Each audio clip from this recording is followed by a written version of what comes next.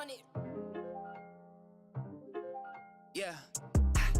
When I leave, put my stats on my tombstone, so they know that when I'm gone, I'm still that dude though. Ayy, talking smack, who is that? I said, who knows? Heard you set the bar, well, that's a new low. Run up the numbers, showing them how I've been doing it. I do not gatekeep. Oh, it'll come up, blowing up first like blue shell. Shout out K-Key, all in abundance, stacking up all of the accolades now and it's waist deep. I'm wearing a lot of these hats and everything hitting. I feel like I'm Take Keith. Show them how it's done, they can do this if they want it, but they don't. Words don't match their actions like the internet was slow. Ay, told them I'm the one, but they ain't listen yet. I know how you never get the message, but you always on your. When I leave, put my stats on my tombstone, so they know that when I'm gone, I'm still that dude though. Ayy, talking smack, who is that? I said, who knows? Heard you set the bar, well, that's a new low. They keep on talking, no end of discussion, just look at the cash, it's really abundant. We kill the instrument with no percussion, it's nothing but facts, I keep it 100. Me and Connor had a conversation, that's Canadian, NGN. So all my haters, I wish you the best, they praying for me, but the truth is talking about the next thing, yeah, they really act like they up to some. Everybody capping, acting like they really know the struggle of. I remember back when, used to be the last man to buckle up. Now I'm bringing a lot of cash in, making these bags really double up. But no offense, trust in the process, I'm about to be so blessed. They keep hitting and hitting, they're so obsessed. Last supper, we breaking the whole bread. No stress for me, they should have known better, not testing me. I'ma be the greatest, so best believe they got the potential for wins, but giving excuses, they keep on. When I leave, put my stats on my tombstone, so they know that when I'm gone, I'm still that dude though. Ayy, talking smack, who is that? I said, who knows? Heard you set the bar, well, that's a new low.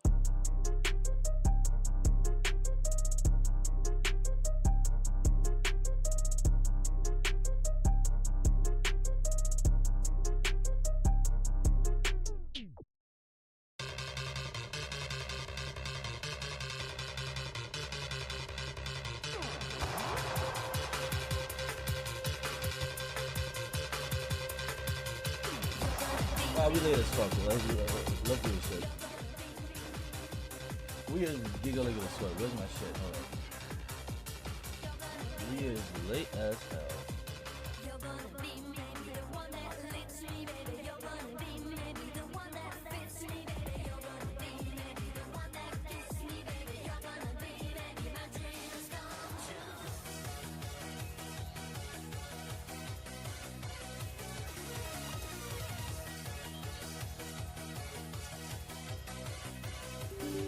And you guys just about to reset in like a couple minutes, so you know, that's nice.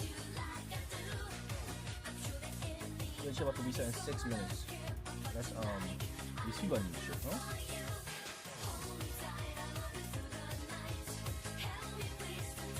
How y'all doing? Oh,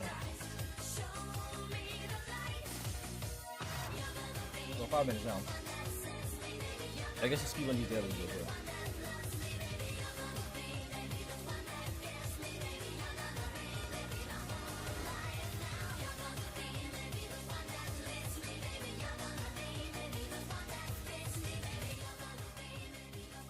Why don't we speedrun Genshin Delis? And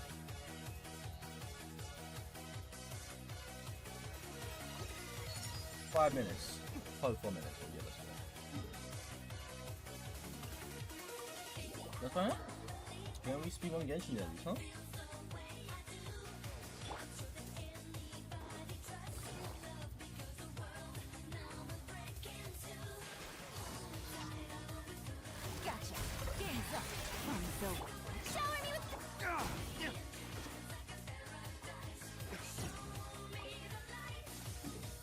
Next.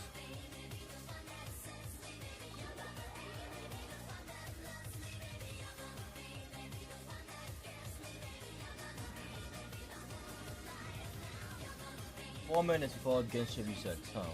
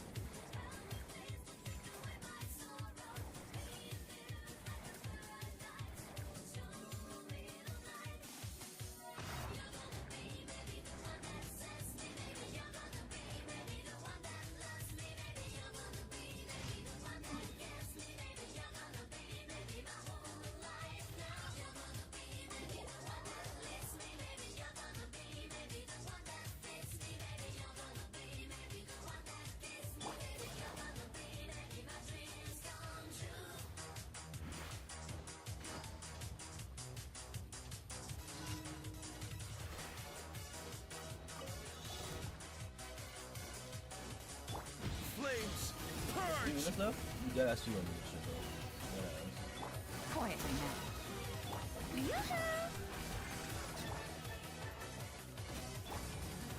Busted.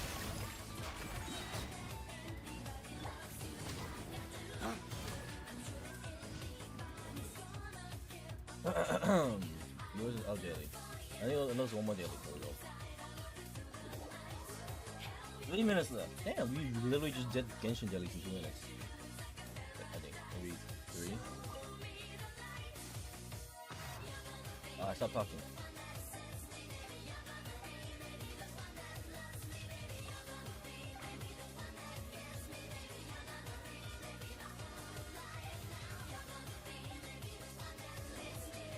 Wait, 2 minutes left.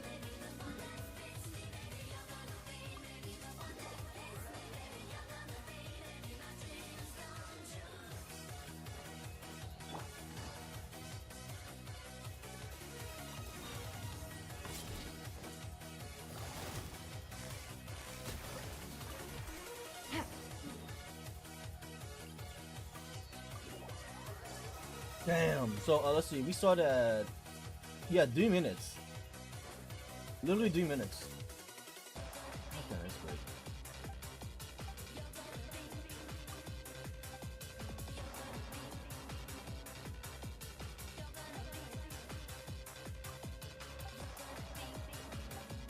Can you stop talking, Henry?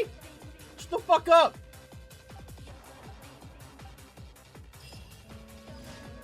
Thank God. Holy A bitter pill to swallow.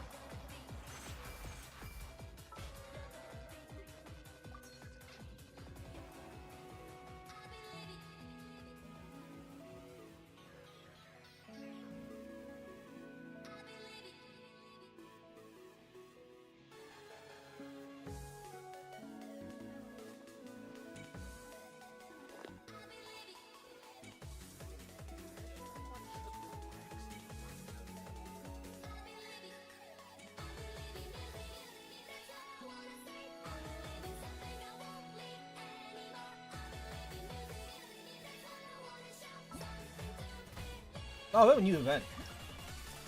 Okay.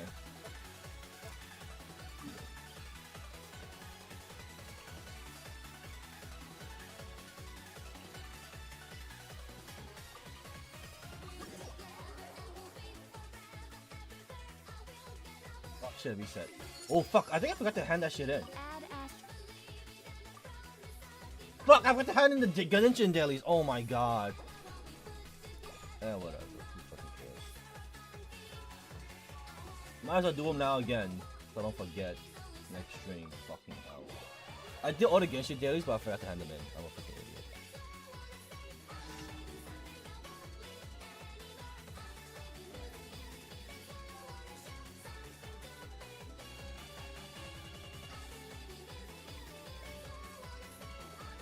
Whatever, let's just do this shit. Fuck me. I'm about to hand it in.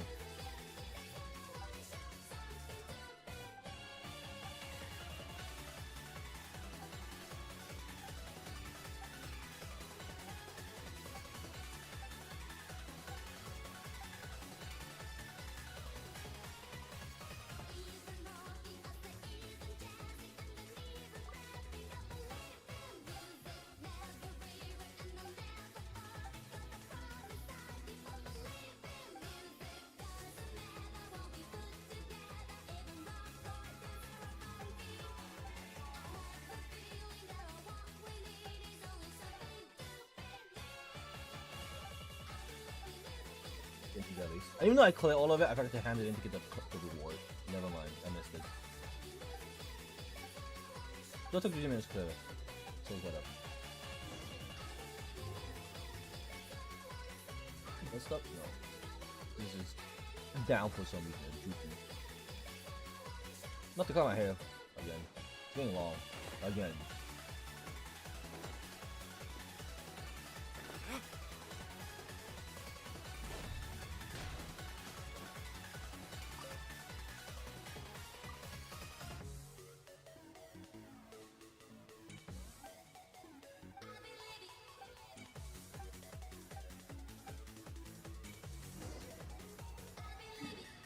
It was one of those days I hate where you gotta talk to motherfuckers.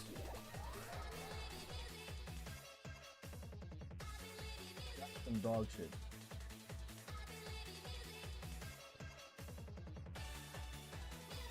Every course of action has its risks. Be careful.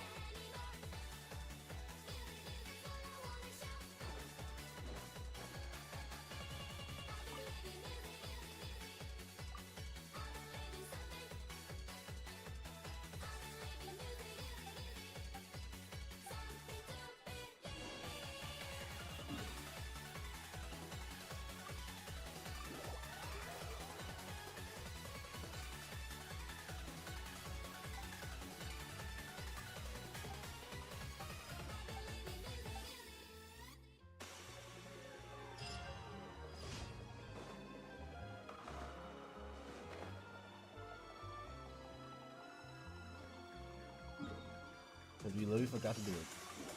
I handed it on me.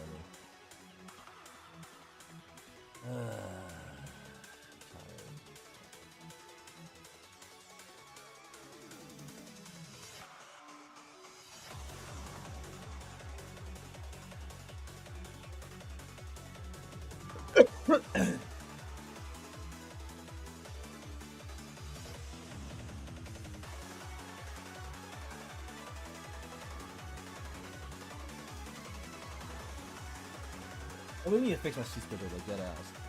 This is unacceptable that I keep fucking waking up so late. Like it's pissing me off, ironically.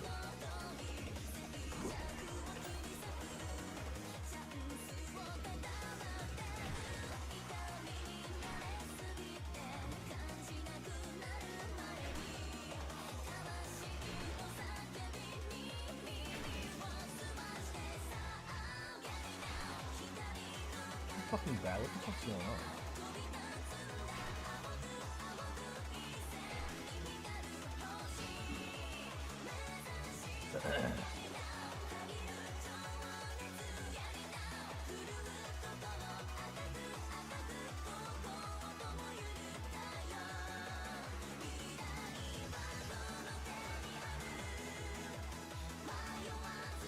Wait, am I supposed to go down? No way, right?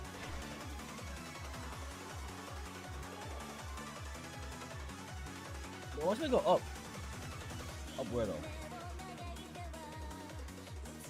Wait, where is this shit?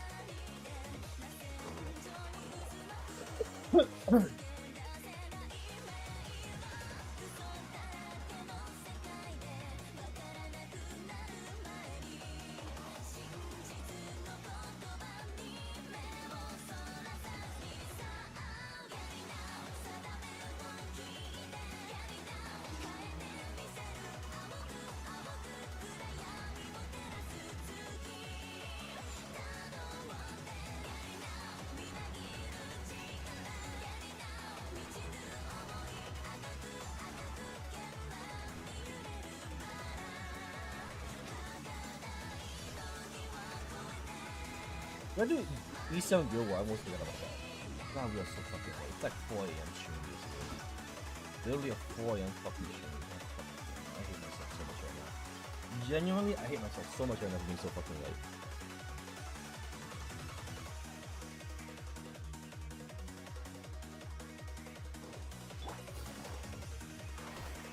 Take it easy.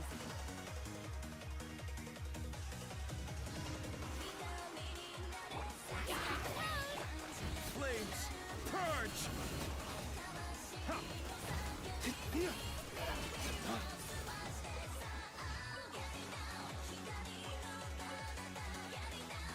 A bigger pill to swallow.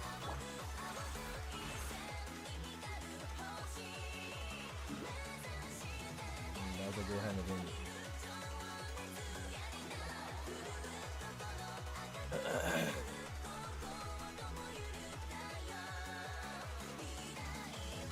Ad Astra. Thank you for Fuck you, oh no. Oh no. Anyway, let's go to the fucking event. I blow my nose. I'm about to sneeze.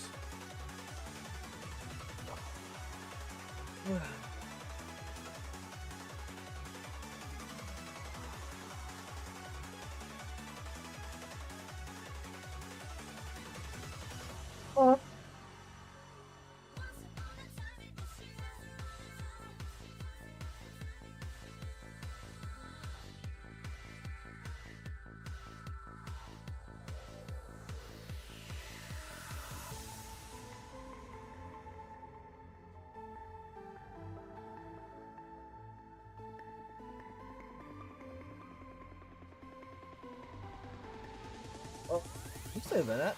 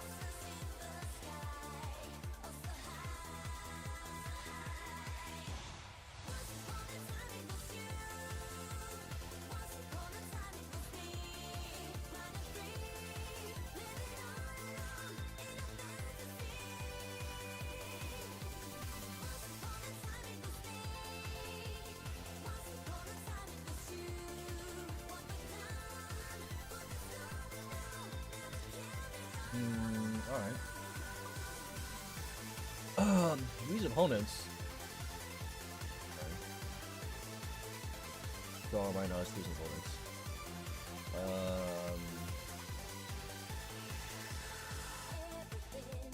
I would assume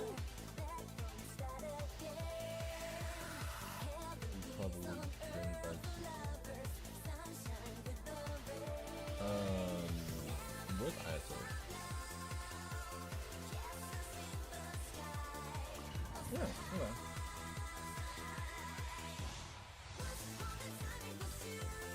Try it.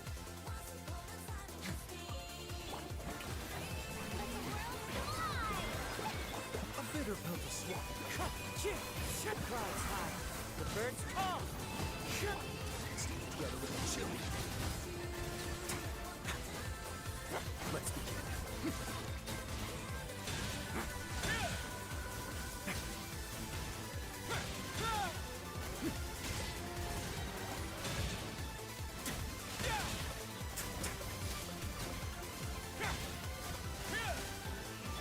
Shower me with praise. Time to shine. Taking a turn for the better. Mind the sight. Have a safe trip.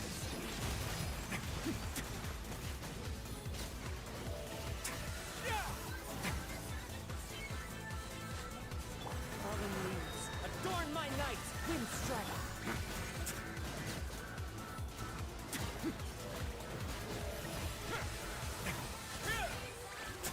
Way now.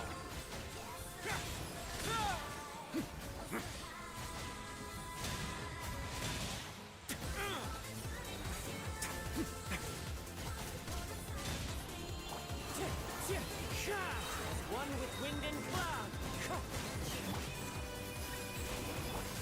Together with the children. A moment, please.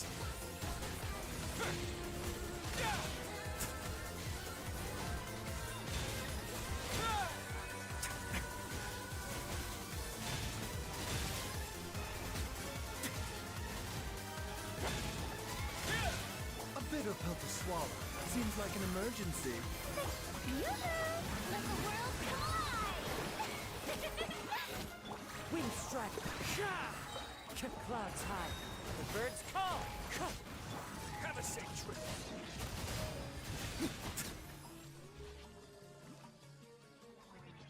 Whoa. Cascade. Kamisato on. Suyu. This is long overdue. Gotcha. What did I just see here? Here comes the catch. Who the fuck is this? Busted. Get a little chilly. Way now.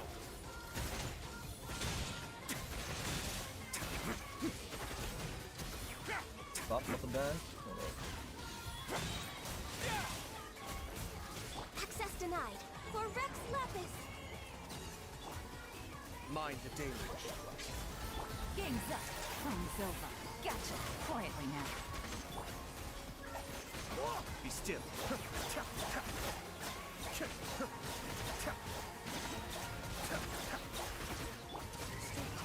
Face your feet. A moment, please.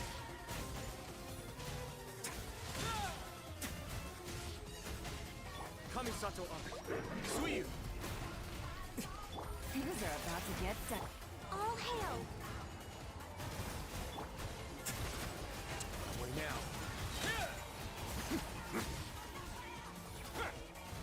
It's getting a little chilly.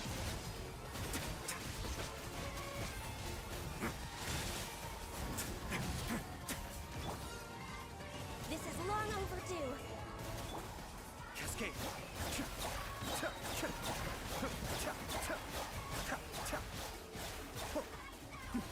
The depth back. Here comes the catch. Busted. No touching. Stay cool. Face your guilt. A moment, please.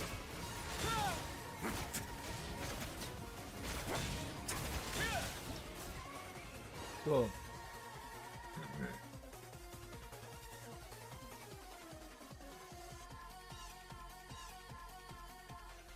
What about challenge 1 was slower? Is it because the reward to proc was slower?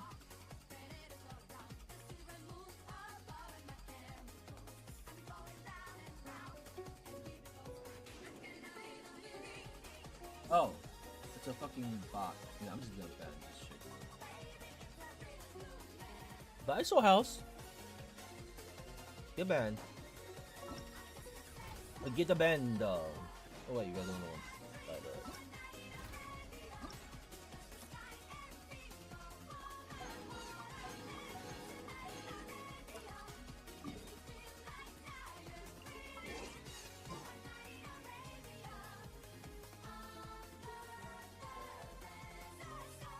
Every course of action has its risks. Be careful.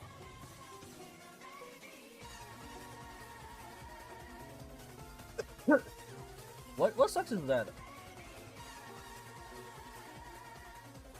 we says at 4 a.m. now. It's like just mad early, yo. Like, could it not be fucking 5, please? Why is reset at 4? Or even 6. Motherfuckers have reset at like fucking.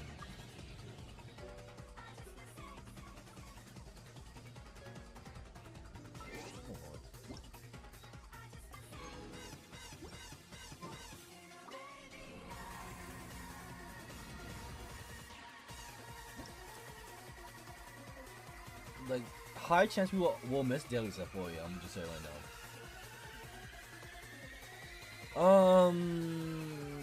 Yeah, why not? Let's go. Increase the character's account HP 40 times. Trigger 20 hydrate. Okay, yeah, sure. Alright, where's screen now? Where's buy 2?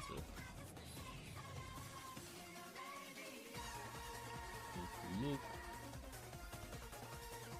And then there's Kazuha, right? And the Probano one, where's Nouvelette? Where the fuck is Nouvelette? There we go. Nouvelette, Zhongli. Trying to think. Who else would I add?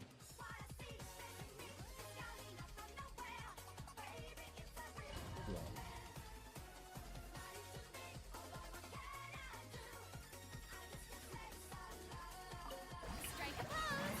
Let my name echo in This is nothing. Taking a turn for the better. Mind the side effect. As one with wind and cloud, wind strike. Dawn, break forth!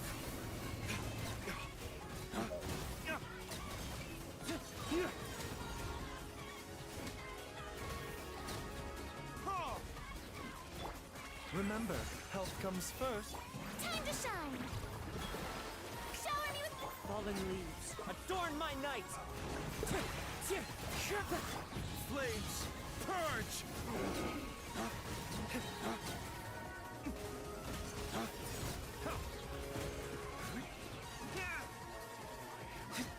As one with wind and cloud, wind strike. Seems like an emergency. let my name echo in song. Yoo-hoo! Dawn, break forth!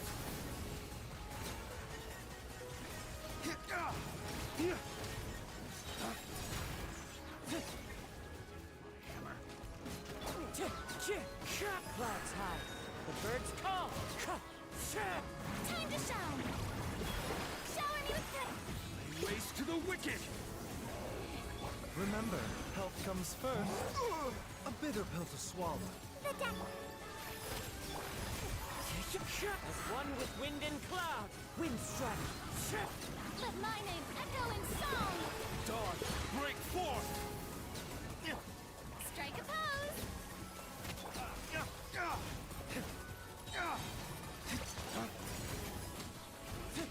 Seems like an emergency. Clouds high. The birds.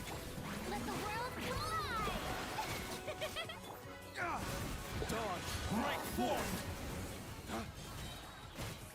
Go. Nothing was spam.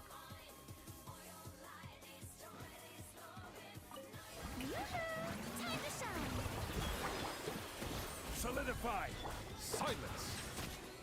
Be sanctified.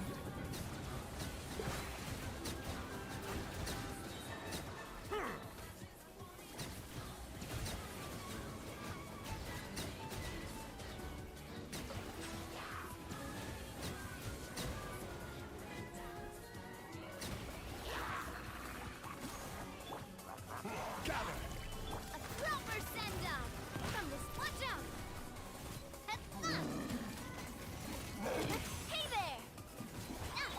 Strike a pose. Let the world collide. Settle down! The tides beckon.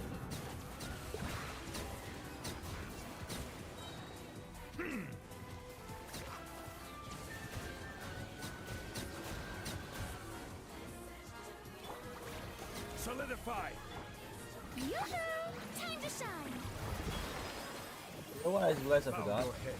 The mighty be humbled. I forgot to bring a healer. Like no big deal. But I actually forgot. Silence! Stabilize!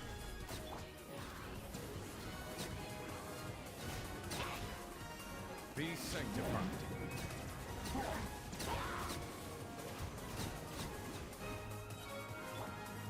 Gather! Attack! Hey there! Hey there! Shower me with praise. Let the world collide. Settle down!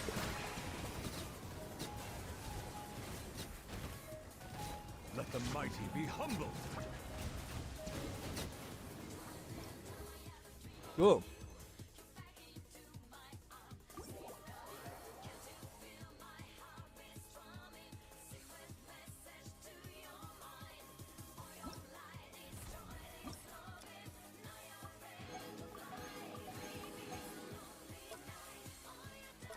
Whatever.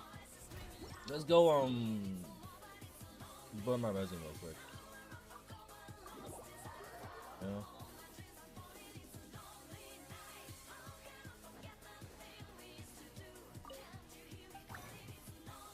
Oh crap. I see the issue. I need crystal flowers. AKA I need to hunt for crystal flowers. God damn it. Alright, what's Kazuha? I need the whatchamacallit? The guard doesn't scare that shit away. That was hard, right? Can I go catch up on my sleep? Let's get some crystal flies real quick. This real quick.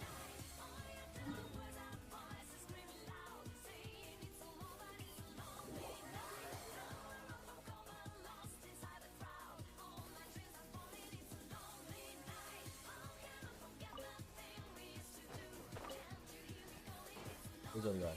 Oh, here we go. Swan Fury! Where are you going? Eh? Imagine trying to escape. Where's he, oh, here we go.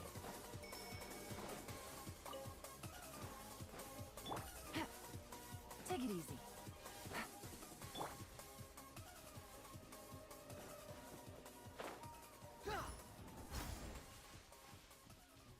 I want to get some crystal flowers. I mean, crystal flies, because I'm low.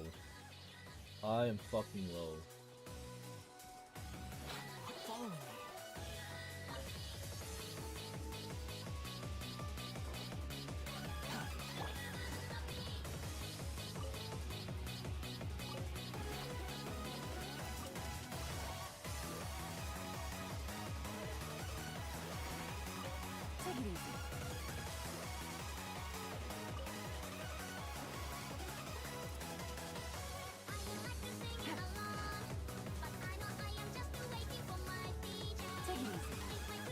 No one. Oh wait, there was one behind me. Oh, what the fuck? Like, what the fuck? I'm just bugging right now. I haven't found crystal flies in that long. Just straight bugging.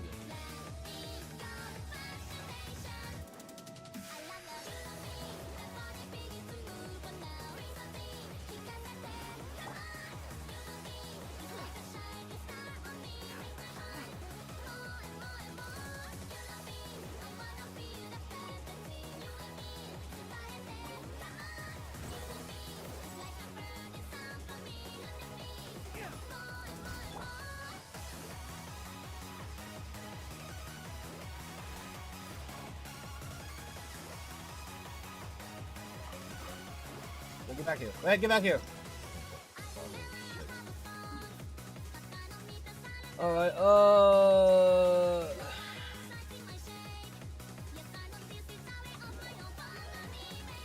the bare minimum. I didn't really like go all out. Maybe we should get the other one.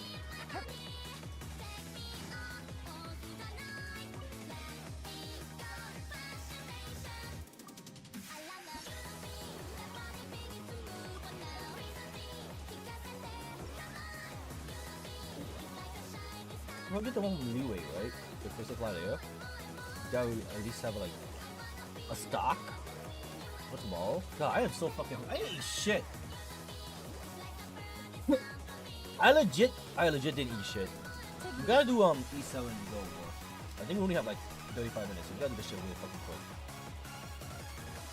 quick. We gotta do this shit real quick, boys, old. Wind rises.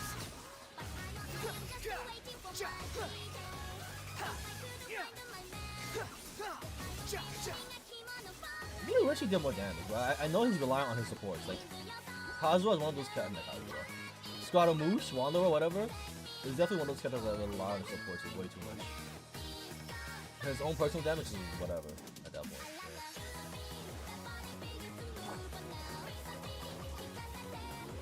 Yeah. Wait. Swallow Fury.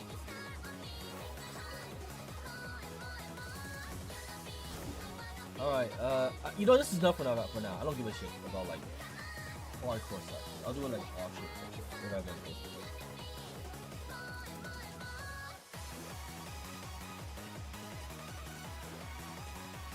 is. We gotta do E7 soon, cause like 35 minutes, what? 34 minutes to reset. I'm bugging. Miss Genshin dailies. About to miss E7. We gotta speed run this shit. Shortest Genshin segment ever, yo. I still gotta farm artifacts. Fuck! You're right, I just still gotta farm artifacts. Alright. Let's go. We're gonna speed the fuck out of this. Where is it?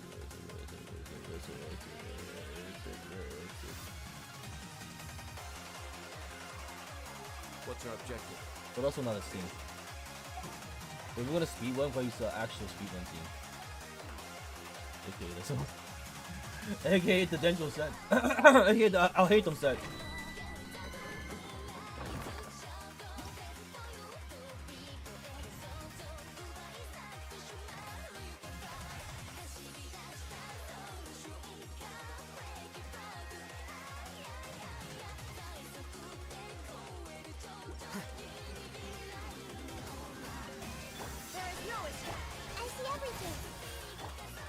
Solidify! Here you are.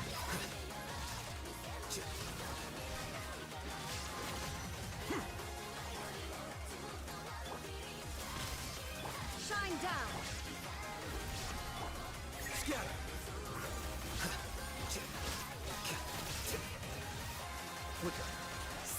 Run, yeah.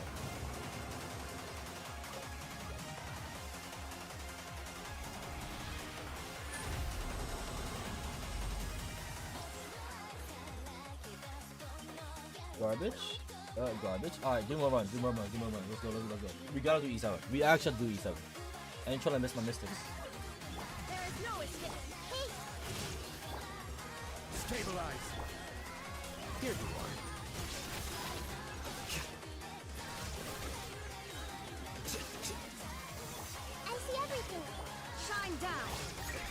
elimination. Solidify.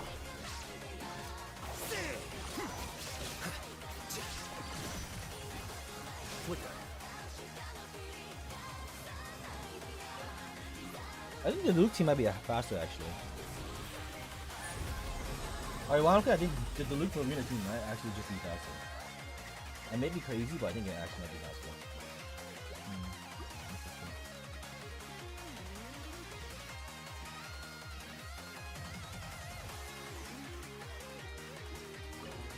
Illusion shattered. Everyone hold hands.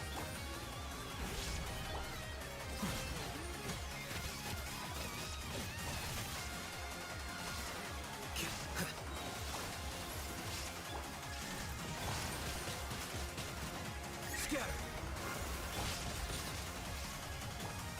Here you are.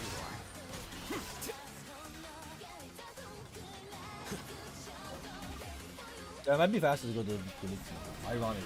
Because I think my friend does as much damage as Dendo now.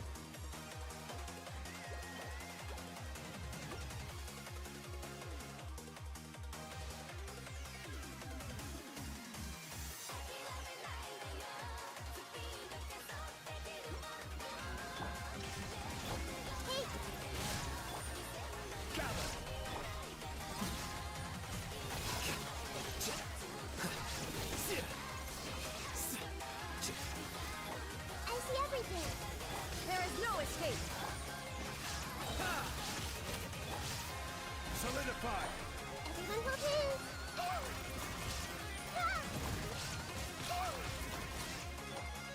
Yeah, that works. Here you are.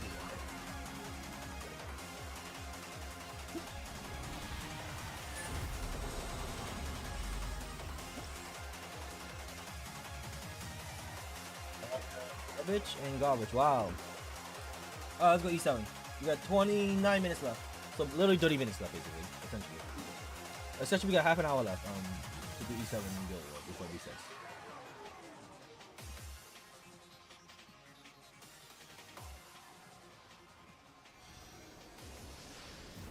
Pretty sure the Luke team played that domain faster, like in 21 seconds, if I recall correctly.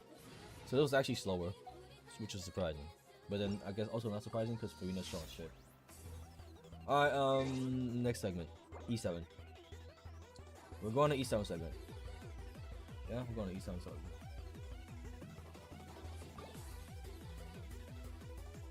What's it feel like? I have a scar on my head. Oh, it's the shadow then. Huh. It's just a shadow on my hair. Fuck. I thought I had a scar.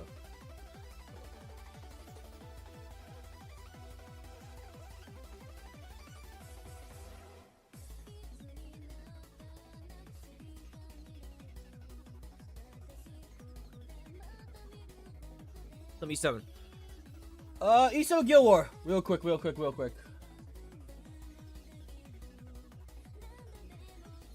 only good thing about me waking up late is that I have full of energy to a long stream today, I guess. Because I slept in. Literally just slept in.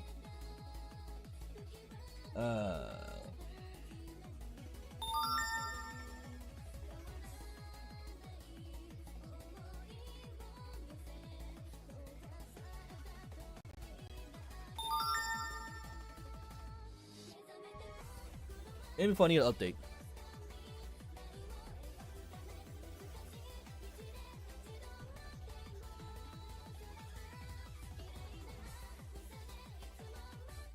Whatever this shit is.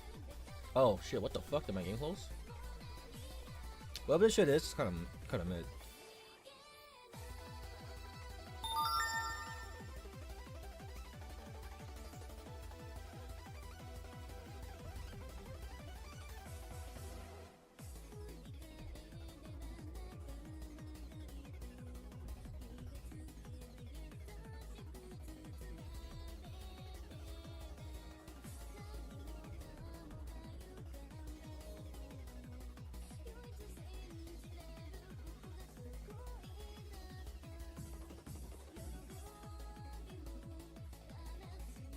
Hmm?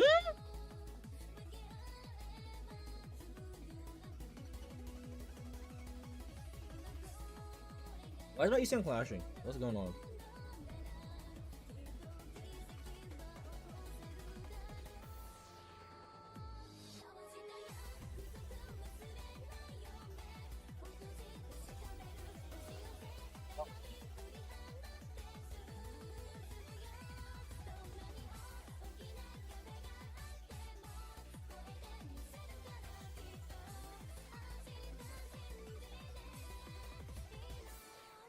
What am I looking at?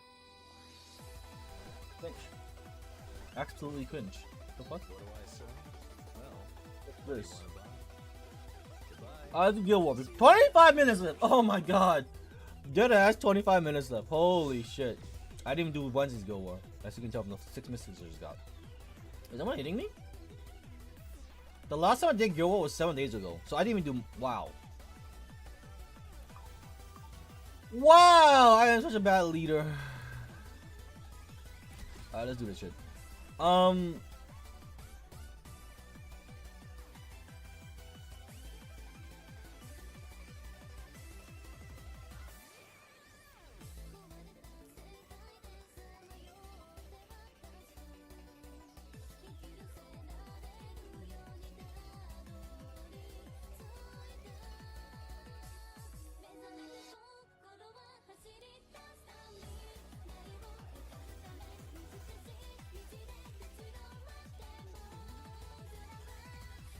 Why don't I just bring fucking Violet? What am I doing? Hold up. Why don't I just bring fucking Violet?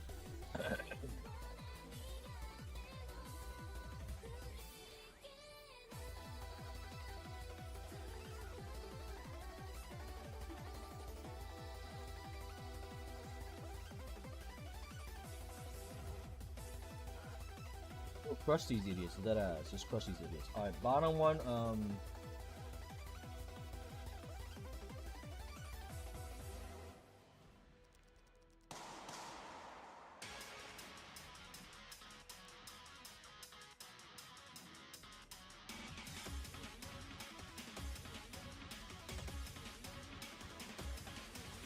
why don't I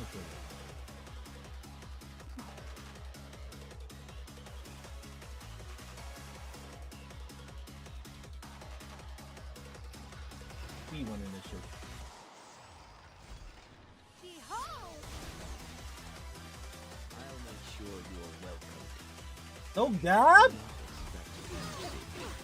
All systems online.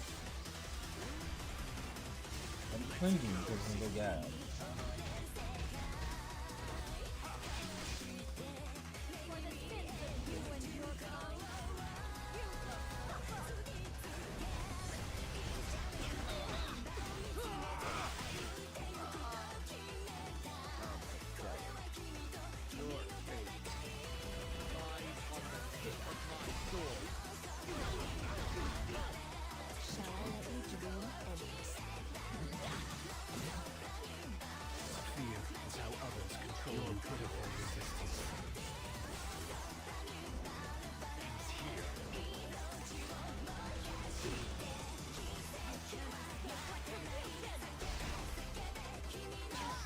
Damn! Your life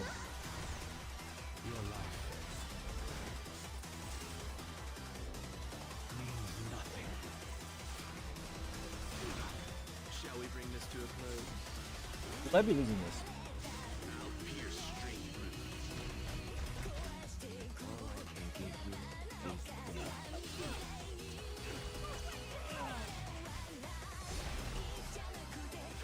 You fight as if you have 9 lives.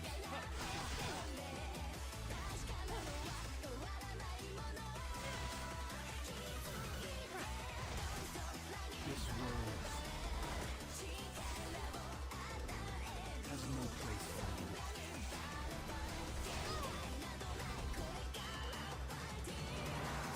I don't know how I feel about this. Watch out! I tried to warn them. How long do you think it's last? I will shape my own future. Oh, there's no need to thank me.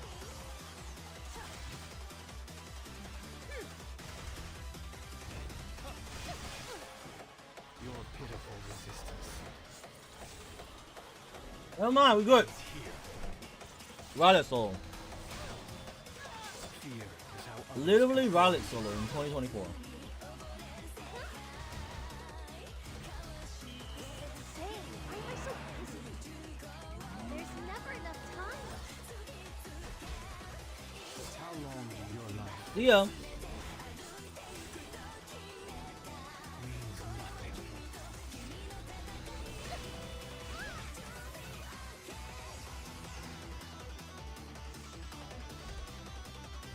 those who deny their faith Great.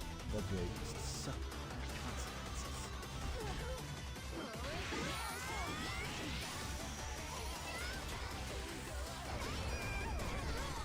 As long as I'm holding this steel, to grant it and to destroy. Somehow drinking this has made me cold. I don't know how, but Skill it is like what it is. yours, you never stood a chance. I'll give you a taste of defeat.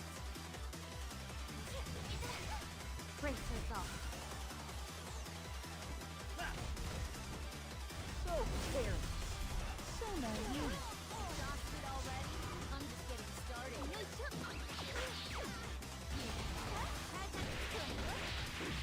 you're so cringe. You're so cringe. Lack discipline. Like truly.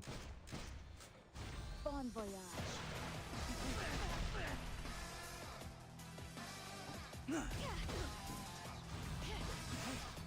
You should never back down.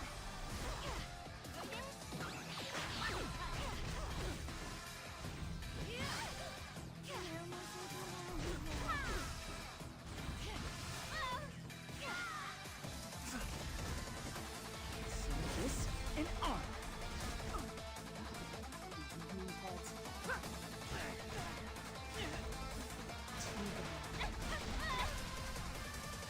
If your grand It's not good like any last words?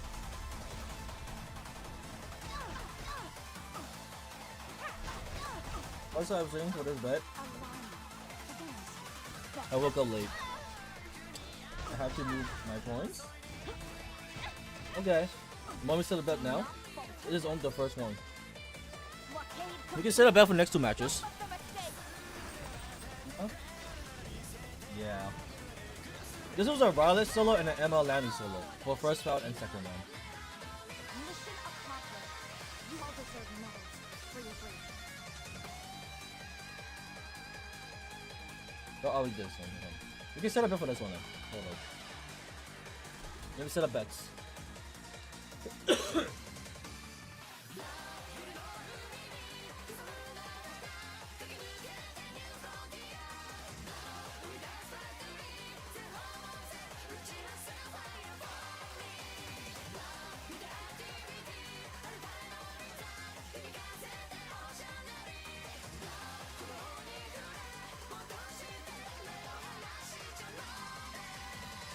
Alright, bet's up.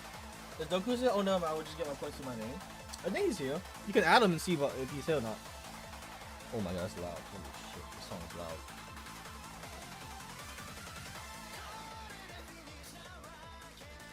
Too loud. Lilius angle on the bottom, right? Lilius ML Ken angle. No. Lilius ML Ken. I lost FCC, so.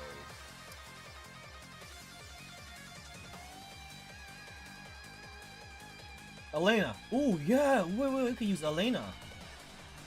I haven't used her in a long ass time. Let's use Elena.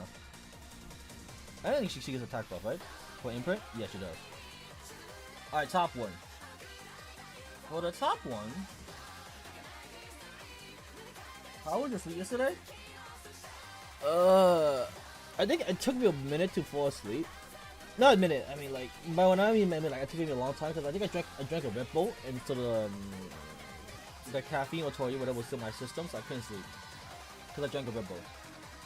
And then I finally fell asleep. Look, that's how I never lie. I'm much better now because I slept for a long time.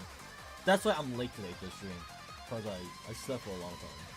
So I'm much better now. I'd much rather know.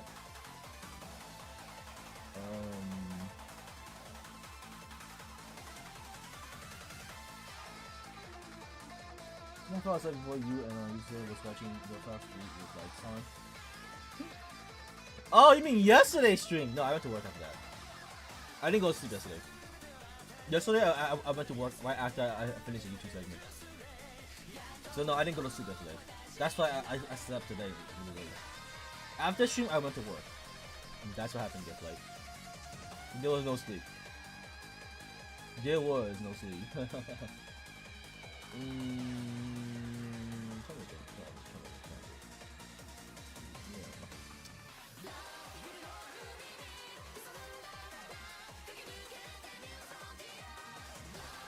Hey, what? We haven't used Green Violet in a long ass time. Let's just go Devil Violet. I don't give a shit. I don't want to think about it.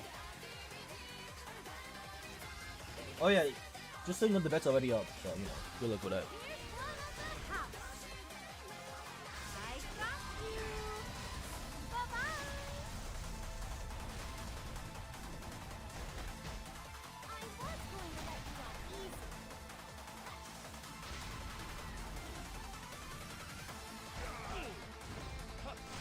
One counter attack, two counter attacks. Show me your skills. I stun her.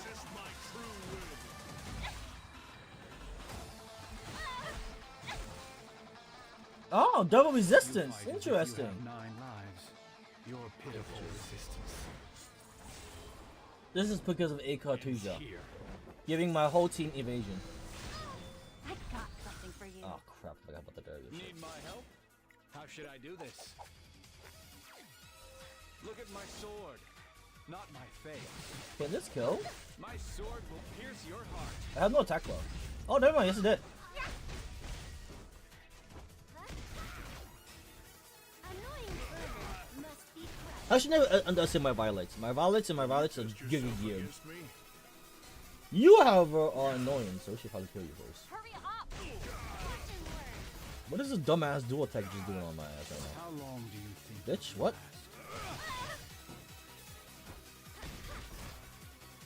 I'll smash that arrogant face of yours into Oh, you can stop that now. I don't want to lose my Assassin Cartuja. Cowards. Now try me. Don't chicken out. This is your grand I think he's dead here. And you Like, ironically. word? Show me Oh! your skills. Not really! Is that right? Probably dead here though. You're not too strong, so this should be enough. Unfortunate. How others control you. This world has no place for you. My Oh, there's one dead one. You want to see it? The one is dead. Is the buff still there? I'm not sure actually. Maybe? Maybe not? I know I'm beautiful. I'm generally not sure on that one actually. Because it's a passive buff, right? But I would assume no. I would assume no. Bar those in our way. Better to be safe to assume no.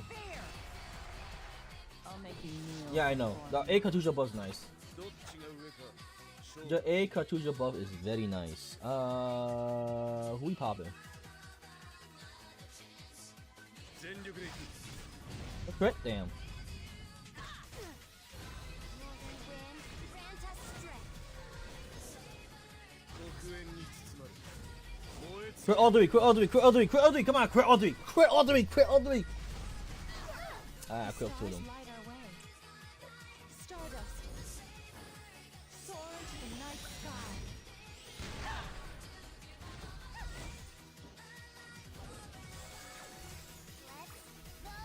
Yeah, I know, it crit you. It crit you and Sea Lilius, but it didn't crit the one element I have advantage of. Light of salvation. Your spear will not dull until it pierces the heart of my enemy. Focus. Here I come. Oh no no no! Oh no no no! You're never gonna get through any debuffs with Elena here. I'm just saying. Counter attack Elena with Doctor's Bag. Come at me. Oh no no no. Who's the best?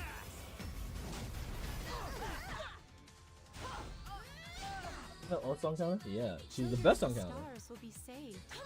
Hit me, pussy! Oh, look at that double counter! And I'm invincible, so it doesn't really matter.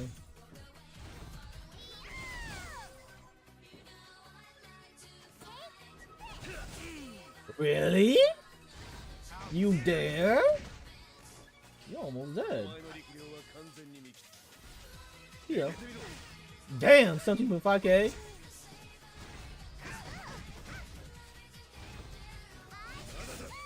Oh, I survived that.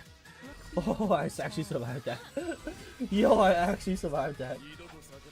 Yo, crit. Ah, oh, crap. I didn't crit. No, she's dead. I wanted that crit because I knew that if I didn't crit, I would have died. Whatever. This victory was promised to us. Whatever. Close enough. That's a win in my. That's a win.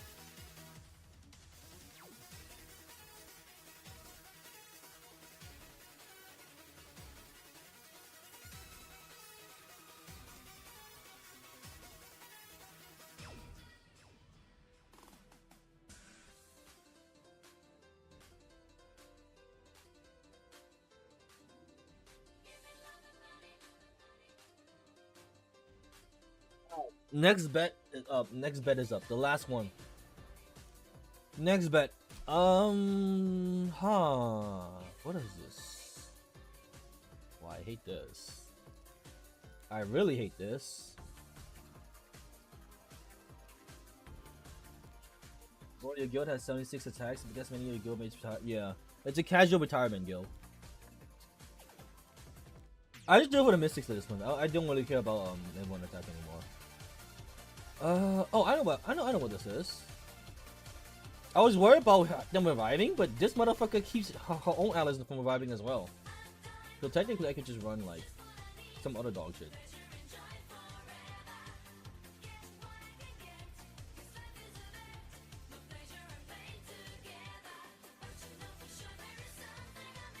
Dusty and Elena. I was like, oh, yeah, wait, I'm fine. You have your 6 for me. You know what?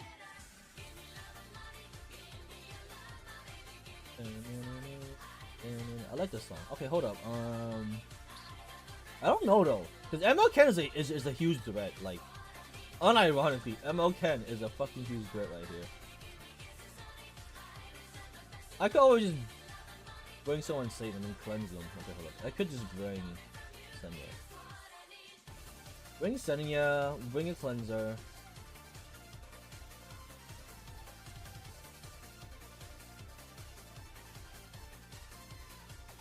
Honestly? Something like this. Elena into maybe removal? Double nuke? Double nuke, yeah.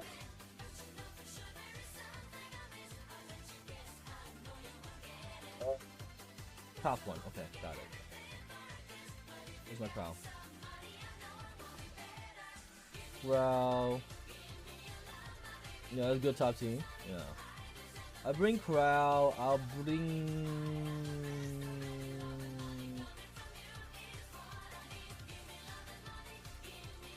I'm hoping I'm not fucking up doing this, but Kayron into Angel of Light. Where's Angel of Light?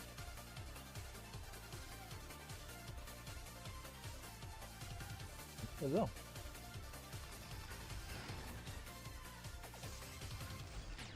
Surely this works. Won't you regret this? Until the end. That's cute. That's cute.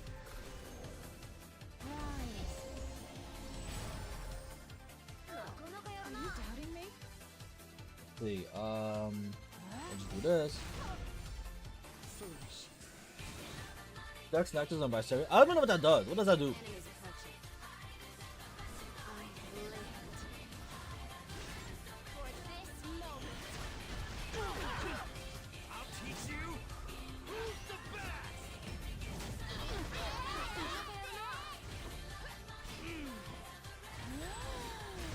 Double cleanse. Take the attack buff and immunity. I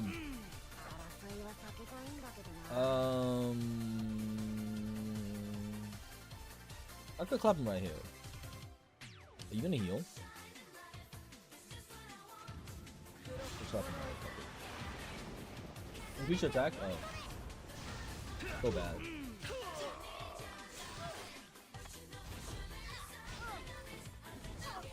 Luminescence. Glory.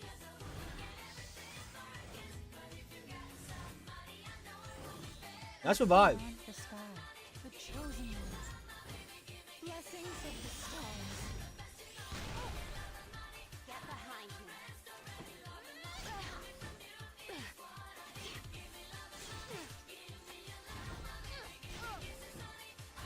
May the grace of the battlefield be with you. Yeah. Beast of the West. Are you ready? Children of the stars will be saved. Yes. Get ready, everyone. It's time to move. Foolish. Okay. The stars light our way.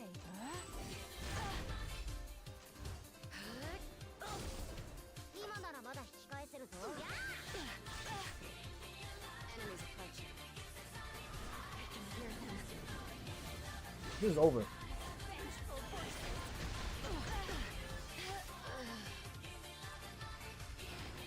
They're not very good here. It's meaningless. Walk in your own way. I won't stand down. I will deliver unto you. If I count faster, fuck. I was hoping your strays would be fast enough. I guess not. Shall I have a go? Prepare yourself.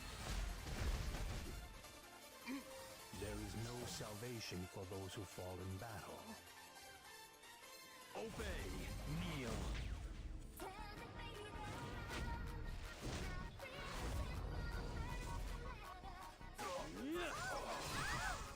Now isn't the time to hesitate.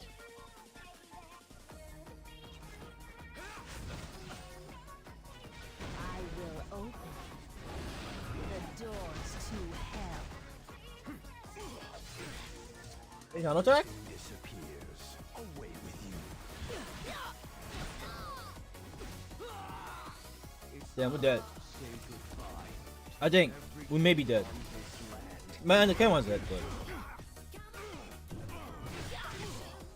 If you're ready, let's go. All troops, advance!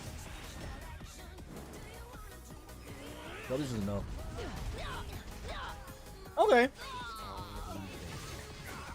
Now isn't the time to hesitate. Shall we begin?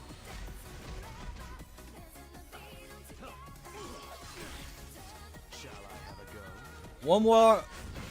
One more turn for us, S3. No, I think we live. If you're ready, No, we live. Bye bye. let's go. Actually, S3 can, yeah, probably. I was worried about the strays. But it's like whatever. Doesn't matter. Let's the crown. We won anyways. We won anyways. Lifesteal crown. And pay out.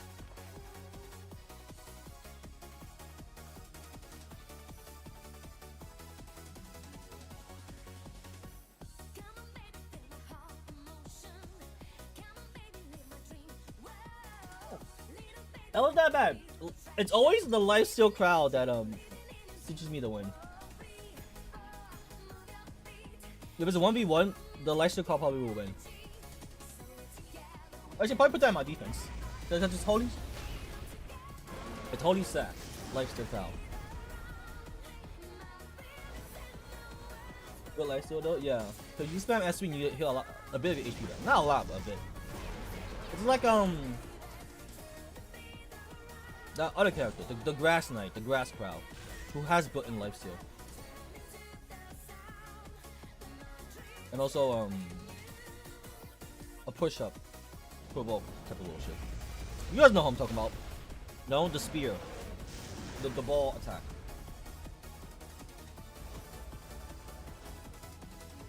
She's basically the new Lifesteal Crow. But she's green. Grass Crow.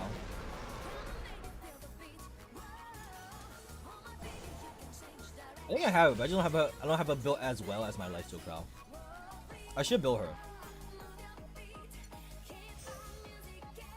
Just go here. But she also when she gets to low health, she triggers. Where is she?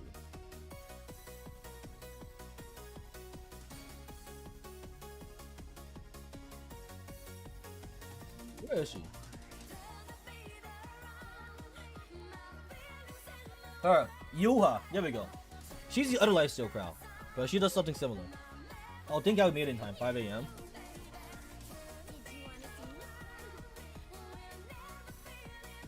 Yeah, I think I made it in time.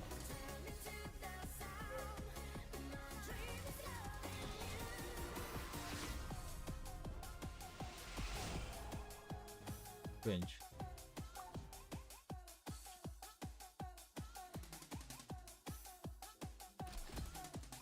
Anyways, I was looking at Yuha, right? Yeah. The other Lifesteal Crow. Look at what you did. What does she do? I hate this new fucking UI.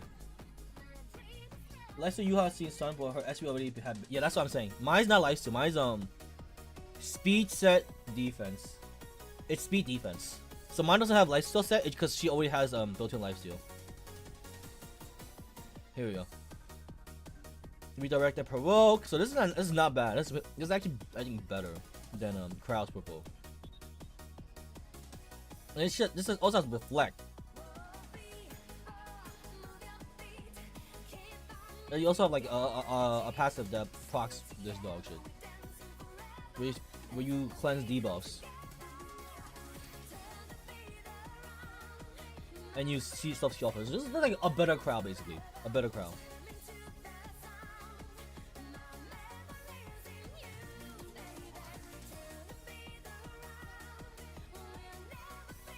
Yeah, and it has defense. This is basically a better Crowd. I mean, Crowd. Not that Crowd is bad. Crowd is also good. Like while I have that, I have this on immunity lifesteal, and I have the other one on speed defense for Yuha.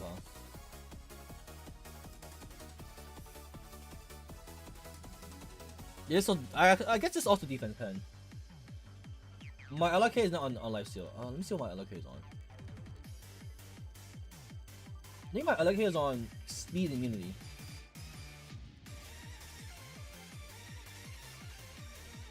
Yeah, speed immunity. There's a fuck ton of HP. 28.4k HP, 1.9k defense.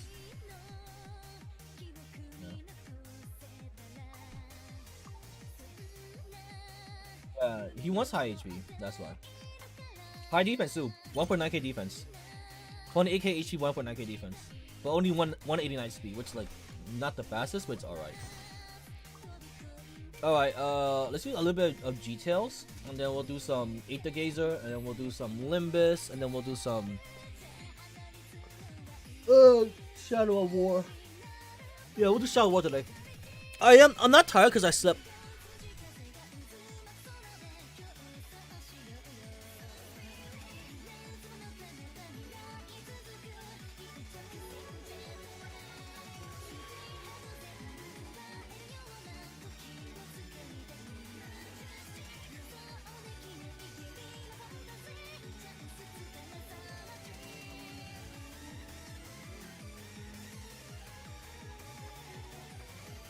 Was waiting for 1 hour to push me. My bad. My bad, gift. Like, I gotta like force myself to wake. I gotta set an alarm for stream now. I like how I can get to work on time now, but I can't even get to work on time for work. Wake up to stream on time. I gotta set an alarm to wake up. What is this? Is this a new survey?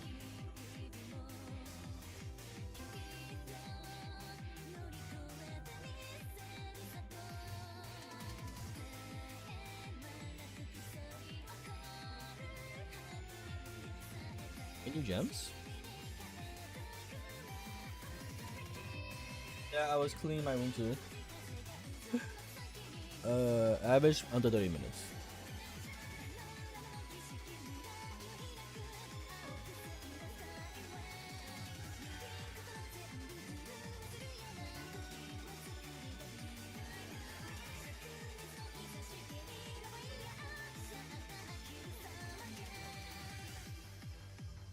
I think I did this actually.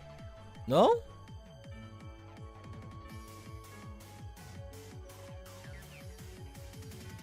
I think I will answer this. Yeah, I will answer this. What the fuck? I will answer this shit. I think I will answer that. Yeah, I'm pretty sure I will answer it.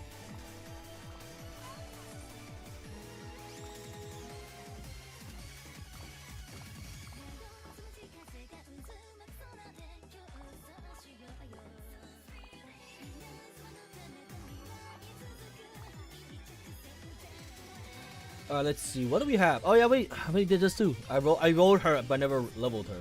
I rolled her because she looked good. She looked cool. That was it.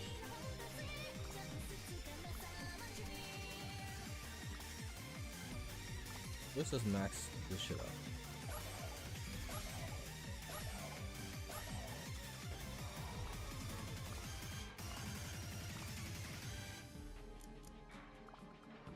Oh, who still play details?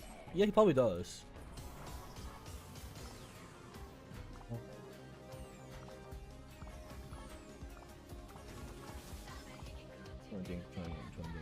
Trying to think. What do we gotta do? Because I don't think we have co-op. Simply because we're mad late. Yeah, we don't have co-op.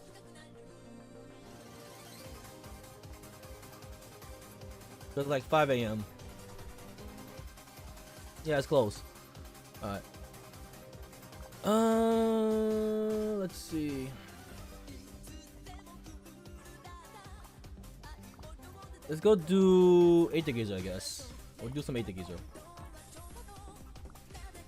We'll play lots of games today. Okay.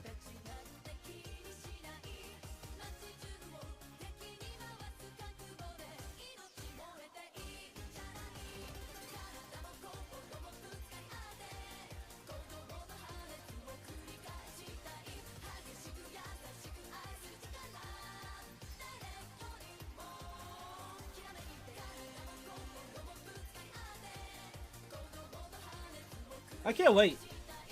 In a couple more, I think how many more weeks we're gonna play Grand Blue Relink. So like 3 more weeks. Literally in 3 more weeks we will play Grand Blue Relink. And then in 2 more months. Yeah, 2 more months. No, that's Dragon's Dogma 2. Dragon's Dogma 2 is on March 22nd, my birthday. Grand Blue Relink is on February 1st. Or January 31st at night. Yeah.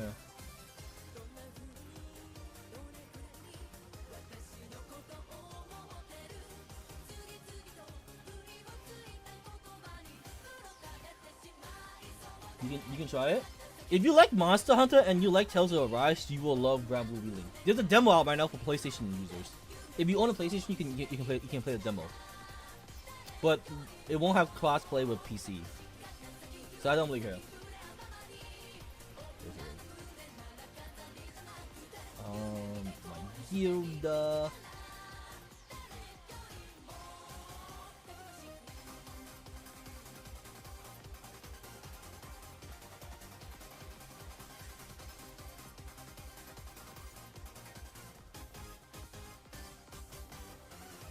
Oh, I probably should have done this. Fuck. It's fire vulnerability. It's huge. But yeah, if you like Monster Hunter and you like Tales of Arise, you will definitely like Grand Blue Relink. Like that is right up your alley. And there's gonna be co-op rate. Well, not co-op rate, but like co-op play in general, where you can hunt monsters together. And apparently you can use the same character. Yeah. So like I saw in a GIF. Well, I'll show you this GIF after this. I saw in a GIF someone using a party using all the same characters. It was dumb as fuck.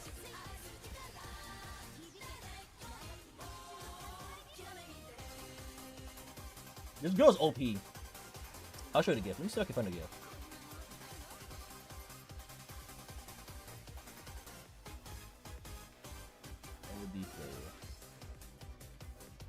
This is the gift. Motherfuckers ran 4 Charlettas for their co-op fight. Probably because he has some like 50% damage passive or some shit like that. I don't know if it's 50% damage or 50% HP gone or some shit, but they were all running that passive. So there's like some builds to it, I guess. There's some builds to each character that you can probably try to make.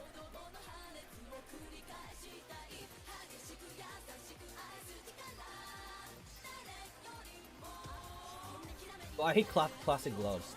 That shit like irritates my skin.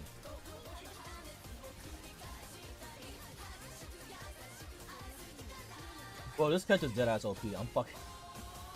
I'm fucking in awe. Doku's was not wrong. Jinwoo was gonna like power crap Flame Tail no matter what. I still want Flame Tail because I want more stronger characters. But it's like, yeah. This bitch is strong as fuck. And I'm gonna triple S her when I can, obviously. From the shop. With my free to play currency.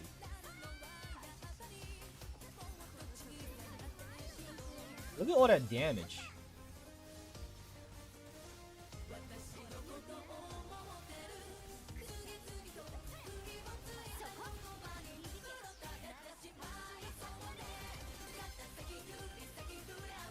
Well, 80 Kingdom is worse than King of what? I haven't played it. Nah. It's not worse because like they don't constantly keep releasing new stronger characters one patch later. It's like they'll release a new strong character around 3 to 10 patches. So like at launch Tsukuyomi was the strongest, then you have to wait till Hades, which is like I think 4 to 6 months away, or was it 3 months away? They released Hades, right? So it's like a slow power creep. And now from Hades all the way to now we have Jinwoo, this character here. She's strong as fuck. She power crap Hades, but it's like she also power crap Flame Tail. But Flame Tail's not even released yet. So like it's not as excessive because it's stalled out. Yeah? It's stalled out.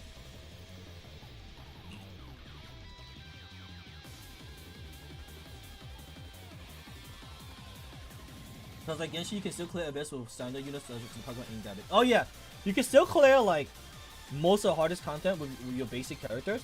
The only one I don't think you can clear unless you like are giga whaled out with max moves is probably the max difficulty of the Chasm Tier 6. Cause like I cleared this, but like these others I need more units to clear with. Cause I use 2 teams to clear this. This I can clear easily. Yeah, without like going giga max, I can clear Chasm 5, 4, 3, 2, 1. This is different. And like to get the rewards from Chasm 6, you get like this shit. But I can farm this shit, so it's like not a big deal. Because I have 511 already TG Sigil module. So it's like, it's not a big deal if I lose out on 20. Because I can farm this. I can farm this from like, from this. Yeah? So it gives this shit anyways. So it's like, it is not a big deal if I lose out on not getting 20. Because I get from here anyways. So like, that's the hardest difficulty reward. And if I want, I could just make my own as well. I could just do some shit like this. Hold on, wait. I can fuse, right? And then fuse again, and just make my own. Yeah. So like the hardest difficulty in this game is Chasm Tier 6, Omega difficulty, but the rewards are not that great. There's no gem rewards basically. If that makes any sense. I could also buy it too, like. So the power creep isn't that bad if you don't give a shit about like those gold T3 sigils. Cause like, you can also just buy it from where is it? I think you can buy it from what is this?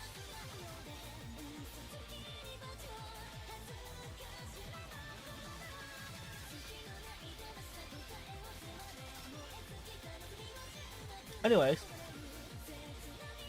you can buy it from. Oh, you can buy one from here, yeah? You can buy one from here as well. I can buy a fuck ton. Look at this. Look at this. I can buy so fucking many.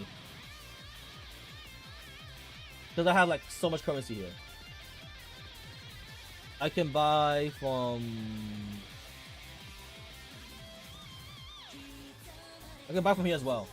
Is it because you won't know? This is in-game recurring dreams in Dimensional Barrier and Hazard Zone This is in-game content. That's how we can get the currency. So, all those shops, you see recurring dreams. This is the game mode, right? You clear this game mode, they reward you the currency, and you go to a redemption shop, and you can buy it from here. It's not whaling. It's straight up just in-game currency. See the point rewards? They give you this shit, right? They give you this currency here, and you use it. You use that same currency here. See the red currency, the blue currency, and the yellow currency. You use it to buy this shit. So you can buy. I can buy 150 DB right now with my blue currency, and you get that blue currency from here. This game mode. This game mode as well also gives you the currency as well, as you can see. So that's what I'm saying. Like, the most hardest content in the game, you can get it as free to play for free, and you can buy you get a ton of them. So losing on 20 is not a big deal. So the power creep isn't that bad, because the only people who are gonna go do Omega difficulty for casting tier 6 are the people who have max dupes. And the reward for doing that is 20 extra gold T3 sigils. Does that make sense? It's like if Genshin rewarded you with 20 extra gold artifacts, but instead they're not artifacts. T3 sigils in this game are like substat rerollers. Yeah, friendly gacha. It's very friendly. And weapons in this game are not 50-50, they're guaranteed. And the weapon banners do not go away. You can always choose what weapon to roll. I think I said that before. It is very friendly. The only you have to roll on that's 50-50 is like the dupes of characters. That's about it. Okay. Got it. Now I can do like this is on max difficulty. Mind you, grudge level, I can do this on max difficulty. And now easily clear this. Straight up.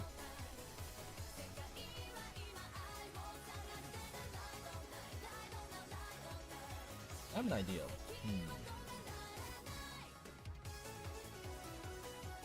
Yeah. Watch. I'll clear this map fast because my characters are really fucking strong. But yeah. The only thing I can't really like clear sufficiently without double teams is Kazan tier 6 Omega rank. That one I need like 2 teams per floor, but they all have to be maxed out, which is like bogus or whatever.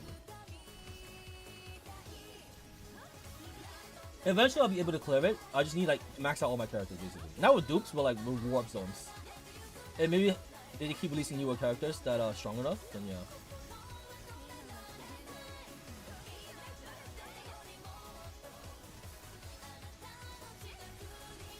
Like, Dokus can also clear this as well if he wanted to. Has his own difficulty 20.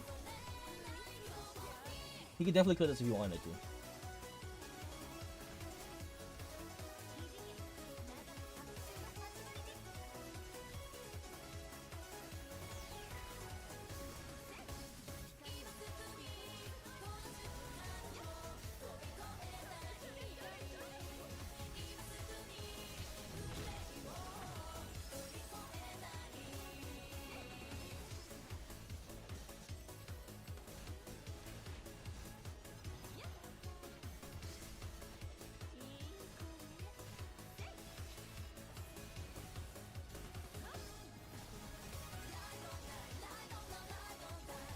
Where's this guy dead?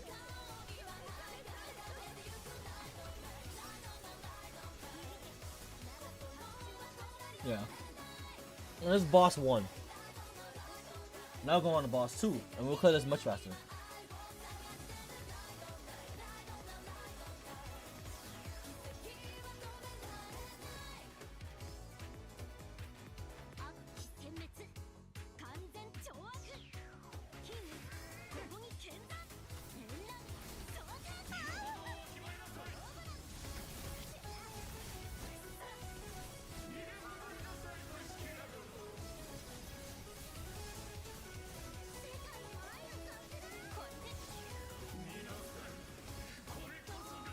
Ah, he's stalling.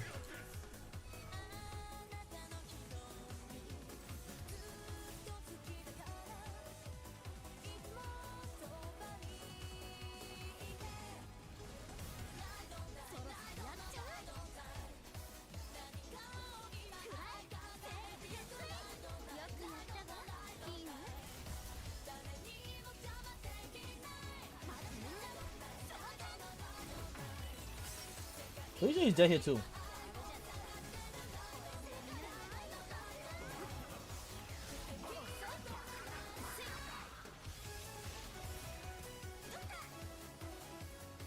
dress and design is good. I think I only play for like a day and then I start to find good time. Oh yeah, you don't like this character. Ling Wong? She's mommy as fuck. Let me show you what I mean. Let me get my currency rewards. There's also the rewards you can buy TG gold sigils with, but let me show you what I mean. You like Ling Wong? Give light? Where is she? Let me show you Ling Wong. Where is my Ling Wong? Is she up here? Oh, she's up here. ご用がおありでしたら何なりと You like Ling Wong gift lights? You like this girl? You don't see her poses? He uses a fan to attack. I'm not done. He also wears high heels, gold and black high heels. Look at that.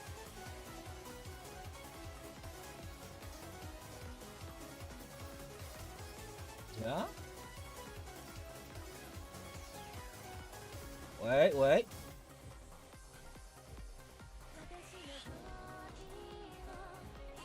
The jiggle she's, yeah.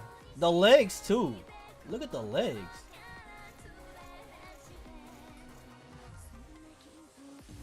It's like she's dancing. You know, circle dance.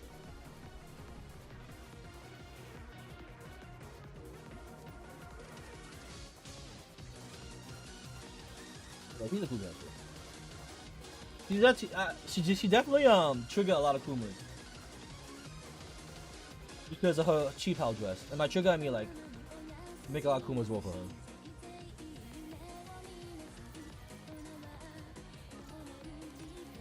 She's also one of the best supports in the game. So there's that. She's like the Kazuha of supports basically. Play the Gazer. She's great for the new character, Jinru, the character Power Peak here in Hades. But also very good for any other team. Not just a fire team. She's good on a fire team to buff, she's also good on a general team to buff damage as well. Basically.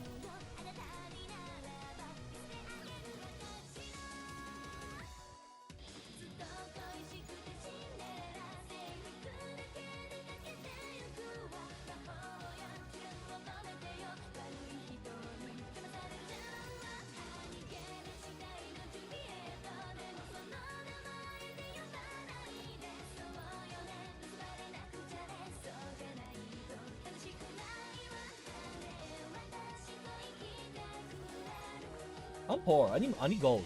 I've been raising a lot of characters, so I ran out of gold. I like how I'm witching Genshin, but like I'm fucking poor in Aether Gazer because I use a lot of my gold to level my characters up. So we're unironically poor. So we need to do this. Essentially. Because like yeah, I have like 200 mil gold in Genshin, but here I have like 3k gold to my name, which is dumb, but you know, it is what it is. Hold up. I have currency. Oh, I can also buy this here, but it's like whatever. I guess. Nah, it's not worth. I can get that for free. I can literally get that for free.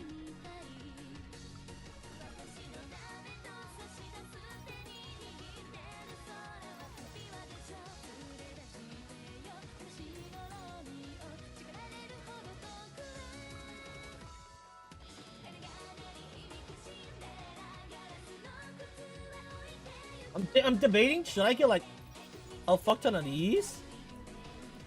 Or get this? This is like a free-to-play weapon, but it's 5-star. It's a 5-star free-to-play weapon. And I can literally get this from the free-to-play shop. So it's like, I don't know if it's worth it because it's free-to-play weapons.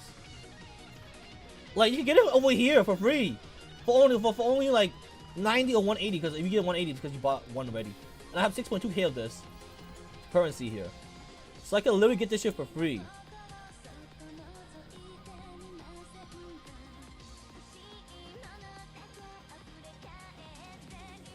I want to check something out, because I wanted to build one of the characters in the future. One of the 4 stars. I wanted to build her in the future. But I wonder what's her oh, it's Nile.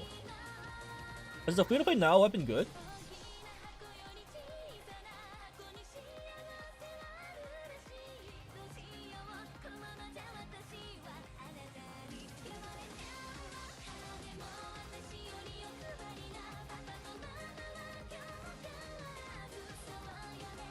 Alright. I think the signature is better.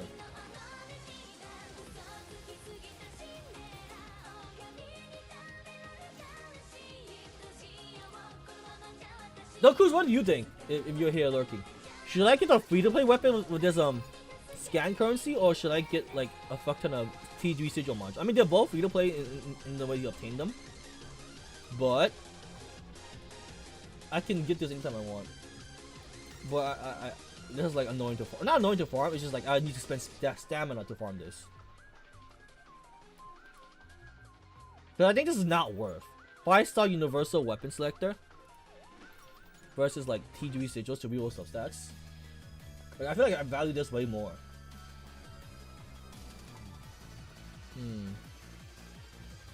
Well, I got 38 days to decide, so like no rush, I guess. No rush. No rush. I do have 38 days to decide.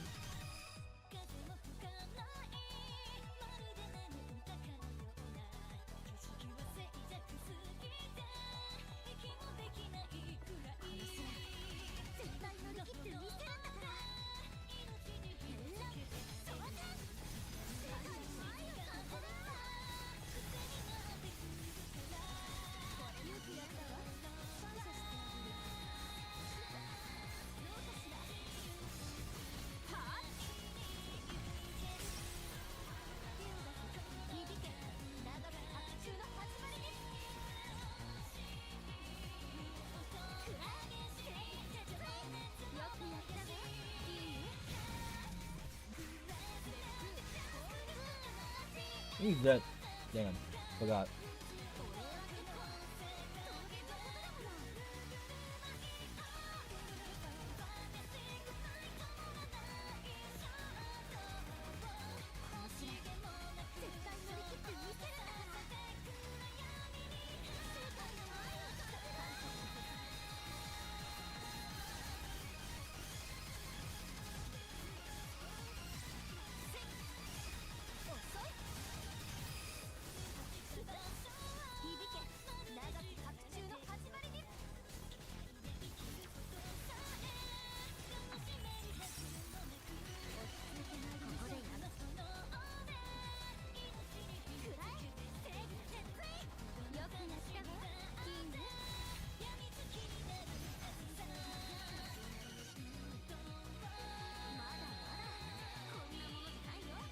Landlady Supremacy. These two are the best in slot partners. She buffs all damage, but she also like buffs fire teams as well, and she's a fire unit. So they're really good, and they have a signature dual ult. So both the ultimates can fuse together. It's like you can see them both in the same animation sequence.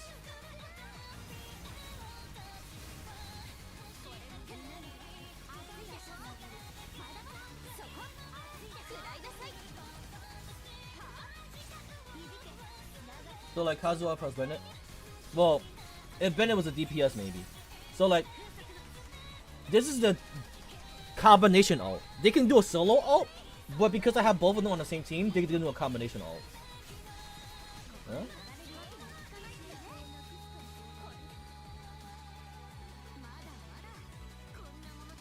Like, if I check them out, they would do their own personalized ult. You can tell who they can partner up to ult with by looking at their hit. I'll tell you like who their preferred partners are. For example, hold up. I guess I can show you. Go to here, details. You go to skills, ultimate skill chains. This is her partner. Some characters have like multiple partners, aren't they? See? Like for example, I think she has multiple partners. For ultimate skill chain. So her partner's over here and over here. And I think she has multiple partners as well. She has like 3 partners you can ult with. Yeah. He only has 1 partner. Also 1 partner, his son. I think she has 2 partners. Yeah. But yeah, that's how you see who you can do a partner ultimate with. Even shows you right here, ultimate skill chains. Yeah. You can choose who you want to ult with.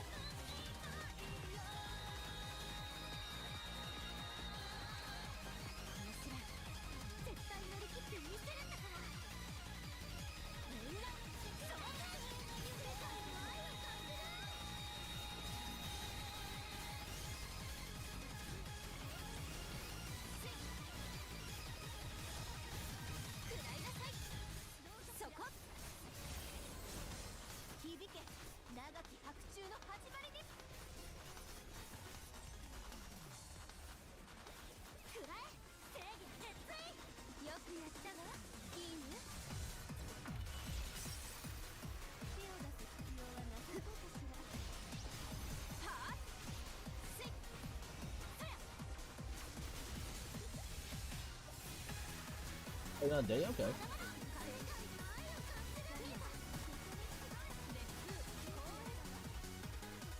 This is a big ass fire sword.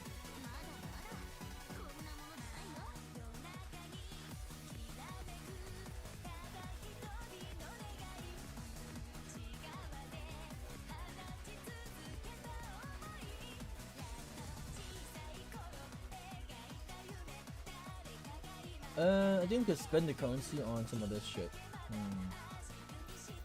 I need more of this. I'm running out of this.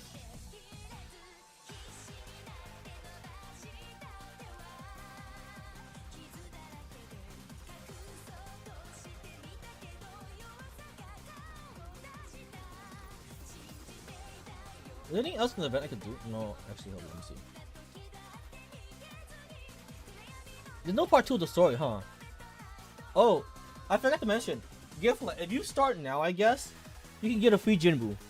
She's one of the best DPS games, DPS in the entire game right now. So you like log in for 3 days, complete the main story, obtain like 8,000 tickets from like the game I just played. You can get a free Jinbu gift, like. Yeah. If you do all this, well, not all this. You only need to do 4 of these, and then you just log in, you get a free Jinbu. If you want a free Jinbu, you can get a free Jinbu. Either that or you could just roll for her, but they give you one for free, so it's like, yeah.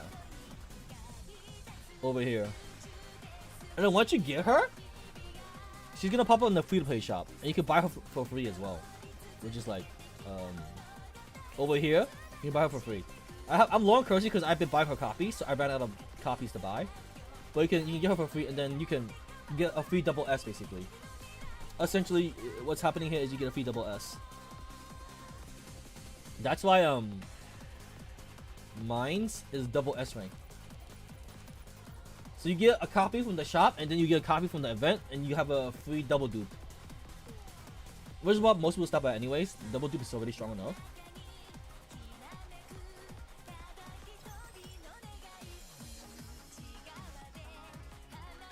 The spirit catch reset? Oh, it did reset. Okay, I was like, what the fuck? This is 3 days.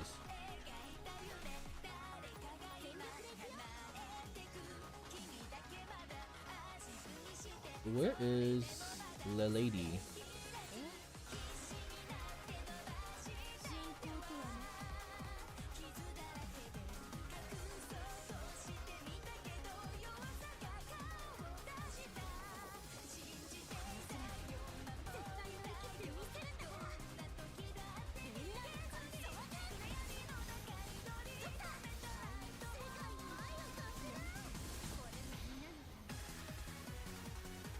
You can see why she's OP. She flies in the air and does long range attacks.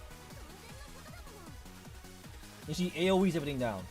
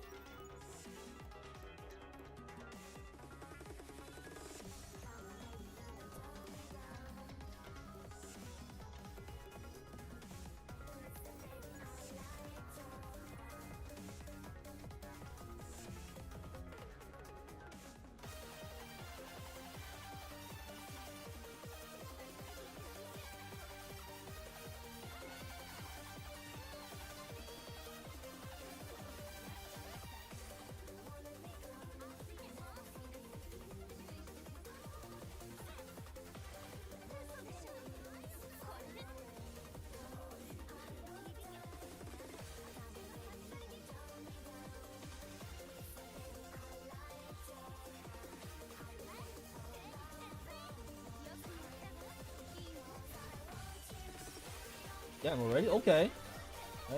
I wasn't expecting that. What the fuck?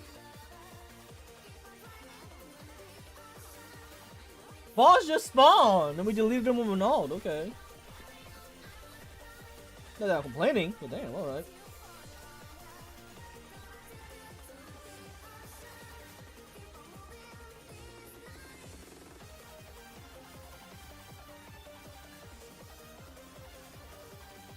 When mods in a trace, there's 3% chance of returning an additional one.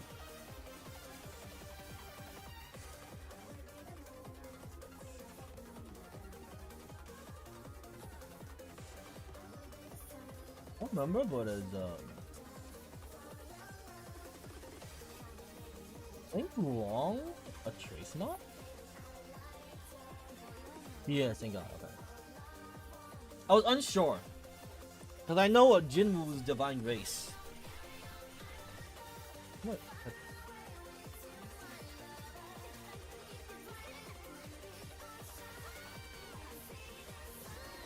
You're about looking at it? Got it.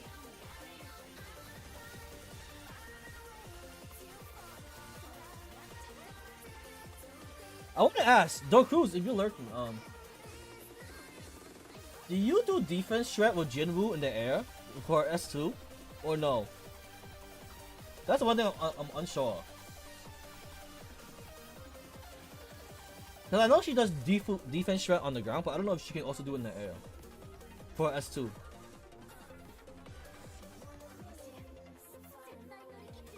Or it doesn't matter.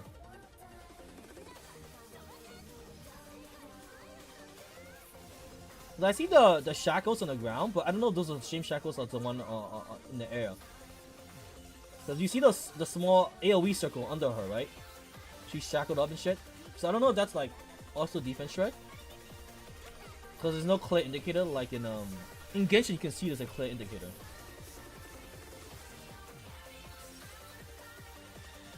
Yes, it does. So if you're in the air and you press S2, you still defense shred. So there's no reason to ever drop on the ground to do defense shred because you're always doing it in the air. Thank you. That's all I wanted to know. Because I always thought maybe I have to like stop floating in the sky and just land and do a defense shred on the ground. But if I'm already doing the air, then it really doesn't matter. And it's a waste of movement then. Thank you for answering that. It's not very clear for me because like it doesn't show any default signs.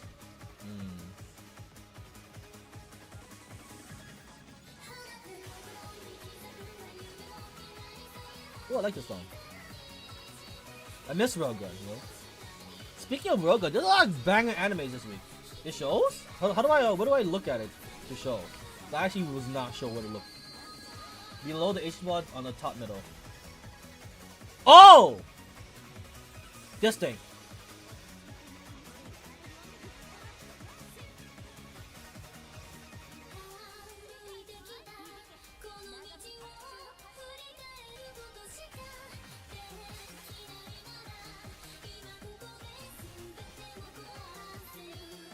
Those two are debuff icons, right? I'm assuming?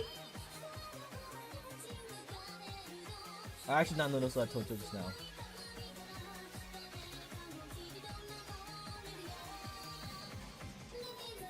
That's cool, that's cool, that's cool. So you don't have to like literally get out of flight mode, you can just do it. I didn't know those were like the defense shred. Why does it make sense? Because it's multiple defense shred, I guess. Oh, it's this boss!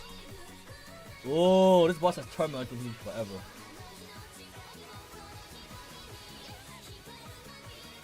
Bo's about to get it.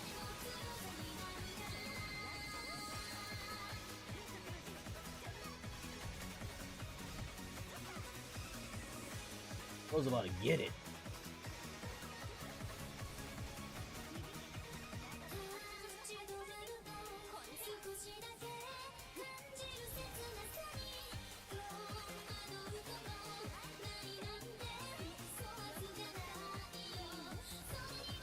Damn, we didn't even have to fight the fucking dragon. Let's just nuke the angel.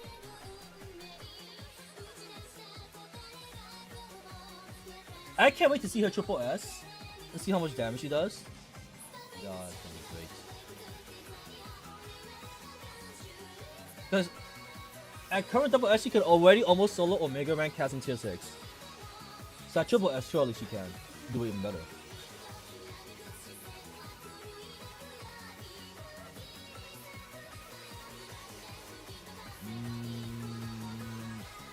Alright, we'll do the challenges we got. Recurring dreams. It's done this week. Alright.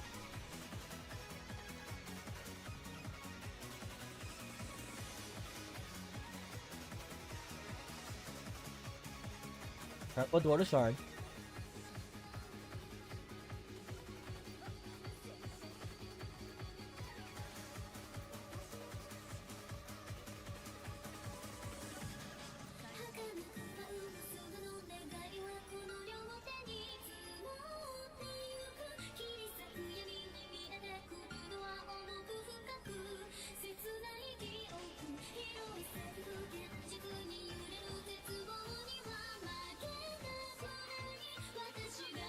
Hello, hello. Hello, Fuyoshi.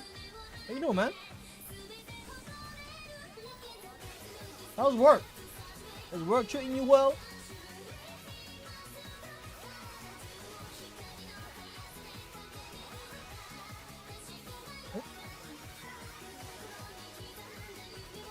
Chilling? Sweet.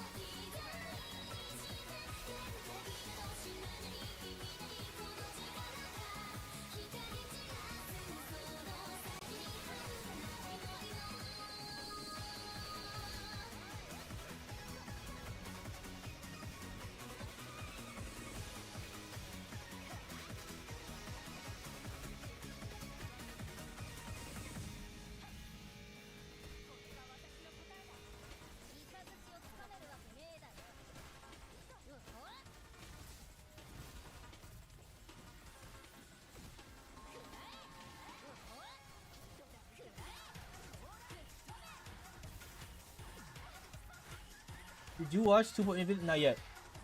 I didn't watch it yesterday. We can watch it today.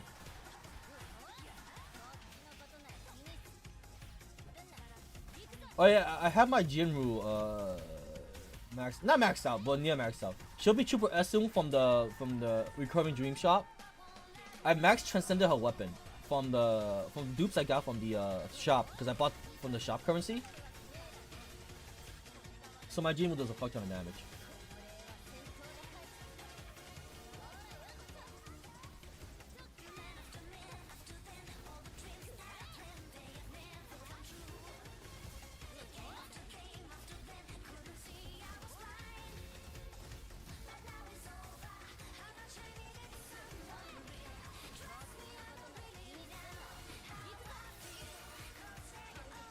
I'm able to clear Omega Chasm 6 with my Jinru, but I can't clear the other floors. Because I need them all to be warped or duped up. So it's like, damn, that's hard then. Yeah. I can clear one level, the last Omega level. Because like my Jinru team got the boss down to 8% HP. Which is like 20 HP bars. And then I use my my Otsukuyomi team to finish the last 26 bars. No, I've already finished the last boss fight of the 6th floor. It's just the other floors of the 6th floor I can't clear. Because I need to warp them, basically. I need to warp zone them and limit break their sigils, basically. I'll show you what I mean.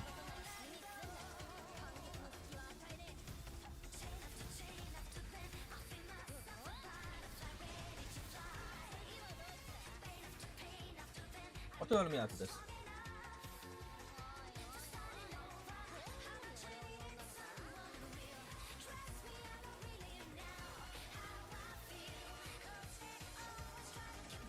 I buy more Jinru copies.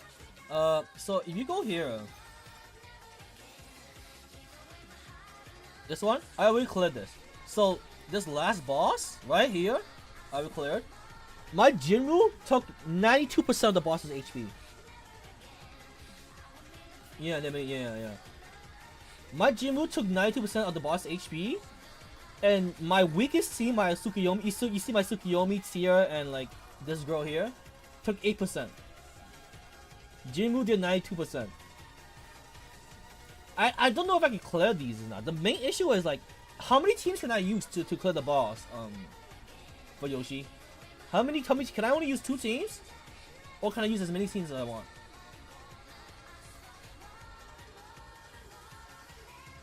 think we can use best of slot team on mob's room, and then many teams on boss. Is that how that works? This boss had mad HP. This boss had mad HP. You want me to try with like? Did you use technique to start the macro? No. Yellow is too inconsistent. I went red. So I tried yellow. I practiced yellow. It's too inconsistent. So I went red code. Yeah, red code is better. Because I wasted too much time stacking. The technique is inconsistent. It's very inconsistent. Because the boss moves too much. So you have to hit the boss, and if you miss, you waste your divine grace and skill cooldowns. It's not worth it. It's not worth it. The yellow code is not worth. It's pretty bad.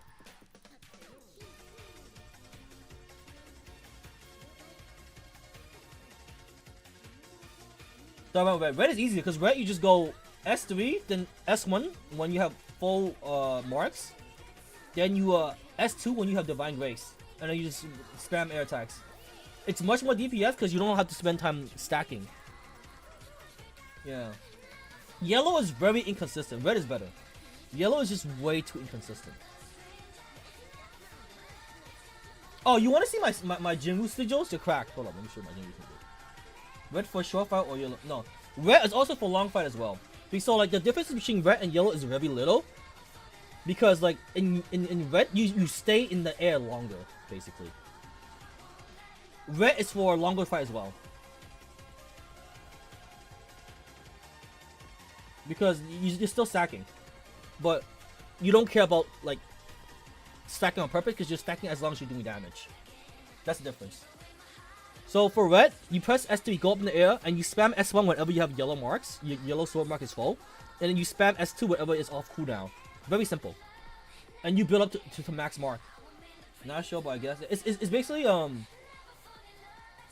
very similar to yellow, but instead of you spending time on the ground doing shit DPS to build max stacks, you can spend time in the air doing good DPS building max stack. That's the difference. For red, you spend all your time in the air doing DPS and building stacks. For yellow, you spend your time on the ground because of investigating. So like when you look at the video for Yoshi, you know the video you linked me, you're spending most of the time on the ground stacking. That's a DPS loss. At the beginning of the fight, you're stacking on the ground. That's already a DPS loss because she does less DPS on the ground. Whereas with Redco, you can do DPS while you're in the air, and you can build stacks. Their playstyles are very similar. They're both building stacks. Just one is building stacks in the air, and the other one is building stacks in the ground. Guess who's building stacks in the ground and losing DPS? The yellow one. That, and if you go red, you can use this. Yeah, uptime. Yeah, the uptime. The uptime is like you have a more consistent uptime in the air with the red code versus in the yellow code you have less uptime in the air because you have to stack in the beginning on the ground first, which it takes too much time. And especially if you're doing this hard content, it takes too long. Also, I gotta show you my enchants. Did I show my enchants? Yo, look at this. Crit damage on my Jinwoo. And where is it? Crit damage. Where is it? Crit rate fire damage. I have some insane enchants on my Jinwoo. Crit rate fire damage. Crit rate damage. Crit rate damage. My Jinwoo is gonna be insane when I triple S her, cause she's close to triple S. I just need to buy the dupes from the shop. I maxed out her weapon though, cause this was easy to max out because I bought it from the shop. But yeah, this is her thing. We'll see, cause I'm not using her much now. She's so strong. I use for this fight here. The Perilous Chasm fight, this one, she did 92% of the boss's HP. This boss is like 400 plus HP bars. Also not a fully built yet. Yeah, mine is fully built. Yeah, mine is fully built. To be fair, mine is fully built. Like 7k attack. Let me use the sigils. Level 8 crit rate. I mean level 8 attack. Level 8 crit rate. Level 4 crit damage. Level 3 fire damage. Huh? Pretty good.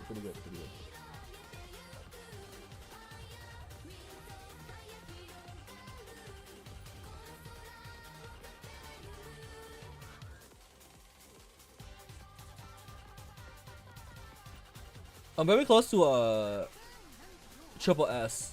Let me show you what I mean. I just need 15 more, and I can get that from the shop, the Recurring Dream shop over here. From here, I just buy a couple more copies. Yeah, I can buy a couple of copies, and then we good. I'll triple S from the Recurring Dream shop. So like my main issue is these bosses are like mad tanky. How many teams can you use on Perilous Chasm?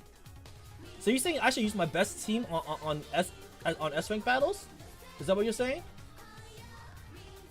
Use my how many teams Same just got last piece on yesterday? I see. But Yoshi, how many teams can you use for Perilous Chasm? Can I use an infinite amount of teams to hit the boss? I will reset this, right? I will reset this. Unlimited. Is it unlimited? Until you clear them. I'm resetting this. Let's do it. Well, let's do it. Let's do it. I will use this here then. When it's unlimited, I'm gonna use my best teams then. Fuck it. On the mobs. Yeah? Is it unlimited? Alright, let's go.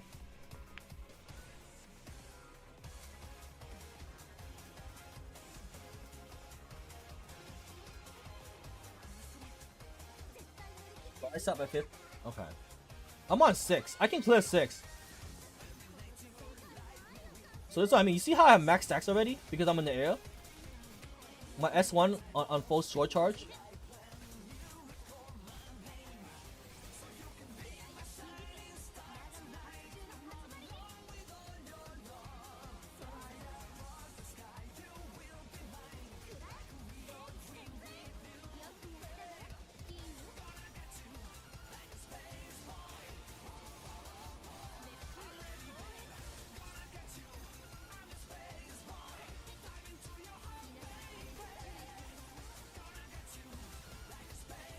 Yo, that yellow damage, yo. All them yellow numbers.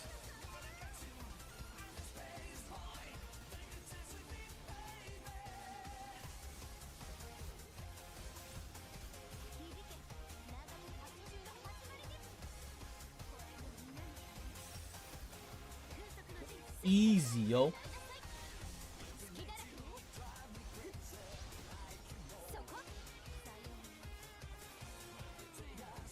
Sometimes it can hit 600k if I so this is not even max stack. If I was doing the other boss, this only took 58 seconds by the way. If I was doing the Omega tier boss, I could hit like 600k, 800k, and so on. This boss. If I was doing this boss with Jinwoo, I could hit like 600k, 800k, and so on.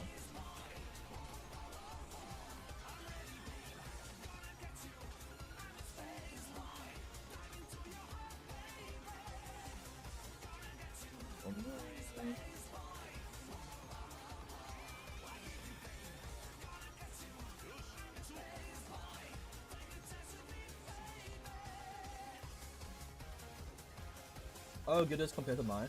Sure.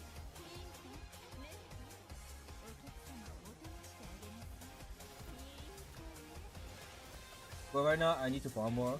That's fine.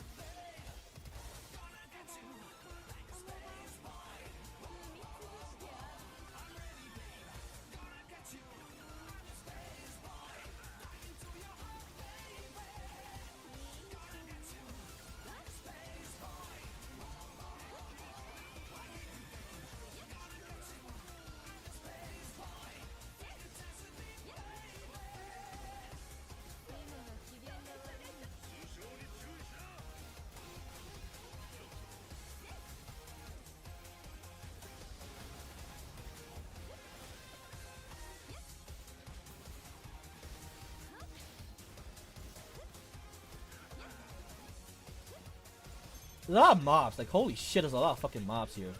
That's annoying.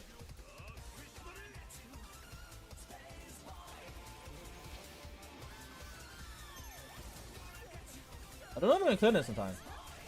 I think Hades has enough AoE to clear all these mobs. That's the main thing, right? I don't think Hades has enough AoE to clear this. That's the main issue.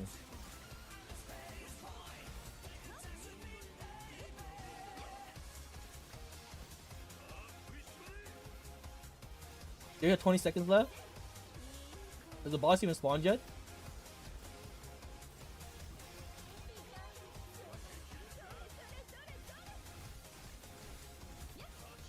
Yeah, I don't know. How do you clear this? The bosses are just stall. Oh, there we go. Here's the boss. We have 4 seconds to get. Oh my god.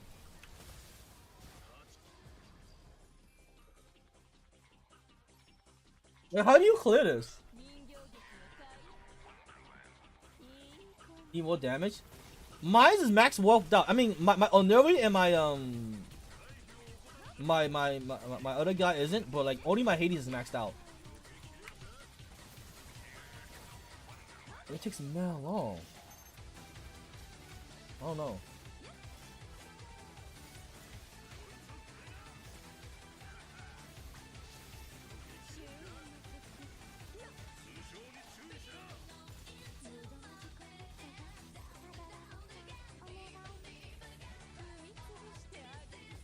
I wish there was someone who could like group them up.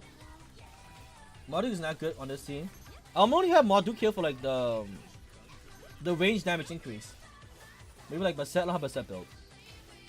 Bastet's not built. She's naked. So the only reason why I have Marduk is for the damage increase on range. Because he has a damage increase, yeah.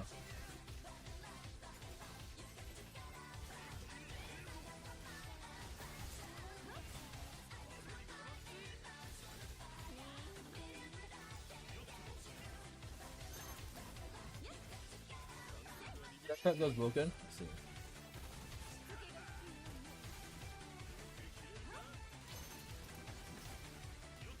You need her signature functor though, right? To make it broken. I mean, I know she's broken, but you also need her signature functor, yeah?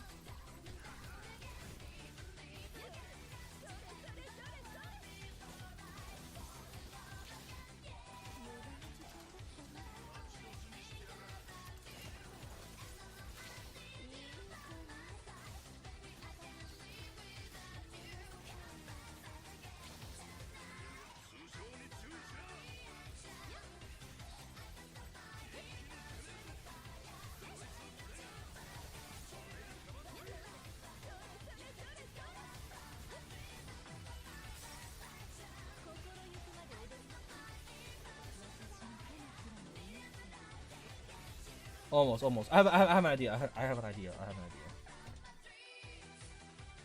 Here's what we'll do. I'll reset that, and I'll bring Hera over. Because I don't need Hera for her team. She's already strong enough. She doesn't need Hera. Bring Hera and Onuri. Because Hera is at least warped.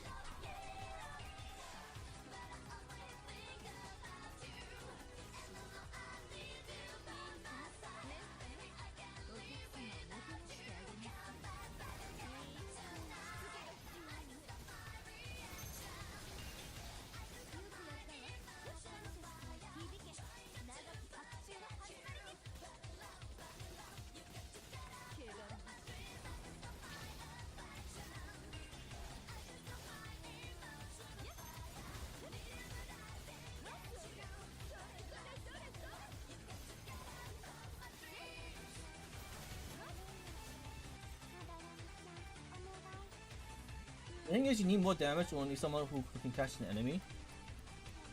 You need someone to suck them up because they move too fucking far. I need someone to suck them up. Like Gangchen. Yeah, but Gangchen isn't released. Yeah? Gangchen isn't released. So that's a Omega low. They rush this content too fast.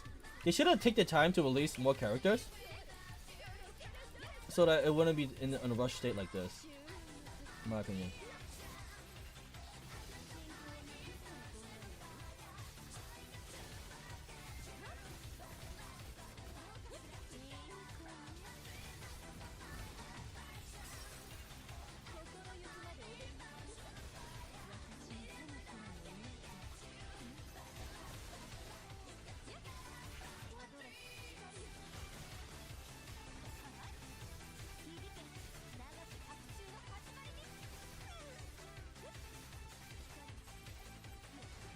There we go. I literally had to bring Hera. I needed the damage buff from Hera.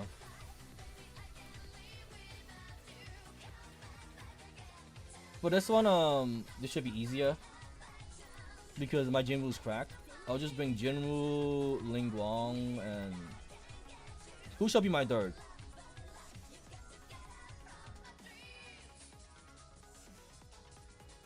Light tier. I'll bring light tier. He's AoE. Light tier is AoE. Bring light tier. Yeah, I wish they put flame tier because like he'd be so good here. Did you see the buffs for Chasm 6? It's fire damage buff and melee damage buff. He would have been so good here. Hera A with Pink Cat. Hera A with Pink Cat. Who's Pink Cat?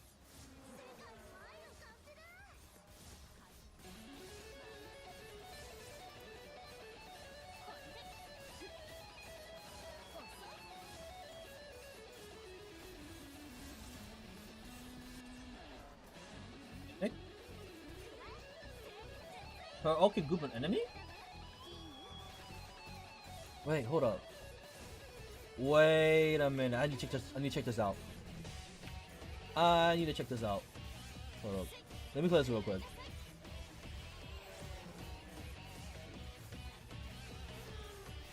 Like I don't have to worry about the Jinwoo team because they do a lot of damage anyways.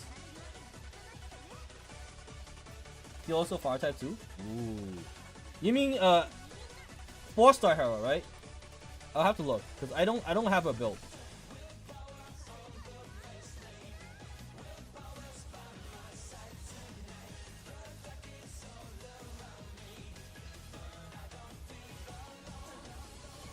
I have to look. I don't have a build. I have to look.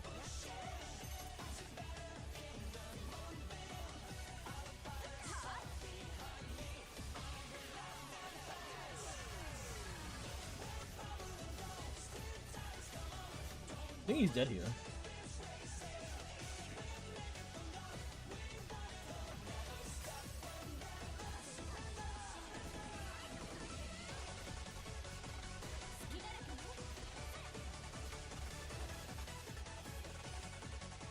Just put in here while using Pink Cat Mimic, but not sure it's gonna work. It's fine, we cleared it. Yeah?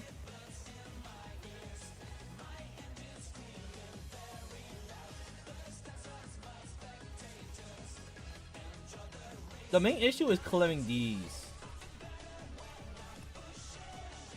It's like, the fuck do I use? Let's get use Dora. What we need someone to group all. Pink Cat Mimic? Was that it?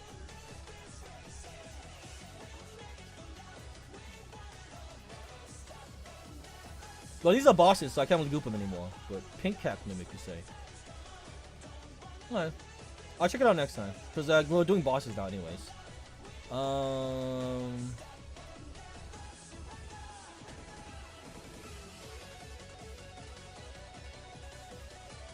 I guess they bring her for attack buff. Because she has attack buff, right? Let me see Pink Cat Mimic. The effect that a cat is your air will not die. Oh, I thought you mean like they had a suction.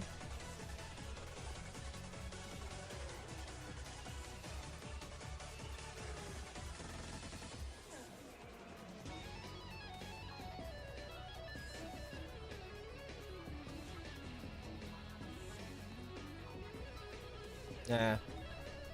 I thought Pink Cat Mimic has essentially. It's only on A Hero. Only A Hero has the grouping ability, right? Not the Pink Cat. Never mind. So we're gonna do like as many teams as we can against this shit.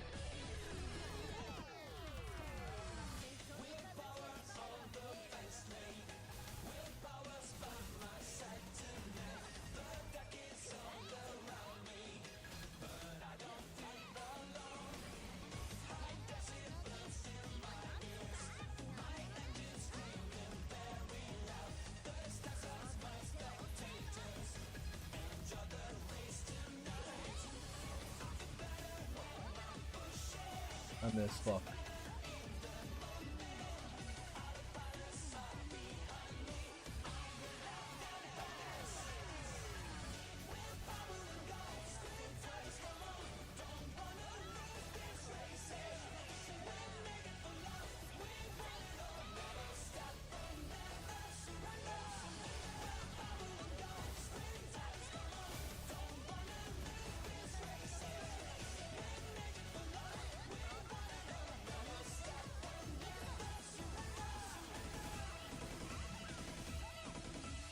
I think I'll help you AI to be like never too late because 5 times is just stacked down for 50%. Alright. But AI doesn't really die though, that's the main thing. It's just more like grouping is what I'm having an issue with, I guess. Yeah. I wish grouping was better. For like the S rank stages for the mobs because they keep fucking running around.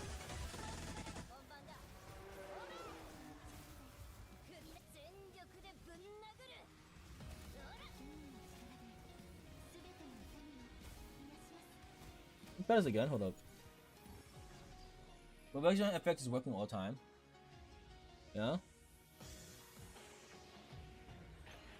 So you can do as many teams as you want on the Omega rank, right? As many teams as you want. Like you could just go infinite teams on Omega rank bosses. Hit Nate Asura be like Pensa? Huh? What are you talking about?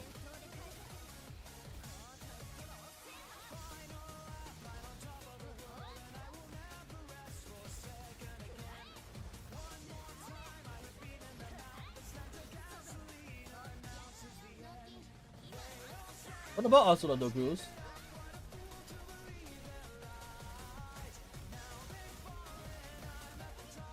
He's a great grouper. Oh right, she is a grouper as well. I forgot about that.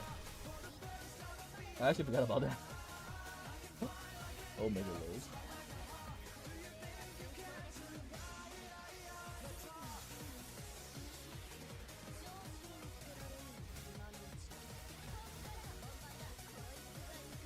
Yeah, man, can you taking like the use 11 team or something clear 6th floor? 11 teams? Sure! So we gotta build mad characters then.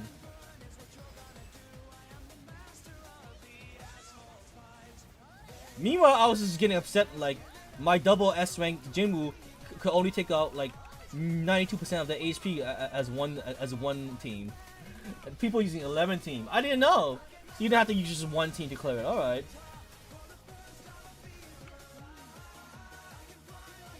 So I was worried about nothing, essentially.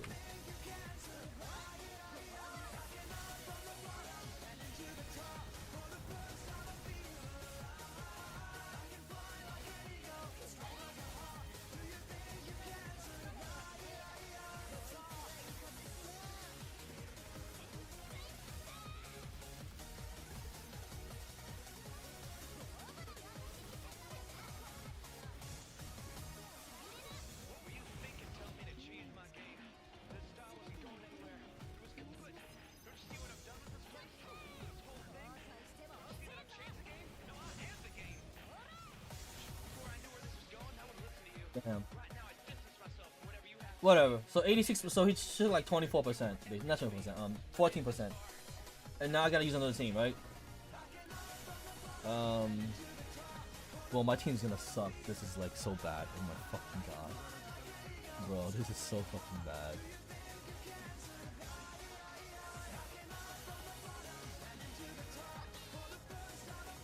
Oh no. That should be its own separate team. The ice team should be its own separate team.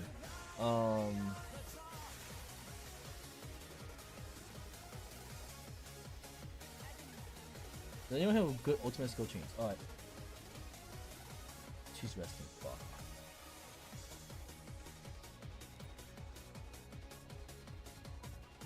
I'm trying to think. What do I do here? I will run out of teams before I clear this. I can see it now.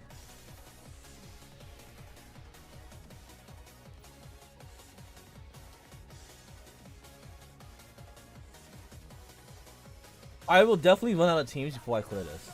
I can definitely see this being a thing. Who does also the ultimate skill chain with?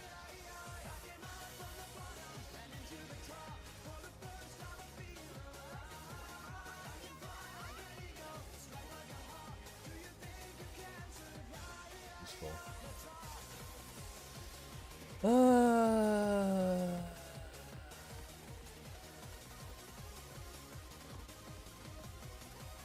None of these guys are warp zone. Just letting you know. None of these guys are warp zone. So we're just throwing numbers at the fucking enemies essentially.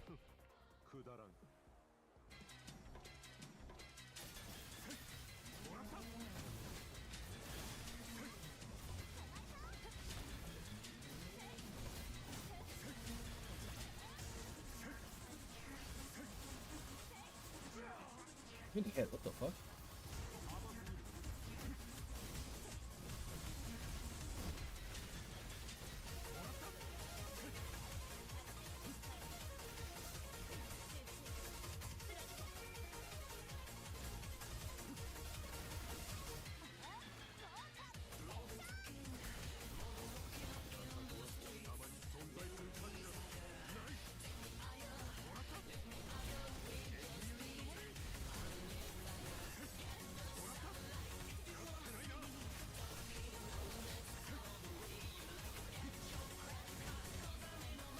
I'm pretty sure I'm gonna run out of teams before I clear this.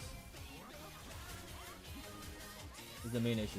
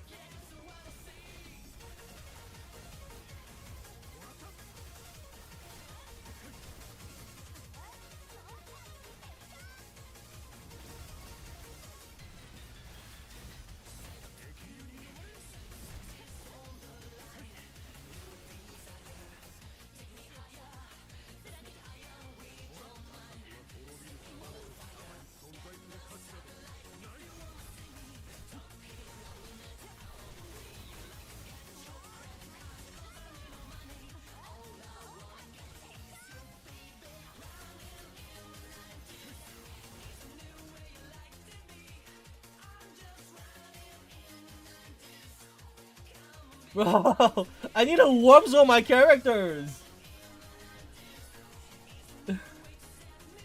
I should have just brought Jinwoo here or something, though. Some shit. Jinwoo would have just cleared this shit easily. Jinwoo would have taken 92%. Like, yeah, do the 8% by yourself. Yeah. I don't know, man. I don't know. It's not looking good.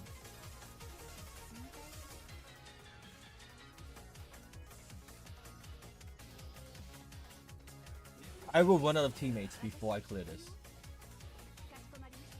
Genuinely, I will run out of teammates before I clear this.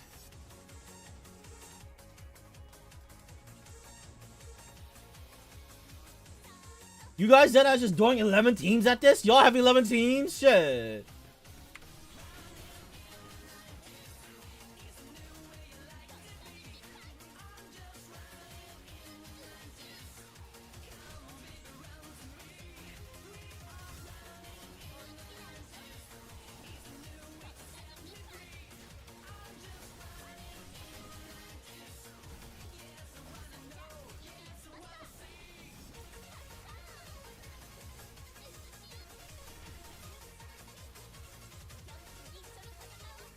But this is still on first of two. I know. I know. I see it.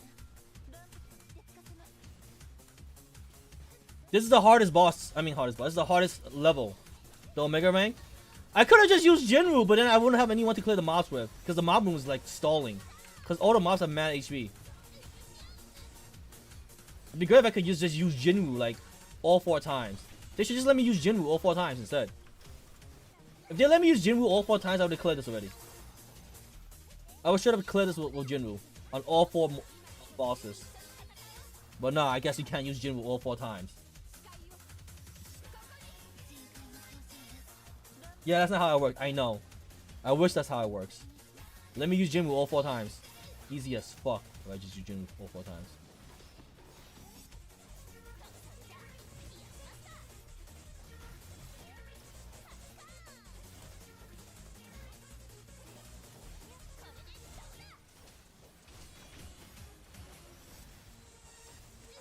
Is it with the ice team doing a lot more damage?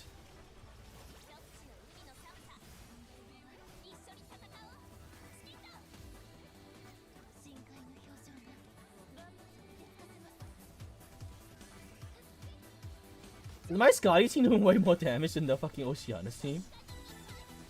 Granted. Yeah, I actually did a level. I think my Scotty team actually did more damage. No, it's not limit break at them. Oh, like yeah.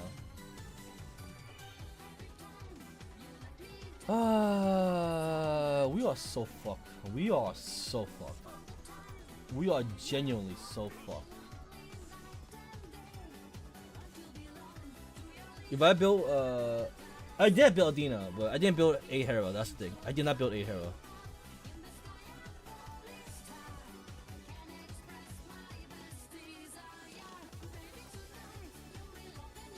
Yeah, we're not winning this. We're not winning this. Why are you using your meta units for S stage SMH? Because he said better to use your strongest team. Fuyoshi said it's better to use your strongest team on S rank so you can clear the mobs faster.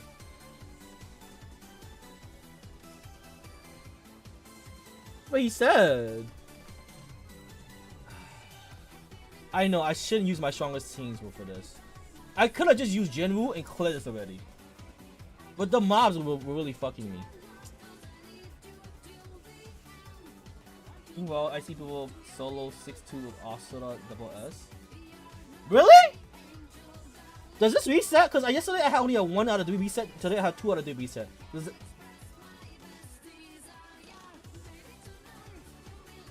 Is there like a does this reset daily? Does the tier reset daily? If it resets daily, I'll just use it like I'll just reset it tomorrow or some shit.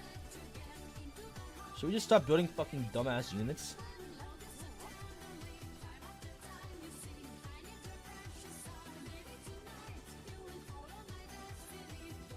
Like you guys saying about set, but I don't have a set built. That's the main issue. I don't have a signature function either, and I heard that shit's good. Do I even have a hero? I think I do. Do I? I do. Alright.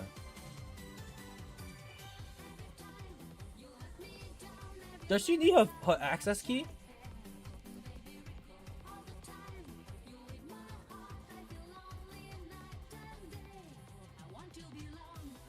Oh?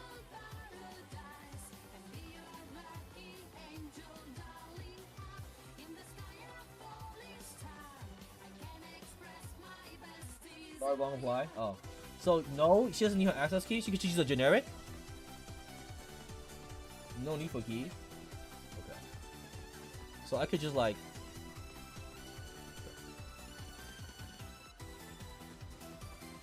we got free to play one. The 5-star generic one. Oh, quick question guys.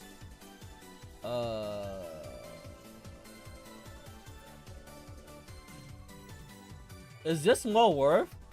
Or getting one of these dumb shits more worth? I mean, I could just get this for free, is what I'm saying, right? From the shop here. For free? Yeah, because I have a lot of these. Or should I get the T2 switcher? No need for key, I know. What do you think, guys? Should I get 280 of these T3 Ghost Sigils? Or should I get this?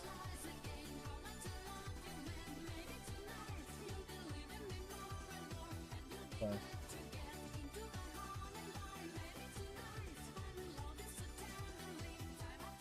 Did I get this?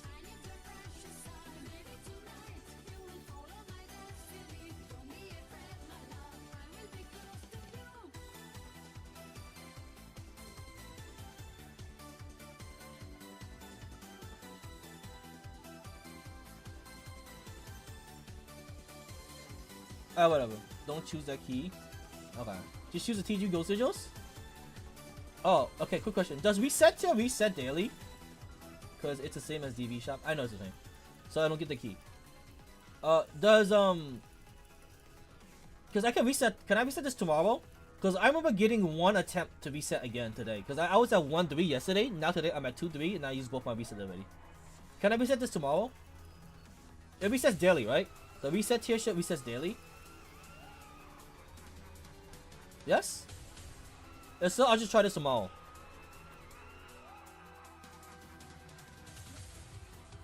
Only reason why I said I think it might reset because yesterday I was at 1 out of 3 reset attempts.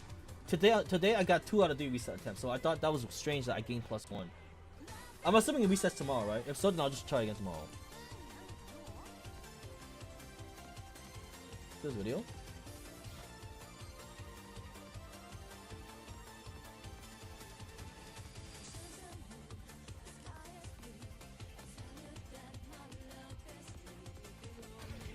Why is this ultra wide? What the fuck? Motherfucker recorded on the PC. Fucking ultra wide. Bro, she has to be warp zone, right?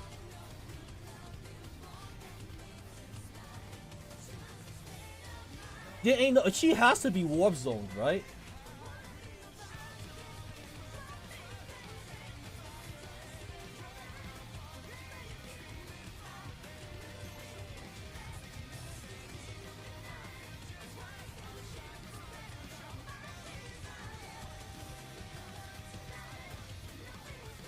Warp zone, like warp, to get the warp effects.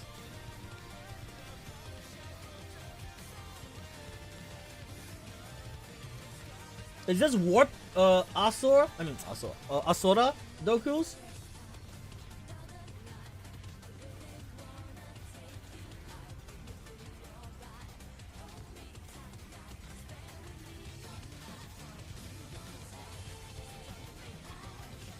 No, warp this.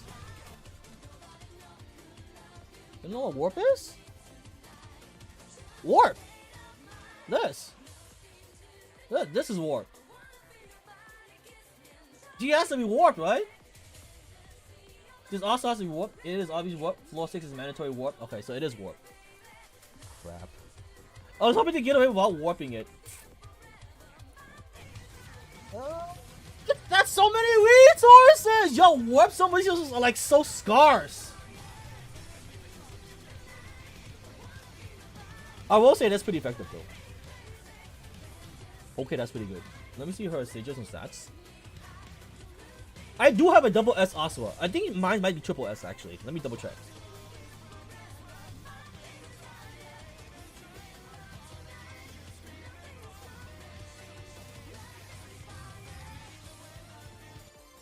Range? She's range? Oh, she's range. The higher the HP, the more the cooldown skill 1, cooldown skill 2, cooldown skill 3. Okay.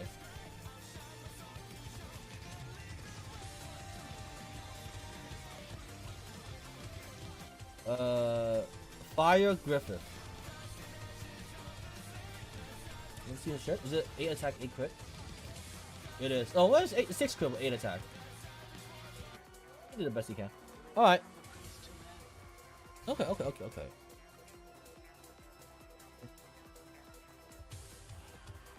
I can do it. I think it's doable because what's my Asura?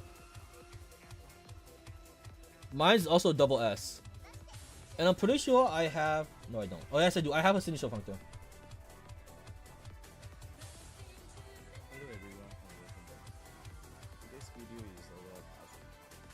No, I know how to play Asura. I think. You just press buttons. You just press buttons and use the word. I have a functor. I could. I definitely could. I have mine at double S as well. Let me see if the situation's the same. Well, I gotta waste the skills anyways.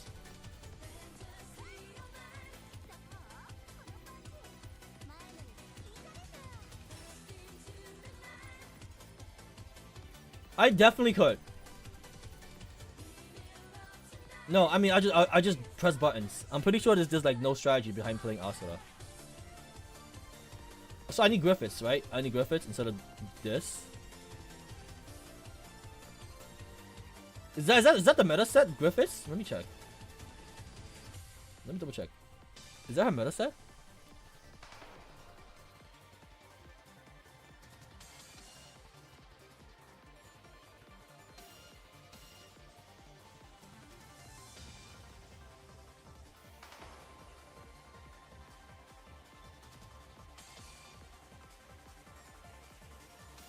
What's the best in slot sigil set?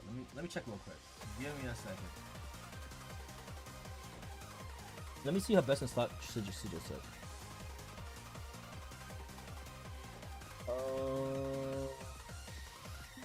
see. What's the best in Sausageal set? Oh, she has the new shit. Should I go for the new shit, Doku's? She has the new fire set. Fuck. Below SS trans. I'm above. I'm above SS. I mean, I'm SS. What am I saying above? I'm SS. I go for the new shit, right? I go for the new shit then. Both of them is must-have signature. She is the Fireman main character that holds the best and only time stuck on her. She is ready to hunt out so she will have more messages. If you try not to get her, I already have her signature. Recommend cooldown version on warp skills in left 3 close. And Virgil's media set to enable infinite flame for them throughout the stacks.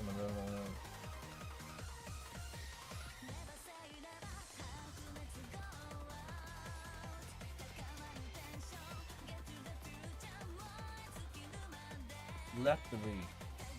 Still blue cold.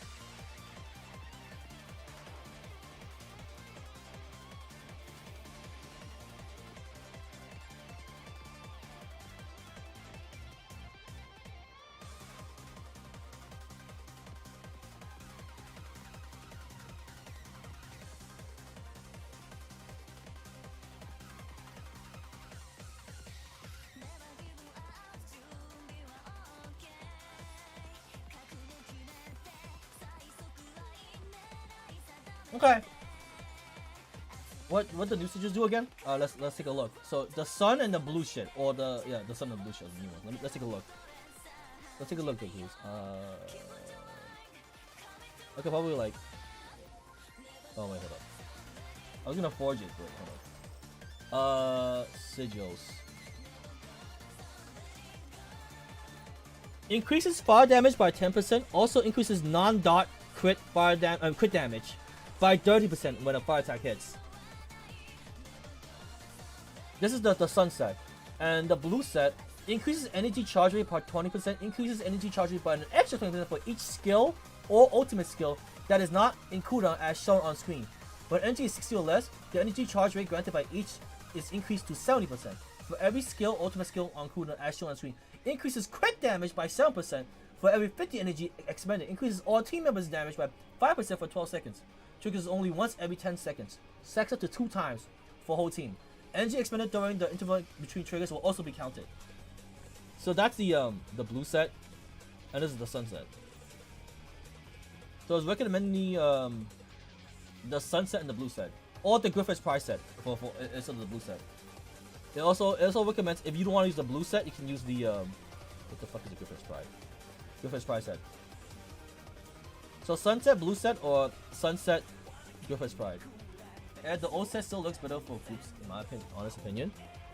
The old set was they were using Griffith's Pride as well for crit rate, but I already have the sunset. I mean not the sunset, the old sunset, the fire set. I have this. They were using this Prometheus Flame. Is this good? I don't think this is good. Increases fire damage by 10%. Increases fire damage by additional 10% for 10 seconds when defeating enemies. Stacks up 3 times. So 40% fire damage versus is what 30 to 40? Is it 40? 40%. I mean, is it 30 to 40% fire damage versus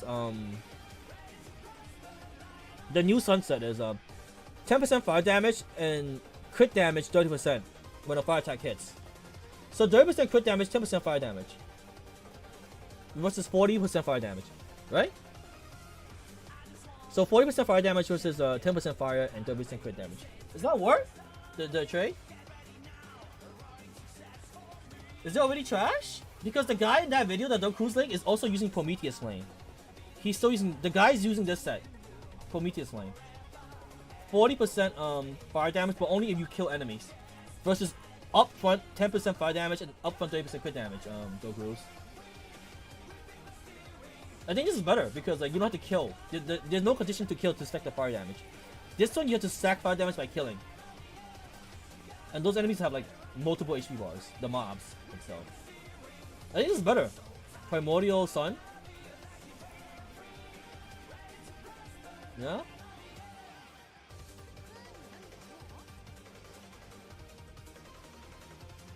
I could also just like, not worth it, but hold up. I can restructure this. Hold up. Shrug, you do you, I guess.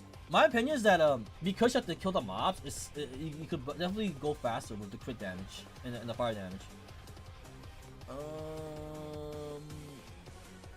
I'm trying to think. It's 135, right? Is that do I already have 135? So I can probably. Here's what I could do. I can reconstruct this, right? Is she Asterism? She's in the Astro. And I'll just like change it instead of farming for a new set. Yeah?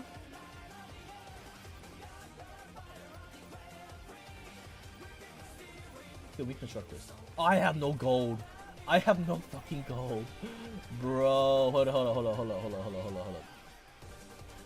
Let me we found some gold real quick. Bro, I'm poor! It also can mean he already built her to best stop previous. I think the main difference is that they're both 40% damage increase. It's just the Prometheus set Dark Cruise requires you to kill enemies to get to that 40%. Whereas like it's 10% fire damage at start and then another 10%, right? For every enemy you kill, and it stacks up to 3 times. So you get 40% fire damage. Versus like 10% fire damage and 30% crit damage up front with no killing. So it's a flat rotation basically. If that makes any sense. I need gold. I am like dead ass poor. We will get some gold. And wonder if putting Hades here is better. For more damage. You mean that clip? Oh, you mean the clip that Dark Cruise Link? The clip that the Cruise Link, he was using Prometheus Flame and Griffith's Pride.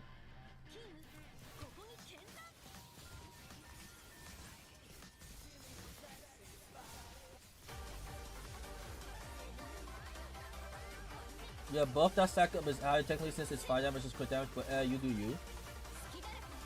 I know it's higher, but is it higher? So 40% fire damage versus 10% fire damage and 30% crit damage is still worse off Dark Cruise? Really?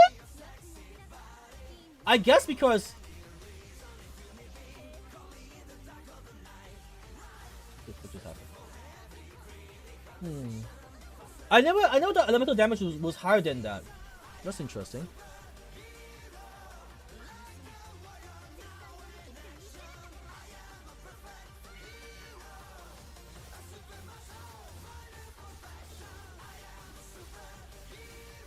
I always thought crit damage was more, but I guess I'm wrong. I'm not, cause not a fan of Asura. They also went 4 crit and 7 crit damage because of Griffin. Ah.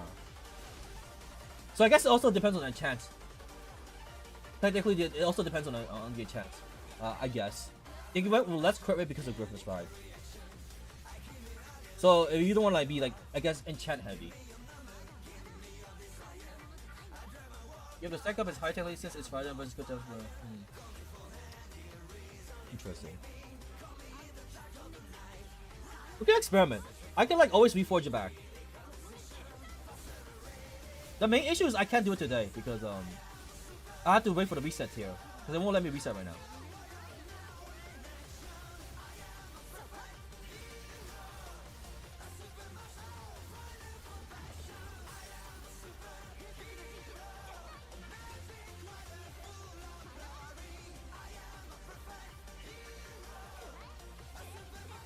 I should technically build Asura, I do have a double S. I do have a weapon functor.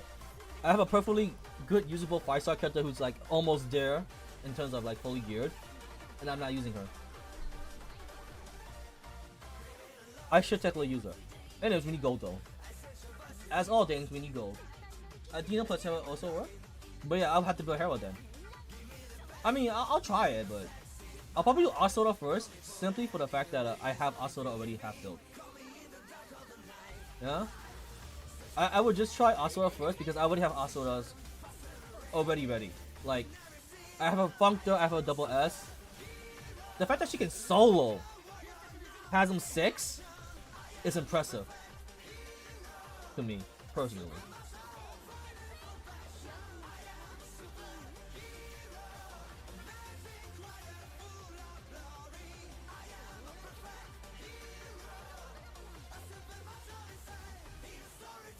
I need so much gold.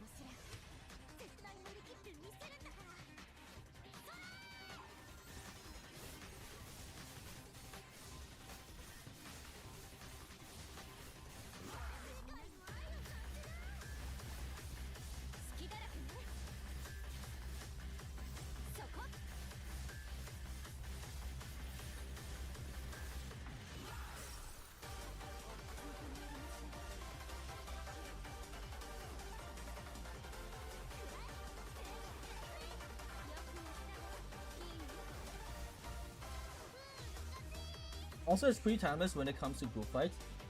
Yeah, I think I remember having issue in Recurring Dreams a long time ago with the mobs killing my Oceanus. And I think, was it Asuna or was it Poseidon? Probably both. And it helped control the mobs. So I should, genuinely, I should gear her. I mean, she does have gear. She has her fucking Stitcher functor. And she's double S because I lost 50-50 a couple of times in the past. So there's that. Alright, we need gold. We need gold. I need gold. I'm surprised we're not using this.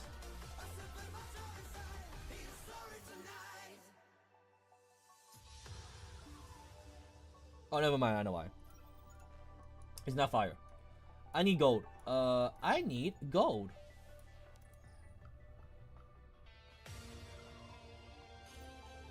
I am poor as shit.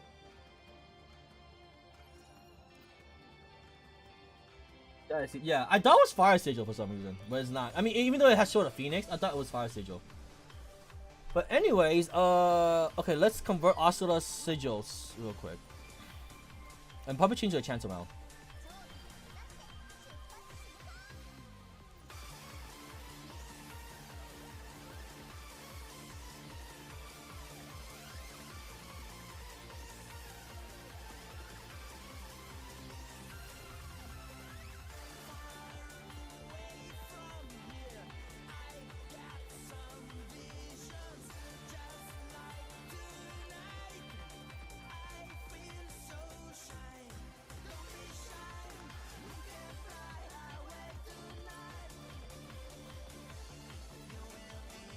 Forge.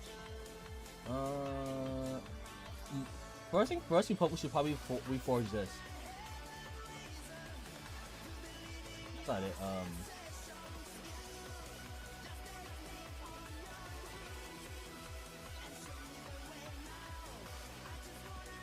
Good, that's time to work, my girl.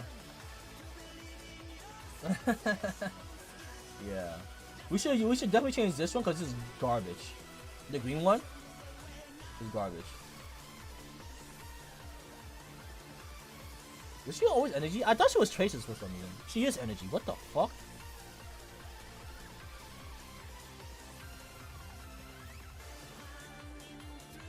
We'll change this one first.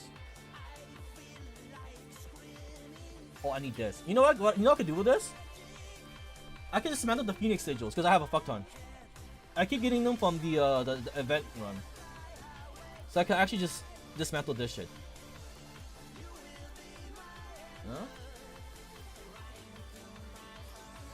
I also buy something. Because I'm gonna get multiple dupes anyways. This costs 20k per. Oh my god, this is expensive.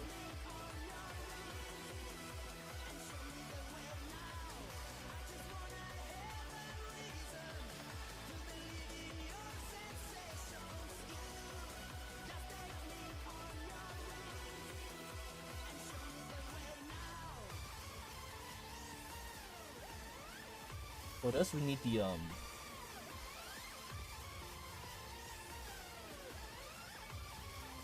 Wait, is it? No, that's not cap. I'm gonna say it's only a flat 30%. It's not multiple 30%. That'd be insane. I need more of this. I could probably buy some actually from Matrix Shop. About a lot actually. Let's see. I should be buying this every week. This was on the guild. This is from the guild shop. You try OSEF first? Oh yeah, you know what? You're right. I should try OSEF first before doing anything. I'm gonna buy this out because I need all of this actually. Oh wait, well not this. If not, you can do it later. Yeah, you know what? You're right. I should try the Prometheus set first, and then try the Sunset if it doesn't work. Yeah. How many more of these do I have? I love being in the guild. Think about all these resources.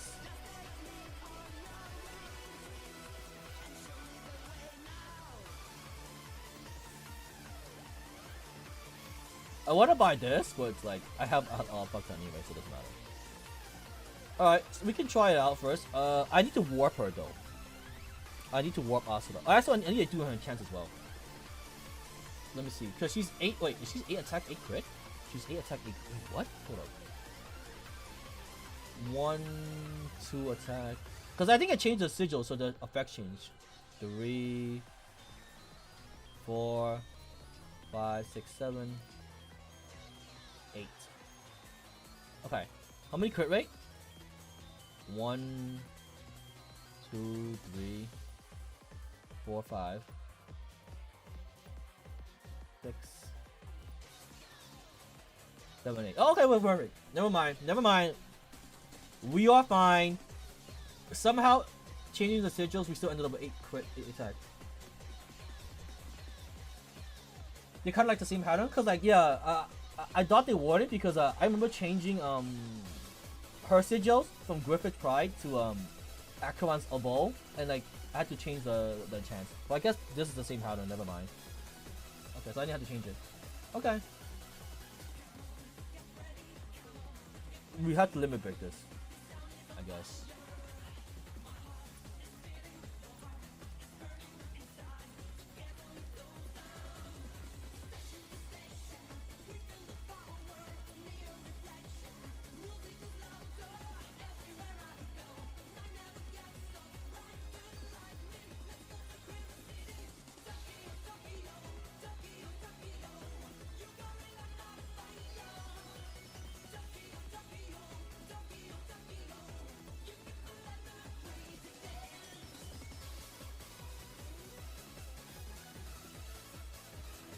Oh, I need more sigil resources. Hold up.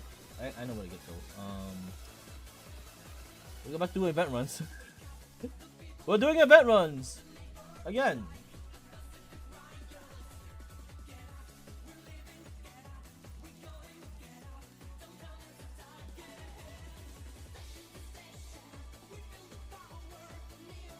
We're doing event runs again.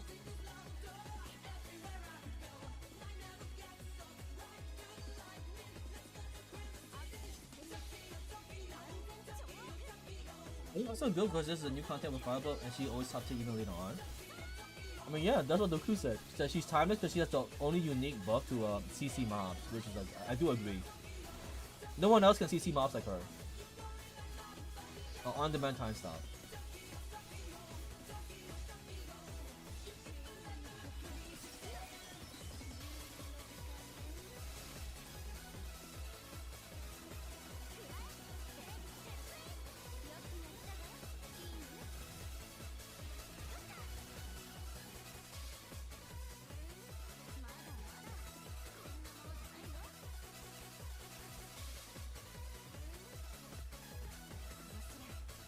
I'm so low on resources because I've been loving so many cards. Forward dash, advanced play like cancel dash, I cannot.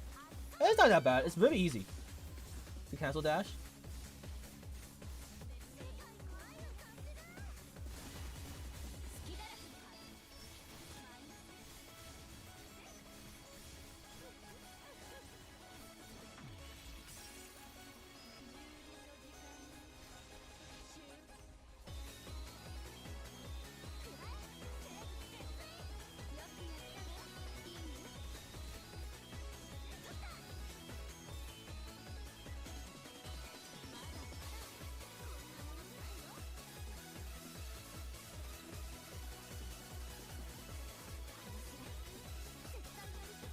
I have just farming this because I need fucking the Sigil EXP.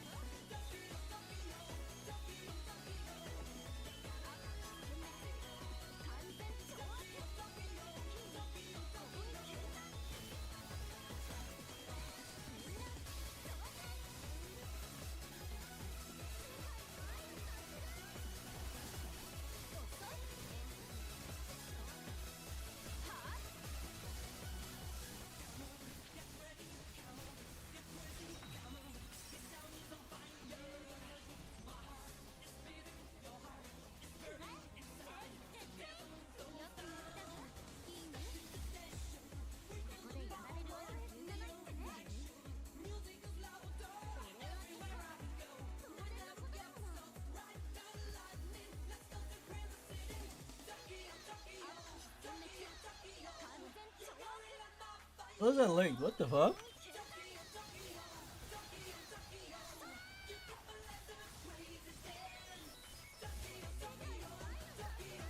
What's that long ass link?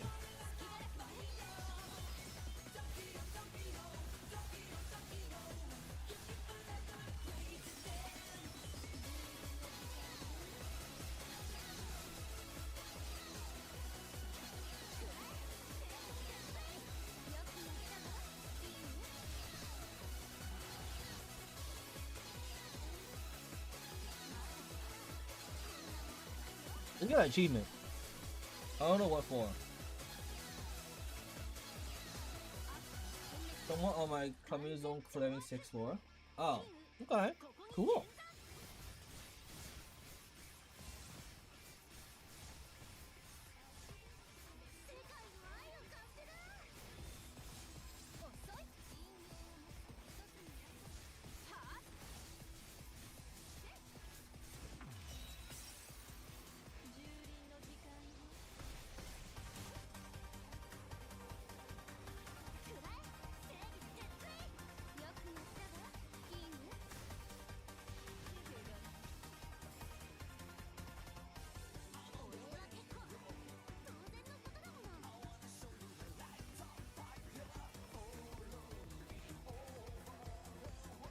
They use Dwarf for the first one. They use Hades. Is that Hades for the second one? Gotti with a fuck ton of teams for the Omega one, and Jimu for the last one. Yeah, makes sense.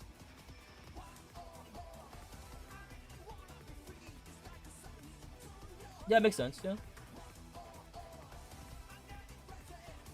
Yeah, I see it. I see it. I looked at the screenshot. I see it.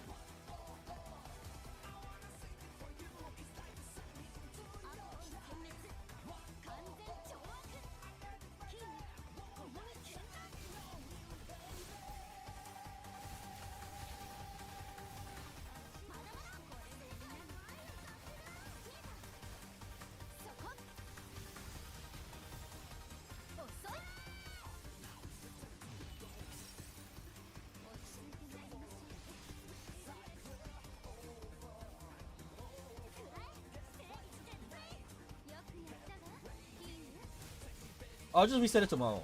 Yeah, I'll reset it tomorrow and we'll try again.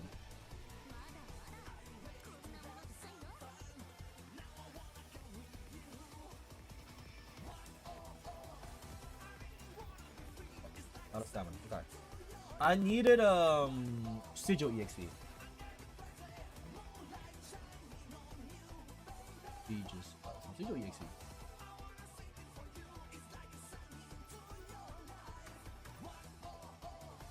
I see your EXP.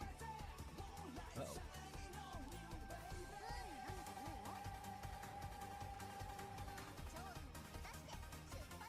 60, 60, 60, 60. Wait.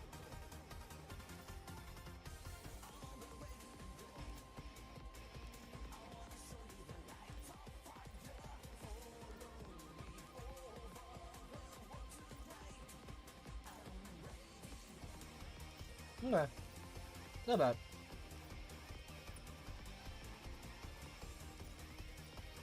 And now I have another gold again. Yo, I am poor. Oh, never mind. I got 10 gold. I was about to say, oh, I am kind of poor, but like, that's besides the point.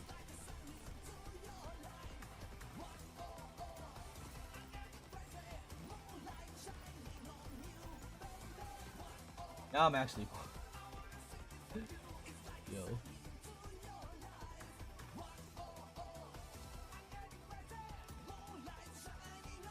More gold, please. More gold, please. Thank you.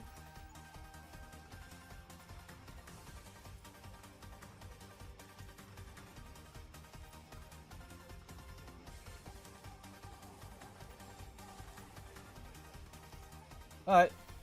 She's slowly 60 on the sigils. It's like bombing ass stats now. Yeah. Now she got a warp. Let me look at the recommended warp that Doku's link. And let me compare it to the Google Doc. Let's see which one sounds good. Oh, wait, hold up. Go back.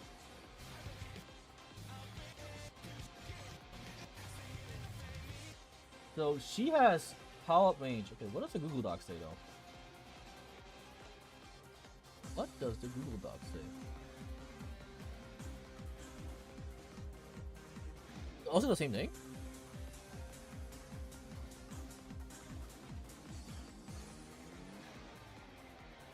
Essential skills are the skill cooldowns, so it's the same thing. Skill cooldown 1, 2, and 3. So the rest you can do whatever the fuck you want, I guess. Okay.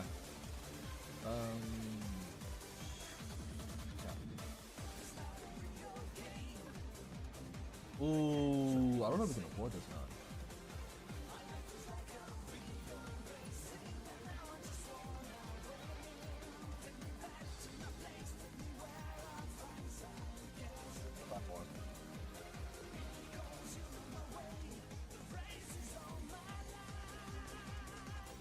Let me get my more. I don't know this smart. I think I need more gold as well. Gold version.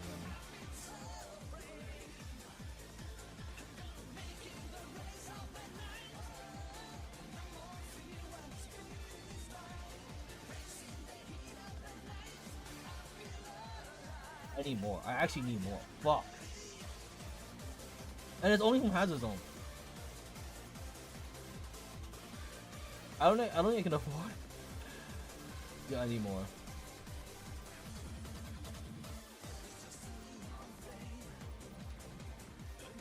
Unfortunately, I can't cap boost anything. I'm out of blues as well.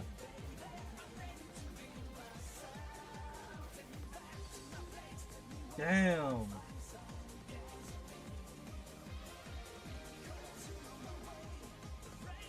I don't have enough of this.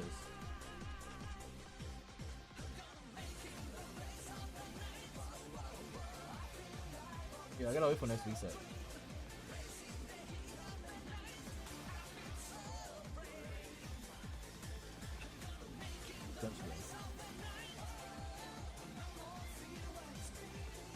Ironically, I could probably triple S my Asura. Anyways, yeah, I can't really do much about that. All I can do now is just like do whatever I can, I guess, for warping. Range damage up. And what's the other one?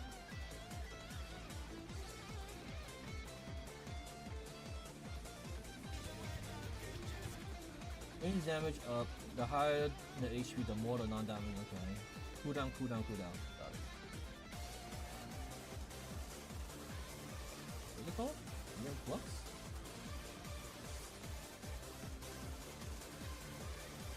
You have that? No, cooldown skill 1, my bad.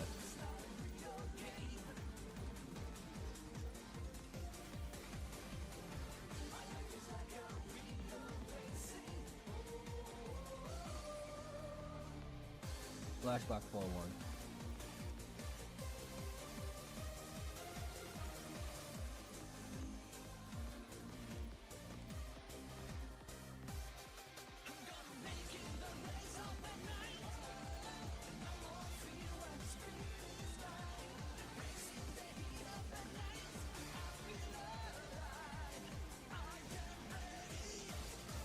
cooldown still too.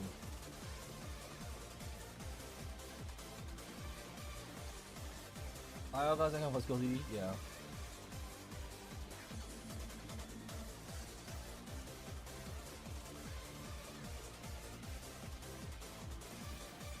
I need this. I don't have this. I have to like put next update or some shit. Next reset.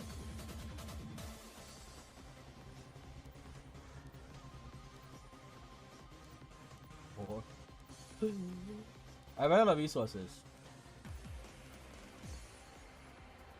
Can't flip this because I can't cap resist this either. Yeah, we're missing. We're missing.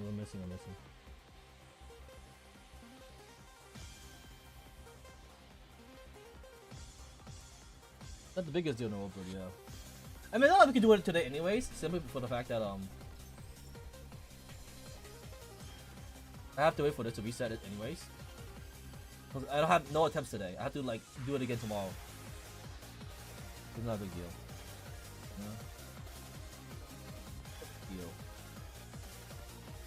Yeah. Okay.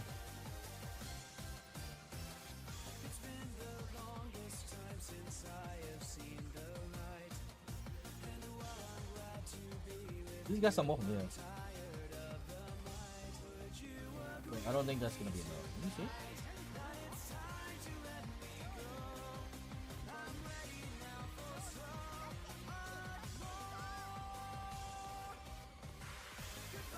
What the rooms or how about the 2 moves of boss? How you deal with? I bring Jinwoo. You just bring Jinwoo. I will just bring Jinwoo. That's how.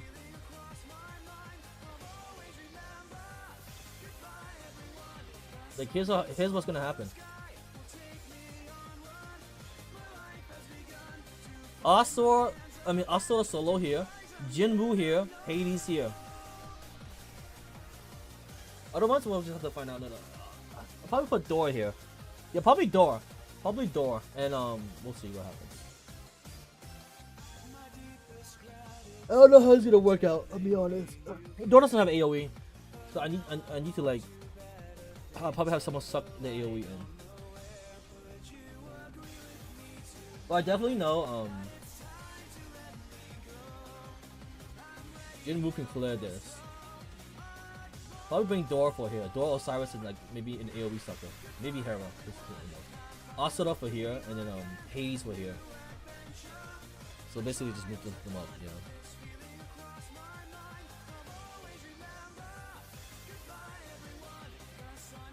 Let's do more run. Simply because I have 70 stamina.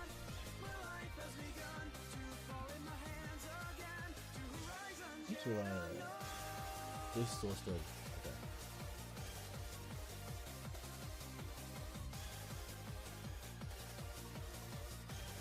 Let's do more run. I can't do much today because it's not reset and I don't have the resources. So we'll do it next time.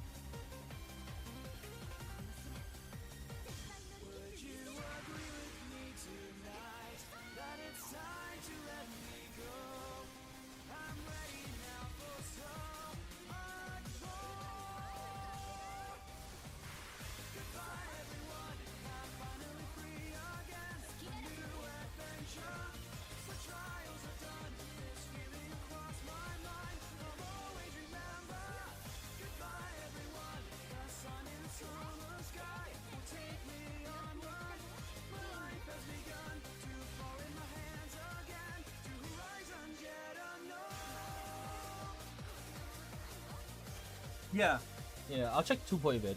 Not much to do here. Oh, you know what I could do? Because I have a I want to try this out. The flex fight for this event. And then we'll check out the 2-point vid. Yeah. You can check out this. Nightmare? Because I have a Juice Jinwoo now I can use. Huh?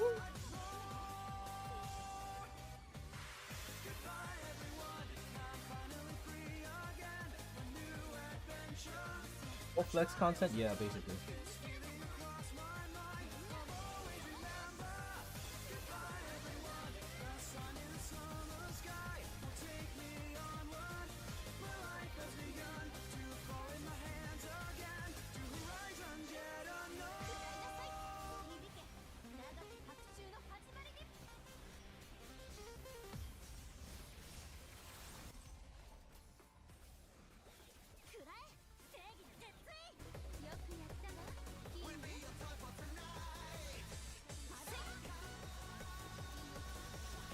know why I fell down there. Maybe because I wasn't pressing auto attack.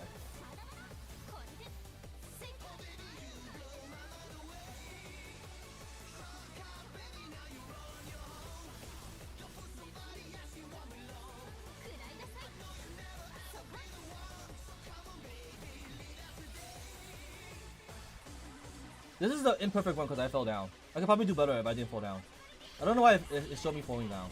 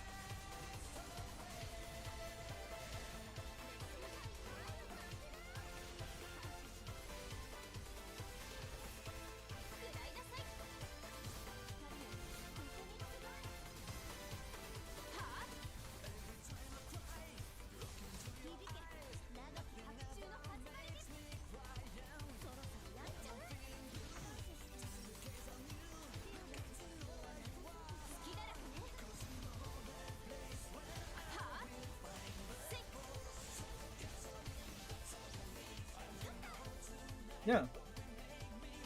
That was brain dead as fuck.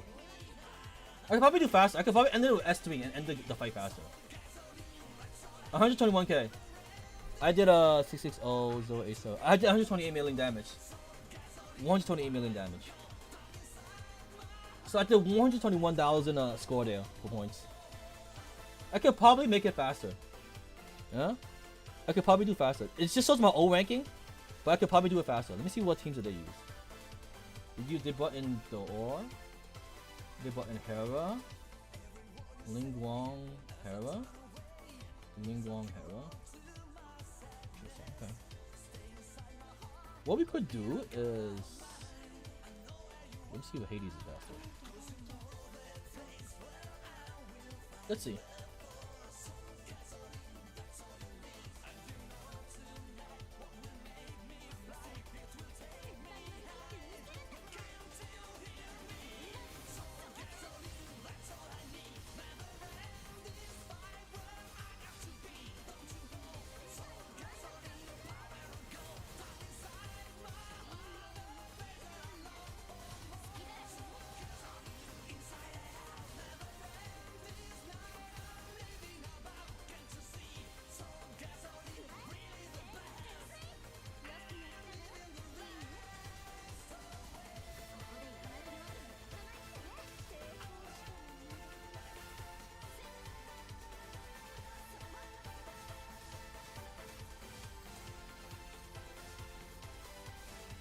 That'd be slower, I think.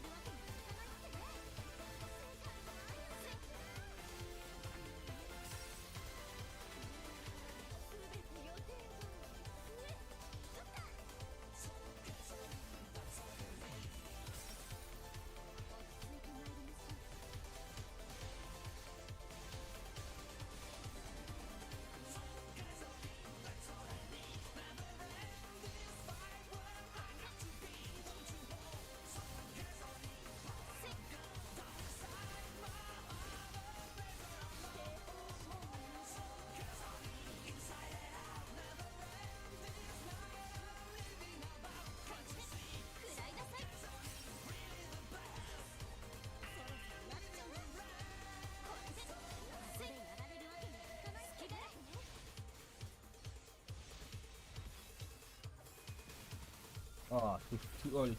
I thought if I could S3 there to end it, but it's too early. Yeah, good enough. I wonder if this is faster. 121, 7050. 121, 750. Is that my highest score? Or is that an old score? It's the same score. No? 121, 750?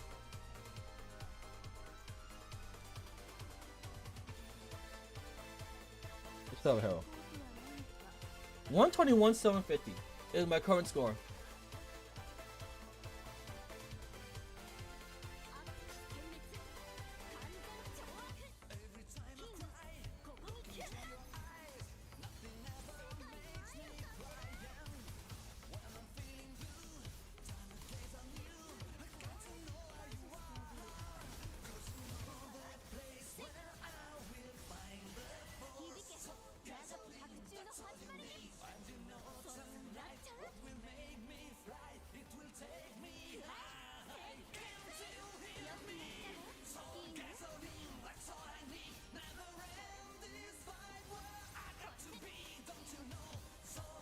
Got plus 100 from previous. I don't remember what I got, to be honest. I don't remember what I got.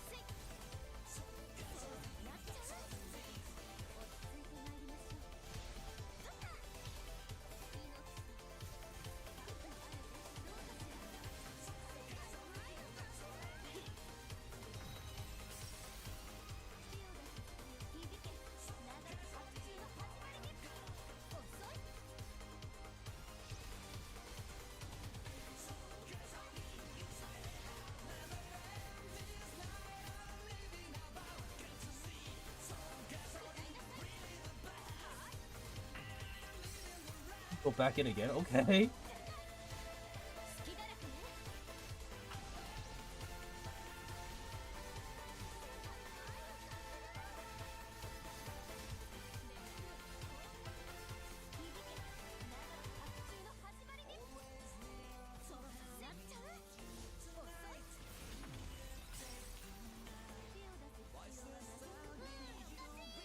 I think this was faster.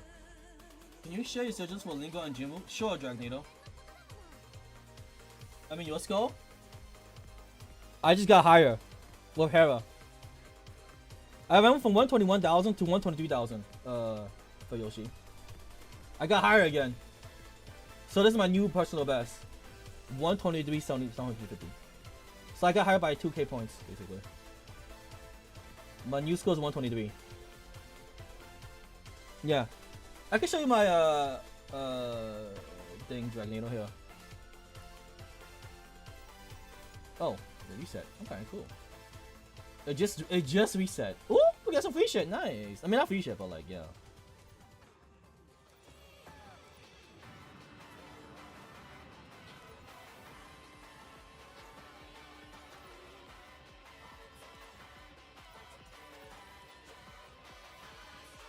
You see here, Dragnado? Here, I can show you.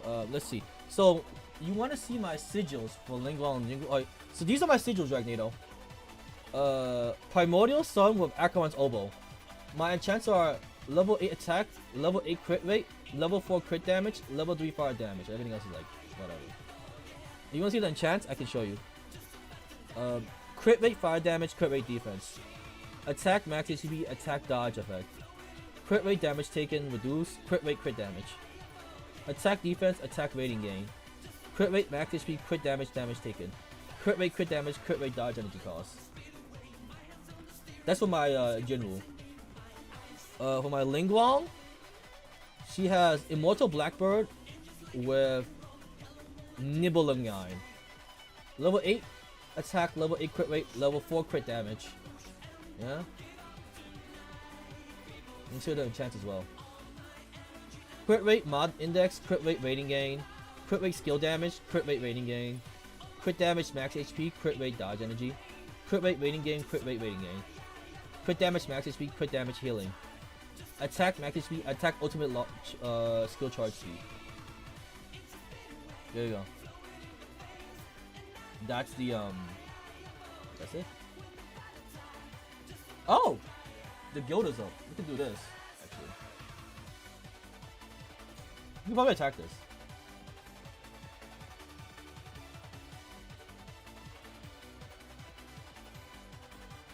I kind of wish I could just let you solo the entire guild, boss HP, because I know I'm strong enough to do so. You got all that? You actually got all that, Jack Nato? My Jinwu and my Lingguang? For my sigils? Okay. But I kind of wish I let you solo the entire guild boss yourself.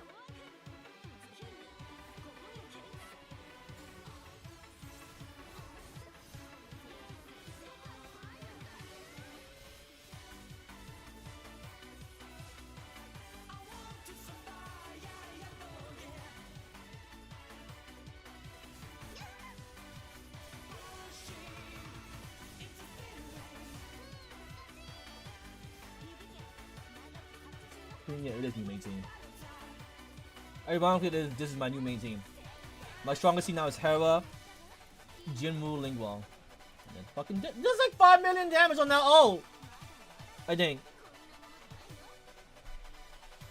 Fucking nuke the fuck out of him. You're gonna get to live for 22 seconds.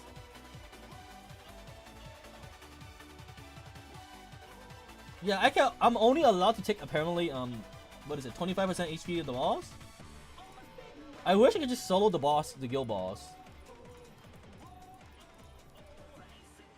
Really? Yeah.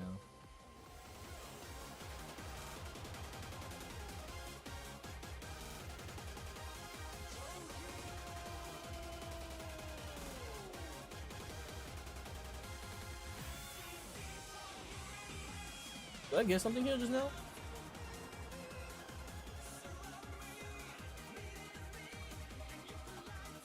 I kind of want to buy this. Yeah. Just get a shit ton of T3 Ghost Sigils.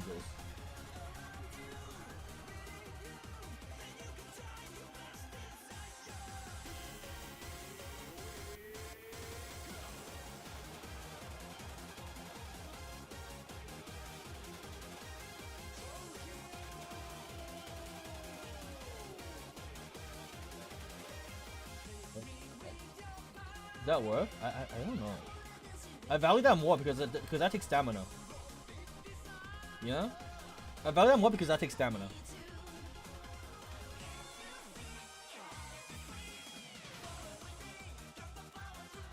I value this more simply because this takes stamina. And I don't think this takes stamina. Because you can get this from you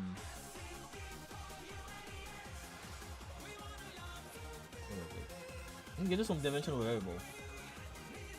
This doesn't take stamina, so you can farm this all you want.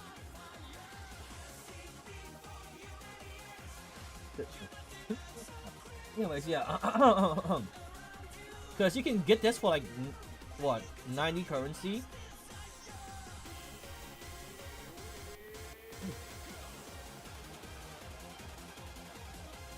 What's this? What's Operation Record? This is new to me. Wait, what is this? No.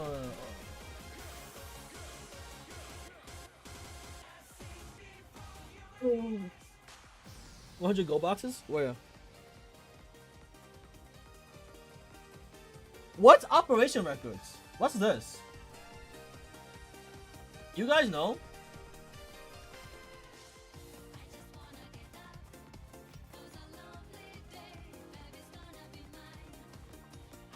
This is the moment about up characters? Oh, okay. Yeah, anyways, it reset, but let me see what I can do for reset. I guess we could do another recurring dream to reset, because it just reset. For now, it's Verbi Ryugiri Bluzembo. I would ironically do Bluzembo, but it's like, I'm pretty sure you can buy it from the shop, the event shop. Alright. Yeah, you can buy this one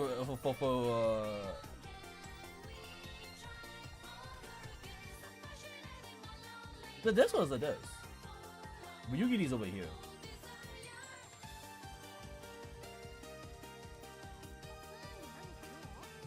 And I think I prefer Bozembo, in my opinion.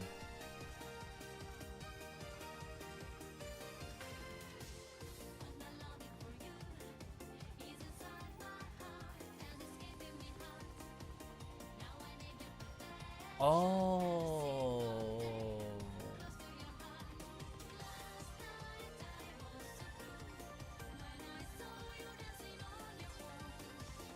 Well, anyways, but yeah, I would definitely buy Buzembo, if anything. Anyways, I guess we can do recurring dreams real quick.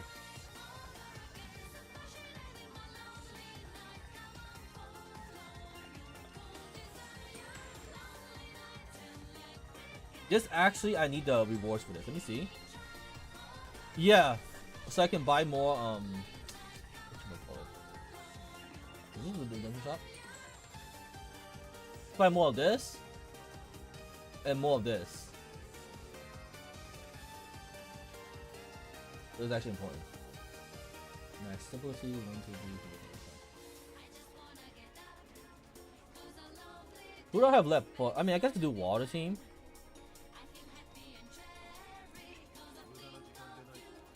Oceanus with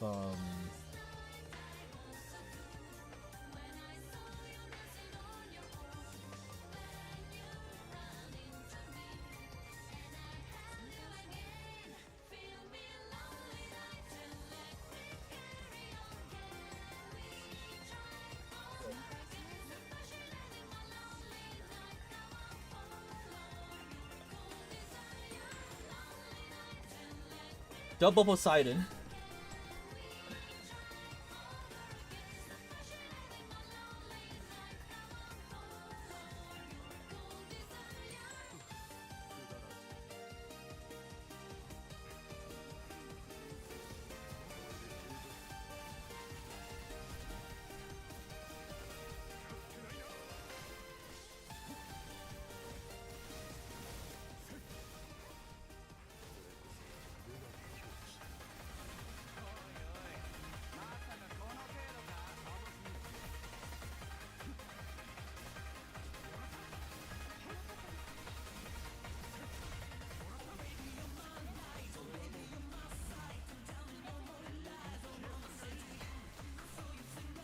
I love playing Oceanus. He's fun. Like, he's fast as fuck. Straight up.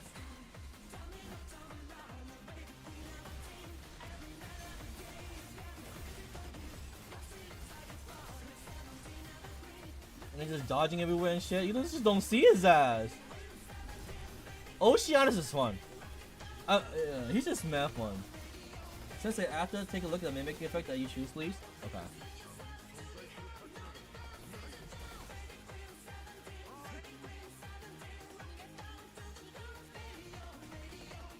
Don't hit me there.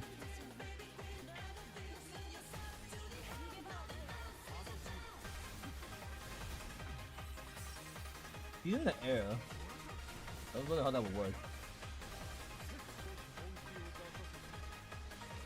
Imagine if I warp Oceanus, how strong would he be on the Chasm 6 tier?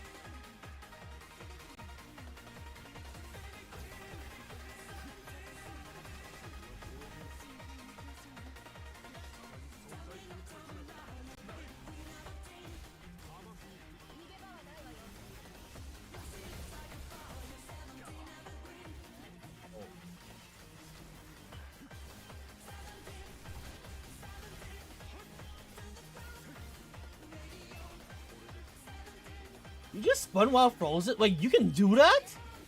Mother spun on me while he's frozen.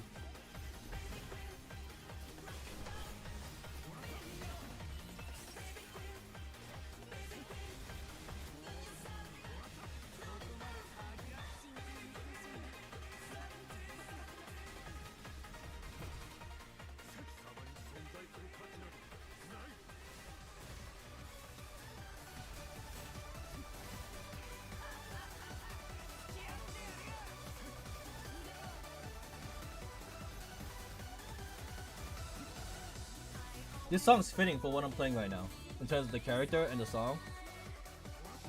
Go fast and faster.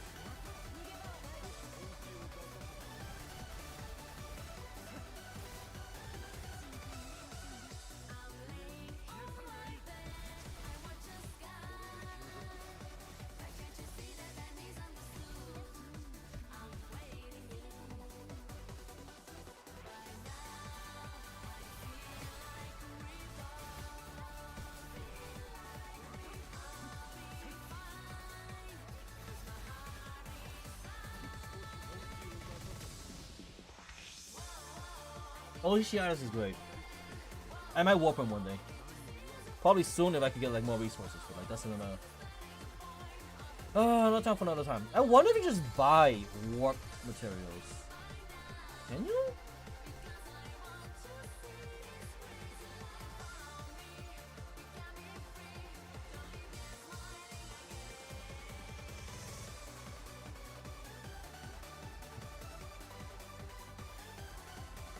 Main issue is this is a scam. No, it's not a scam. Like, it's 2,000 for a tempo, so that's 20. So this is worth what is this worth? It's 40. It's 4,000 for a 20 fold, right? Let me double check.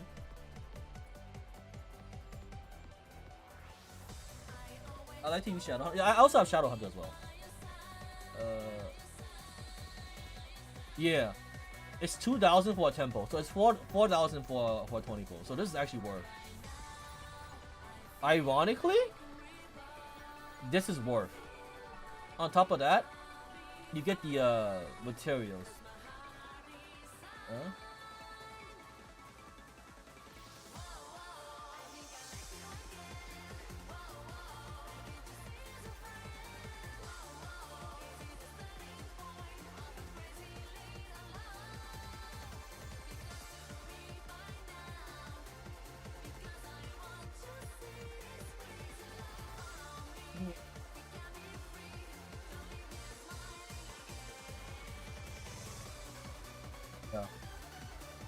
They were cheap.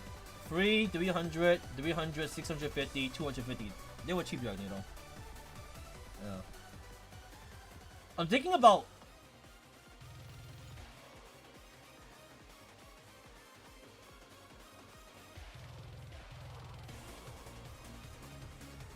I might get this. Cause this costs 4,000 gems, right? And this is a discount for 2,600.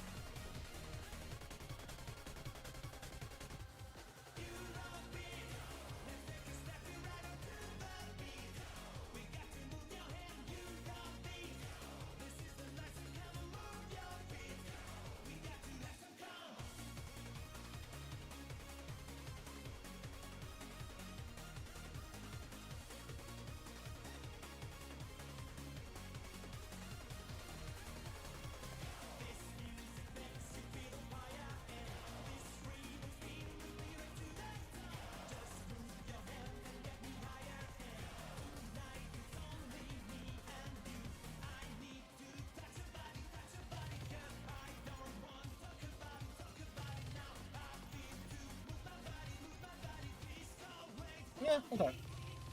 That's all I wanted to get. It's cause like it's for Genshin and Flame tier. So now I have 68 scan tickets. And I also get the materials. I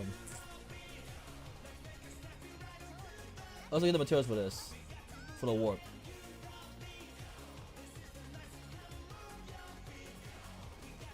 No, I lied. I don't have enough materials for the warp. Because I just sent the blue materials. I gotta wait for Hazard Zone to reset. That's cringe.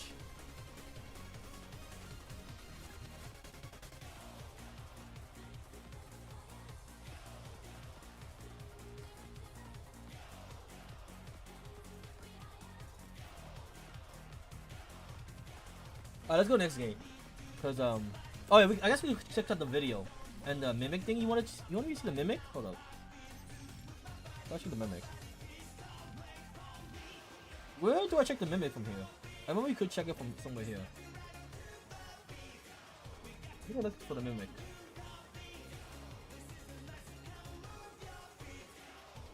Top right. Oh, here we go. The pink one? Yeah, I know about the pink one. It just does not work. Because I don't die. I don't really die. Restore allies and modifiers to the full HP when they take failure, but they also decrease the damage and healing effects by 10%. I mean, for AI, I mean, it doesn't really matter for me for AI. You don't really die. I know. My allies don't really die. Especially in the current Chasm tier shit, they don't really die. I'd rather have this. For more damage. Or this. Mid-tier for modified duration mode plus 3 seconds. That sounds insane. Is that a mid-tier or mid-ninja?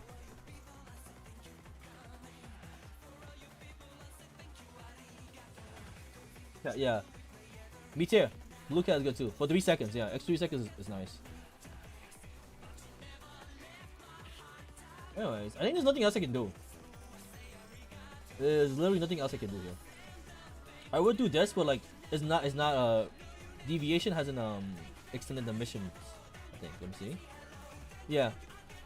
It still needs to unlock. After 10 more days, 7 new missions will be added. Nah, I gotta wait because you see this because like this is like whatever, but I'm waiting for this to unlock so I can get more. I could do DV, but it's like it's not worth right now until they unlock in like 10 more days. And I know who I'm using for DV. For DV, I'm gonna use him. He does so much damage. He does so much fucking damage. Solo as well. I tried him solo. He does so much damage solo. Like millions and billions type of shit.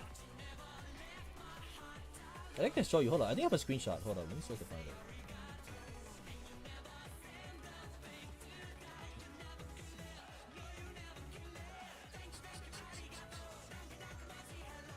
He does so much damage. Let me see if I can find a screenshot. Because I did a solo.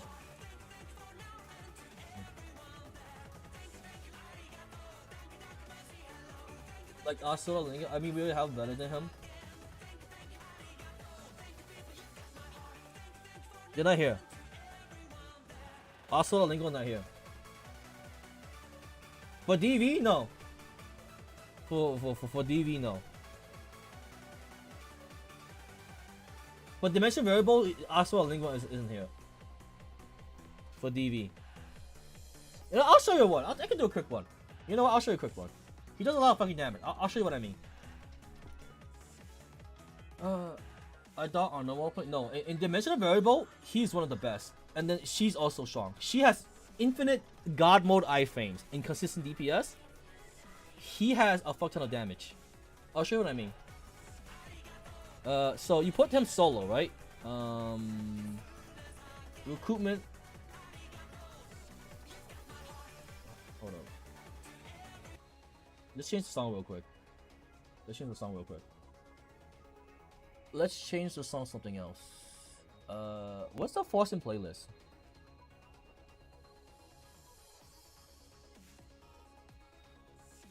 Vidar and Buzemba is good too. Vidar's alright, Buzemba's alright, but like they're weaker in terms of like high speed damage. I tried them already. I know what they are. I tried them already. I tried all of them. The two best ones are Argatum and Kamen Ray. So Kamen Ray shoots out 3 laser beams, right? And while she shoots out those laser beams, she's invincible. She's better than Buzembo and Vidar. Argatum, he's not invincible, but he does billions of damage per hit. He's AoE. Billions. Let me see if I can find my playlist real quick. Hold up.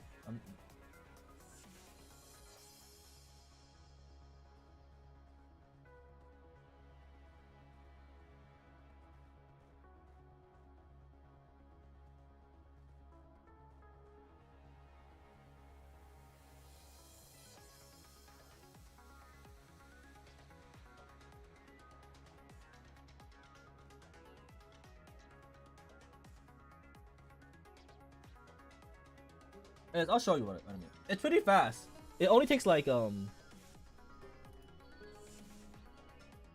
takes like I think 15 minutes to clear all DV with him. So what you do is you put this. Rikuma is not available. Team leader gets 3000 attack, right? You take this, Lone Wolf, and I think you can take this as well. Yeah. I'll get Dimensional EXP just to use it a little bit.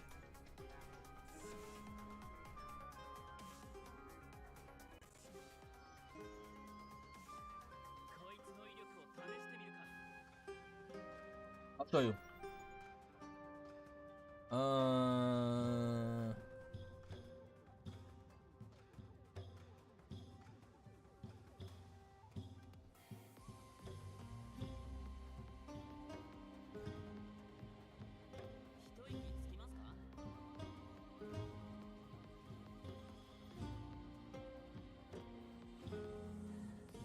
Probably Kitty.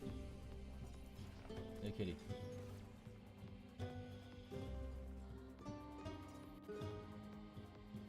He is strong as fuck.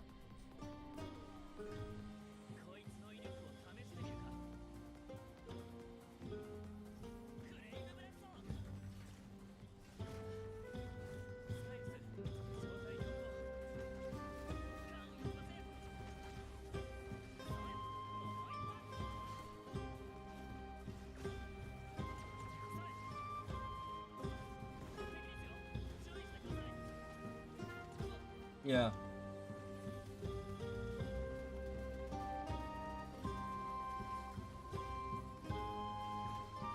$1 million right there. I think that was $1 million. See, they all died.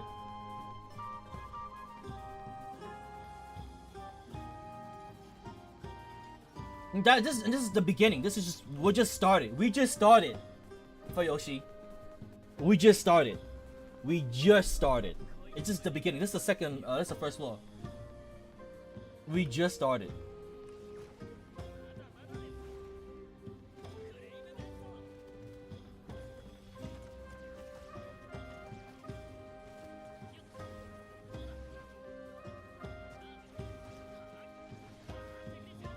Watch this. Gone! Gone! Destroyed! Where did they go? Where did the mods go? Hello, mobs? Where are you?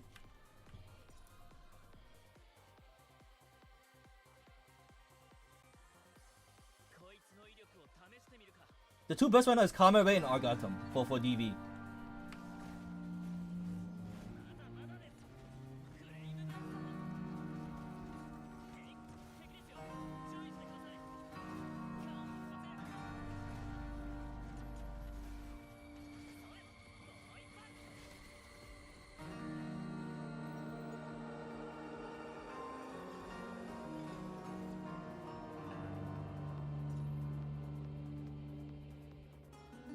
He's gonna delete bosses soon. This isn't even his just a little tip. At the start of every, you can dodge an attack that then use S2 to get the full charge times. Ooh. Got it, thank you.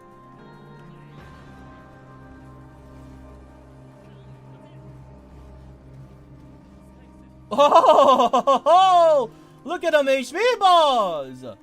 Where did they go?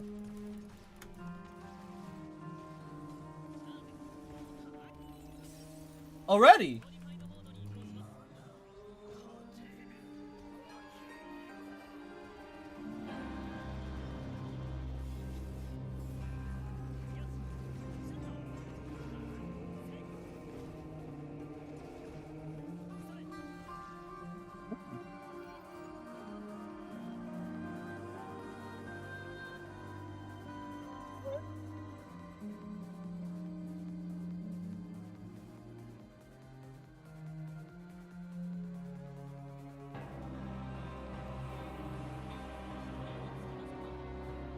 Non-damage by 5 so 20% damage. Got it. Treasure coins. Let's get attack buff. Like the two best characters right now, I said it before, Kame Ray and Argatum for dimensional variable. They're just clear.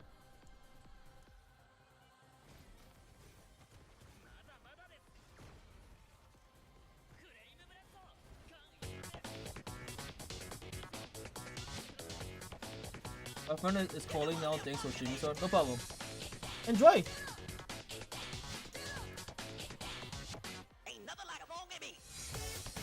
We're already on the second boss. I'll probably do clear this, and then we'll do some Limbussy. And definitely some Shadow War afterwards, because I woke up late, so all is fair, I guess.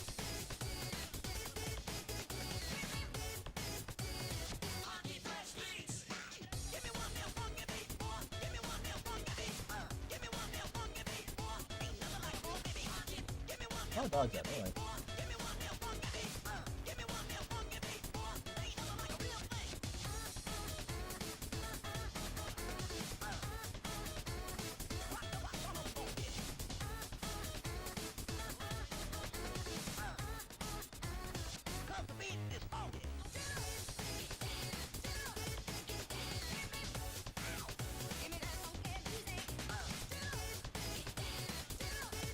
Well, I thought I dodged that! You trolling right now.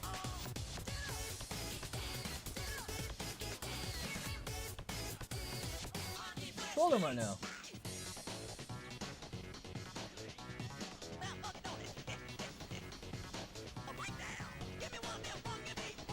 Yeah, but like that.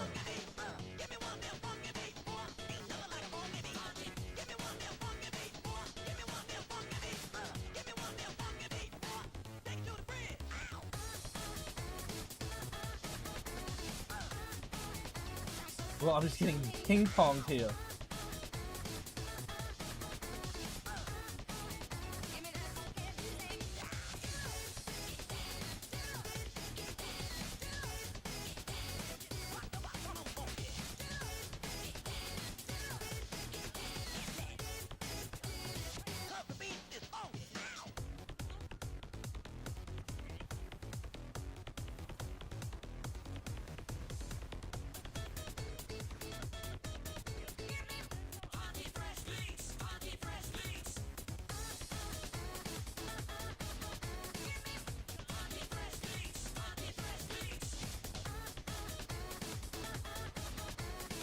I hate this boss so much.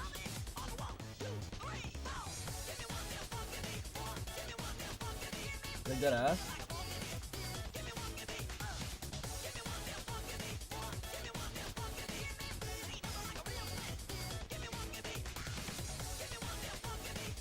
Yeah, what the hell, right?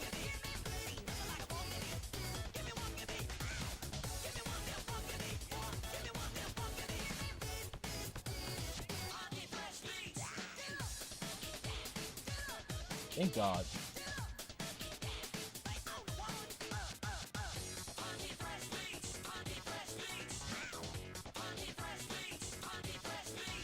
Use non-doubt damage from skills and ultimate skills by signaling when they hit enemies with more HP than the mod. I better have the 60% damage buff.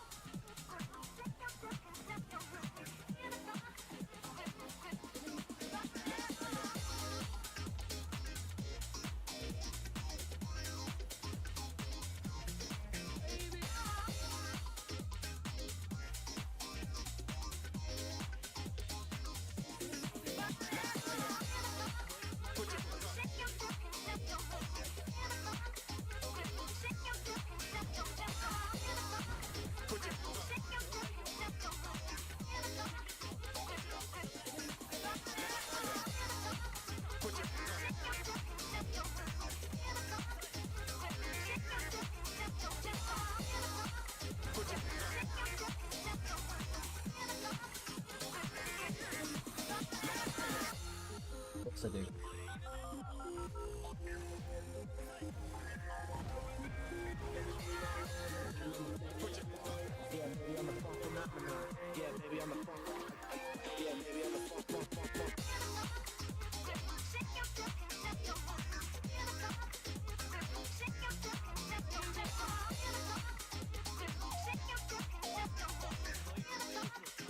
Oh, this is explosive damage indeed.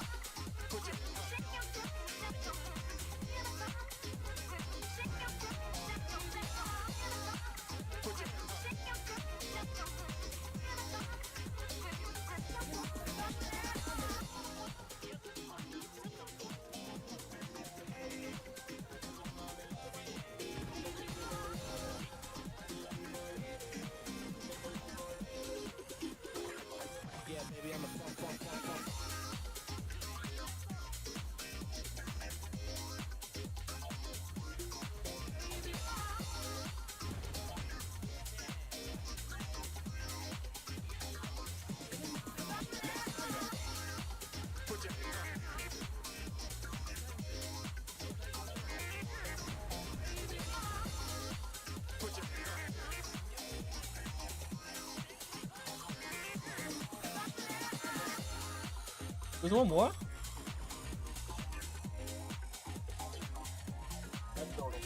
Alright, cool.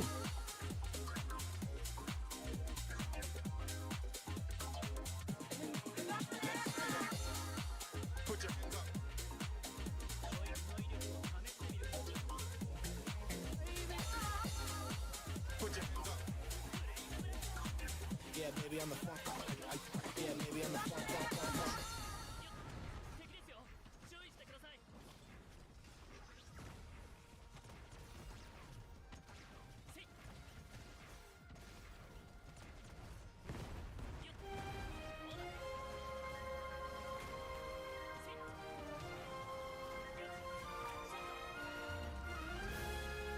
Ow. I didn't need to take that damage. I don't know why I did that.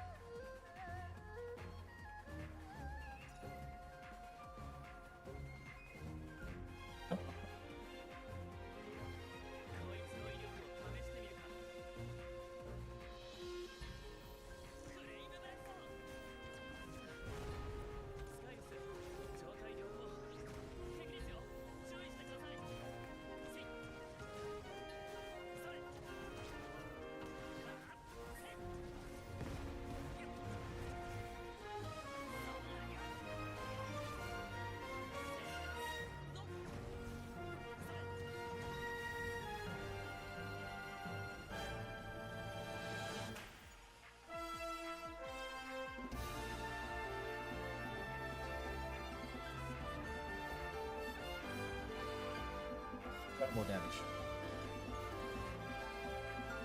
Let's get some heals done.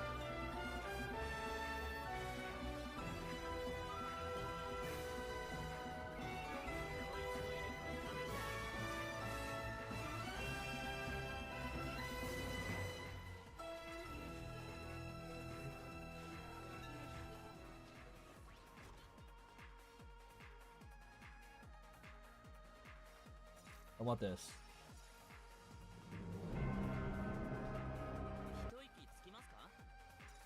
I'll take this.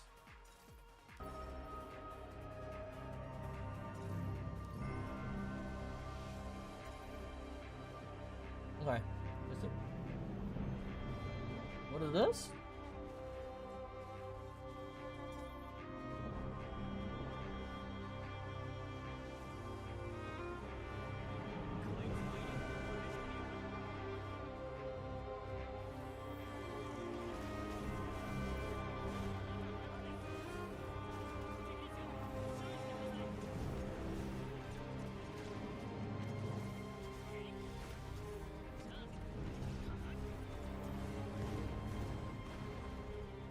Yeah, they're gone, okay.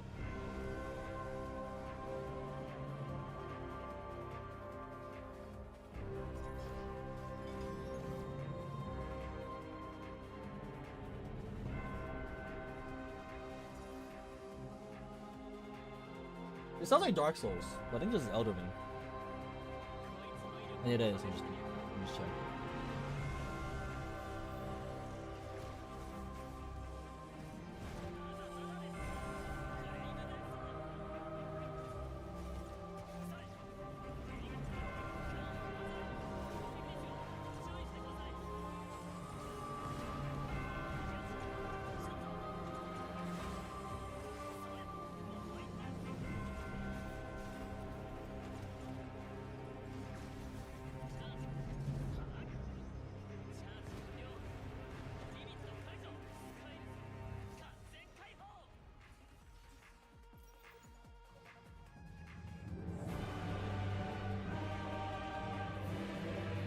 Ooh.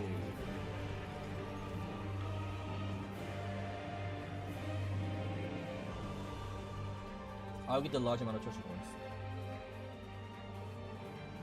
So I just spent like 500. $4,000.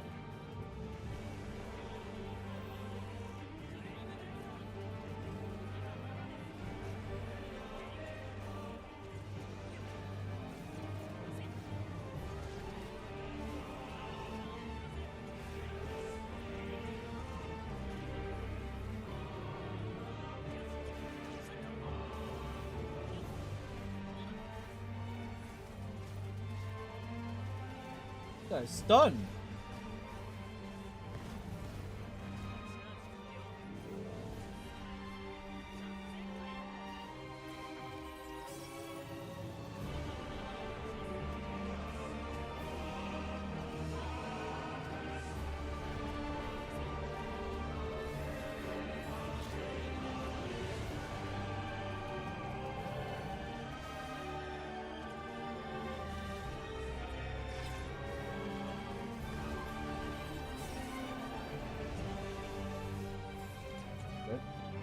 They're both dead. Never mind.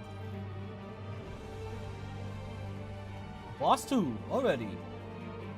If there's anything, even though Argatum doesn't have like, you know, iframes, he's really good at just clearing really fucking fast.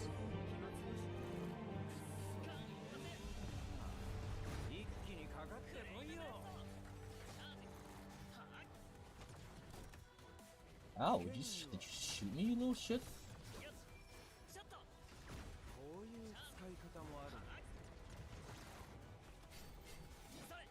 He's both tanky, to be honest.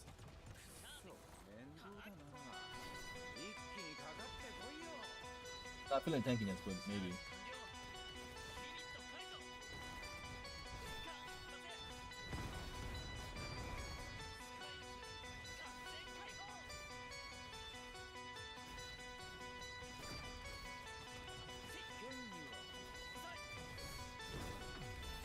Oh, thank God. I thought he was about to hit me.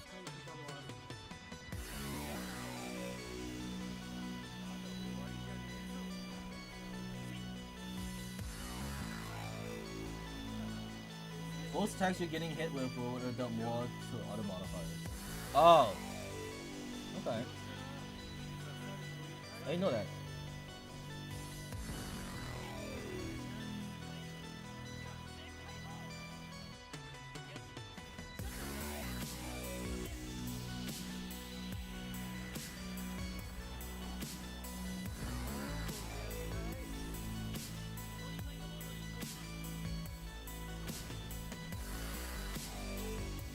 That's it.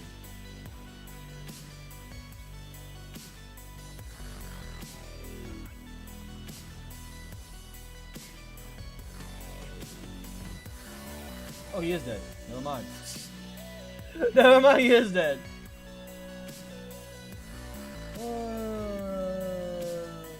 Maybe stone would be nice, so sandbag.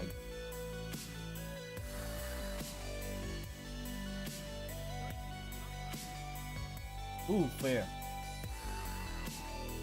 Reduces damage taken by 7% while skill casting is underway. Wait!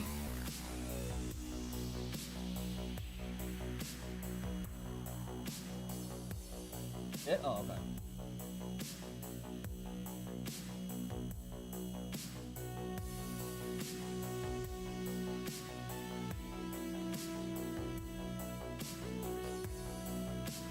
Was it because you're instant casting with the other old treasure? True.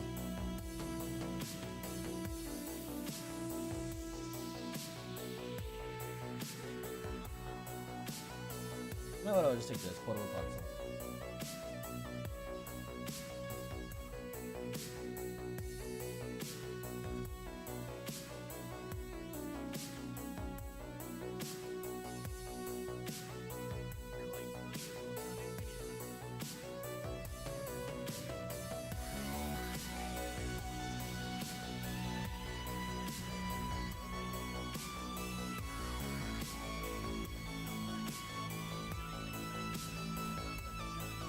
Fuck?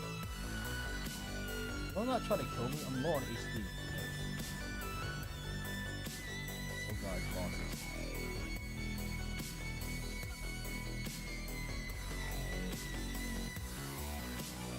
I'm so low on HP right now. This is not good.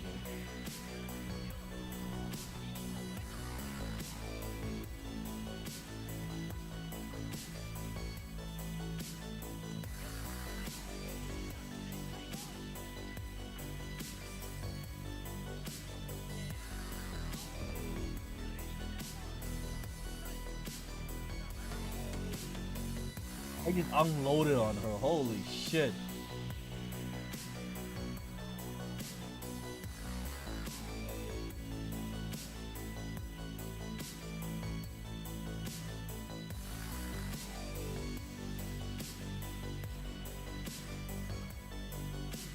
Oh, thank God. Thank God, thank God, thank God. Healing. Thank God we're healing.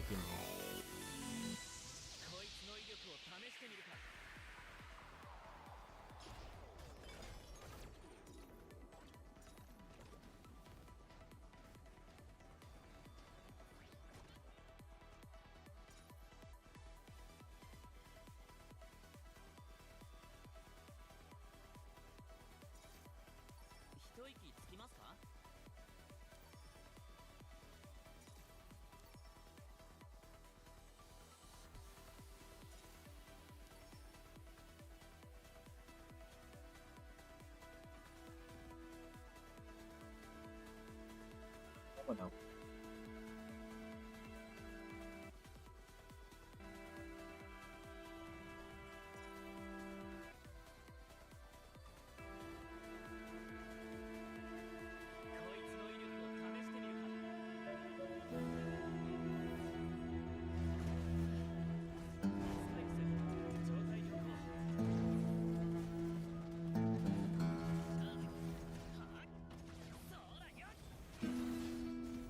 You're going to miss.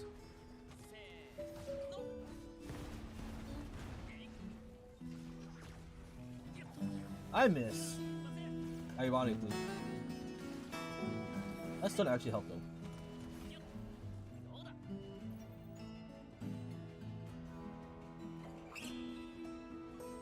Please enlarge damage when a skill. Ooh, yeah. Give some more coins.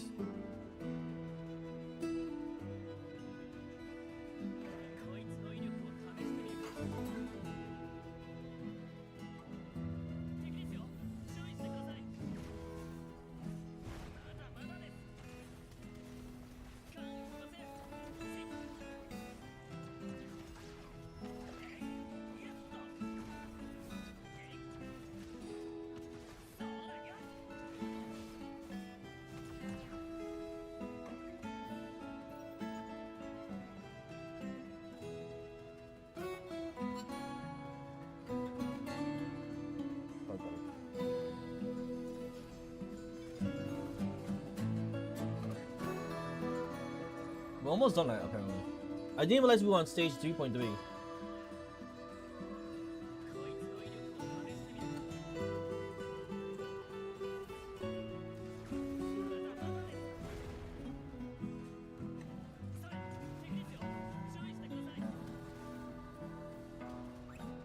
Burn. Ooh, low.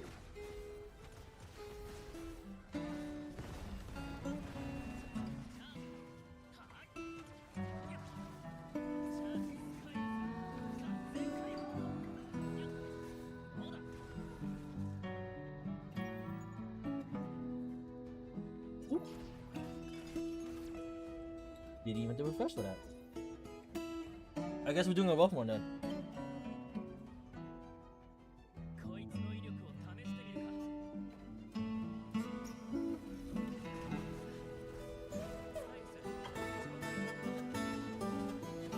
クレイムブラスト。 So hard.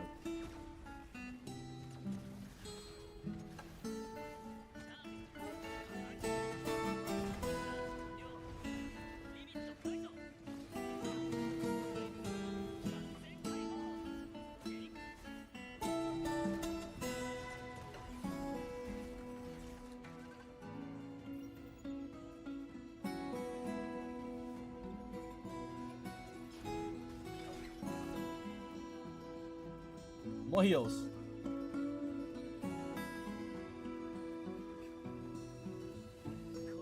You don't realize I gotta do Limbusy hard mode today for MD. Long night stream. Well, actually, how long have I been streaming? Only 4 hours. I did wake up late. Yeah.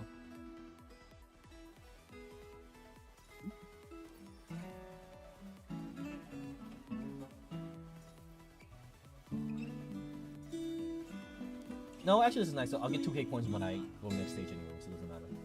Actually, hold up. Free refresh.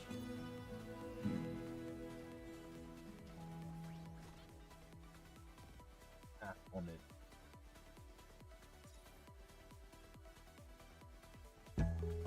I wonder how they're gonna like make stronger characters in the future to discourage people from using Argatum or you know Combat Ray, essentially. Because right now these two are like the best with Dimensional Variable in terms of efficiency, speed, and damage, and survivability.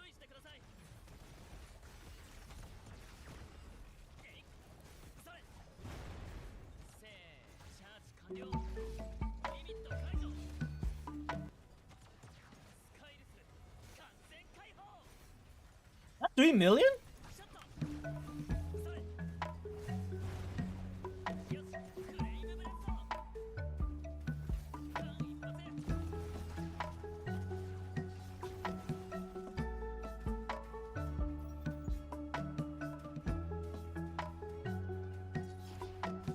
Cooldown reduction. Lit. No more attacks, skill abilities.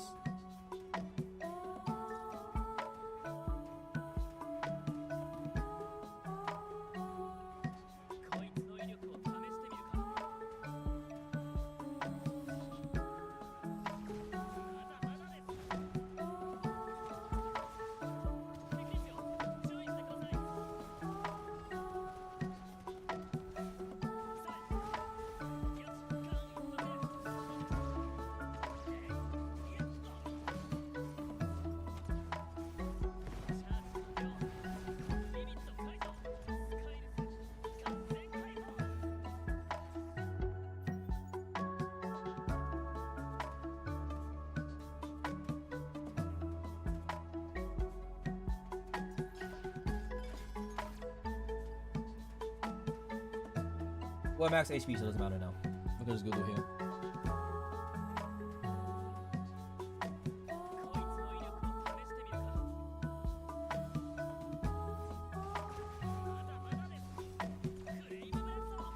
Forget about what I said about max HP.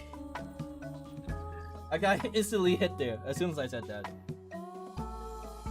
By some dumbass attack that I could have easily dodged.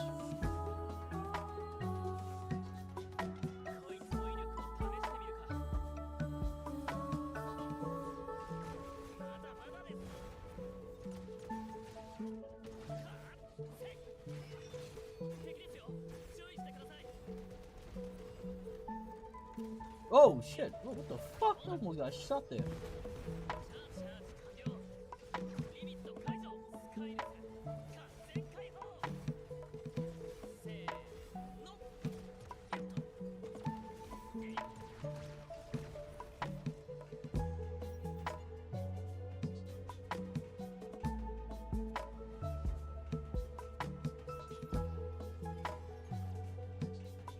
The last boss? The last boss! Shit! That was quick. That was actually quick. Like, yeah, actually, ironically, really fucking quick. Like 10 minutes ago, we started this shit. 一応聞いておきます We didn't get to fight this one last time. We fought the other one.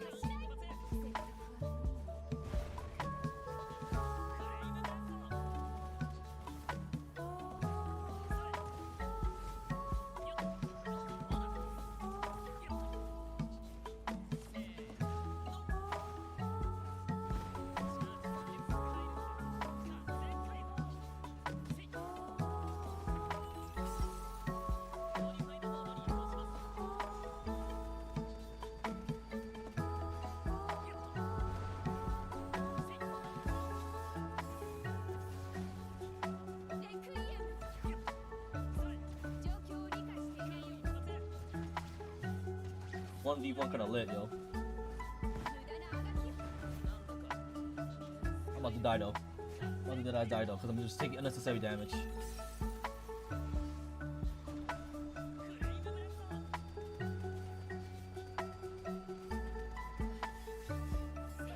Gotta be careful. I'm taking unnecessary damage for no reason. Like I'm getting clipped from the side.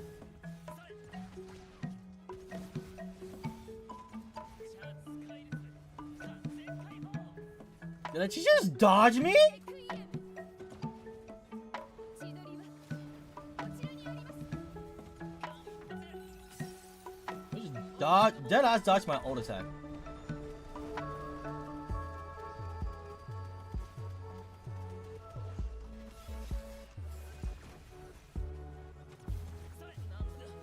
Fuck!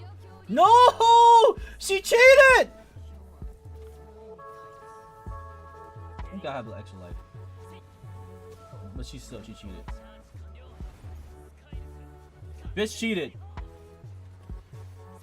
I don't want to hear it. She cheated. She did an unseeable attack.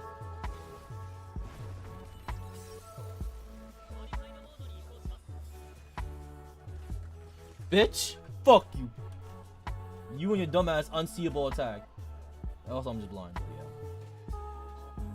How much damage do we do here? As always, 1.2 mil. I mean, not 1.2 mil, 1.2 billion, I think, right? So I'm taking 97. Yeah, 1.2 billion. Good.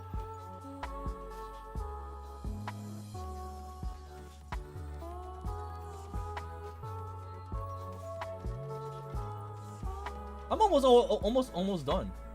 I'm like 27, like it's 40. Okay, yeah, we're almost done.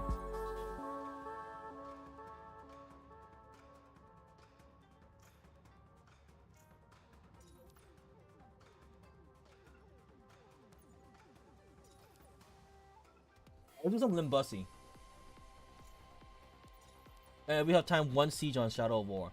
And then we'll wrap up a YouTube segment. Actually, might as well do a YouTube segment with Limbussy. What am I saying? Yeah. Yeah, we can do that. Oh, this Forsen playlist? I don't know. What was Forsen thinking? Making a 1.2k song playlist?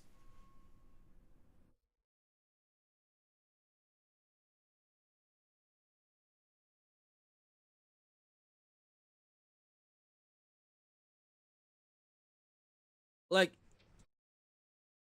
bro, look at this! It lags! It keeps Doku, it keeps stuttering. It lags so hard. You see it! You see the loading circle! I got a 2.8k total.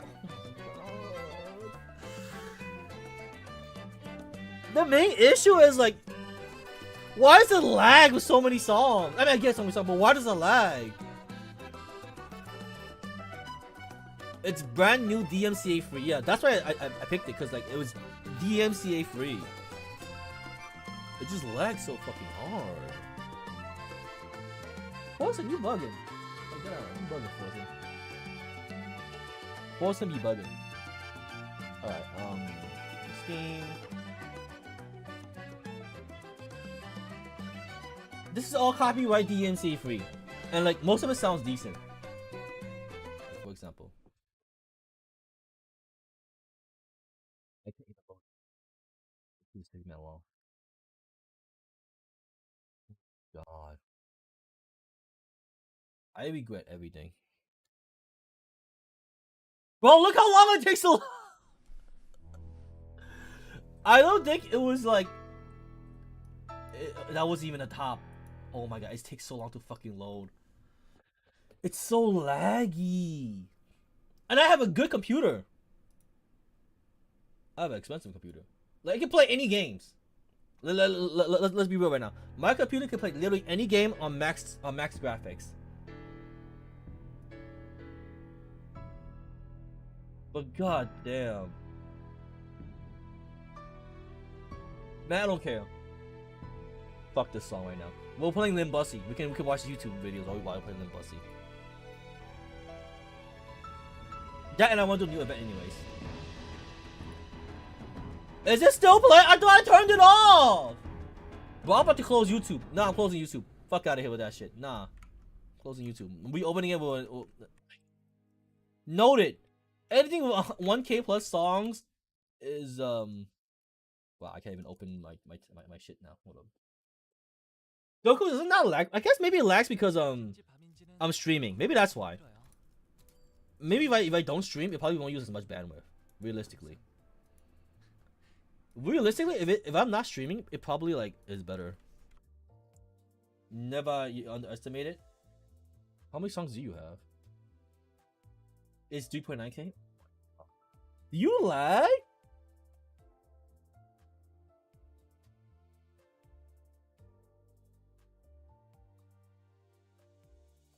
You lag?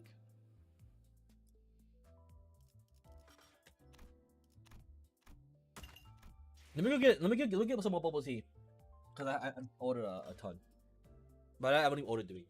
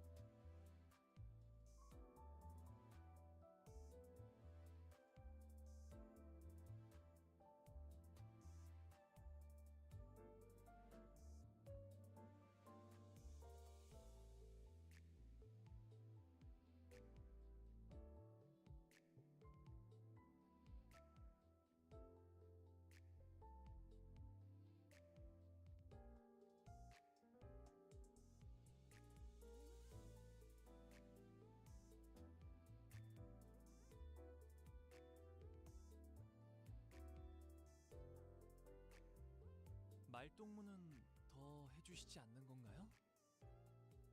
아쉽네요.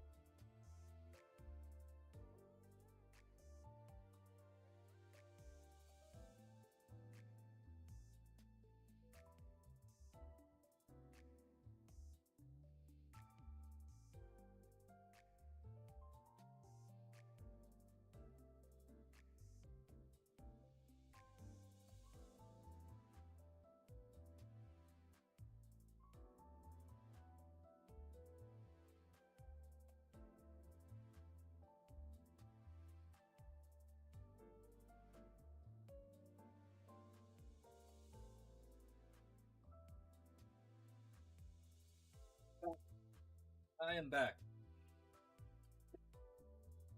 Not really, but then again, I just use home. Navigating to find my favorite is hell, though. I think the only reason why I lag is because I'm streaming. I'm multi-streaming, like on YouTube and Twitch. So it might be using a lot more resources than normal. So I'm kind of grateful my games don't lag while multi-streaming and playing a 1.2K song playlist. If that makes any sense. I just realized something. Hold up. I wanted to check because it reset, right? Let me open 8 Gazer again.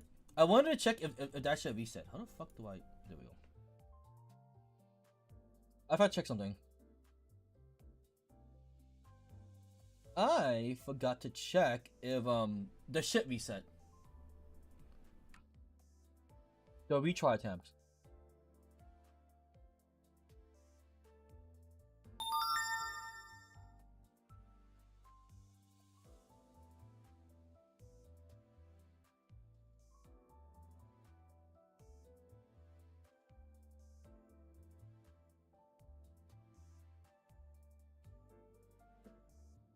I think we also find some videos to watch. Oh, you wait. Wait, we can watch some Grand Blue reeling videos. Oh, we got so much content. Let me check out my 8 shit real quick.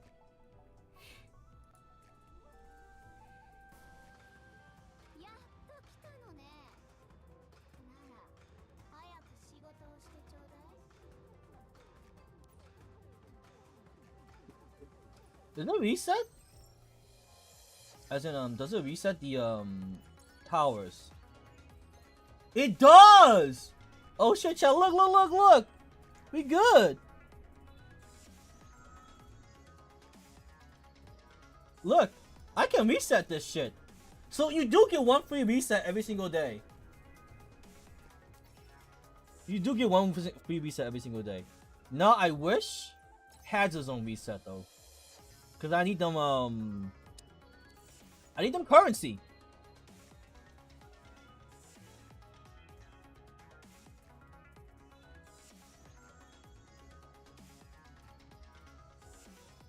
I need that currency. Hazard's one is important.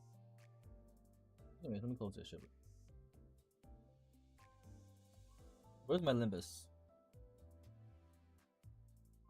Now let's make Limbus small and we watch some videos. Ooh, that's not.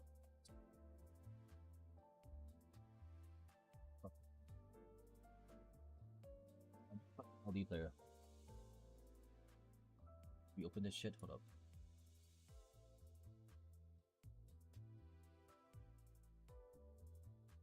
Give me a second. I gotta fix this shit again. Yeah, I gotta resize this shit. 말동무는 더 해주시지 않는 건가요? 아쉽네요.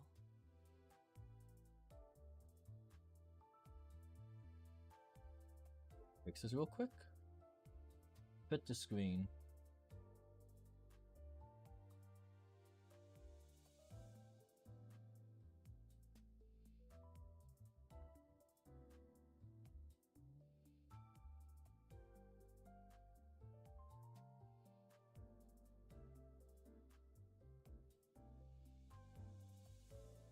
There we go. Now we close this. Okay. Limbus is the one I wanted to make small.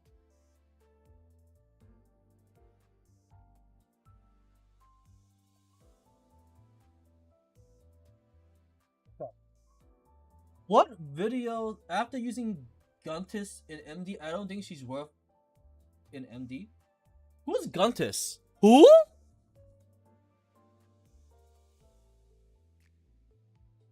Who the fuck is named Gun? I don't think we know have a character named Guntis. Gun Otis?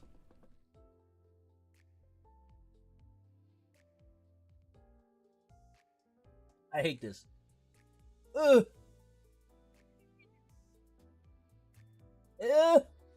It's like drinking lemonade, but it's super sour and super sweet at the same time. So she's not worth it in MD? Why not? Does she have like a fuck ton of damage, or is it because she kills your own teammates? Let's go click on some YouTube videos you guys linked. Doku's linked the video here. Guys, we're back with A bit unstable, yeah.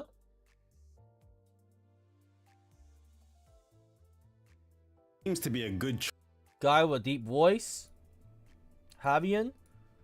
Gotta love Granblue. There's another one right here. Part 2 showcase. There's a part 2 showcase?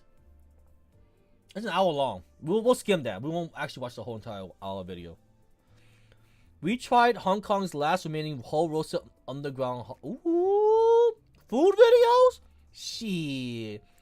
39 minutes ago. Confessing why Applebee's fired me while eating Applebee's. Shit, we got some nice content today. And probably some game theory. Yeah? Because I said we would watch some game theory as well. Because Matt Pat's, you know, retiring. That's just not cool. No game theory? Is it Food Theory? Or is it Film Theory? It is Food Theory, isn't it? Do I want to watch this though? Food Theory, I fixed the FNAF cookbook. You're gonna make me hungry. Ironically, gonna make me hungry. I will, however, check out Godzilla Analog Horror. That sounds great. I can't wait for Granblue. In this video, I can't believe it's almost here. 3 weeks. I think Giflight said he's gonna try it out as well. Now, which video should we check out? Oh, Rex Gaming. Okay. Let me set up the dog shit that is auto. Let me do all my chores real quick. Right. Gun Otis. I guess you have to make a Halo for gun Otis. More Granblue Fantasy Relink. The demo is of Maybe course they'll out fix on her. PlayStation. I So don't know. me and 26 Or are just- queuing up for a multiplayer hunt here. I'm playing Siegfried. 26, who are you playing? I'm playing was it Yodahara? Or just don't the small you guy. auto under 10 sanity. I expect him to be that small, not like, you're like miniature. And we got the little sticker system as well. So Yo. go in a multiplayer hunt. We'll find some randoms to join us. I'm hoping the randoms It is so will sour! to do and go for the full chain burst with us. But we shall. And see. sweet. But what we're gonna hunt today? I don't know if you guys ever tasted something like this before. Like, it's so sour on the first taste, but it's so sweet on the aftertaste. It just tastes so weird. It's giga sour.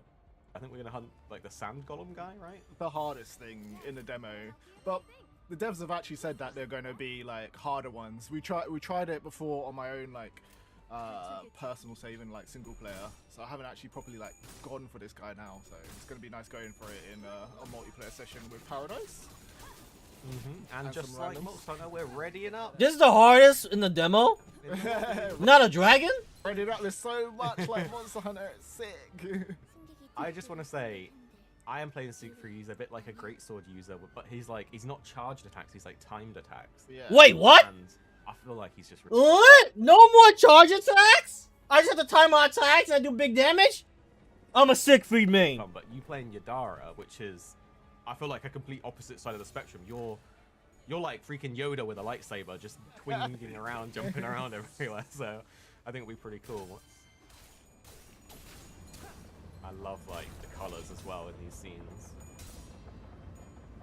Oh, it's a minute. I thought I would assume they would include like one dragon at least. Airship, the Grand Cipher. Right, I hopefully thought the matchmaking was really quick there as well. well. It's like insanely quick, like. Oh, that was matchmaking? Oh, it's they're dueling I was with, kind with of two getting ready pugs. to just wait for a minute. I get it, Like, I get like, it, I get straight it. in. Maybe just loads of people are playing. Like. Yo, Whoa, we got Catalina Lancelot and Lancelot. Catalina, He's gonna get the let's freeze. go. Look at the speed that my boy runs at. Wow. Oh, he's done glaciate on him already. Is that video big enough? Hold up. Should I max it out? Hold up. Did I enlarge it? How does it look on stream? I don't know how you guys feel about this. Get a bit smaller.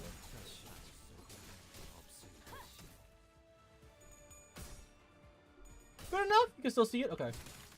Yeah, this is what I'm. Go on. Think attack. You've gotten better at reading the flow. You know what makes this guy like crazy is like the more combos you do, the You know what this golem reminds me of? If you guys ever play Vindictus, the golem Koru. I just want to show you a comparison. We're not going to watch the whole video, but Vindictus Koru.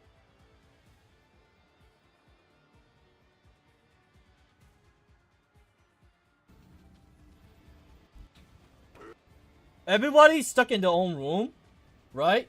And they have to fight mini golems, and the mini golems combine after you beat them. The one shot the raid, right? You guys go on a switch, activate the raid. Everybody is in their own room. It's an 8-man raid. They all spawn different elemental golems. Yeah? They're scrubs if they die, because this is an easy ass raid.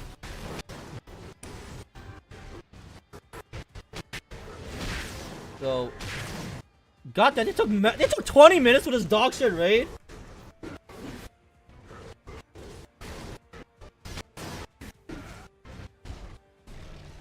Okay, so after they beat the golem, they combine the gold golem, the gray golem, whatever.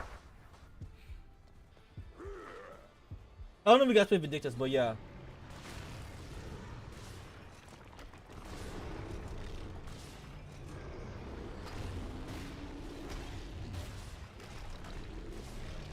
The green golem, the bronze golem. Easy as boss though. But yeah, that's why I said this golem here reminds me of Combo Vindictus. finishes you get. So you get The to a movement's point where similar. you- Combo finishing. Oh, Oh no! that was Woo! nuts. It is very similar to hunting like a monster Yeah. with a group. I don't fully know this guy's moveset yet, not absolutely Did he stagger? gonna lie, so Did Siegfried just uppercut stagger his I ass? love this. I'm gonna try and not 6, get clapped. 7, 9, 10, 11. That is I'm gonna high. counter this one. I'm gonna counter it. I'm getting out. You can counter? Oh! Counter this one. I'm gonna counter it. Getting out. Don't trust it. Let's go! Oh, yeah. You know I love me some great swords, but you know what's even better than great swords? Countering with great swords. Just like Monster Hunter Rise. Oh shoot! That was Oh close. shoot! I barely dodged it.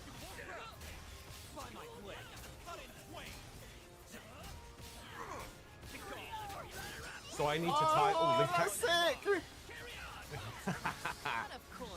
So with Siegfried, every time like the hit connects, you need to tap the hit button again, and you get like a ding, and it is so satisfying when you pull it off for a full Oh no, I've combo. got Sand Tomb.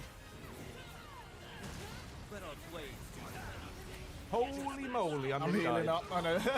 That was crazy. Oh, we need to get the thing. Oh, countered! Let's go. He's overdriving, so he is dangerous right now. Yeah. Yeah, I if we wonder get if the there's anything to, elementals, we like- can throw them, right? No, get Oh closer. my gosh, the Sand Tomb Oh. is so annoying. 8, 9, 10. Oh my gosh, this actually might be my Oh favorite my- character. By What the far, he's fuck? so cool. Yoda looking ass is countered? I just want to say, this sad little and freaking elemental earth thing is hurting me more than the actual boss. Oh, I forgot about Limbus. I gotta do Limbus. I'm gonna join the video if I have to do Limbus. Oh, I thought wanna I knock could him counter, but I was in the over. middle of another move. Yeah, there we go. Go on, Lancelot. Look at him. Oh, Link! You're destined for great things, Oh, the trip! Alright, I've got my SPA, but you should do yours first, right? Because you are... Yeah. You're wind.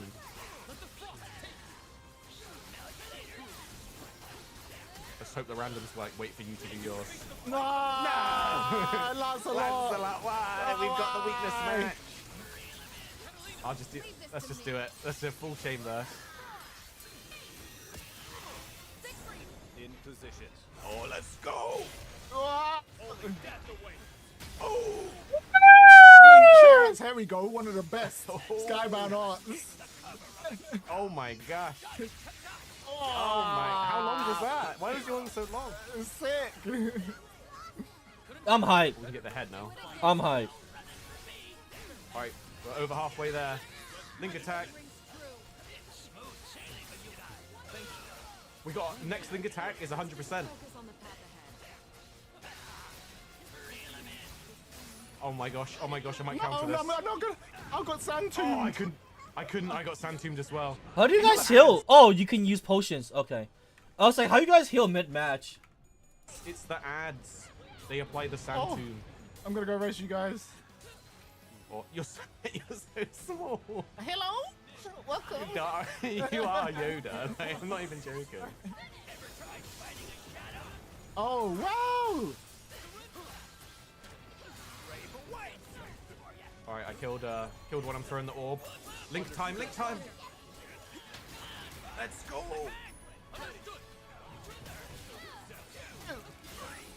Look how much we're doing so much more damage right now. 7, 8, 9. That is like the coolest move in the game. Look at that damage as well. We just popped off. Getting those link attacks is so worth it. Oh, he's gonna do a big spin in a sec. Counter. Oh, is it? Oh, let's go.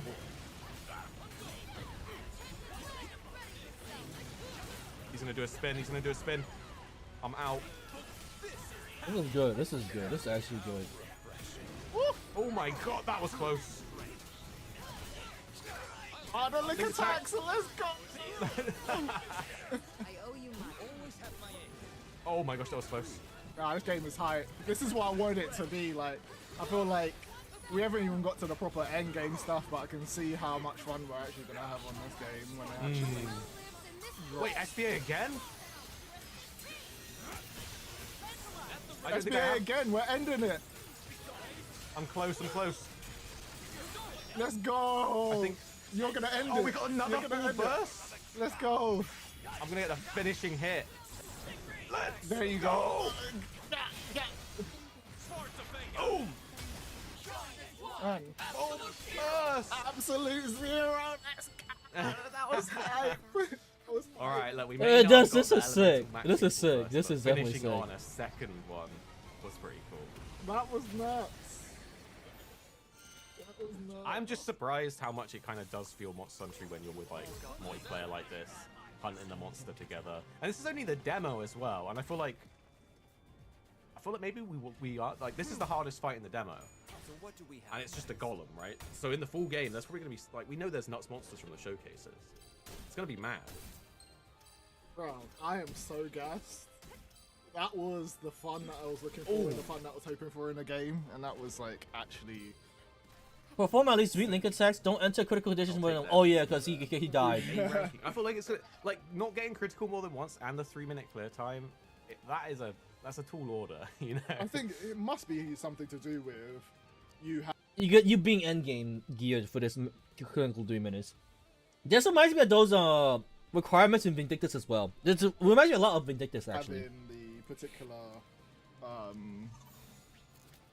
like power ranking as well, so maybe health does factor into it and like how much damage you do.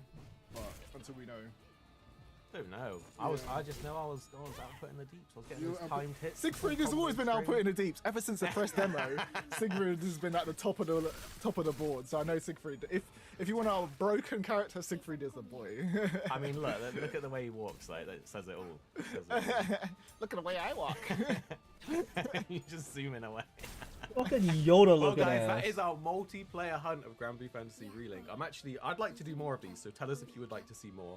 Demo's obviously up. We can't wait for the full game. We're gonna have loads more Granblue Fantasy stuff coming your way soon. And tell us in the comments which character are you enjoying most in the demo, because I am really lit.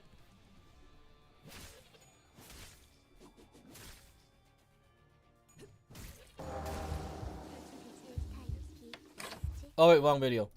After putting a lot of time into Granblue Fantasy Relink at various events, I can finally share some more information about the characters in the game. This time I'll be focusing on the unlockable characters, so you can decide which order you want to unlock them. To start off with, we'll be able to play as the captain, but shortly after entering the first town, we'll have the opportunity to customize the party with the starting crew members. These members are Gran Orgita, Catalina, Rackham, Io, Eugen, and Rosetta. To unlock new crew members, you'll need to use an item called a crewmate card. And these will be given to you after you reach certain milestones in the main story and after completing specific quests. After receiving these cards, they can be taken to Sierro's Knick-Knack Shack, and they can be used to unlock additional characters in any order that you wish. Ooh. So hopefully this video will help you decide who you want to prioritize and unlock first. There's limited gameplay footage of a lot of the characters, so in this video I won't be able to show you hands-on gameplay for everyone. But what I can do is give you a basic outline of what you should expect from each character's playstyle. But just keep in mind that there is a chance that some of this information could change before or after the game releases, since this outline won't be focusing on the specific ways that the characters can change based on their equipment or the additional moves that can be unlocked through masteries. One of the characters that I'm sure many people want to know about is Ferry, since she was initially revealed back when Relink was first announced back in 2016. Gameplay-wise, Ferry's attacks revolve around the use of her pets, rather than stringing together complex combos or using attacks that require strict timing. While on the ground, Ferry can use a basic 3-hit combo, but each attack in the combo can also be charged by holding down the normal attack button. Landing the final hit of a charged normal attack summons one of Ferry's pets, and certain pets can also be summoned by using specific skills. It's also possible to summon all pets simultaneously if you fill an enemy's stun gauge and perform a link attack. Since I didn't get to see much of Ferry, I'm not sure how much control she has over each individual pet on the battlefield, but after being summoned, her pets seem to attack nearby enemies until they're dismissed or commanded to use another action through skills. In addition to normal attack combos, each character can also use unique attacks, which by default is bound to the triangle button on PlayStation. Some unique attacks can be charged up by holding down the unique attack button, which is what can be done with Ferry. When holding down the unique attack button, Ferry will perform her onslaught attack before dismissing all pets from combat. And because of her passive support skill, Ferry's unique attacks are also enhanced depending on the amount of pets that are on the battlefield. Skill-wise, Ferry can command her pets to use specific attacks or special actions, like being able to summon all pets onto the battlefield for an all-out continuous assault. Certain skills can also be used to debuff enemies or dispel their buffs, but Ferry can also use her skills to give herself powerful buffs and heal nearby allies. Some of these skills also gain additional enhancements depending on the amount of pets that are currently in battle. So Ferry seems to be a good choice for people that want to play as a pet-focused or summoner-style character that can fight from a safer distance, while still being able to use skills that can support the party by debuffing enemies or healing allies. But that's enough about Ferry. The next character we'll be taking a look at is Narmaya. Narmaya is a character that I've analyzed in the past based on developer live streams, but now that I've played as her, I can say that the vast majority of my observations were correct. So let me give you a rundown of what she can do based on official information. Narmaya has a timing-based stance-switching playstyle, which gives her access to different skill effects and combos depending on the stance she's in. When using her unique attack, she can switch between the Dawnfly and Free Flutter stances. If the stance switch is perfectly timed at the end of a combo, the combo will be converted into a stance shift combo and seamlessly flow into the other stance, allowing you to continuously loop combos by perfectly switching between stances. While in the Free Flutter stance, Narmaya performs a high-speed combo that can hit enemies multiple times. And while in the Dawnfly stance, her basic combo is much slower, but she gains the ability to use a chargeable zone attack. This zone attack charges slowly when used on its own, but its charge speed can be drastically increased when used directly after the stance shift finisher and certain skills. When hitting an enemy with a combo finisher, a stance shift finisher, or a link attack, Narmaya gains a resource known as butterflies. She can generate multiple butterflies which enhance the effectiveness of her skills depending on the amount she's collected. Skill-wise, Narmaya has a variety of attack-focused abilities that have various effects depending on the amount of butterflies she's collected, like enhancing the amount of damage or hits the skill does. She also has skills that can generate butterflies directly, while also providing additional buffs. But since Narmaya has skills that can be used to parry and counter enemies, she also has other skills that can be used to increase her hostility and make enemies more likely to attack her, which can make playing her more risky than other damage-focused characters when using this skill. But this skill will most likely allow you to reliably predict enemy movements and targeting, so you'll have a better chance of successfully looping your combos. Narmaya will be one of the characters that can be simple to pick up and play, but hard to master. She has a combo-heavy and timing-based playstyle that can be a bit intimidating while trying to learn the rhythm of her attacks. But she's a lot of fun to play once you understand the flow of her combo loops. But now we'll take a closer look at the next character, which is Percival. Percival is a character that was shown as playable back when Relink was first announced, but up until now we haven't really had much insight into how he plays. But now that I've had a chance to spend more time with the game, I finally have a better understanding of what he can do. To start off with, Percival doesn't seem to have a wide range of combo options. Instead, his playstyle seems to revolve around the use of his unique attack. Just like Greninjita, Percival has a chargeable unique attack that can be used at the end of a combo finisher. This unique attack can be charged up to 2 times, and while charging, Percival can't be interrupted by enemy attacks. If this unique attack is used with perfect timing directly after a combo finisher or after certain attack focused skills, it greatly reduces the charge time of the attack. Skill-wise, Percival has a few buffs that can increase his offensive power, and he can also use skills that inflict certain debuffs on enemies, like Petrification and Burn, but the majority of his abilities are focused on dealing damage. Some of these attacks allow Percival to thrust towards his target to close the gap, and others are focused on dealing damage within a certain area. Percival's unique attack has a faster charging time after a combo finisher or an attack focused skill, so it does seem like the general flow of his attacks will be a normal combo into a charged unique attack, which can then be followed up by an attack skill and then back into a charged unique attack, and so on. Percival seems to be a character for people that want to just focus on dealing continuous close range damage. He doesn't seem to have much versatility, but since he doesn't have many mechanics to worry about outside of timing follow-up attacks, he seems like a character that will be really straightforward to just pick up and play. But the next character that I'll be showing is Yodara. Yodara is another character that I went over in a previous breakdown video, and a lot of my predictions about his playstyle turned out to be pretty accurate. But now that we have more information about how he plays, I can fill in some of the missing gaps. Yodara has a Yoda looking ass. deceptively simple combo on the surface, but his playstyle is all about keeping up a combo loop that increases in speed the longer you keep it going. Along with keeping the combo loop going, he'll also generate a resource known as triple shroud marks, which can be used to enhance his skills. Yodara has one basic combo when on the ground and in mid-air, and he can also counter. Hold up, let me decide which buffs I'm gonna take. Bird, bleed, defense level down.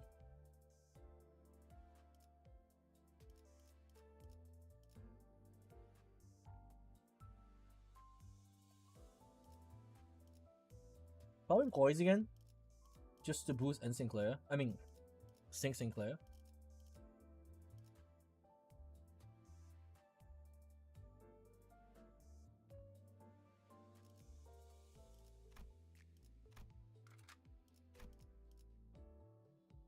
Oh, I'm supposed to do rest shit, right? Fuck.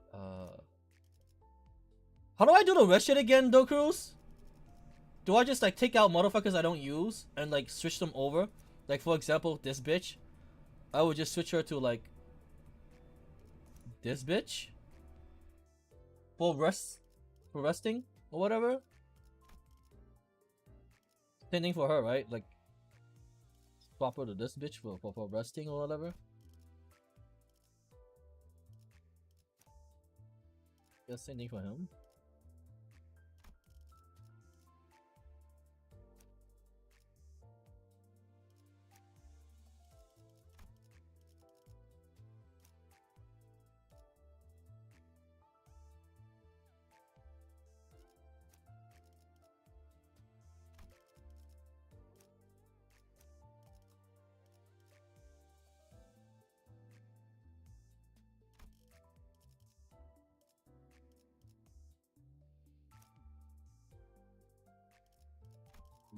Okay.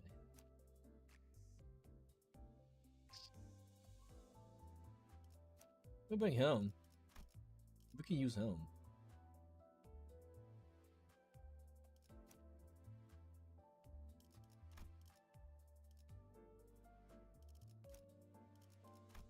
Okay. I think that was for resting or some shit. Attack right? enemies when holding down and releasing the unique attack button just before an enemy's attack hits. Instead of this combo ending on the combo finisher, the same combo can be chained into another combo by using a normal attack just as the combo finisher connects. And these follow-up combos get shorter each time they're looped, which reduces the amount of time it takes to perform combo finishes and more combo loops. Landing a combo finisher increases Yodara's triple shroud marks, which heavily influence the effectiveness of his skills depending on the amount he's gained.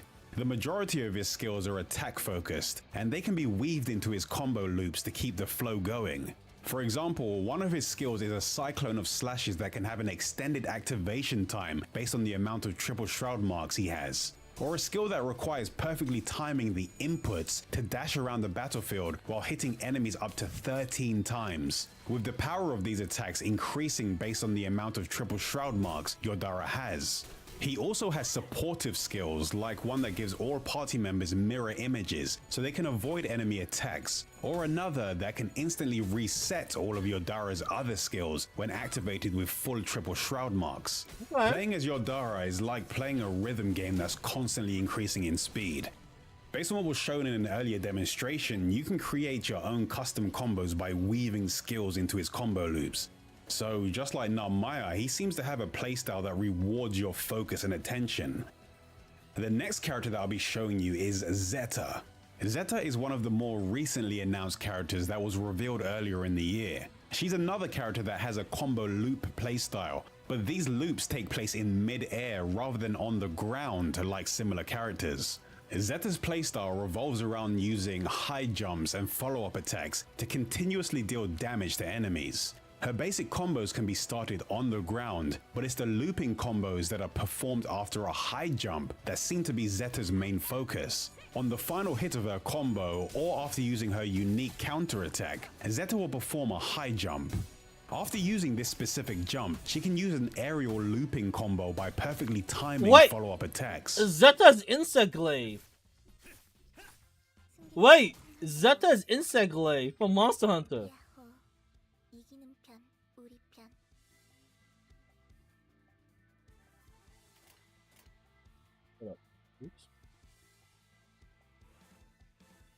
And each time this combo is looped, her attack increases.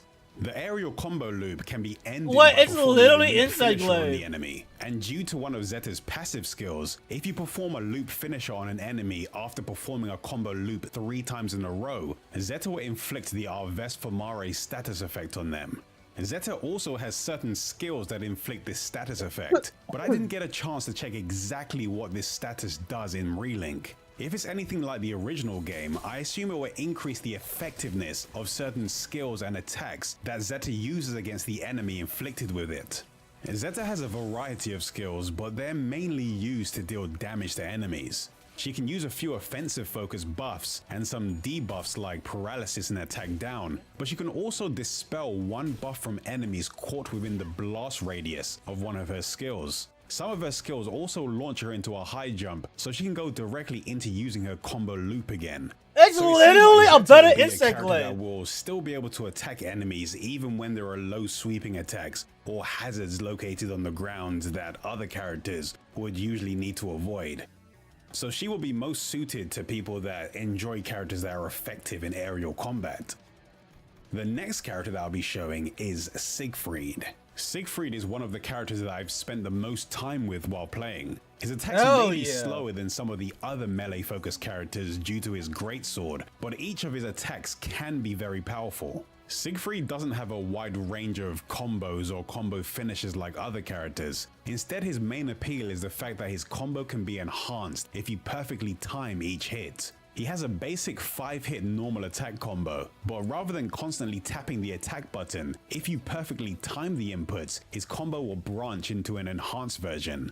There's no clear indicators to show you the perfect time to use an attack, outside of paying attention to his animations and eventually training your muscle memory to learn the input timings. But when you do get the timing right, Siegfried will glow red and his animations will gradually become more impactful the further you get into the enhanced combo.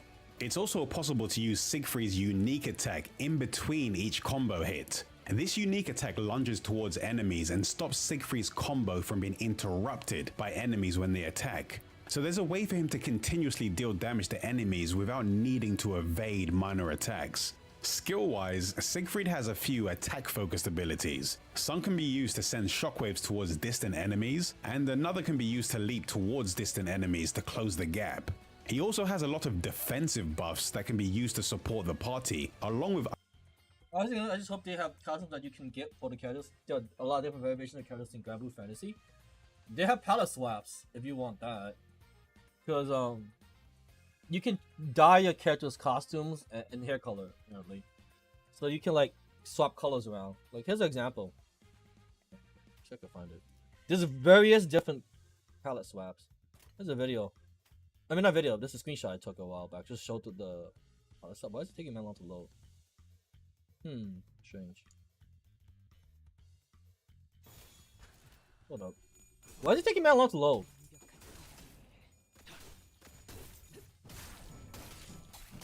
This one. Like, this is not the normal default color. You can see how Siegfried is like a little bit grayish. And he has blonde hair. I mean, not blonde, brunette hair or some shit like that. You can, change the character's armor color, hair dye color, and everything. Like, you see Narmaya, Fairy, and everyone else. So, I mean, you have that, I guess. Other skills that can be used to counterattack enemies or enhance his perfectly timed attacks. Siegfried is a very straightforward but powerful character that rewards people for their careful timing. It won't always be easy to perfectly time your combos, but you're not heavily punished for failing. Instead, you're encouraged to succeed since you'll benefit from the high damage potential of his attacks. The next character that I'll be going over is Vaseraga. Vaseraga was announced at the same time as Actual Martins, yeah, I don't think they're gonna get that unless like they start selling costume DLCs. Because the only one that gets costume DLCs are the Sony pre-orders, and they're only getting it for the main characters. So you can hope for it, but it probably won't happen. You get dyes. You can dye your current armor to a different color so it won't match the default character or other players' characters. But that's, I'm pretty sure, as far as it goes for customization. You can change out the weapon though. The weapon model changes if you like get weapon skins or get a new weapon. But I'm pretty sure the costumes stay the same, unless they like release custom DLCs for other characters.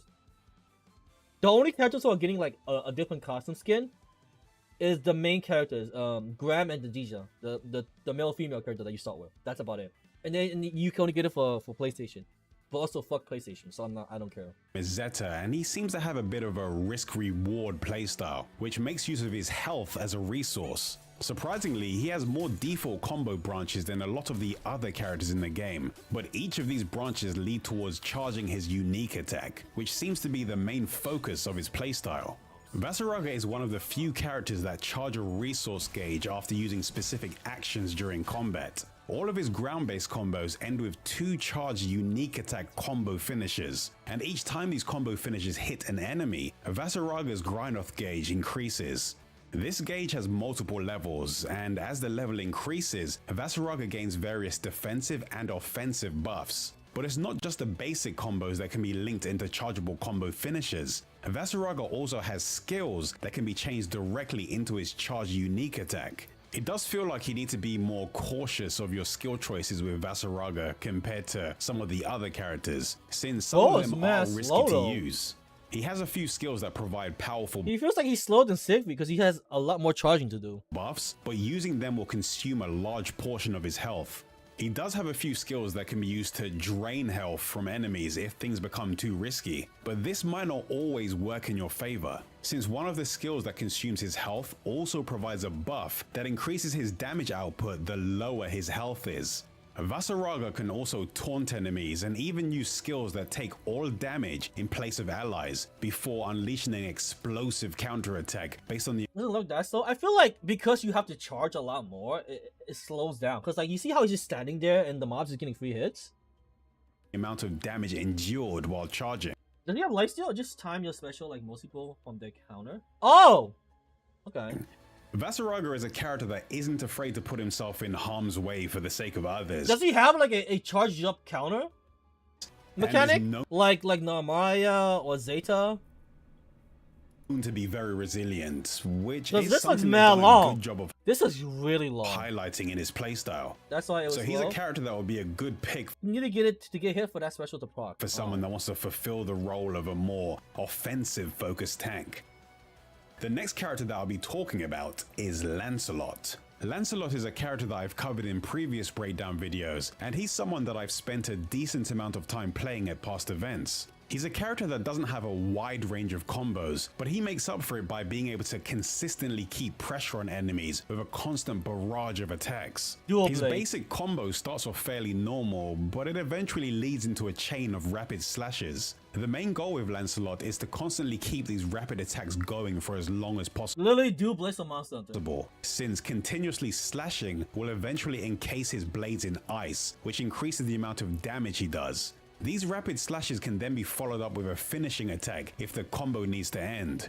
Lancelot's unique attack, Twin Blade Dance, can be used to dodge in various directions mid-combo. If you manage to perfectly time this dodge, you can continue a combo. Wait, what?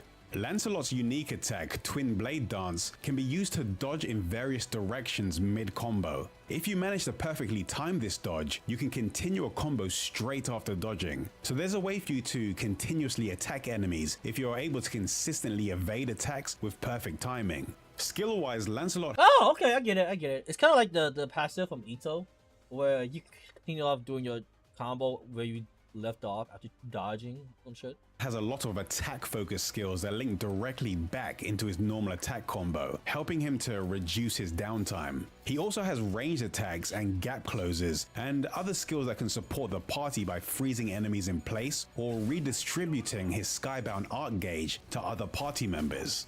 Lancelot doesn't have a wide range of combos, instead the goal in playing him is to never stop attacking. Even his evade is also an attack, so if you can practice perfectly timing his dodges, you'll still be able to deal damage to enemies in situations when most other characters would need to stop attacking and move to safety. But the next character that I'll be explaining is Vayne. Just like all the other Dragon Knights, Vayne is another character that was announced fairly early into Relink's development. But Spear guy, the spear tank guy. I mean, information about him is available, I can give you a better idea of what you should expect from his playstyle.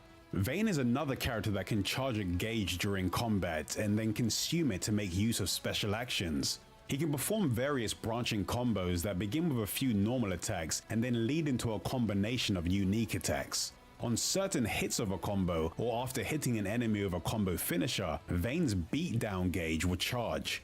The beatdown gauge can be consumed to perform a powerful beatdown combo by repeatedly using his unique attack. Vayne's unique attack can also be used to block enemy attacks when used with perfect timing, which allows him to continue attacking without interruption. Skill-wise, Vayne can use a variety of defensive and self-healing abilities to sustain himself throughout battles, like being able to create an invincibility barrier that can protect nearby party members, or being able to fully restore his health and remove all of his debuffs if his health drops to critical levels. And as expected, ability with use gauge will charge.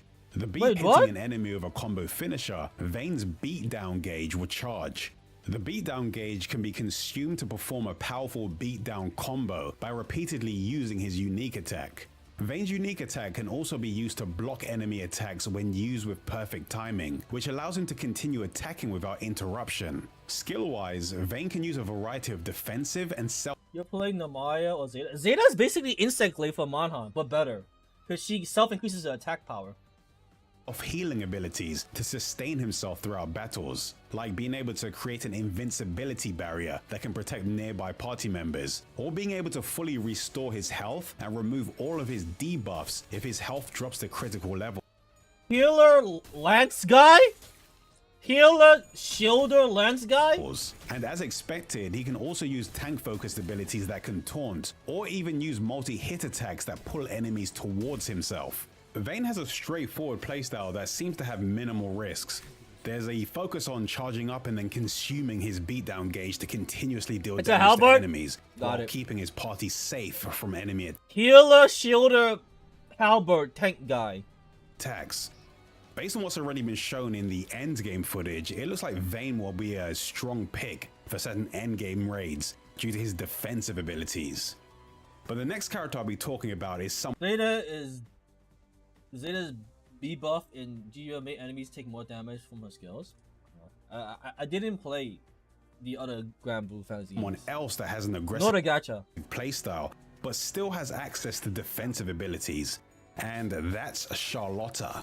Charlotta is a highly mobile character that has a similar playstyle to Lancelot, but instead of having an emphasis on evasion, Charlotta focuses more on defense. Just like Lancelot, Charlotta's basic combo also leads into a series of rapid slashes that can be followed up with a combo finisher. But one of the things that sets Charlotta apart from Lancelot is the fact that her combo finishers can be chained into various follow-up attacks. Using Charlotta's finishing attack or unique attack activates a high jump that can be followed up with a gap closing lunge attack or a downward dive attack depending on the input used. High jumps can also be used as a defensive action, since perfectly timing a high jump will block an enemy's attack and allow Charlotta to continue attacking. Hold on. Let me decide this option first and we'll keep watching.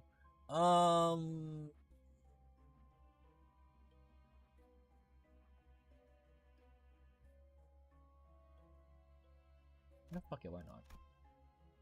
I don't know what else to pick. Without interruption. Using Charlotta's rapid slash combo provides her with other benefits too. This combo activates Charlotta's passive skill, Noble Stance, which causes her sword to glow and enhances her attacks. This passive can also be activated when using link attacks or by activating skills. When it comes to skills, Charlotta has a mix of attacks and defensive abilities.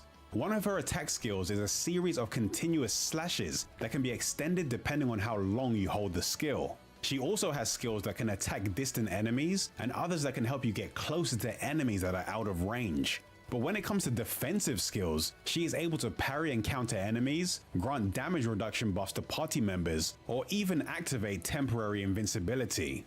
Charlotta is a character that can keep pressure on enemies with constant attacks, while still being highly mobile and evasive. Being able to rapidly deal damage to enemies most likely means that Charlotta's Skybound Art Gauge charges faster than other party members, so she also has a skill that can redistribute her gauge to other allies, which will most likely make her a strong pick in Skybound Art focused teams. And the final character that I'll be showing you all today is Gandagoza. Gandagoza was a bit of a surprise announcement for me, since he wasn't someone that I thought Cygames would include in Relink's roster, but I'm glad they did, since I was hoping they would add more martial arts focused characters into the game. Just like Siegfried, Gandagoza's main combo is pretty basic to start off with, but this combo has an enhanced version if each attack is used with perfect timing. But the thing that sets this Fist Siegfried, literally just punching Fist Siegfried combo apart from Siegfried is that the combo finisher generates a resource called Eternal Rage if it hits an enemy. Eternal Rage can also be generated by performing link attacks on enemies, and as Gandagoza continues to gain more Eternal Rage, it increases the charging He does millions of damage? Yeah. So does Siegfried. Speed and damage of his unique attack, Raging Fist. From what's been shown, Raging Fist is a powerful burst attack that can deal a large amount of damage to enemies in a single One Punch Man looking ass? hit. When it comes to Gandagoza's skills, they can be used to perform additional damage dealing attacks or provide a few useful offensive buffs. Based on what I've seen, Gandagoza might be able to fulfill the role of a counter-attack tank, depending on the cooldown He's a counter tank, okay. of certain skills and his build. He can increase his hostility to make enemies more likely to attack him, restore his own health, and use skills that can increase the amount of damage he does as his health decreases. Since his Eternal Rage charges through link attacks too, Gandagoza may be a character that makes use of Perfect Guard more than Perfect Dodge. Perfect Guards can reduce the damage from attacks, but it can also knock enemies off balance and rapidly charge their stun gauge, which leads to more link attacks. This will help to charge his Eternal Rage and create opportunities that can benefit the whole party. CC Specialist then, CC Specialist. These are all of the currently announced unlockable characters in Relink so far, but if they announce any new characters, I'll create separate follow-up videos about them. I'll put a link to my Granblue Fantasy Relink playlist in the description, so you'll always be able to stay up to date with all of the latest character information. Granblue Fest 2023 will be taking place soon, so I'll have a lot. Lit.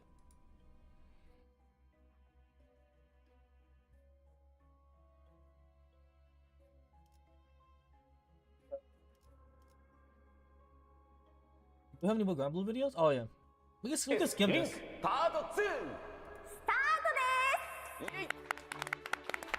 We can skim this, I guess. So many good stuff. This is an hour long. こちらですね、本日のお品書きグランブルーファンタジーおしらおの原作サクッという父の手紙を聞く頃から彼らのことをちょっと知っておいていただけるとよりスムーズに楽しめる選択できます。材です。しています。ルリアや彼らとの出会い、初めの旅立ちのきっかけなどは、 Oh yeah, I forgot they had an anime. The anime was not bad actually. Like animation wise, it was not bad. But I think that was also because I think Ufotable did one of the animations. 原作のストーリーをなぞる形 Oh, で UFO テレビアニメのシーズン How about you 1 say? でも描かれていますが、トラブルのそこにチェックがあるっていう方も少なく Oh yeah, I forgot. I think that they're saying you can watch Granblue Relink anime for free right now for a limited time. ない I'm pretty sure. はい、はい、 Let me see. 描かれています。 Check out the first 7 episodes on the official Saiyans, and yeah, you can watch like Granblue Relink. I mean not Relink, but like the animation for free right now on YouTube. 目の次でが命を強化いたします。Steam にて対戦格逆にそうですね。ということで原作を知らない方でもすっと物語にはなどなどなっています。アクションが苦手な人 Rich character customization. Okay, we'll see about that.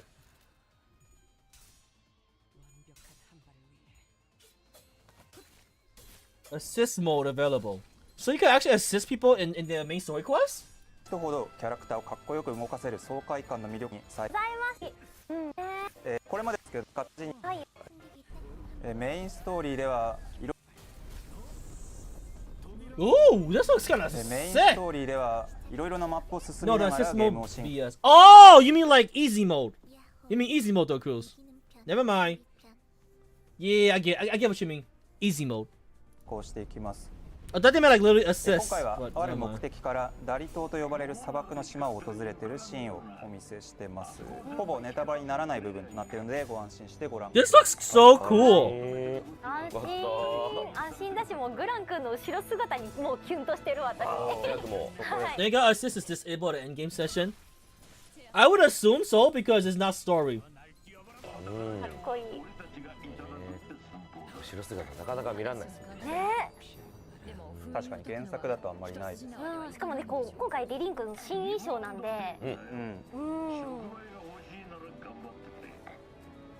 ピー君の動きがいいんだよ。可愛いですね。 It's Paimon! I mean, Zayn. You know what I mean. I'm not fucking say Paimon. マントの But it's actually Zayn. すごくやっぱいいですね。ここすごい広いマップなんですけど、すごい。これ全部歩けるんですか？大体。床、まあ砂になってる部分は大体歩ける。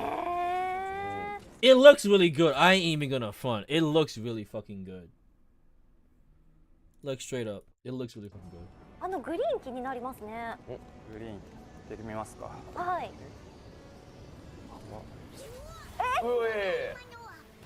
すごい。 Hey, what the fuck? Oh. すごい。 I get it, I get it, I get it. マップが広いからの配慮。They could have just given like a motorcycle or like a hoverboard or some shit. You gotta make him skate across the sand dunes with the wind boost. Alright. 他のみんなもちゃんとついてくる。Really? すごい。こういうトレジャーもマップに落ちてたりする。集めて、まあ強化だったりに使えるやつですね。今俺の声した何かに使えるかもみたいな言ってましたね。すげえリリンクから俺の声がするすげえ祈り場って何でしょう？祈り場がまあセーブ。 Okay, does add mounts delay the game for 2 more years? Never mind. I mean, yeah, honestly, yeah, just add mounts. Shit. It'd be pretty cool to instead of just like the scuff sliding shit. I mean, I'm grateful they're releasing the game soon. ポイント的なものなんで。 They could have added mounts, to be fair. まあシェロちゃん。Let's see. There's just interaction with the game UI. なんじゃないですか？封印を解こうとしてるんで。What is that? 人物かちょっと。知らないキャラクターが喋ってますね。確かにそうですね。まあどういう人物かちょっと。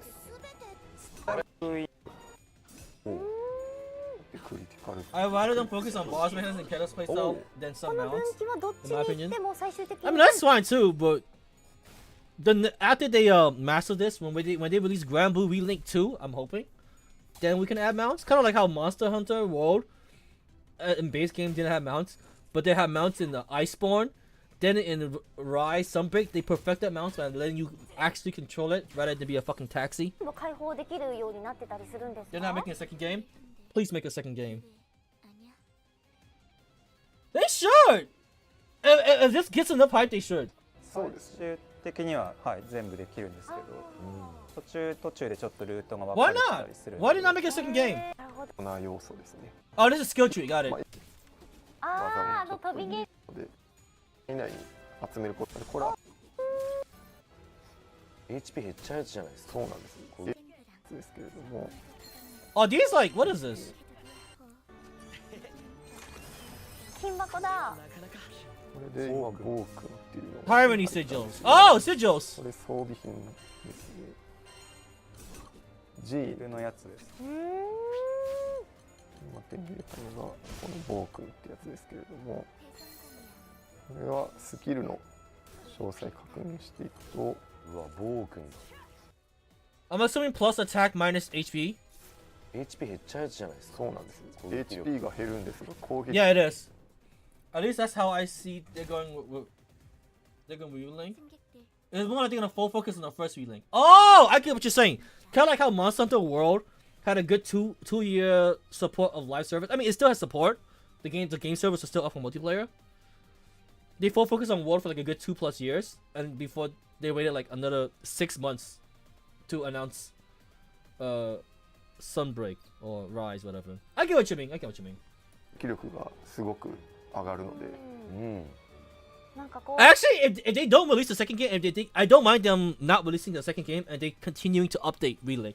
If they continue to update Relink, that'd be fine with me too. I'll be honest. I'm fine with them just like sticking to Relink and just continue to update it. スキルとかもやっぱりね、原作のグラブルに馴染み深いものがあるんですね。そうですね。結構いろんな組み合わせ人は多分。黄色大丈夫。このゲージマを復活させてあげると今あとPC 補給しに。助けて。なるほど。Is this like just like the beginning gameplay story or whatever? 親切な。アイテムが取れるクエストを絞り込む。これらからどれでも取れますよ。ああ、しかもクエストクリア報酬も。そうです。これでさっき手に入れたマテリアルを使って上限解放ができる。さらに強くできるわけですね。はい。レベル50まで上げれるようになる。I can tell this is gonna be a fucking grind. I can tell it's gonna be a giga grind game. That was only 1 star and he gained plus 20 levels. And it goes up to 1, 2, 3, 6 stars. Those crustables that looks like a purple orb or spark. What about them? ありました。いや、星が6段階あるんですよね。いや、私も気になってました。段階が結構あるなって。これは、いけるか。いけますね。アイテムが。で、ここでお任せ強化っていうのもできて、最適な自動で選択してくれること。Whereas Resource Core CP and Granblue, they would use to change jobs for the main character. It's gonna follow the original Granblue grind. こういうお知らせもしてくれるんですね。This sounds like a lot of grind. 消化します。I mean, I don't mind, but damn. はい、おお、これで10円までいった。かなり強くなる。うわ。ちょっと足んない。次は足りないですね。これはまあもっとストーリーを進めたり、上位のクエストに行ったりして。どんどん強化していく感じになります。上位素材感ありますもんね、名前に。ハイマテリアル。で武器強化以外にも武器の作成っていうもので強い武器をバッと作っちゃうこともできます。これもまあ素材が必要ではあるんですけれども、まあイオの。Yeah, but what if you want to level like multiple characters? It's gonna take mad long. So I see why.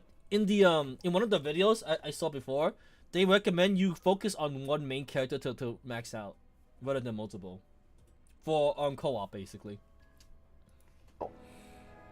Don't spread your resources then. Just go all in on one character essentially. Select the main, focus on one character. このジェズルという武器作れそうなので作っちゃいますね。You can level multiple characters, but it's gonna be resourced in. Like you could use multiple characters if you want, essentially, but. Your resources probably won't be as available for them. 装備しておきます。でさらに強化もきますね。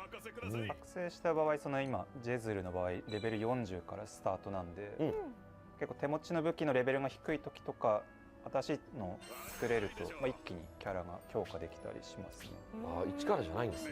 ありがたい。強化素材は素材でまた必要なので、で武器も一応集めていくとちょっとメリットがあったりとかはするので、武器ボーナスはキャラクター強化の中に There's a collection tab! Oh my god! There's a collection tab. The collection tab found under masteries is another set of bonuses for collecting weapons. にこの武器収集ボーナスっていうのがありますね。おお、収集。Dokus, you should be familiar with this. Yeah, this is just the 3D Gamblu. こちら新しい武器を Guardian Tales too, remember? The 武器 same など shit? は The Guardian is こ gonna be a うジェズ nightmare. ルの項目が解放されたり、武器ごとにそのパッシブを解放できるんですけど、これ装備して I guess they're actually gonna full focus on Grand Blue Wheeling for many years to come if this is the case looking at it. I'm guessing they're gonna support this game for a long ass time, which is fine. I kinda wish they reduced the grind a bit. There's a reason why most Grand Blue players in Discord only come back for the free polls. For the gacha game? Fuck the gacha game. I guess this will be a live service game for a long ass time. They literally put the live in live service. We really down here. They better put drop changes in for the main character. We'll see.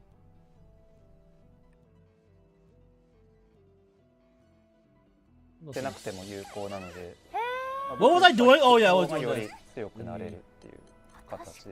うわ、パッシブなんだ。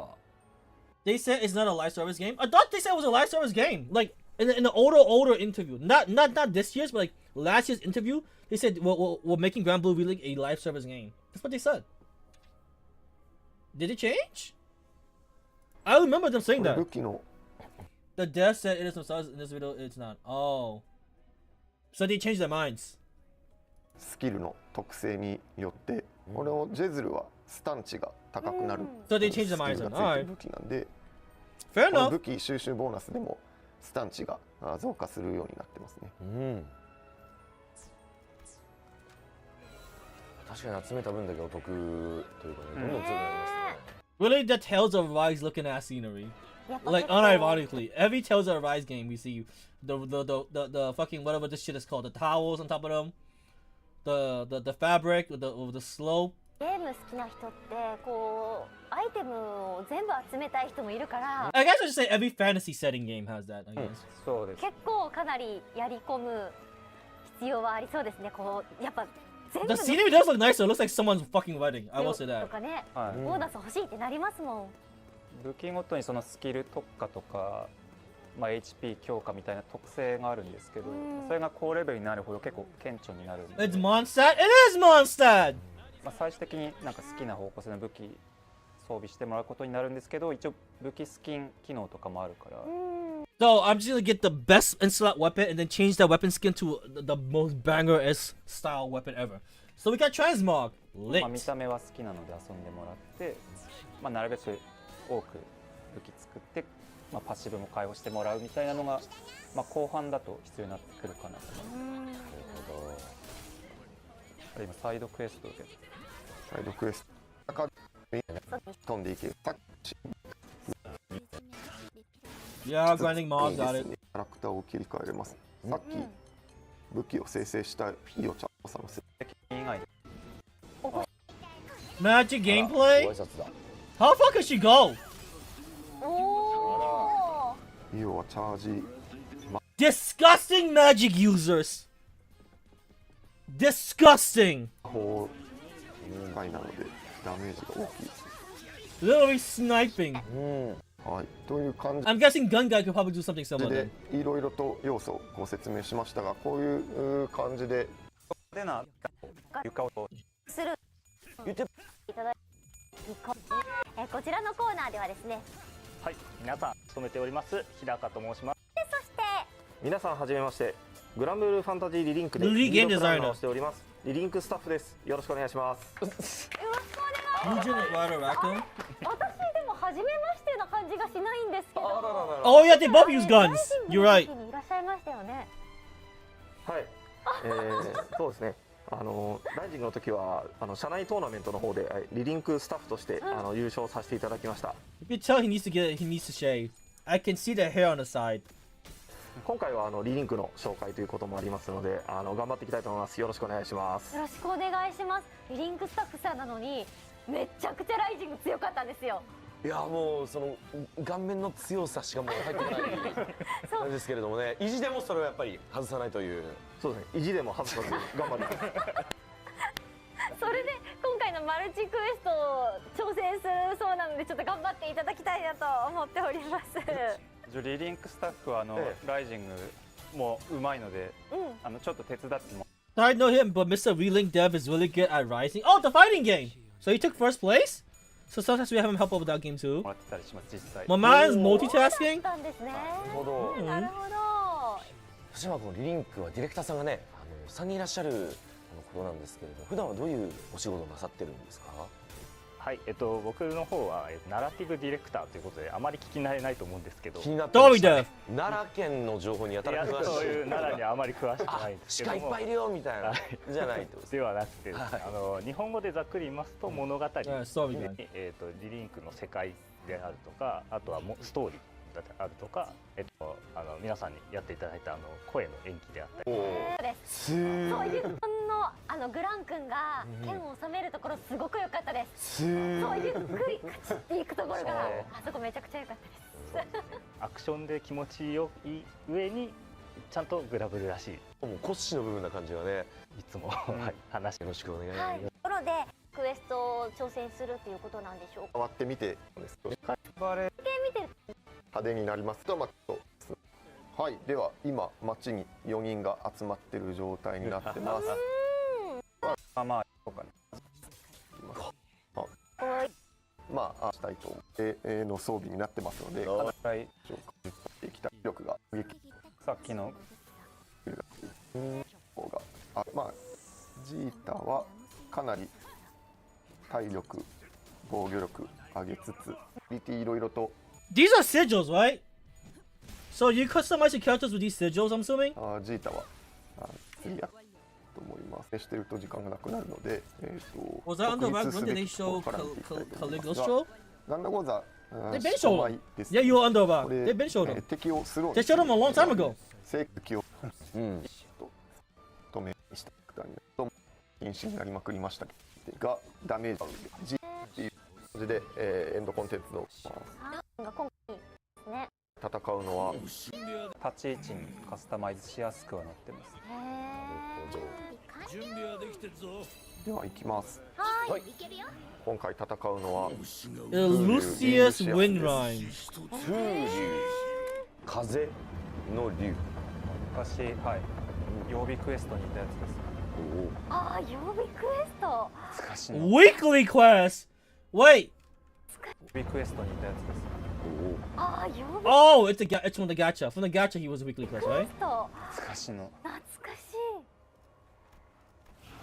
うわ、強そう。ひえ。The music's kind of good. I ain't gonna front. The OSC pretty good. 曲が。さあ始まった。My man's got a fucking submachine gun? Is that what that is? It looks mad futuristic. It's not like wooden. It's metal. What the fuck? まあマッチョか行動不能系何回もやるとちょっと Really? やっぱり上がっていくんだ。いやでもダメ。 I thought we was in the world of actions and swords and magic. My man's pew-pewing from a gun from the 21st century. What the fuck is he doing with that? 数がさっきのとも桁違う。うわー、41万とか。ね。Oh, he's getting fucked up. 危ない危ない。おお。トレンドコンテンツだからね、本当。気を抜くとやっぱり他のキャラクター。あ、何だ？おお。走り方かわいい。おお遠距離でああやばい。わあバイオわあどういうのかなあらららパンダさんがこういう時誰かがだと You already got fucked up! How long was this fight? Holy shit!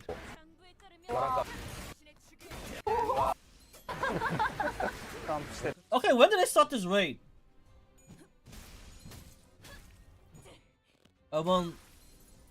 So it's been 6 minutes. Okay.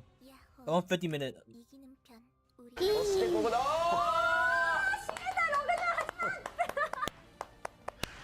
So on average, probably 10 minutes.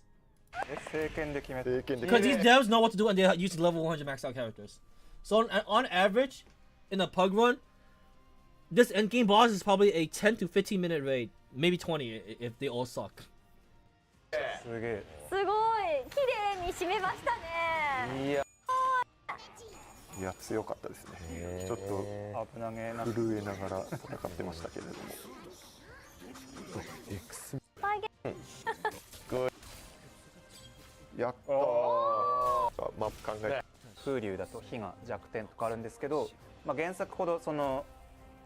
There's also an element the Murder was fake to fire, but it's not as useful as it is in the original game. なんだろう縛りというか重要ではないので、まあ基本的には好きなキャラクターとか好きな編成でまあ遊んでもらえればなとは思ってます。ありがたいですねそこは。ねえもうそうなるとねやっぱ自分の好きなキャラクターをどんどん強くしていくことも可能ですもんね。ありがとうございます。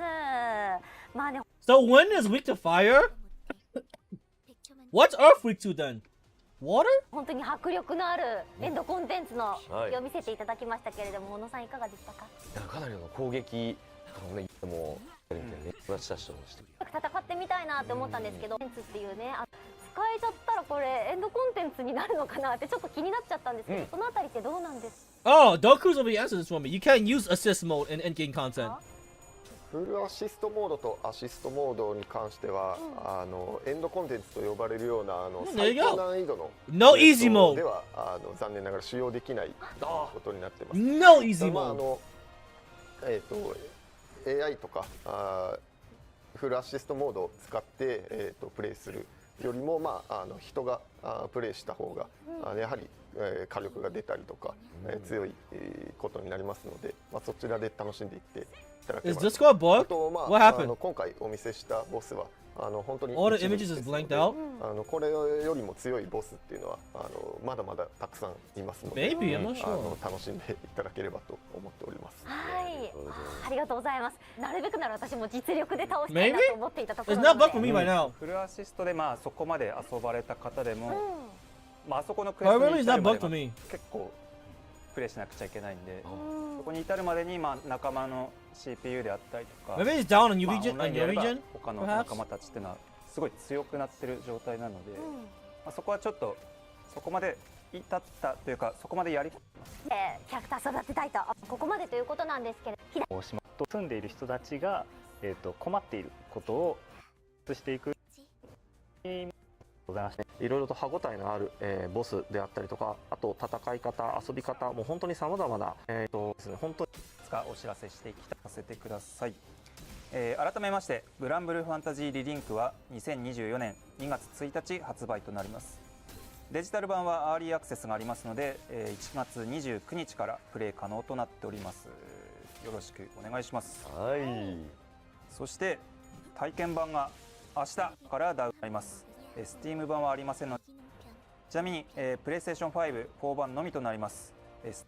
I will accept your apology if you give us some goodies. Wait a minute. Okay, no, I'm not the only one for you. What happened? I can't see it. Steam 版はありませんので、ご了承ください。そうですね。ぜひ楽しんでいただけ遊べるようになってまして、チュートリアルモードは基本操作の練習がされるのを見てくれ。ジークリートさんもいる。気になるのは使えるんですか？はい、使いますかっていう。Nobody can see shit. 気軽にスタートっていうか、少し遊んでもらえたらと思いつつ、飽きない程度に。まだまだ。またはぜひ。はい。インゲームアイテム検討ください。よろしく。製品版にはいくつかのエディションがあり、パックテムセット、技研、スターターゲームスキン機能可能で、これもスタッフ武器強化に作って最後のことです。Oh, that's the thing I was talking about, the dying armor shit. プレイ、気分が、いくつかの場で好評、プレイステーション版、Steam 版同士、プレイステーション版はプレイステーションつけます。いただくマルチプレイでのマルチプレイをこうに選んで一緒にやってですね、次になっていたところなので、このあたりのご説明。基本的にはサイゲームスがライジングの方でもお伝えしてるんですが、よく Twitch で配信する際に BGM をオフにして権利関係に。ただ今回アーリーアクセスは配信のタイトルとかというかタスカとかはリリンクの配信見る際はネタバレがあるかもと思いつつ、そうです。大丈夫ね、ありがとうございます。はい、についてです。フェスでもコンテンツを配信していく予定です。発売1ヶ月後からいくつかの内容なんですが、グラブル時。Hold on, let me set my auto real quick. 聞くとやっぱりストーリーとかキャラクターをどんどん追加していくゲームなんでしょみたいなイメージを抱かれる方が多いみたいなんですが、ライブサービスが So it's not gonna be a live service game anymore then. ゲームではありません、というのをちょっと言わせてください。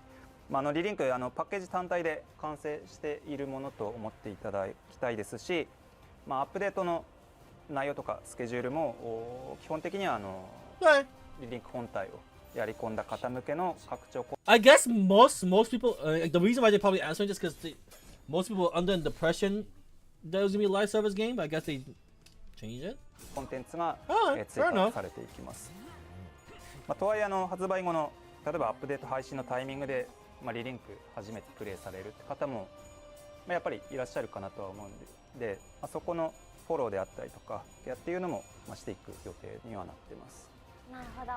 じゃあアップデートをきっかけにこれから遊んでみようかなっていう方ももしかしたらいるかもしれないですね。そうです。やっぱ発売日に買ったけど忙しくアップデートを始までにやり込めてないっていう方でも安心できるみたいな形。そうですね。やっぱりコンテンツが単純に多くなるんで、そこを魅力に感じてその時点で買っていただいた方がなるべく早く見つけるようにみたいなフォローはしていきたいなとは思ってます。はい。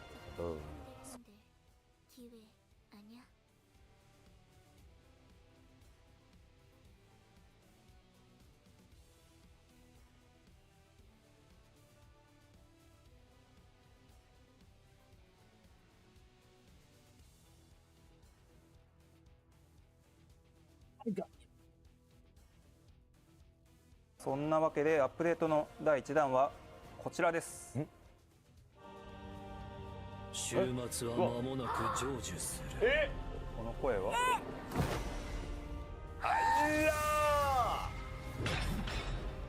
Can he be a playable character instead of a boss though? 本当に出ます。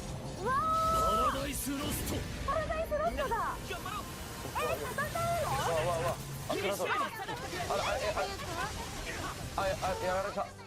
全滅しましたけど。クライシスです。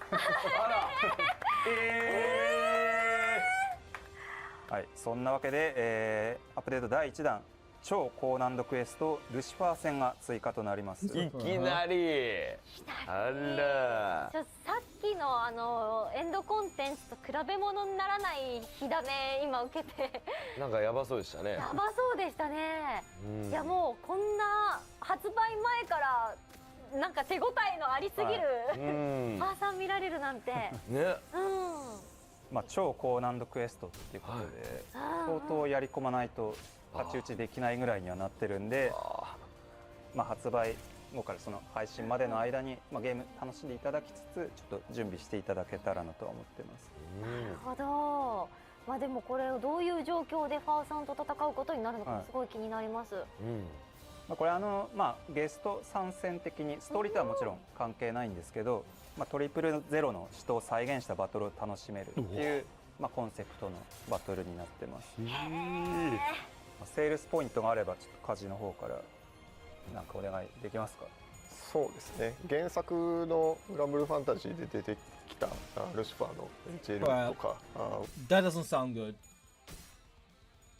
は、まあ、RPG 的な高難易度っていうところだったと思うんですけど、まあ、今回リリンクの方ではアクションゲーム的に超絶高難易度というところで、まあ、原作を再現しつついい Oh, now I see it, Doku. I see the blanked out images.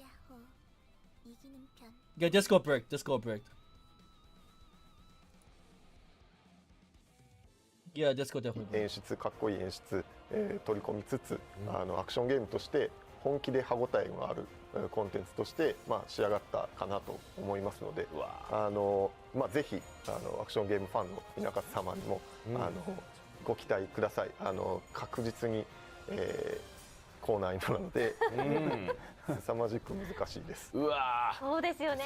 パラロス食らってましたけれどもね、他の演出模様も I can already see the game journalists downplaying this game because it's gonna be too hard fighting Lucilis. I mean Lucifer. もうすごい。 But I guess they call it Lucilis in translation. 演出がね、そうですね。ねえ、いやでもファーさんに会いたいから頑張るよ。うわー、そっか。そう、だって頑張らないと、そう。ね、ファーさんに会えないだろうから。ぜひぜひ。ねえ、うわー、これはやり込まないといけないことが確定しました。で次に、アップデート第2弾です。はい。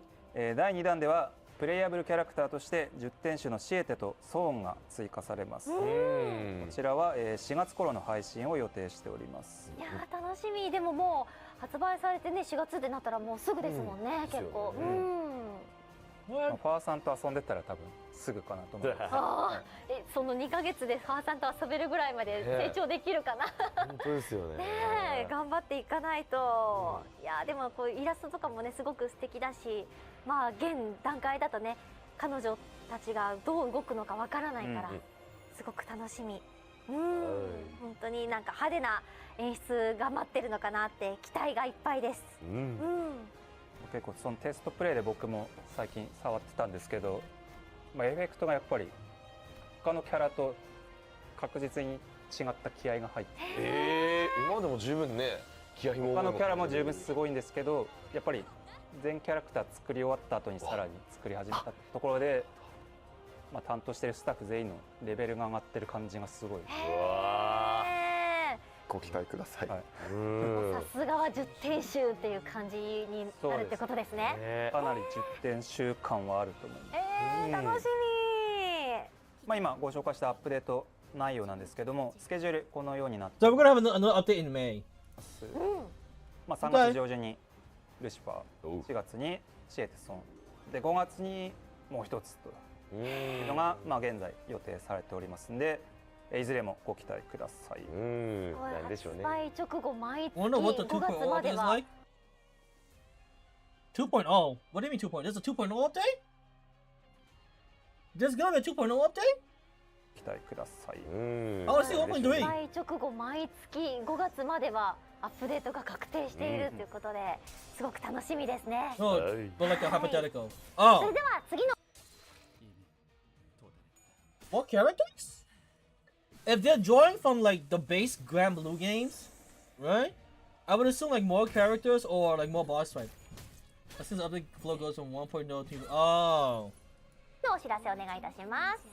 You don't just imagine there's something gonna stop at 1.3? オリジナルサウンドトラックが3月13日に発売されます。現在好評予約受付中となっております。リリンクの楽曲がすべて収録されており、6枚組の大ボリュームなサントラになってます。They still doing CDs, that's wild. まあ成田さん I would assume they would have just stopped at 1.3. そういうカラッカラになってないかな。大丈夫かな。ちなみにこれどのぐらいの曲数、総曲数というか。それは140くらいあります。うわー、そらカラッカラなるわ。本当ですね。まあ曲名つけるのも結構大変でしたが、まあプレイした後にその聞いたり、まあライナーノーツ見ていただけると、まあゲーム音楽ならではの鑑賞に浸っていただけるんじゃないかなとは思います。いや140超えすごいですね。なかなかない。I think they're gonna go for it, but we'll see. 楽しみですね。本当ゲームタイトルつけるのも大変っておっしゃってたから、そのタイトルもやっぱり気になるところですよね。曲のタイトル。そう、ストーリーとかに沿ってのそのっていう。本当。と GBV はい、これはですね、先月発売されました、格闘アクショングランブルーファンタジー VS ライジングに井戸のロビーアバターがロビーアバター。早速。こちらはリリンクを遊んでいただくと GBVSR 側で入手できるようになっています。すごい、そんなねバーサスとリリンクのコラボっていうのがあるんですね。はい。で、入手できるでもリリンク起動して遊んでいただければ。人がどんなキャラクターなのかなので、ちょっとこちらもね。放送のグラブルテレビチャンネルではゲストにジータ役の金本久子さんをお招きします。挑戦していただきます。ね。そのそれでは完成しまして、こだわりすごい詰まってますし。Okay, but I can't pre-order it yet, so you know, whatever. That's cool though.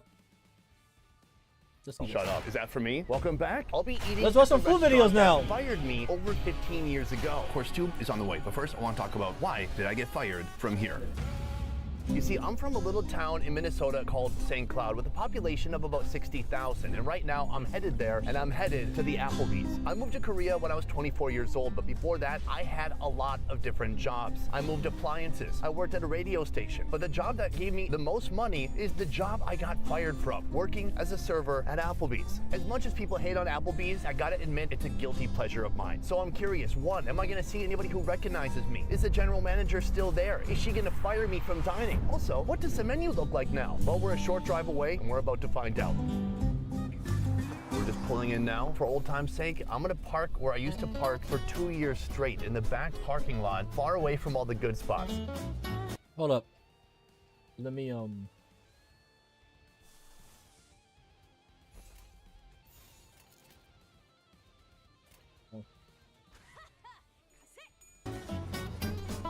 Let's go take a look. All right, here it is, right behind me.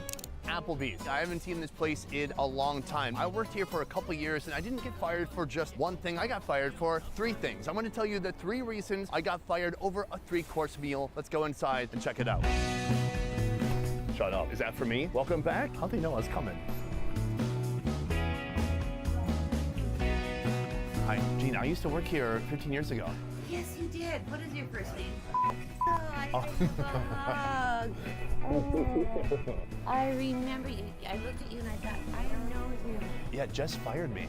What? Oh yeah, it's been a long time. I'm doing okay now though. Well, I'm so glad. Yeah, thank you. It's nice to be here again. Right off the bat, the person who seats us is someone who I worked with 15 years ago. She is one of what we call the lunch ladies. The ladies who just work lunch every single day of the week. They could be vicious if you try to take their shift, but otherwise absolute sweethearts. From here, we're gonna get into the menu. I don't even know what's going on. There's like electronics on the table.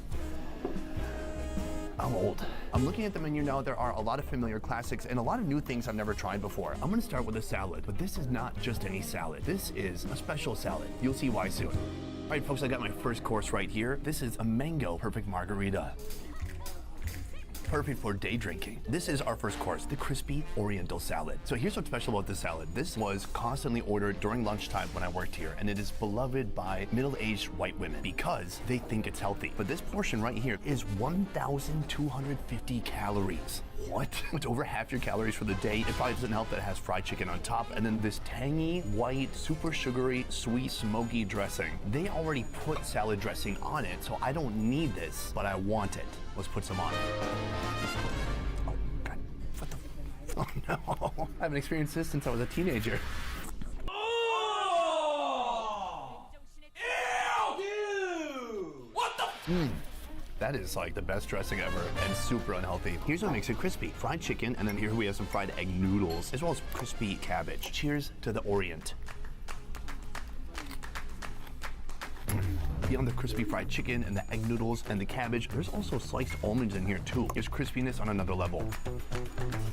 The best part, it's a salad, so it's really healthy. So that's course 1. Course 2 is on the way, but first I want to talk about why did I get fired from here. So when you work at a place like this, you get 3 strikes and then you're out. Infraction 1, what happened? Someone was actually sitting at this very table. 3 people. They had $63.05 worth of food. There was something off about these people. They seemed like they didn't like me for some reason. I didn't know why. I feel like I'm very likable. My wife really laughed at that one. Now, as a server, people might relate to this. Sometimes people will kind of be standoffish just so they don't have to ask for anything and they feel justified in not tipping you anything. Well, at the end of the meal, they wrote me a check for $63 and no cents. So what did I do? I went out into the parking lot, I knocked on the window, they slowly rolled it down. Of course, they did not have power windows. And I said, hey, sorry guys, in my most friendly voice that I could conjure up. And I said, hey, actually the check was for 5 cents more. So they dug through their dirty ashtray, gave me 5 cents and drove off angrily. Well, what'd they do? This is America. You have to call, you have to complain, you have to try to get a free t-shirt. So they did just that. And even though they did something illegal, I got my first strike. Unjust. Unbelievable. Though they did something illegal, I got my first to try to get a free t-shirt. So they did just that. And even though they did something illegal, I got my first strike. Unjust. Flappy Fish best goalie? Unbelievable. This story makes me hungry for our second course. I'm going to order 3 different appetizers. Let's see what they got, because they have a lot of new stuff they didn't used to have. Right here, we have 3 different appetizers that I've never seen before. First, we have our crispy cheese bites. Golden, crispy, and melty bites. These favorites are served with house-made buttermilk ranch and firecracker mayo for dipping. 1,500. Wait! The store did something illegal. Why did he get a strike? I don't understand. Got my first strike. Unjust. Unbelievable. This story makes me hungry for our second course. I'm going to order 3 different appetizers. Let's see what they got, because they have a lot of new stuff. Why did he get a strike for doing his job? They didn't use to I'm have. confused. Right here, we have 3 different appetizers that I've never seen before. First, we have our crispy cheese bites. Golden, crispy, and melty bites. These favorites are served with house-made buttermilk ranch and firecracker mayo for dipping. 1,500 calories. If you eat this whole thing, the good thing is those calories are going to shoot straight through you like a rocket. Sometimes the cheese plugs other people up. For me, like a missile. You miss Applebee's? He got fired from it. That's a lot of calories. Let's see if it's worth it. Oh, I love it. I love it. The cheese curds don't have a thick coat on them. It's a really light breading. They're greasy. A nice white cheese inside. Here's what you guys in Gen Z don't realize. When I was a kid, you could get cheese curds maybe once a year if you went to the state fair. Now, they're everywhere. You just don't know what it was like. You guys with your internet, and your OnlyFans, and your interesting porn categories. Anyways, on to the next food. Right here we have Brew Pub loaded waffle fries. Load up on fries and flavor with our crispy waffle fries topped with a blend of melted cheddar cheeses, Blue Moon, white cheddar, beer cheese, and I have a totally unrelated question. How good is Arby's? Have you guys ever been to Arby's before? I've never. How good is it? Are the fries good? Are the burgers good? Do y'all know? Applewood smoked bacon. Let me know. Served with house-made buttermilk ranch dressing. Take a look at this bite right here. Creamy, cheesy, bacony. And if you eat this whole plate, it's only a scant 1,520 calories. That's wild. Cheers. I need a napkin or something.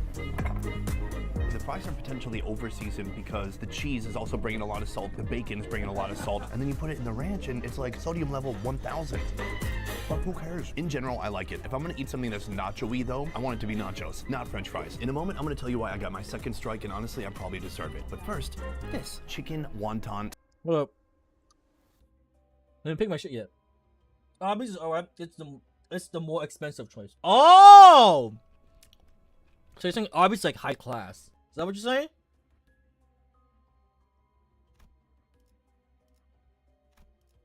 What does ranch taste like? I've never had it. Kind of like mayo. I don't think there's an Arby here, but I keep hearing that curly fries are the best. Alright, I'm gonna order some Arby's later today then. Fuck it. I like the curly fries a little more than Carl's Jr.'s.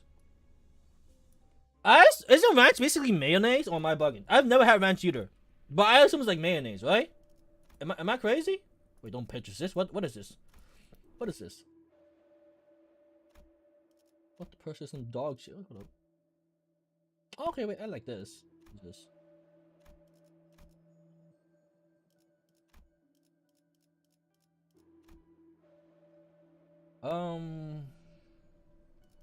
Fuck it.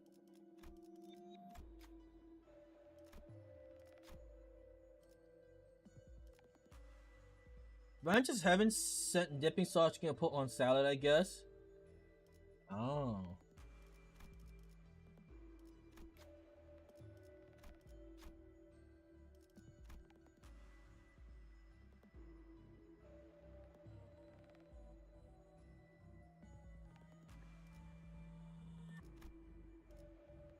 Next.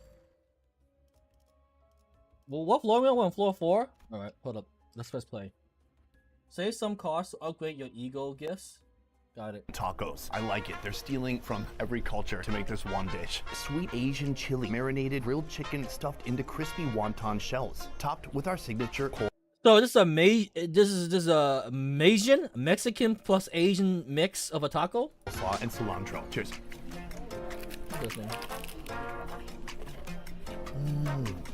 This tastes delicious. It's a great mix between coleslaw, chicken, and then the wonton is super crunchy. Wonton shells, they were underutilized probably for hundreds or thousands of years, and now people are finally figuring out that they can be used for so many things. I recently was in Las Vegas, and a woman was stuffing wonton shells or egg roll shells with mac and cheese. It's one of the best things I've ever tried. Applebee's has some wacky fusion foods. Some hit, some miss by a mile. I'm never going to Applebee's then. I'm never going to Applebee's. I've never gone to Applebee's, so I wouldn't know. My life. Love it. And let's get into my second strike, a strike that is not as defensible. Here's what happened. I was working the horseshoe, the area around the bar. In the horseshoe, there is the 7 top, the biggest seat in this whole place. It seats 7 people or 10 teenagers, and that's what I had. And every kid was being good. There were no parents there, but then there's one kid who was just a big old J.O. If you don't know J.O., look it up on Urban Dictionary. And so every time other kids would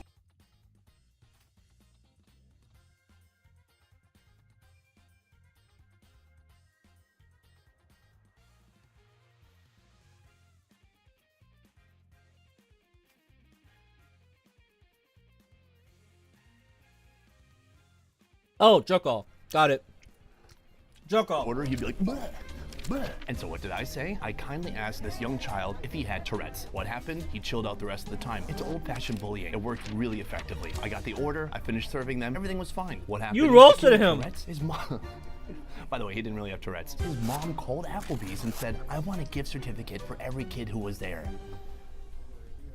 Needless to say, that story was told to my manager. My manager gave me my second strike. Did I deserve it? Yeah, probably. Did I learn from it? Absolutely not. All right, let's get one more course and tell one more story.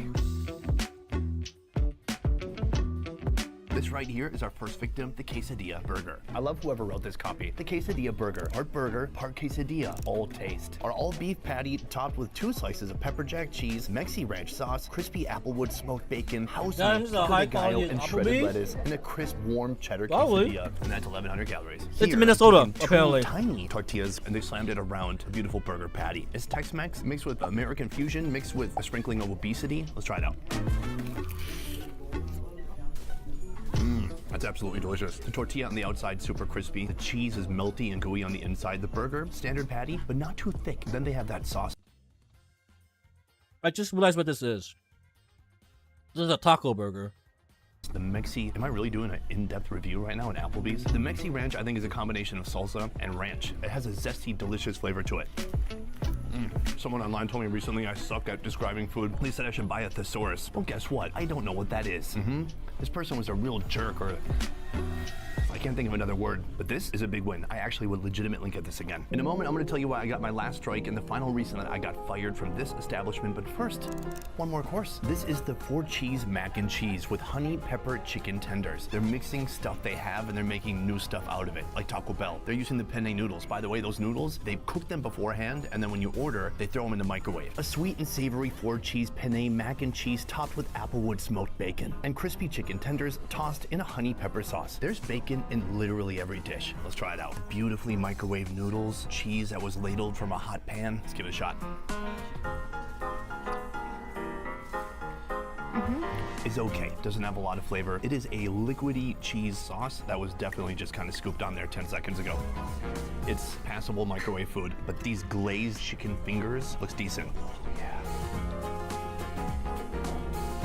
Sweet, peppery, crispy, and it's just okay. So I gotta say, huge disparity. Quesadilla burger, love it. This one, super mediocre. And speaking of mediocre, I got fired from this Applebee's, and here's why. On the day of my third strike, it was raining, it was not busy at all, and so there was no people, and so they reduced the number of servers, but then it stopped raining, and it got really busy. And so I was serving on about 30 people at once. A large set fellow ordered a dessert, and I forgot to put the order in. Right, so 15 minutes later, he goes, hey, where's that dessert? And I did the move I always did, which is I said, let me go check, and my plan was to go into the kitchen and hide in there until the dessert was ready. Instead, he said, nope, don't check, get your manager. Now, does it matter that he was a heavyset gentleman? Damn! He caught your ass. Said, no, don't check. Get your manager. I'm copying this move now. No, I've been a heavyset gentleman. See, that's me being heavyset. Do you know what I didn't do when I was heavyset? Get people fired from Applebee's. So he talked to the manager, and the regional manager was here on the same day. And so together they said, you know what? We have to make an example of this guy. And they fired me. I literally cried tears. So that was my final strike. Now, was that my fault? I forgot to order that guy's dessert. Totally my fault. Did it deserve being fired for? You tell me. I'd like to know your opinion. From here, I'm gonna order a dessert because they have brand new desserts that I've never seen before. In fact, one of them is over 1,600 calories. Let's try it out. All right, folks, we have our final course right here. The most calorie-packing dessert I've ever seen anywhere. These are cinnamon mini swirls. Cinnabon mini swirls are an irresistible sweet treat. Fried to a crisp, golden brown, and dusted with Cinnabon. Why does it have to be fried? Isn't this a sweet food? Why fried? Cinnamon, sugar, drizzled with caramel, and paired with Cinnabon's signature cream cheese frosting. Oh my gosh. I'll be right back. Close the door.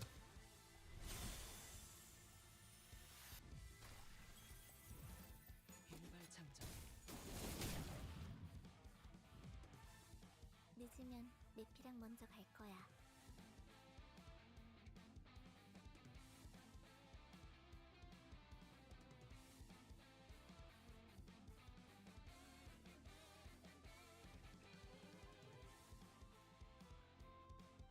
Get back.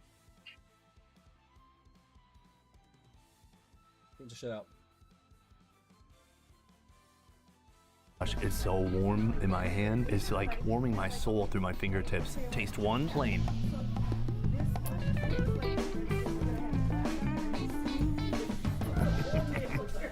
I'm sorry, when it comes to the obesity crisis, this country has zero hope because that's addictive. It's delicious. It's like dopamine surge. And that's not even its final form. But here we have that frosting. Oh yeah, that's not enough.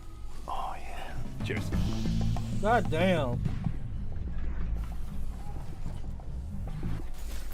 Whoa. They're so sweet, soft. There's crispy, crystallized, sugary bits. There's a profound taste of cinnamon. The frosting is crazy sweet. That's awesome. All right, folks, so there it is. I went to Applebee's. I went to the restaurant that 17, 18 years ago fired me. It's the best thing that ever happened to me. Since I got fired from this job, I had to look for other opportunities. Eventually, that led me to looking for work outside of the country. At age 24, I moved to Korea. I lived there for 8 years. Then I moved to Vietnam. That's where I live now, and that's where I started this incredible show that's changed my life. Oh, and I guess my life changed my life too.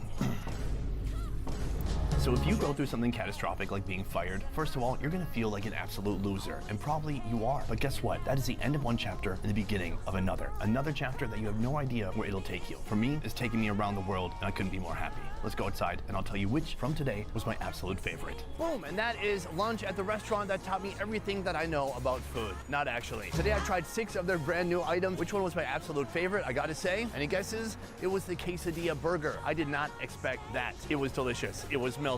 It was gooey. It was crispy. It was zingy. It had a bit of zest, tangy. How's that, Thesaurus lady? Pretty good? Oh, you should have a thesaurus. Anyways, guys, that is it for this one. Thank you so much for watching. I will see you next time. Peace from St. Cloud, Minnesota. Let's go. Cool. If you love Indian food, then What's this? We try Hong Kong's last remaining whole roasted underground hog. It is 4 in the morning and we are at Red Seasons in Lamde on the outskirts of Hong Kong. This is the only underground whole roasted wood-fired pig left in Hong Kong. Wood fire pit, but why? Okay, so every morning the chefs here start the fire at around 4 or 4:30. All 3 pits start with cardboard, which is the kindling, and then a bunch of 2x4s, and then increasing sizes of fruit wood. The chefs here prefer apple wood and a little bit of lychee. Gives it a little bit of fruity smoke, very much echoing some of the barbecue traditions that you'll find in the US and other places. But this is a pure Cantonese technique that dates back to 3,000 years ago, Western Zhao Dynasty. It's smoking up, our eyes are starting to water, but chef is totally unfazed. This is what happens every single day, 7 days a week. And they're building very, very high heat because heat needs to sustain over the course of, wait, come look at the fire. Looks like the, oh my God. My eyes Doing are watering. fire! I'm obviously on my knees to avoid the smoke that's at the top of the ceiling. What the Dude, Chef is like he's slowly increasing sizes of wood into the fire pits. He says they burn up to 600 degrees Celsius. Look at this. That's how hot it is here. He's gonna bring that temperature down to a sustaining around 300 degrees. Y'all wanna work here? Celsius before the pigs go in. I can see why this is the last remaining whole roasted underground hog restaurant. They're still roasting in these underground pits. Those underground pits you don't get anymore. The reason you don't get them is that the government isn't giving out licenses like that anymore. Chef started to the other side. He says he's gonna start cutting the pig. I can see why it's the last Here's one. the butchery room. 2 chefs. 50 pigs a day. During the celebration season, Chinese New Year, so on and so forth, we're looking at least 100 a day. This is a local Hong Kong pig. It was butchered. Doesn't that mean like they have a monopoly on this specific style of pork, whatever? A couple of days ago.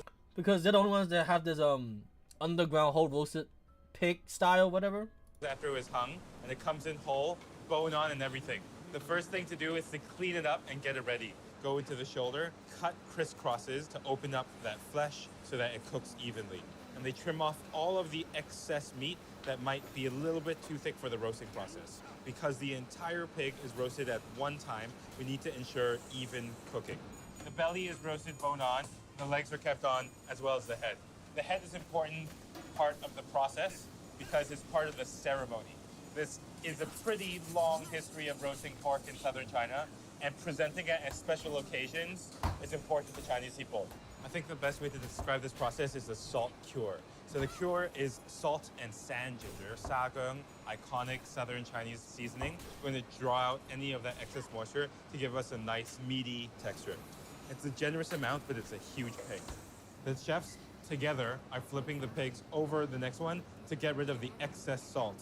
Onto the next pig, onto the next. That is very cool. That's a lot of salt! Sticking onto the next pig. That is a lot of salt! Onto the next. That is very cool. It's like snowflakes. He's sticking a bamboo stick into the tail end of the pig to give it a little bit of structure so that it hangs and doesn't collapse on itself when it's roasted. Chef is going through a process we call song pei. He's lathering the outside of the pig with maltose water. Maltose is a staple sugar for Cantonese barbecue. It's going to caramelize very gently. It's very, very diluted. Here in the middle, this is boneless pork. They're roasted on top of a net. This is the pork that they're cutting up for rice and for noodles. The second type is the ones with their heads dipped inside of a metal bucket to protect it from burning. This step is called bui pei. Chef is dehydrating the pig in a relatively lower temperature oven so that that skin can tighten up. They're not getting these pigs well cooked. They're just trying to dehydrate that skin a little bit, naturally over smoke, over fire. The cavity is facing outwards because he's just trying to toast that skin. He's not trying to cook the inside at all. It's just about 5 minutes. 師傅或者豬幾重啊? Bro, he is sweating a storm. Holy shit. 呢啲燒熟38斤到啦。38 kilograms. That's 84 pounds. And they're gonna go for 50 today. This skin is just warm to the touch. They're just toasting it for the next step. Chef is pricking holes into the side of the pig. This is the primary tool they use. Smaller holes, a little bit more shallow. Here's the second one, longer. The length and the depth at which they are pricking the pork is really important because they need to make sure that the fat is being rendered and fat's gonna leak out, but they don't want juiciness of that pork to come out. So this first step is gonna create smaller holes for some of those gelatin pockets to form. Here's the next step, slightly longer. He's poking into the fat because he wants the fat to render out to the outside of the skin. You know when you make chicharron, trying to get the pig skin to puff up and you're frying it? The frying part is the lard coming out of the fat of the pig. So this is really quite technical. That final roast begins. These pigs are gonna go in between an hour and a half, evenly spaced out with the back facing the center of the oven. I would like to emphasize that the two chefs have not said a single word to each other, just on autopilot. As the pigs go in, the room begins to smoke up once again. Chef says, the first 30 minutes or so are about setting the skin of the pig, slightly higher temperature. The ideal skin in Cantonese pork is called sesame skin, jimape. Heat is going to cause fat to render. That fat, as it renders out through those little holes, it's going to fry the skin basically on the outside, inside out as it dribbles out. As that's happening, the gelatin that is formed by collagen melting is going to trap any moisture that comes out of that skin to make little bubbles. That bubble, when it hardens at the right time, at the right speed, is going to be crispy. A second step is 30 minutes of more of a bake to continue rendering that fat, to get some of the grease out, but more importantly, to cook the pig itself. It is a lot less warm than it was when we first started. But Chef is staying in this room and he hasn't left for 30 minutes. He's gonna be here until this pork is done, every day of the week. Damn! We got here first thing in the morning, Chef was feeding the oven, kindling, announcer, oh, pork's coming out. Here we go. So it's been about an hour and a half.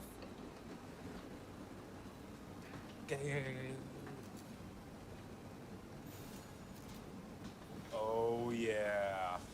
Wow. 小心啊，小心。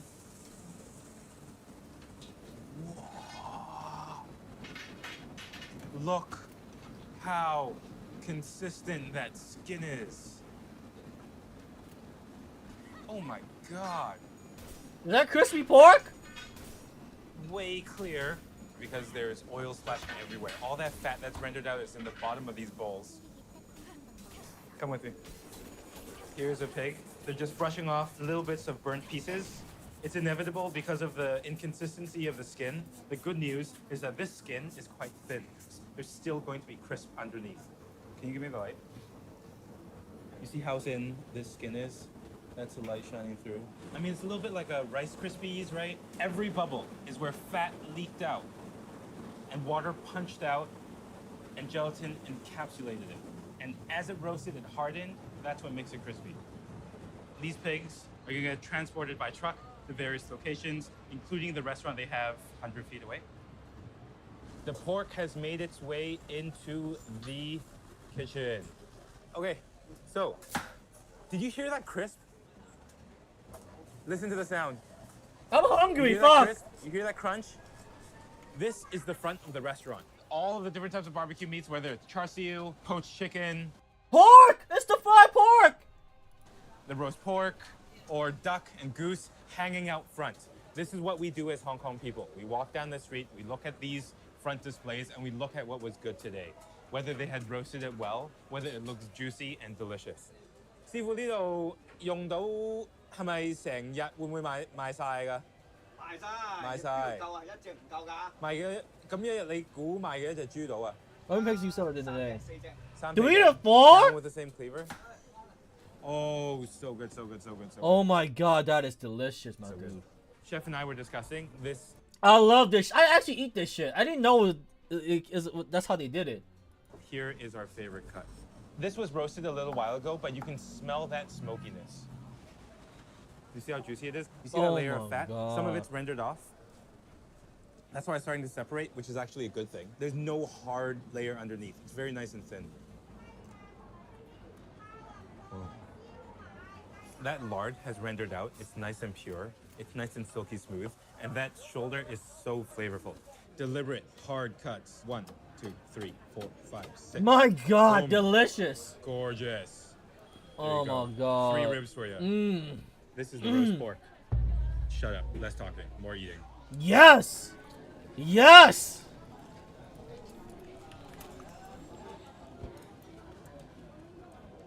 It's just like that first piece of Chef handed me. So crispy, crunchy. Even when it gets to room temperature, it gets a little bit more flavor. This feels like how roast pork must have been a long time ago. Other places, you'll still get crispy skin. You'll still get nice, succulent, tender pork, but you're not going to get that applewood smoke. Here's the move. Mustard. Some people call it Chinese mustard. It's mustard seeds ground, activated for its spiciness in cold water. This is going to cut through the richness and the fattiness of that pork. Here's another cut. On your right, I have your belly. Here is that leg. It's gonna be more intense in pork flavor, technically. This is gonna be juicier. Some people prefer this cut to the belly. I love this shit. I love this shit. I want some of this shit. It's flavorful and it's representative of what that animal and what that meat tastes like in the first place. And if it's pork, it's gotta be meaty, it's gotta be juicy, it's gotta be fleshy. There's something special and sacrificial about eating the entire hog. Here in Hong Kong, when it's cooked like a whole hog like this, people usually order the pig to go to temple, to pay respects to their elders, to pay respects to those who have passed away. They order this for the opening of a business or for a wedding. It's a very, very special thing. And of the roast porks that you can get in Hong Kong, there are none like this one left. Cooking in that oven, those chefs are just doing such an incredibly good job. It is hard, hard, hard work. It's one of the hottest rooms that we've ever shot in. But their hard work pays off because you can taste it, and I get to show it to you. This is part of the pride of Hong Kong. 師傅唔該晒喎，拜拜，下次返嚟。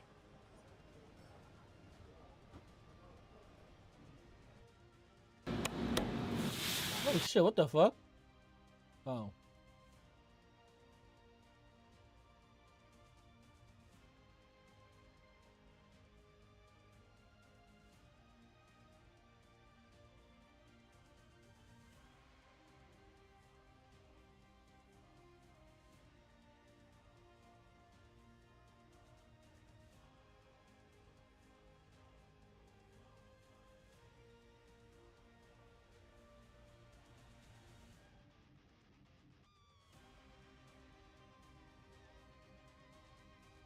I was wondering where that song was coming from, but something from here. What else can we check out? Yeah, showing up. Interview September 15th, 1958. Subject 1, Matthew Patrick. Subject, Godzilla, whatever the hell that is. So tell me, Mr. Patrick, what exactly did you see? You don't understand. It wasn't a person. It wasn't human. At least not anymore. How? It was just a man in a suit. No, it's something else now. It mutated. And it's coming for us.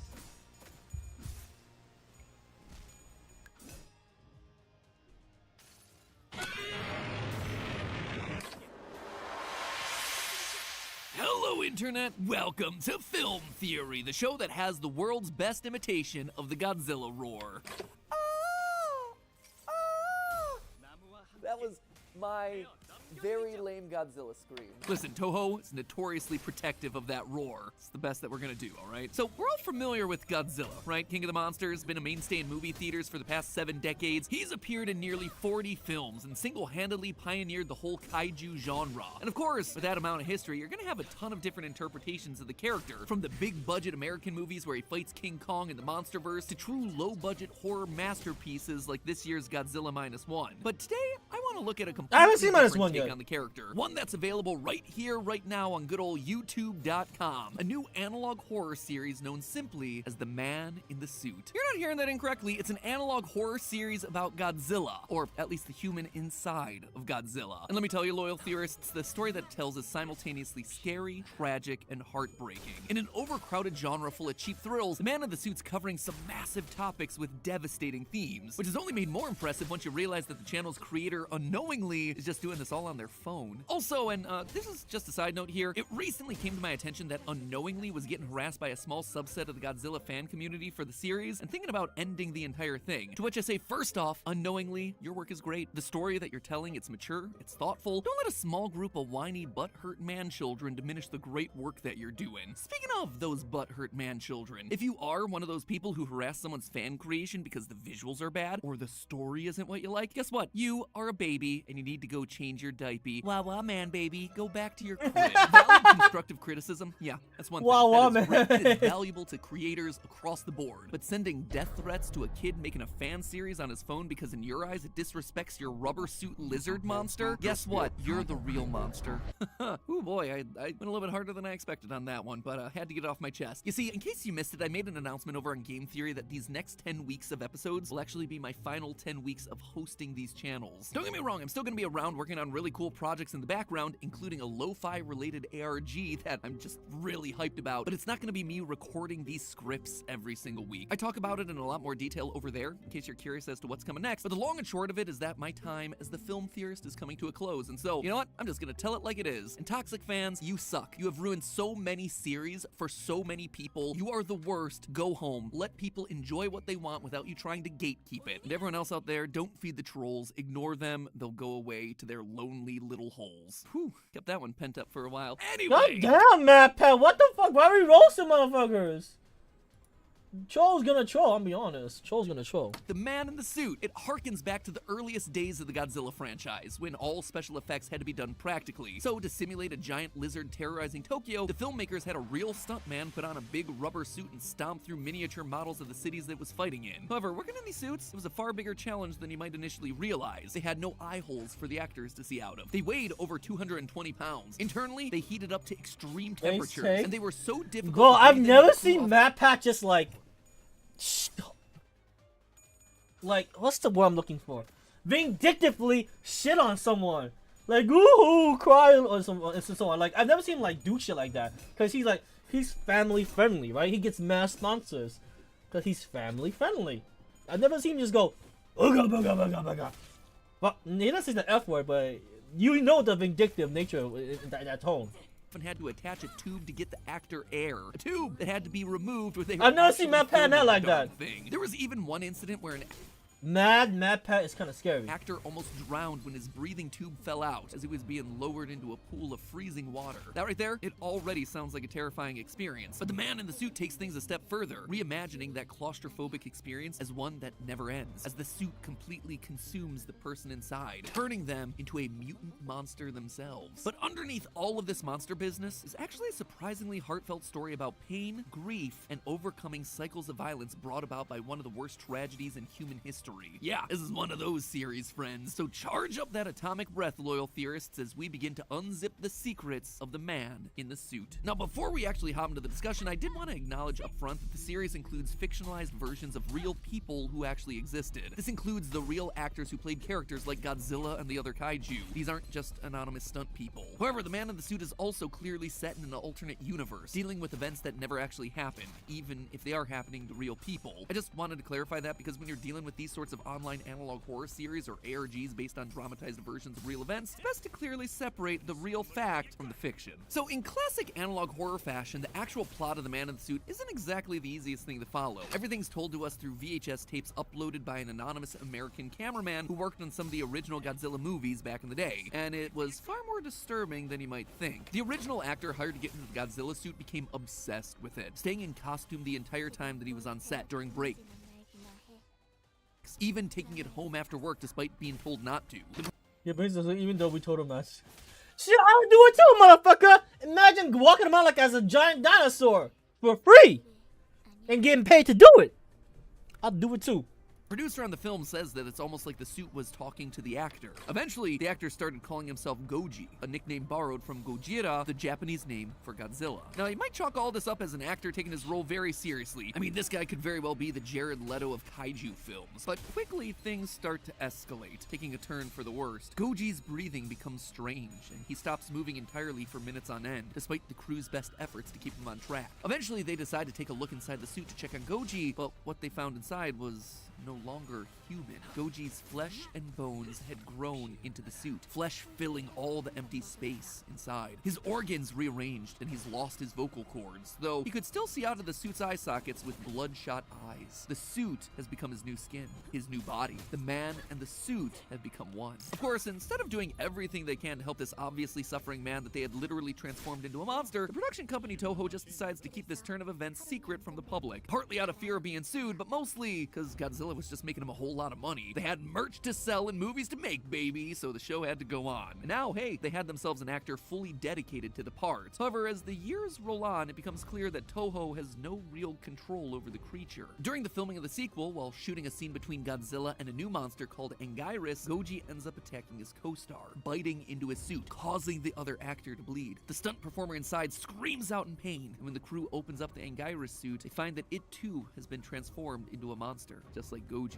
Toho Toho decides to cover up this incident too, an attempt to tame Goji so they can continue making Godzilla films. It doesn't work. They even try removing the man from the suit with power tools, but still nothing. One time the monster even manages to escape the studio. Still, nothing is enough. While filming the 1962 film King Kong vs. Godzilla, Goji gets enraged by the use of an American character like King Kong, drowning the actor in the Kong costume during one of their fight scenes. In an attempt to keep Goji from biting other stuntmen, the studio creates a puppet for their next monster, Mothra. But they don't consider that Goji may just bite anyone in any sort of prosthetic. A woman inside a prosthesis for one of Mothra's larvae is bitten, just like Goji and Anguirus before her also becomes one with the suit. Eventually the situation gets so and Anguirus before her well, her head gets bitten in her parents' oh shit. Also becomes one with the suit. Eventually there's some horrifying analog horror, yo.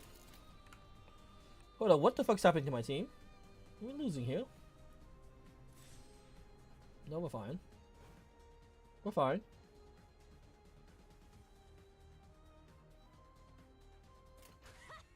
Situation gets so dire that the government of Japan gets involved, intent on covering it all up and studying these mutations more closely. Radioactive material starts growing out of Goji's blood, with some claiming to see eyes within that material. Despite all of this, Toho continues on, intent on making more movies. And when the anonymous cameraman sees the concept art for King Ghidorah, the next monster Godzilla's gonna fight, he decides to step in and try to stop it himself. And yeah, when it comes to the main story beats for the man in the suit, that's more or less it so far. Unknowingly, I said that the series isn't completed yet, so there is more to come, but I think that there's more than enough here for us to dig into and explain what exactly the series is trying to say. First things first, what exactly is making Goji do all of this? What's transformed him from an actor in a costume into a beast? Well, according to one expert character in the series, she believes that this mutation is the byproduct of radioactivity. This is the work of radiation. The man in the suit doesn't fuse with the suit instantly. His body explodes in the suit, then it reshapes itself in the suit. Now, if you know anything about Godzilla as a franchise, all this talk about radiation should be making your Geiger counters go off. See, when Godzilla was first created, he wasn't just some city-sized monster of the week for a horror movie. He represented something much darker than that. You have to remember that the first Godzilla movie was released all the way back in 1954, nearly 70 years ago. And while that might seem like ancient history to us millennials and zoomers, this was a particularly important moment for Japanese culture and history. Think about this time period. It was less than a decade after the end of World War II, and the US deployment of the 2 atomic bombs that devastated the cities of Hiroshima and Nagasaki. This is where Godzilla comes from. A monster literally created from nuclear radiation from an atomic bomb test mutating a prehistoric lizard living under the Pacific Ocean. For the original audience of this film, the idea of a kaiju like Godzilla being an unintended consequence of nuclear waste would have been a very real, legitimate fear, considering that we had no idea what the long-term effects of this level of nuclear radiation were. But that's just the surface level reading of Godzilla. There's a deeper one here that not only has the King of Monsters standing in as a product of mutation, but as an allegory for the nuclear bombs themselves. As the director of the original film put it, if Godzilla had just been some animal, it could have been killed with traditional weaponry. Sure, it would still be a threat, but not the true terror that we see present on screen. Godzilla is the atomic bomb. The destruction that he leaves behind, it's indiscriminate. He's an unstoppable force devoid of morality, destroying anything and everything in his path, and leaving nothing behind but rubble. This is also why the powerful beam attack that Godzilla shoots out of his mouth is called his atomic breath, even sometimes being depicted as creating a mushroom cloud similar to a nuclear explosion. Godzilla is both metaphorically and literally a nuclear weapon. And this is what unknowingly and the man in the suit is using as a jumping off point for their story. Don't believe me? The connection is further driven home during the video Suit Trial, where we see Toho experimenting with Goji and playing audio tracks to see how it reacts. During one such test, we hear Goji spewing some garbled mess in what appears to be English. At first, it's very difficult to make out, but if you listen closely, speeding up the audio track, you realize that Goji is actually reciting a quote from famous physicist J. Robert Oppenheimer, the main architect of the American atomic program and the leader of the Manhattan Project. Now I am become death,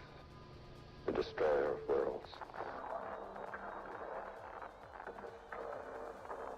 This is a very real thing that Oppenheimer said years after the bombings of Hiroshima and Nagasaki, showing immense guilt for the unspeakable destruction that his scientific breakthroughs caused to not only the people of Japan, but potentially every human on the planet. Fun fact, by the way, Oppenheimer actually said this quote in 1965, at least 4 to 5 years after this point in The Man in the Suit takes place. But hey, we've already established that it's an alternate universe, so who knows, maybe things just happened in a different order in that timeline. Regardless, this is still an incredibly heavy and important historical quote, and given what we know about the history and symbolism of of Godzilla as a franchise, there is clearly some level of deeper connection here. Thankfully, Unknowingly has left us plenty of breadcrumbs to follow. In classic analog horror fashion, there's more hidden in each of these uploads than just the videos themselves. For instance, if you take a peek down below the videos, you'll find some text in the description written in Japanese, and we can learn a lot from what's said down there. Like here, in the very first episode's description, it reads as follows: Godzilla may be a monster, but he seems different to me. He is rather a god. I will be the meat of the beast. I will be the host of Godzilla. I will live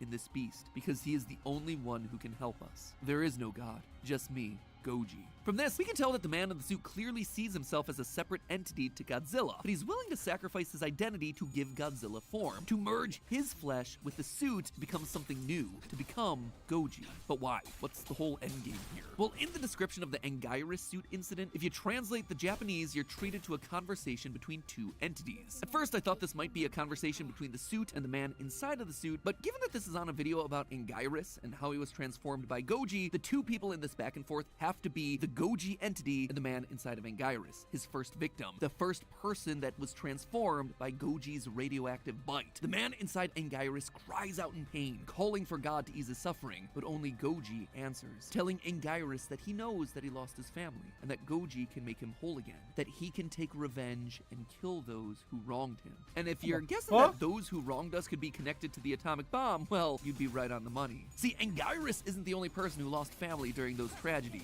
In the video titled Mailed Message, our American protagonist is sent a VHS tape presumably created by Goji himself. Not entirely sure how Goji was able to make a tape with his tiny little stubby arms, but hey, that is a mystery for another day. The tape explains that the man in the suit once lived in Hiroshima and happened to be on a business trip the day that the bomb detonated above the city, which in turn killed his wife and children. Goji blames all Americans for his incredible pain, knowing that they cheered when Japan surrendered. Now, he wants to take everything from the Americans in return. And suddenly, Goji's behavior in other parts of the series makes a lot more sense. This is why he became so hostile during the production of King Kong vs. Godzilla. It was a co-production with American producers and American characters, and at least in Unknowingly's universe, American crew. This enraged Goji, who saw the entire production as a betrayal of not only himself, but of Japan as a whole. As another quote hidden in the video description says, he sees everyone involved as filthy traitors, playing with him like a toy, forcing him to work with the people who killed his family. This anger is why the situation eventually boils over during the filming. The script called for King Kong to win,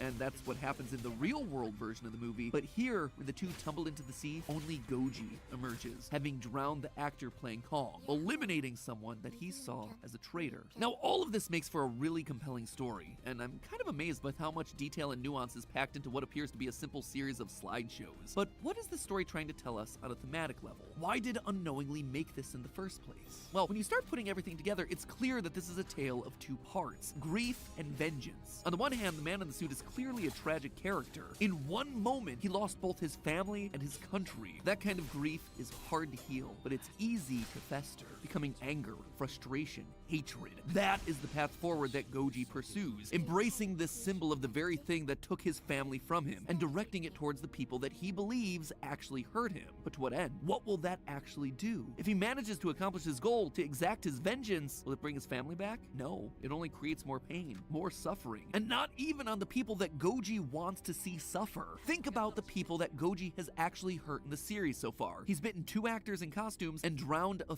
3rd on set, but all of these people were themselves Japanese. In his effort to get revenge on the people that he believes hurt him, that killed his family, instead he's only succeeding in hurting the people that are trying to help, who themselves were already hurting. In post-war Japan, we actually see this bear out in the crime statistics. Right after the war, when anger against the Americans would have been at its highest, crime rates were among the highest in Japan's modern history. These sorts of crimes wouldn't have hurt the Americans, they're just hurting their fellow Japanese people. But the saddest part? This drive for revenge, to extract vengeance and pain on America for dropping those bombs at the end of the war, it's not something that unites Goji with the rest of his country. When he finally escapes Toho's studio and explores the outside world for the first time in a decade, Goji is shocked to see how the rest of Japan has chosen— I just realized I'm fighting the fucking wolf, which means I gotta like—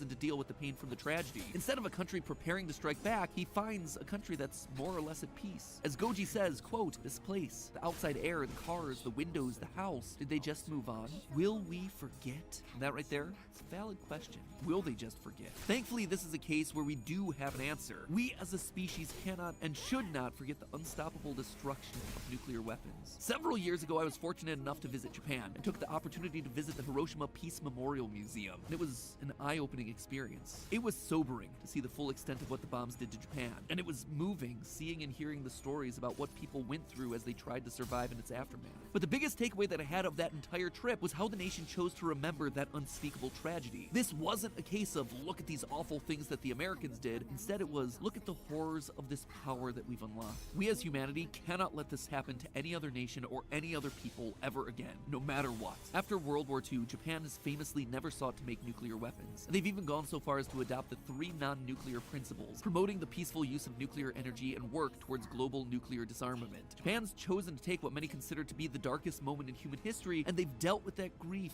in a way that ultimately benefits us all, tries to protect us from our own power. Those crime rates that I mentioned a second ago, in the 50s they plummeted, and they remained low for decades. This led to a boom in Japan's economy, which in turn led to the creation of technology that ultimately benefited everyone. They didn't let the cycle of violence continue. They didn't just feed into the darkness and fuel the anger. They didn't become the monster, the man in the suit like Goji did. And now, we all as a society are better for that. The question now is, what does it take for all of us to step out of the suit? But hey, that's just a theory. A film theory. And cut. Nice analog horror, alright. Oh, what the fuck is this? Sure enough. You just got here early, sun's still up, people No aren't minutes. quite here yet, but the kitchen just 8 started minutes. cranking, so let's see what they're cooking at Ormat-san. Sifu Ho. This is what we call a Dai Pai Dong, which literally translates to big licensed stall. They make this thing we call Siu Chao, small stir fries. They specialize in fresh seafood, huge amounts of seasoning, big aromatics, high octane cooking, always absorbing new cultural influences, serving a huge amount of people. So we're in the district, a neighborhood called Shamshui-po. Shamshui-po is known for a lot of manufacturing, a lot of textiles, and this type of eating was sort of blue-collar and democratic and all over the place. Everyone from every sector of society all over Hong Kong will descend on places like this because you get to drink cold beer, eat hot food, all 4 seasons. Because of the history, the push and pull, there aren't that many Dai Pai Dongs left. In Hong Kong, there are probably only around about 20 of these guys left. You read different stories. Some people might say there used to be 700, there used to be 2,000, there used to be 3,000. Point is, as wonderful as this place is, a little bit of a rare sight. These are really traditional, old school types of restaurants in Hong Kong, where government gave people licenses to cook on the street. Now, the government doesn't issue these licenses anymore, which means that the only way to keep cooking at a place like this is to transfer that license from a friend to a friend, or from one generation to the next generation. Haha. 即係而家冇90幾歲嘅。哦。因為佢阿媽整嗰個鋪頭係90幾。So this license they've held on to for 60 years. As a result, these guys are guys who are operating it. They're not the owners of the license, but they're the operators of the restaurant. The way it's set up is based on lines. This chef's job here, what you might call a garde-manger, is to put together these little bowls of ingredients that are then passed off to the wok station, so that all the wok guys need to do is cook it and then put it on top of a plate. Whatever the chef needs for the dish, that's the guy that's going to put it all together. On the right-hand side is the seafood butcher. He's going to butcher, clean, and prepare all of the seafood to order. All the seafood. Fresh comes in every single day. These tanks are all live fish.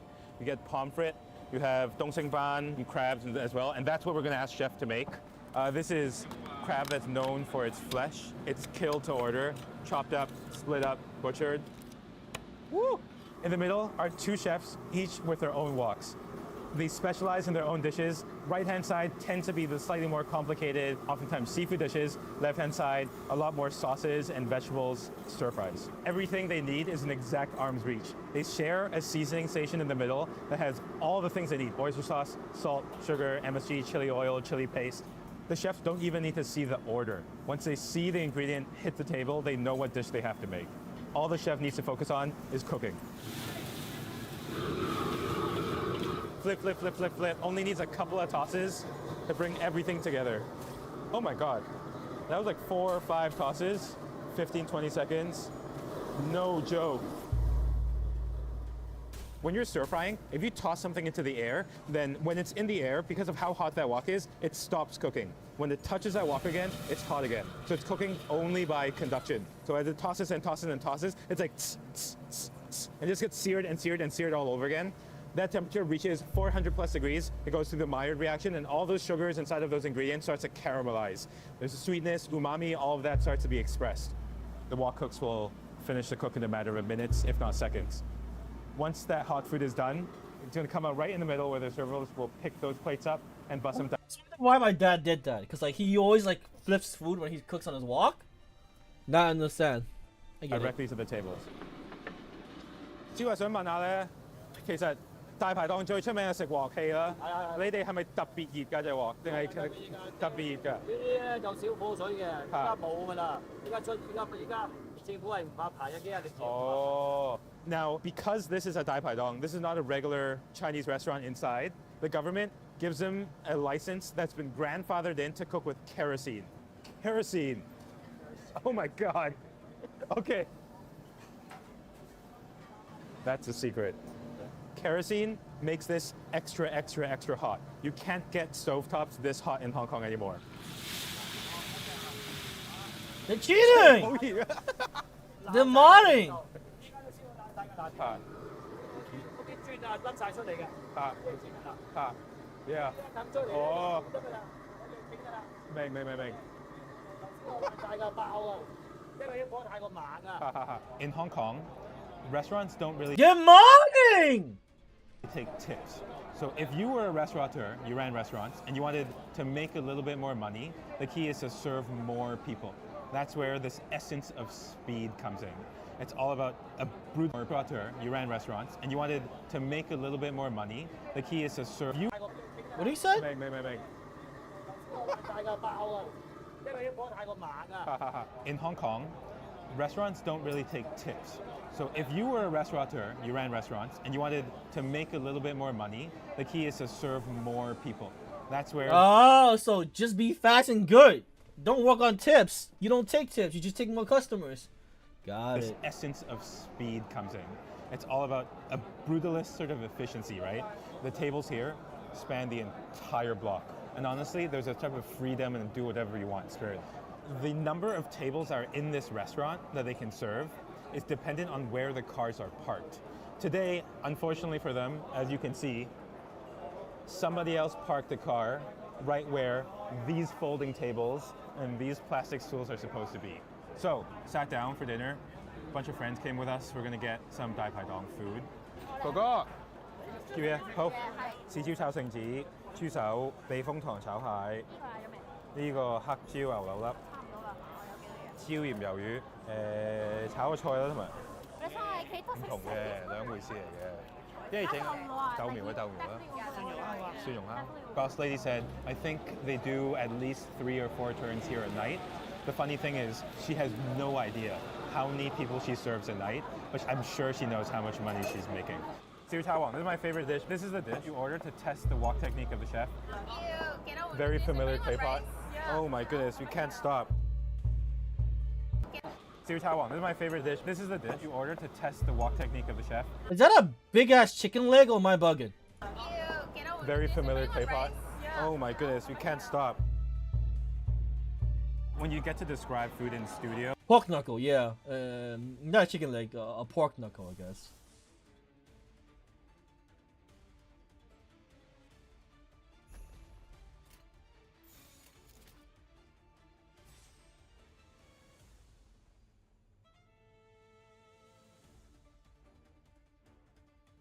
How are we doing this? I can talk through all the ingredients if you have time. Like here, everything happens so fast. It's like sports casting. You have to like, and you have to like start. Okay, typhoon shelter crab. Look at this. Are you joking? Are you joking? That's a whole claw. No joke. So hot. You want those like earthy, almost burnt chili crisp cones right at the end, but at the top, you want that bright sparks of that small dried bird's eye chili. And the fresh pepper, don't really taste it that much, but that's mostly there for color. I think so much about Dai Padong cooking is about style, and here, chef is trying to address all those layers of heat. I'm just sitting here, and for the next 2 minutes, I'm going to be tasting that crab. Jay, go for it. The first time I came to Oi Man Sang was seeing Chef off in the distance. When you walk into this restaurant space, you walk down the middle of the road, and in this kitchen, all you see are his bright yellow shorts flapping in the wind. Chef has forearms of a walk god. Nothing stops him. No heat, no fire, no injury, because he's the coolest dude in all of Hong Kong.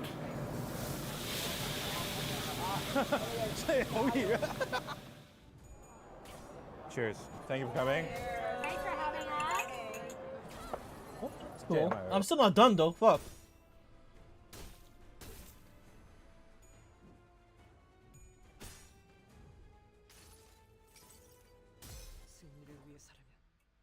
How monster mud crabs are sinking Filipino towns.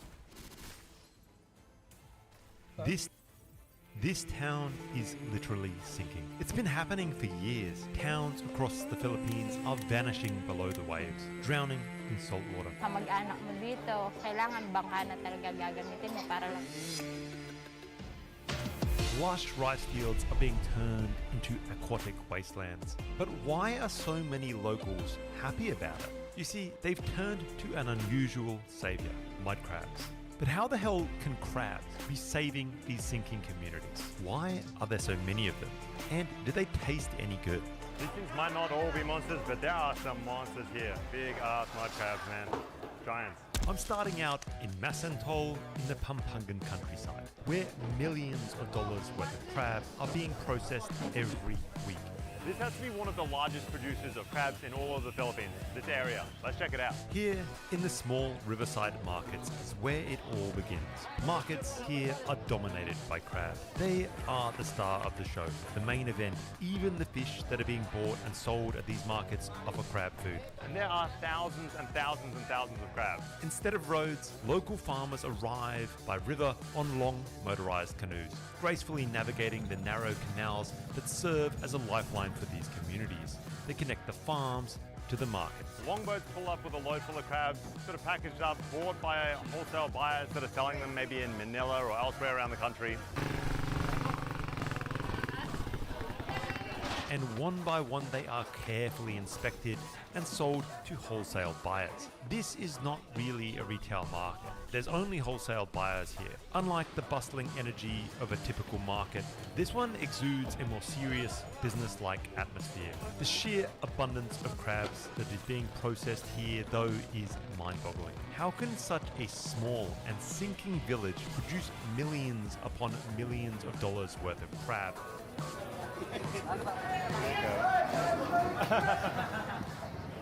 To find out, I think crab is okay, but I think they're overrated. I don't like crab that much, personally. I'm meeting up with Gideon, a young crab farmer who has agreed to show me around his family crab farm and explain exactly how things work. But things were not always this way.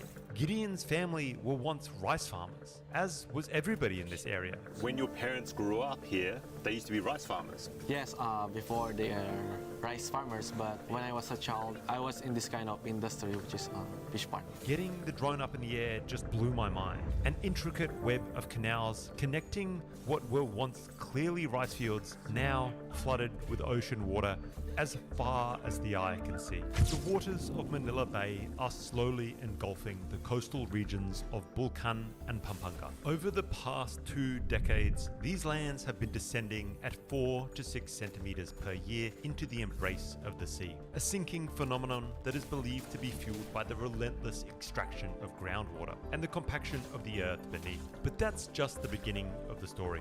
Sea levels surge here at a rate 4 times faster than the global average, adding to the threat against the coastline. And if that's not enough, the once sprawling mangrove forests here, spanning over 130,000 acres, have dwindled to near nothing, leaving this region incredibly exposed to the unpredictable forces of nature, flooding, and the annual onslaught of fierce typhoons. It makes living conditions harsh, to say the least. Things had to change. There's no livelihood. We need to convert it into fish pan in order to earn money and survive here in our area. That's where Gideon's farm comes into play.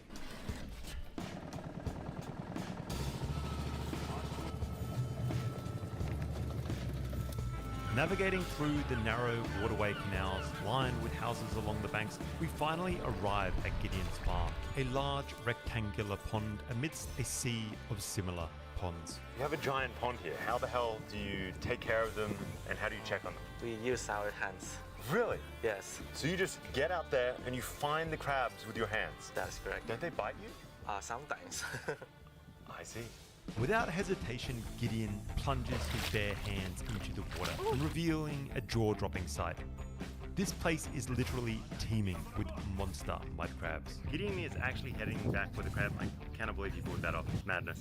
Farming these crabs is a relatively simple but fascinating world. Multiple times per year, the ponds are heavily stocked with fingerlings, and these voracious eaters now number in the tens of thousands, and they need a whole lot of food to survive. We feed them every day. Just throw fish out there? Yes, that's true. As it turns out, the food is farmed along with the crabs in the same pond, and so I head out with Gideon to capture a bountiful catch from this pond. The water is alive with an array of coastal fish, an assortment of prawns, and a huge amount of tilapia. Okay, so I'm not being too much help. I am sat on the opposite end of this giant canoe, trying not to tip us into the water and destroy all my camera gear. Gideon uses two types of net that are permanently set up to catch feed for the crabs, as well as food for his dinner table. There's a standard gill net that runs along the top of the water, and a box trap, or dragon trap as they call it, that sits along the bottom. We check them both. It's a pretty big ass shrimp. Takes them 5 months to get this big, but I mean, that looks like a serious product. I'd eat That is a that. big ass shrimp. Delicious. They are the product along with the crab. What we're after really What the right fuck? now is tilapia that are used to feed the crab. The shrimp and the more tasty varieties of fish are kept for food. Crabs are monitored for health, or they're kept for sale if they're big enough, and tilapia are cut up for crab feed. But it is wild to me that tilapia can live in everything from 100% fresh water to this straight up salt water that has mullet and shrimp swimming around in it. And the tilapia can just propagate wild whilst getting netted every single day for crab food. And they thrive. Oh wow, that's a bigger crab. Oh, where'd he go? Oh, dude, that's a monster crab. So there you go, in the dragon trap, as it is called here in the Philippines, we have pulled up one quite small crab and one to me that looks like an absolute monster. It is pretty crazy to me the size that these guys let these things get to and that they're able to get them to.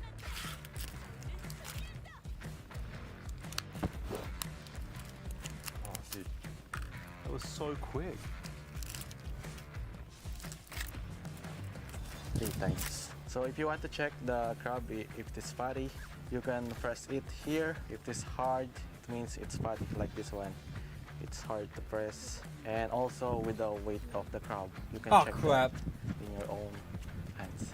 After This ain't good checking the news, nets, isn't it? Gideon and I prepare some of these tilapia for food. After Come cutting on. up the tilapia, we head back out to feed the crabs.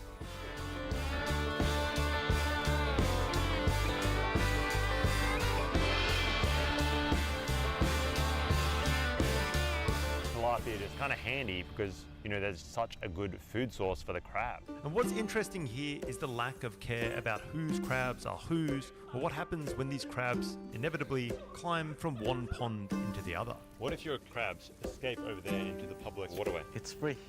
Free crab? Yes. Doesn't matter.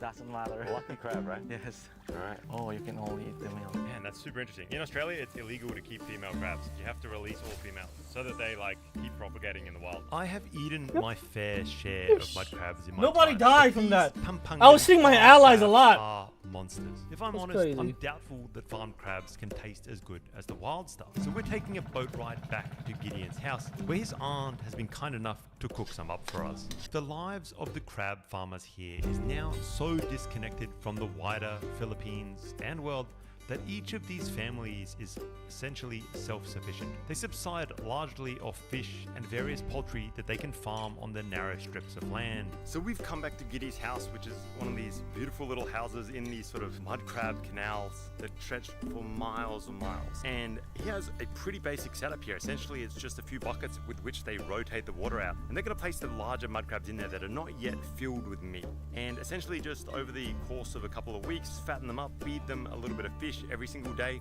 Seems like a pretty damn good idea. I do not know why we don't fatten up crabs in Australia. Genius. An essential part of the process for these crab farmers, as only fat crabs full with meat can be sold for profit. I still don't like crab. I mean, I like crab, but I don't like it that much. Oh, so you're I could live without crab, is what I'm saying. Keep it? We can, but it's small. That's small, yeah. So we should throw it back, right? You can throw it back. Bye-bye. Alright. Today, Gideon's aunt is preparing chili garlic crab for us. Like this one? Yep.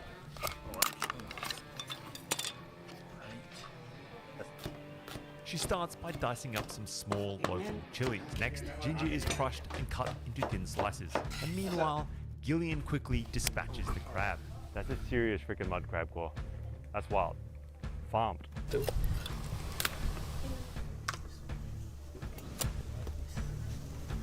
moving. You will see.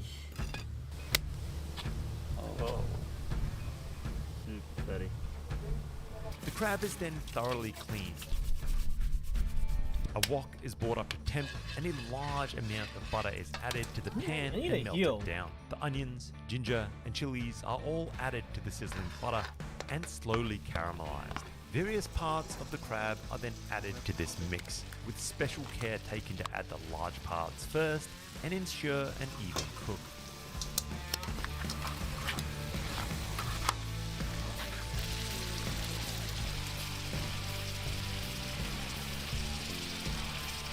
Fuck, I don't have any gloom. That's an issue, huh? Everything is stirred well, a touch of salt is added, and then everything is left to simmer.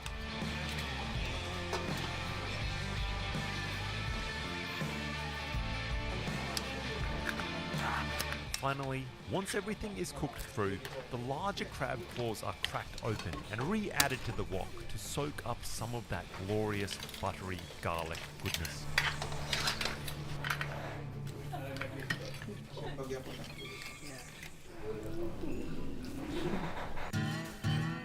Once done, we sit down to eat. Gideon. Yes. Dude, this looks amazing. Definitely. How big was this crab? It looks like a monster. 1 kilogram. 1 kilo. Here in the Philippines, it's 1,100. But if you go in Manila, it's 1,500. How often do you eat mud crab like this? Once a month. Once a month? Yes. I mean, that's still fairly frequently, but you catch mud crab every day? Twice a week. Twice a week? Yes. Look, your auntie has prepared this in some incredible looking sauce. Man, this is my kind of meal. I could do this every day. Dude, I can't wait any longer. Why don't we grab a bite and we can get going? I wanted to try one of these giant arch crab claws. Let's do it. Cheers, man. Ching. Let's do this. Damn, just go out again. Oh my God, wow. Dude, that is incredible. The garlic flavor, really strong. Rich, garlicky. You get a little bit of bite from that chili. Wow. You know, I'm used to sort of just the plain steamed crab, but I'm gonna start doing it like this. This garlic steamed crab, wow. Yes. It's very yummy. A little bit of ginger in it, right? Yes. Oh my God. It's not really as dry as most crabs. I think when we're steaming it, I've been cooking it for too long or something. This is really, really tender and a super unique way to cook crab. I really haven't seen mud crab prepared like this before. Oh, the body? Yes, the body. Wow. That is a good idea. Dude, oh my God. There is just a ton of garlic on the top of this thing. Oh, I'm going to scrape off a little bit of this garlic, ginger, chili mix because otherwise it's just going to be a little bit too powerful. And you can really see the fattening up process like this. You know, I've seen a lot of crabs you catch wild and there's really not all that much meat in them. And where the meat is in the claws, but this is just chunky. That is thick, thick, thick with meat. That is crazy. Oh my God. This is the good part. That's the best bit? Or like the swimmer? Yes. Okay, I'll grab one of these. All right, here we go. Oh my god. You can just, it's so juicy. I can't get over that bit of it. It's not dry at all. You can just suck it out and, wow. Exceptional, meat. That is so good, dude. That's incredible. So you eat this once a month? Yes, once a month only because it's unhealthy if you eat a lot. Oh, I wouldn't care. I would eat a lot of it. This is the fat of the crab. All right. Wow, the fat of the crab? Yes, you can try to use this. What? Get everything and then eat. I've never even heard of people eating this. Really? Yes. Wow. Oh, one of the yummiest part. Really? One of the more desirable parts. I have eaten a ton of mud crab in my day, and I've always just thrown away the top shell Try without this again. Like, touching holy any shit, of I'm it. getting So do I scrape clapped. that bit off? Yes. I hate the new MD hard because like I have to actually think about mob fights now. Because the fucking ego gifts I pick buffs the mobs way too fucking strong. And it pisses me the fuck off. Holy shit.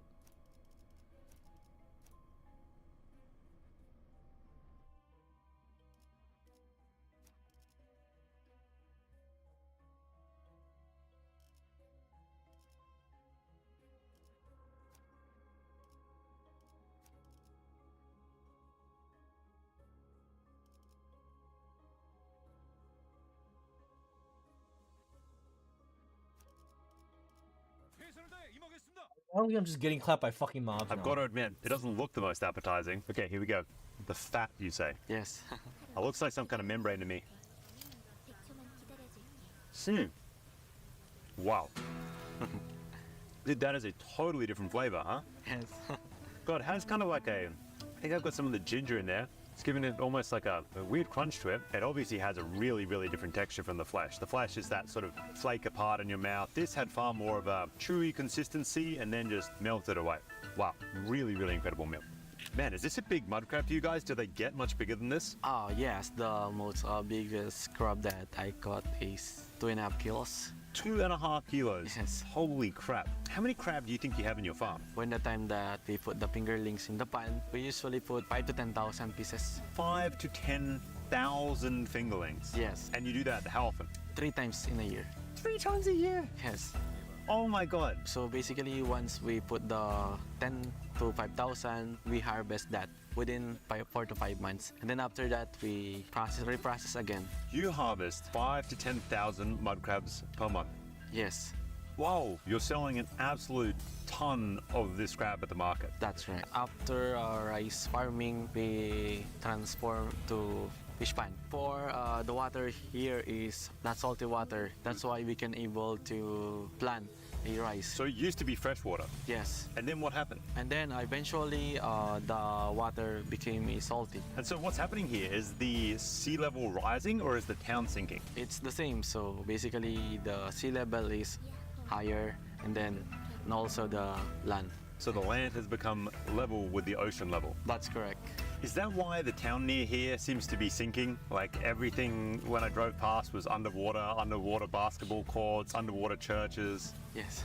But it wasn't always like that. When your parents grew up here, they used to be rice farmers. Yes, before they are rice farmers, but when I was a child, I was in this kind of industry, which is fish pond. So I guess everybody has to learn to change and adapt. Yes, we need to change and adapt to the situation that we have. Well, dude, I tell you what, you guys have adapted in maybe the best way possible because that is absolutely exceptional. It's a high value product, tastes amazing. The lifestyle out here is really beautiful and very nice. So I think you've got a good man. Thanks for showing me around your fish farm today, for letting me try some of this amazing crab. I'm never gonna look at crab the same again. And next time I catch one, I might just take it home and fatten it up a little bit. Yes. Good method, right? Thanks, man. Thank you very much. You're welcome. So Manila Bay is rising, and these rice fields are turning into crab ponds, right? But here's the twist. The locals are winning. They've gone all in on these massive mud crabs. We're talking big business, millions in crabs every week. The entire economy is now all about crabs. These families, who were once all about rice, have made the perfect pivot.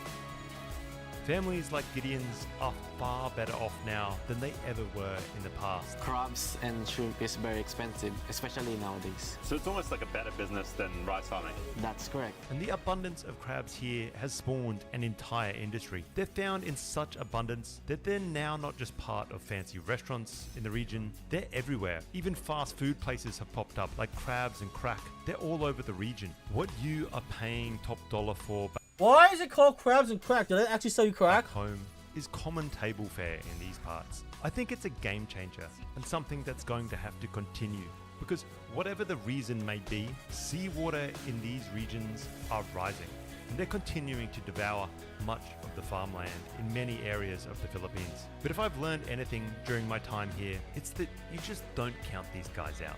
They will find a way to adapt whatever conditions they face. That is it for this one, guys. Hopefully you enjoyed this story on Pampangan crab farming. It is absolutely wild to me, the sheer volume of crabs and crab farms that there are in this area, and the size and the technique with which they fatten up these. You want some Cash Jordan video? I just see a new grab. Oh, where we saw that?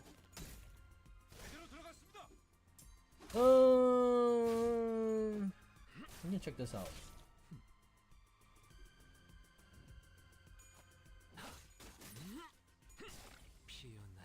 Scam foreign tourists. 이기는 편, 우리 편. There are many sexual services in Japan, but not all of them trusted or legit. Actually, it may be more and more dangerous nowadays in the sense that many women doing legit. There are many sexual services in Japan, but not all of them trusted or legit. Actually, it may be more and more dangerous nowadays in the sense that many women doing it as freelancer. Why is it so laggy? What's going on?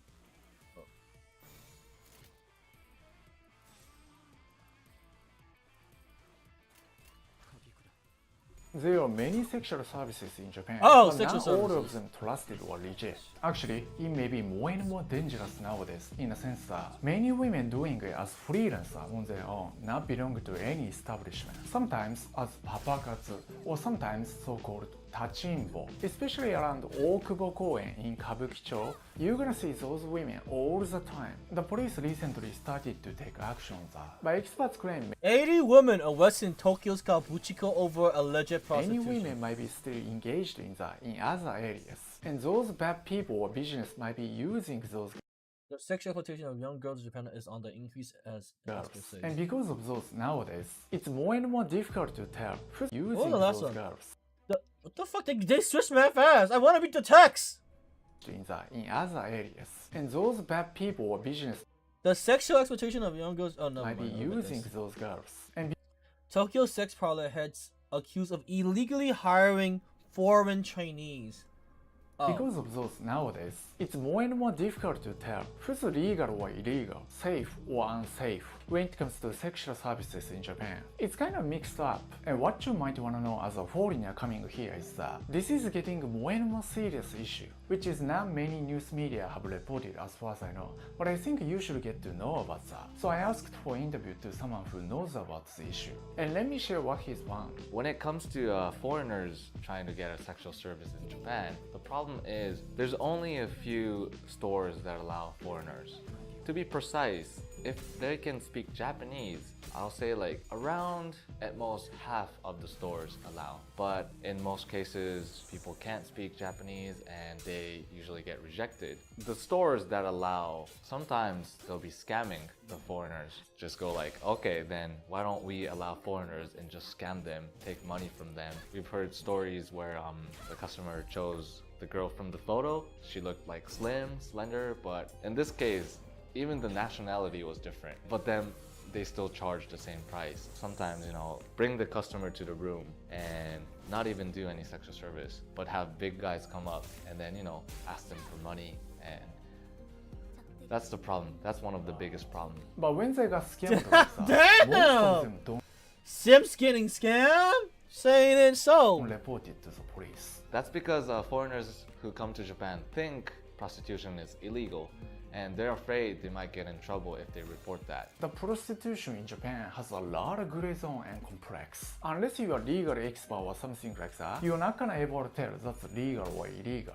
So like I said, people usually don't go report it, meaning those bad business continue to deceive foreign tourists. Maybe the same goes to this, targeting foreigners who are not familiar with the laws or customs. I think that's a problem. The bad stores take advantage of that. Yep, they would be easy targets. This is for like every country too, but tourists are thought to have money. It's all about, taking advantage, and even if you enjoy the food, the service, you get scammed once, you probably don't want to come back to Japan anymore, and we don't want that. Our escort service is called JHGC. JHG, Japan's Hentai Girl Collection, your personal hentai system. We have successfully paired over 10,000 companions or escorts with clients. If you can provide us with your preferences, we introduce you to the top Japanese escort. Oh no. Japanese Hentai Girls Collection. No. But that's from the company called Kakubutsu. How this works is that we have like Dan-in, which is like a member for us that work for us. We send them to prostitutes undercover and see if the prostitutes are a good store or a bad store. We also ask them to write like long reports, and we have that on the internet website. But in terms of Kakubutsu, it's all in Japanese. From Kakubutsu, we have a list of good stores. And amongst the good stores, we ask the stores, can you guys allow foreigners? And that's how we only have like good stores for the JHGC service. As I told you earlier, that the people take advantage, foreigners not knowing the system and stuff. So we want the bad stores to decrease or, just disappear. We want foreigners that come to Japan experience the sexual culture we have here safely.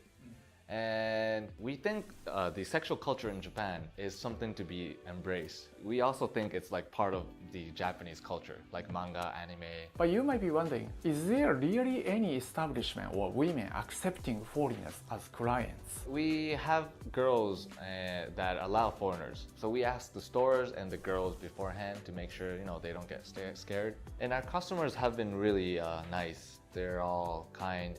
We also hear from the girls that, oh, that person was kind and gentle. Maybe you want to hear from those women directly. So I set up interviews to those sex workers accepting foreigners. And let me share their voices as well.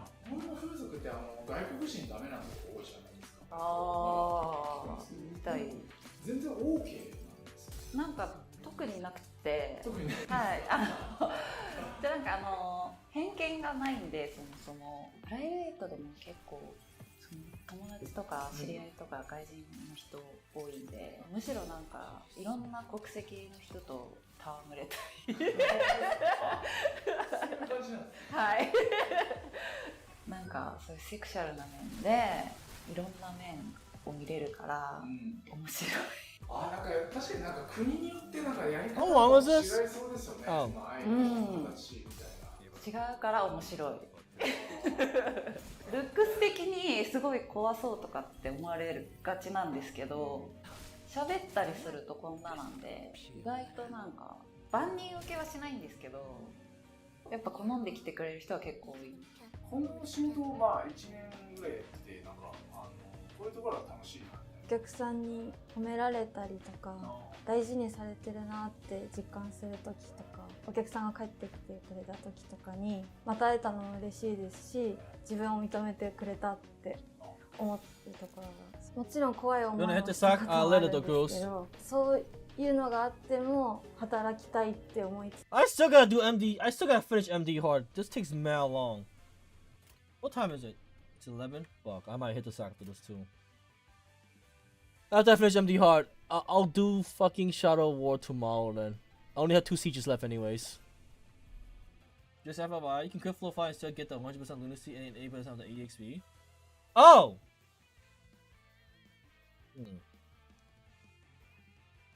I'll think about it. If the boss is too hard, I'll think about it. 続けるぐらい優しい方の方が私は多いなって。結構外国人の方は全然大丈夫なんですか？そうですね。海外の方で怖い思いは一切したことなくて、偏見はないです。なんか言葉の通じないとか。私英語話せるんであまり感じたことはない。英語圏の方も多いんですけど、やっぱり英語世界共通で、やっぱ日本で一人で旅行に来る方は英語を喋れないとって感じの方が多いので。Language barriers are there, and I'll be honest. Some girls do speak English, but in most cases, it'll be the Google Translate or any translation app or machine that would be in between the customer and the girl. So we get feedbacks from customers that use our service. Actually, a lot of them have been telling us that the girls serve them good and, you know, they have good smile and their attitude in general is good. So this is gonna be a personal talk, but, you know, I love rock as a music. And, you know, music, there's no language barrier, right? Maybe the sexual is, you know, bypass the language barrier even more than music. I think it's all about the feeling inside. It's not gonna be a huge problem. I think the huge problem would be is when booking, just trying to clarify the system, and that's what we do for the customers. 外国人の方、私はあんまり、ずっと日本にいたので外国人の方とご一緒した経験はほとんどないんですけど、風俗のいいところは言葉だけがコミュニケーション手段じゃないっていうところだと思ってまして、例えば日本人のお客様だったとしてもお楽しみ中は言葉を交わしたりしない、やっぱりその動作とか触れ合い方、触り方っていうのでお互いの気持ちが通じてるのかなっていうふうに思います。その方のご出身の国の文化とかをちょっと予習をしていくとお会いしてちょっと会話が弾むので、そういうところはちょっと心がけていきたいなと思います。なんか私はあんまりそういう自分の中でマニュアルみたいなのはなくて、完全にもう彼氏だと思ってみたいな感じで接してるんで、最終的にちゃんとなんか楽しかったよって言ってくれてるんで、リラックスさせてあげられてるかなって思ってます。今までやってきてなんかちょっと難しかったなみたいな。でも私のお客さんでは結構いいお客さんばっかなんで、こっちも選ぶ権利あると思ってるから、もうダメだなと思ったらもう出禁にしちゃうし、でお店もちゃんとしてるところにいるから、そういう検査とかもちゃんとしてるし、お店の利益よりも女の子が働きやすい環境を提供するみたいな感じなんで、多分女の子も一番働きやすいの。I think some people worry about like getting STD. So the good stores I've been telling you have like the girls get tested very quite often, and they also have them the test results on the internet. So let's say like, okay, she checked for STD September, and also some girls don't allow customers that haven't been checked within a month. So it's all about the checking, and it's hard to not let it happen at all, but that's the precautions we take and the good stores take. 定期的に検査結果を提示しないと働けないよっていうシステムになっておりまして、女の子はもう全員検査を受けたりします。それがもう必須になってる。外国の方の方がそういう性病とかに対してなんか若い時から日本と違う考え方を持ってるから、結構日本人よりも外国人がちゃんと知ってる人が多い。それだと結構安心ですよね。うん、すごい安心。Some people worry like maybe some girls might be deceived by bad people. Oh yeah. I think that's the stereotypical idea gained from the movie, but of course there are some places like that. But in Japan, when you want to operate a prostitute store, you need a permit. When the permit is there, the police can check on these prostitute stores anytime. So it's like more like a warrant. So the places with permits don't usually, you know, let's say not give like enough money to the girls working there or anything like that, because they don't want to be in trouble. As Kakubutsu and Japanese hentai girls collection, we only serve with a partner with stores that have a permit. But I honestly can't speak for Japan itself as a whole. In like rural areas, they might have stores, you know, that do deceive, you know, the girls and stuff. すごく怖い業界だと思っていて、面接していただいた後にやっぱりやめますだともう殴って止められるものだと思ってたんですけど、全然そういう怖い人たちいないなって思って、やっぱりお店の名前有名なところはしっかりしてるな。まあ偏見とかかなり結構ある。 But they treat prostitution over there like a normal job. Okay. なんか青さんもこれはちょっと言っておきたい。日本のヘルスのお店はいわゆる本番行為っていうのがないお店なんですけど、ヘルスでも本番ができると思っていらっしゃる方がパラパラいらっしゃって、そこは本当に誤解を解いておきたいですね。そういうサービスを提供しているところもあるというふうに聞くので、結構まずいことなんだよっていうのをちょっと心の片隅に留めておくと、ご自身の身を守れるかなというふうに思います。そうですね。海外の人が多く見てるんですけど、はい、これは言っておきたいみたいなことってありますか？なんか違法なところがすごく今多いらしくて、そういうところには行かないでちゃんとしたお店を選んでいただければなと思います。そうですね。Okay. Am I almost done yet? Oh, thank God. So New York City has a new plan to help people more easily find apartments, but it could mean that your next neighbor has a criminal record, or maybe even your next roommate. Housing discrimination against people with conviction impacts hundreds of thousands of our fellow New Yorkers and their families. The legislation would ban landlords from running criminal background checks on prospective tenants. Those in favor of this bill say landlords have been able to legally discriminate against tenants for decades. It's a very scary time in New York. For those of us who've lived in the city our whole lives, we really want to make sure we're safe in our homes, we're safe going in and out of our homes. You're letting someone come into your home and you don't know whether they've been in and out of prison.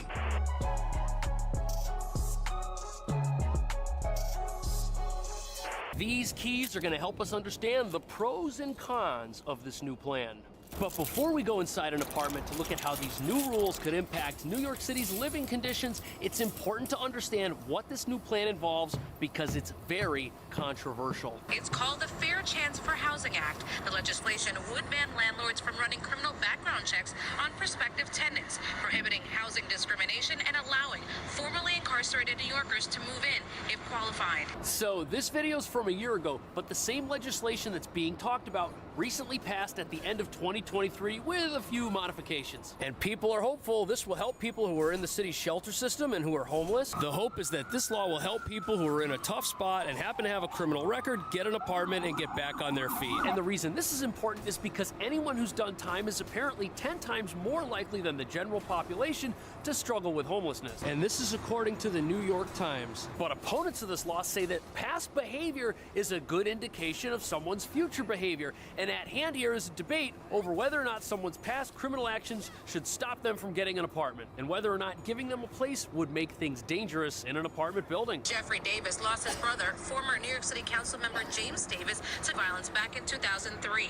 He says it would bring crime into our homes. You're letting someone come into your home and you don't know whether they've been in and out of prison. So as you can see, some people think this might make the homes they live in now more dangerous. And landlord advocates say that being unable to check someone's criminal history and evaluate whether or not they're a good tenant based on past behavior could put the safety of other residents at risk. But tenants' rights groups and anti-homeless advocates say that a criminal background check doesn't tell you if someone's future is going to be the same as their past, and that it's not the whole story. Plus, everyone deserves a second chance. And on top of that, criminal background checks are not the only tools landlords can use to decide if someone will pay rent on time. Landlords can still check your credit. They can still ask for income and wage statements. They can even ask you for bank statements to prove your financial eligibility. Advocates say that if someone meets the same financial requirements as every other renter in a building, they should also be allowed to live there. And they shouldn't be forced to live out here on the streets. But New York City is also seeing rises in crime, like assault and robbery. And the big question is, do New Yorkers want to see the same level of safety that they see in the subway when they come home every day and enter their own apartment building? Is that what people want?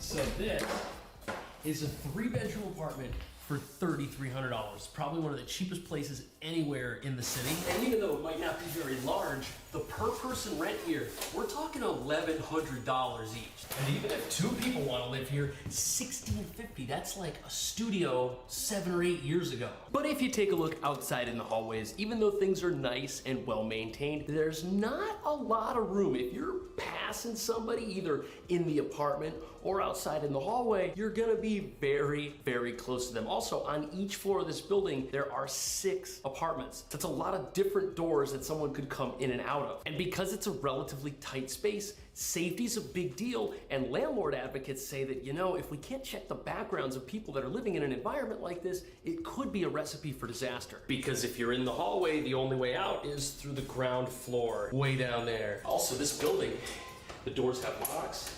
There are security cameras, but those can only do something after something else has already happened. And that brings up the first point against this new law. Should all crime, or rather, should all past criminal convictions be treated the same? For example, if somebody is convicted of a crime inside an apartment building, would it make sense for that type of crime to be looked at differently than, say, somebody who ran an online scam? I'm not saying that one is necessarily better or worse than the other, but one did take place in a place where people live, and landlord advocates say that property owners should be able to look at the types of crimes somebody was convicted of in the past, because that has a bearing on what could happen in an apartment building. As it stands, the legislation I guess we'll do Shadow Ball tomorrow. I'm getting tired. I want to do Shadow Ball today, but we'll do it tomorrow.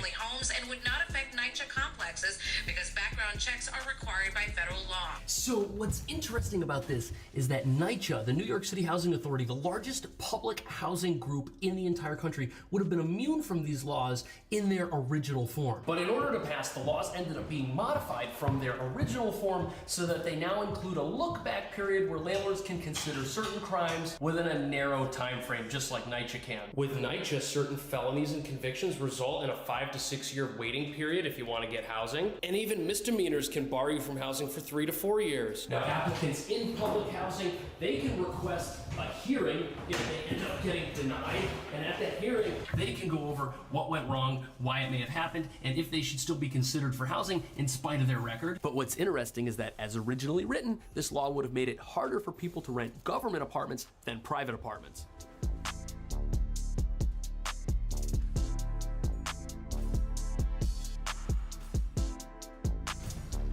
This is so New York. You've got the old school pipes right here, and it looks like they built a little compartment so that they could fit a dishwasher under the sink. There's actually quite a few things that surprised me about this little place, but what's really surprising is that this law about criminal background checks not being allowed was amended to allow some of them for a specific period of time, which is probably a good compromise. Honestly, I did not think we were gonna see laundry in a place this affordable. But let's say you wanna rent it and you committed a crime within the last 5 years or a misdemeanor within the last 3 years, you could still technically get rejected, and that's gonna screw some folks up. But it does give people the opportunity to start rebuilding their lives at some point, when previously a landlord could run a background report for you and find something at any point and say, you know what, I don't wanna give this person a chance. But check out this article by Forbes. It says that criminals who have jobs are less likely to continue being criminals. And perhaps people who thought that these laws were a good idea have applied similar logic to this to the housing scene. After all, if someone can't work, can't find a place to live, can't be a normal member of society, you could argue that it's hard to expect them to become one. But then at the end of the day, behavior does have consequences. But New York City's also got laws that prevent other types of discrimination that have been on the books for a long time. For example, landlords can't reject you for an apartment because of what you do for a living. And they also can't reject you for an apartment if you previously sued your last landlord in court, or if a prior landlord ended up suing you for not paying rent. You can't reject somebody for that. Yet many folks report that if they've been to housing court in the past, or if they maybe do something non-traditional for a living, they have problems finding an apartment, which means that discrimination might still be out there. And the big question is, why is that happening?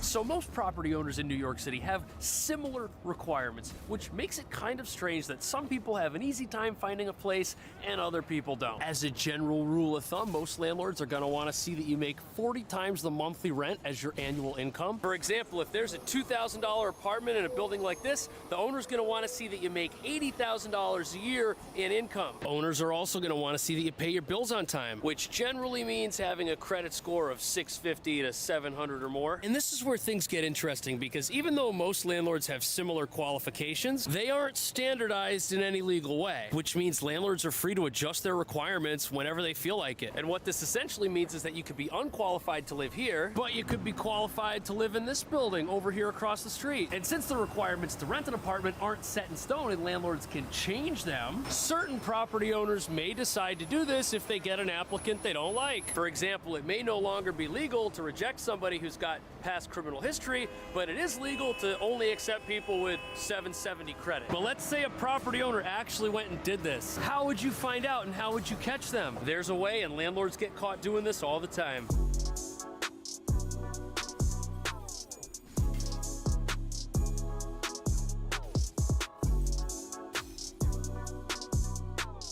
So that's a luxury building, and then over here there's like an alleyway of container businesses. Anyways, if you want to live in this building, the way the law works now is that the landlord's gonna have to give you a written. Let me see.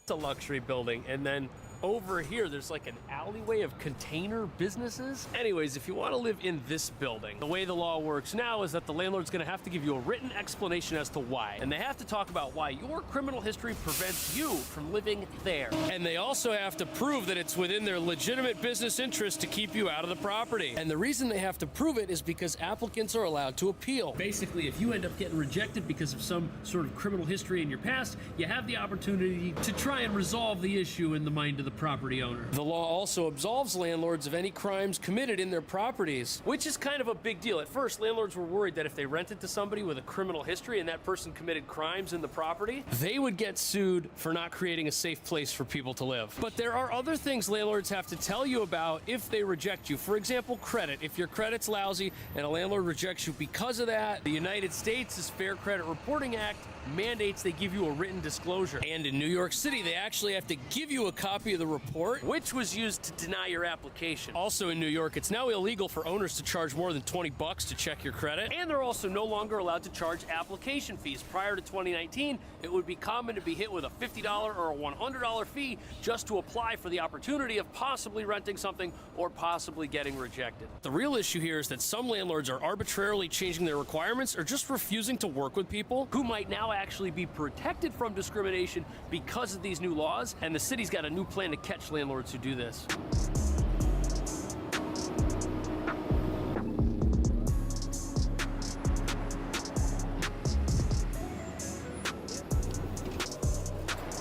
So the city's got a new program in place to catch apartment scofflaws, and the way they're going to do it is through using testers. And when you think of the word tester, think of a secret shopper. That's what an apartment tester is. Now, the way that apartment testers catch landlords who are discriminating is pretty interesting. Now, we're going to explain what apartment testers do and how they catch landlords, but first, it's important to know that although the state of New York has always relied on testers to help spot discrimination, a recent investigation that exposed housing bias in Long Island is why this program is such a big deal and why the state government is financing it. The investigation uncovered widespread housing bias by real estate professionals, which is completely illegal. And here's how these guys got caught. A nonprofit watchdog sent in testers who posed as renters to try to find out if landlords were discriminating. And the way testers operate is they essentially have one group go and look at an apartment who shouldn't be a victim of discrimination, and then they have a test group who could be a victim go and do the exact same thing. And in our example of criminal backgrounds, you could have somebody go and see an apartment who doesn't claim to have a criminal background, and shortly thereafter you could have somebody else try to see the exact same place,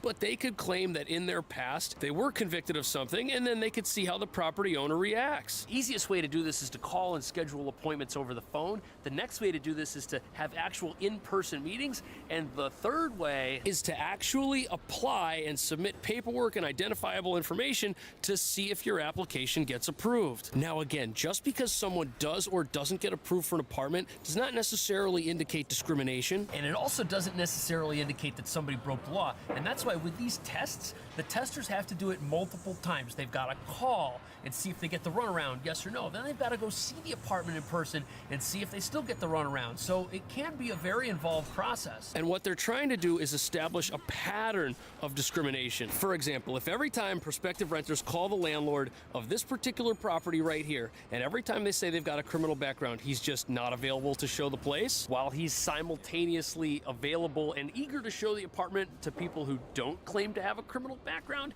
You might be onto something. So now the state government is overseeing a new $2.2 million program, and the program is going to fund nonprofit organizations and watchdog groups to train apartment testers. The money that they get for the program is going to be because of higher licensing and registration fees for brokers. But are these state programs actually going to catch landlords who are the bad guys? And does having a criminal record make someone a bad guy? And does everyone deserve a home no matter what? Let me know what you think. Thanks for watching. I'll see you in the next video.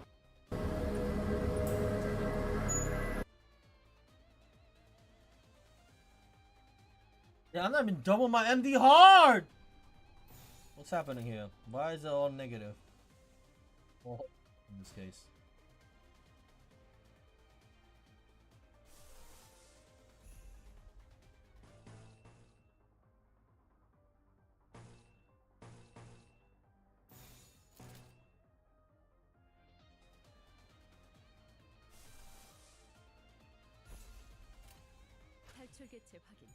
Let's go check out. 이봐, 버틸 자신 있어?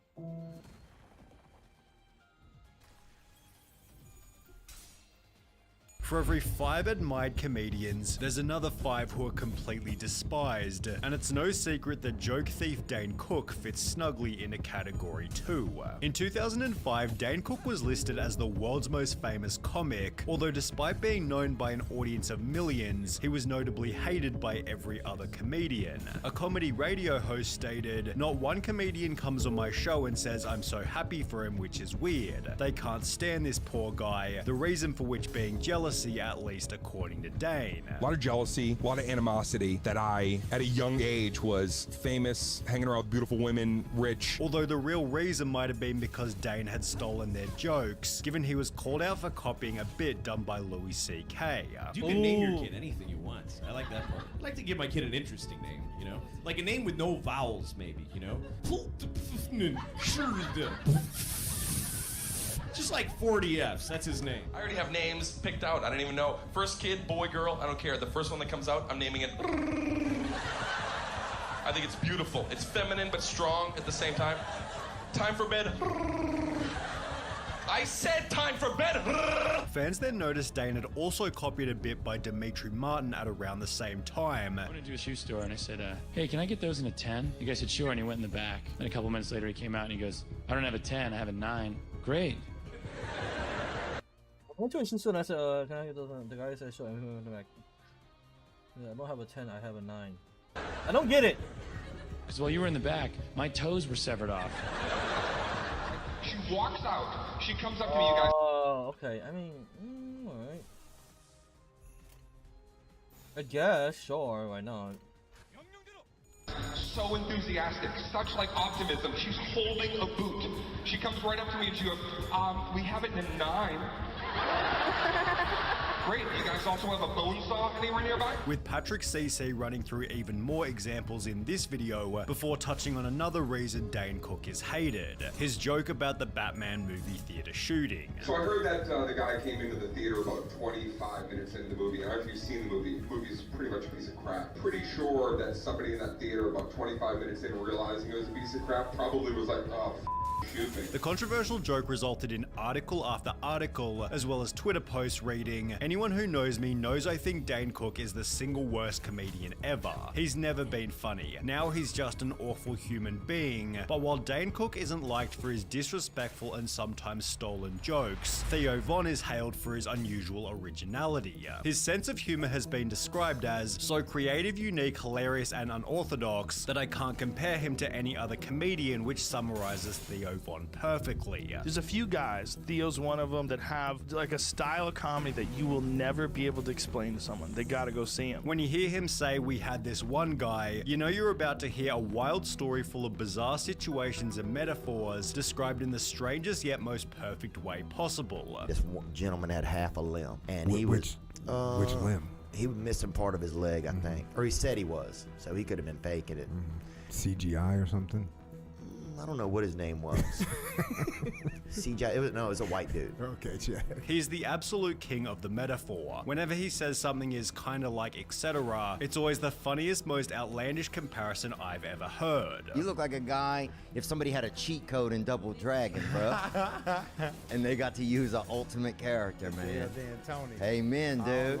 There are multiple compilations dedicated to Theo Von's absolutely wild sayings, although at the same time he's able to show his softer, more vulnerable side in moments where it's appropriate. Theo's podcast this past weekend has risen to become the 7th most popular podcast on Spotify, while Brendan Schaub's bad reputation has caused his podcast to trend in the opposite direction. Brendan had previously been a UFC fighter, however after a string of losses, he was convinced by Joe Rogan and Brian Callen to retire and instead pursue comedy. You have a future in other things and you're really good at. Like, you're really funny. You say funny shit, man. Yeah, you do. You have a ridiculous talent for that. Although with comments on Brendan's stand-up like, this is the best example of normal people thinking they're funny because they make their friends laugh, his sets aren't exactly the greatest. His first stand-up special titled You'd Be Surprised received an IMDb rating of 1.4 out of 10 stars and was labeled in front of millions as the worst comedy special I've ever seen. It was so bad that even Joe Rogan made a few little jokes about it. The first one, I would have probably tried to talk you out of it, but I already talked you out of fighting.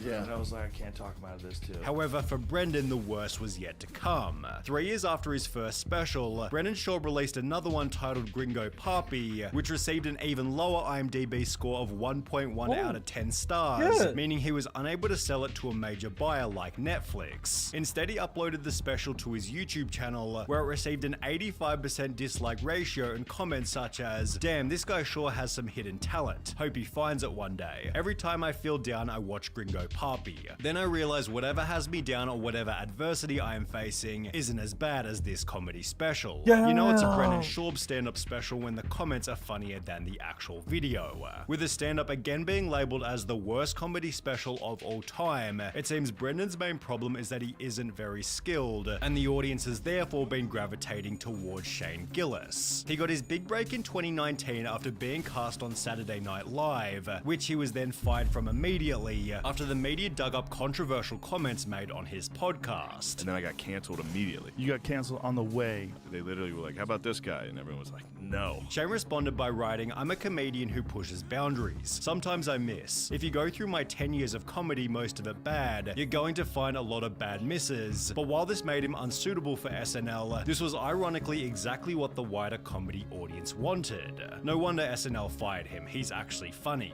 This, in combination with the mountains of press from the incident, took Shane's popularity to a whole new level. The months after SNL, our listenership probably quadrupled because then people heard about it and watched it. So it's helped the podcast. Like, this is actually funny. So it's helped the podcast. Tremendous. Only made crazier when he'd post his live set in Austin, which gained over 20 million views by touching on funny political topics, although in a good way where it felt like he didn't have an agenda. And I don't want to be on the other side of it where it's like, I'm a free speech guy. It's like, dude, I don't want to be involved in any of this. I just want to do comedy. Shane's great attitude and likable personality has made him the most subscribed person on Patreon with around 75,000 paid members, in comparison to Carrot Top, whose style was so unique the whole industry turned against him. He gained popularity as a prop comic in the 90s, but while his shows were extremely smart and absolutely hilarious, O.J. Simpson's football. Okay, go deep, honey. Go deep.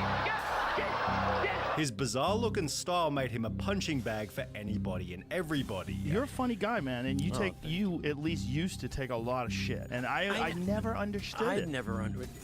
I don't either. I would get shit for everything. It's like Nickelback. This became most obvious when Carrot Top simply flew over his city in a fighter jet. And the next day on the front page of the paper, Carrot Top disrupts the city with flyover.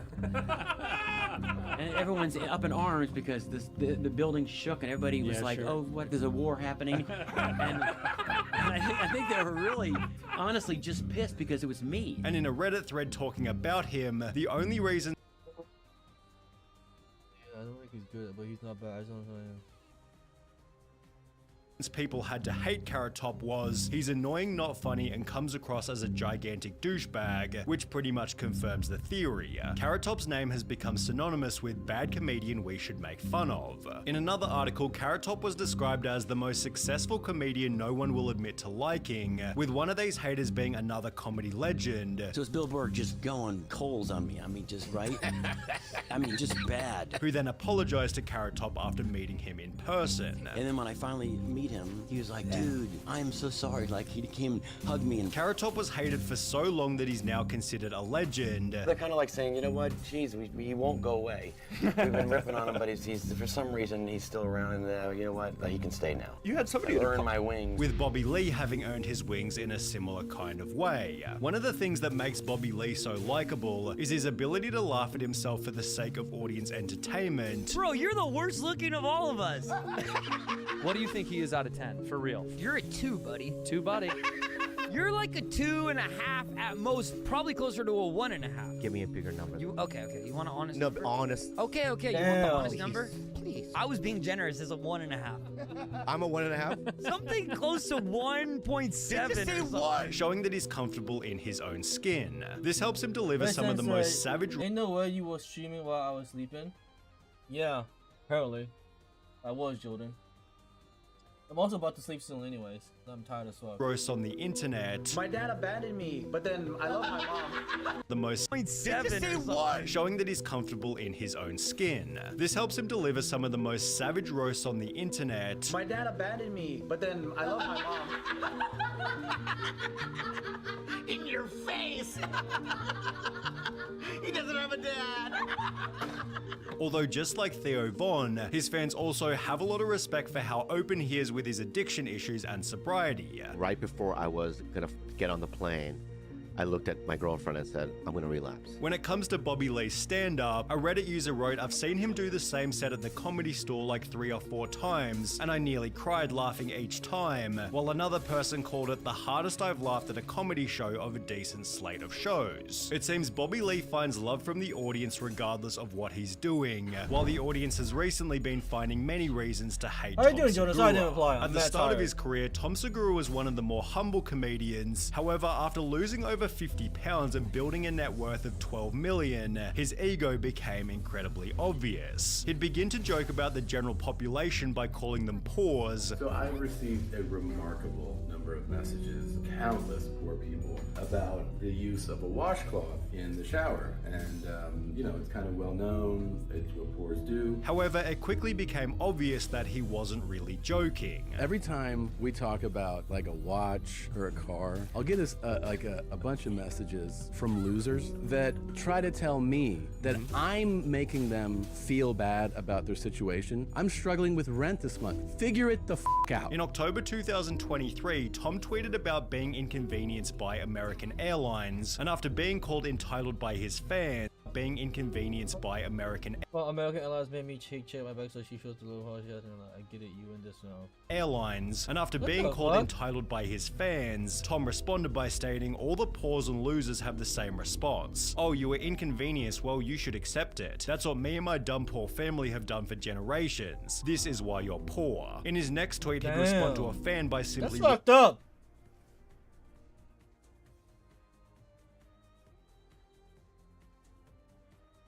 writing poor, while a third tweet read, the lowest level poors get upset, as they've been trained to do when you point out they're happy to do what I'm told servant mentality. They don't value time because their time is worthless. You are specks of shit on a washcloth and washcloths belong in the trash. The rant instantly turned Tom into laughing stock for the internet. Probably not that much money left over for the guys in the booth either. Oh, it's all Tom and Christina just running around, getting on private jets, making fun of poor people. While others dug deep to find his wealth was likely inherited. It turns out Tom was a trust fund kid. His father was the vice president and chief financial advisor of Merrill Lynch for 25 years, until he took over as the vice president and CFA for the Bank of America. His obituary mentions that he was a member of the Quail Valley Golf Club in Vero Beach, where a membership will run you a very modest $85,000 a year, not counting all of the other fees. This led Tom to remove the entire chain of airport tweets and avoid every question that might imply he's rich. What kind of car you have? Which what? What kind? You have cars? Yeah, I How many like cars you got? Damn! Yeah.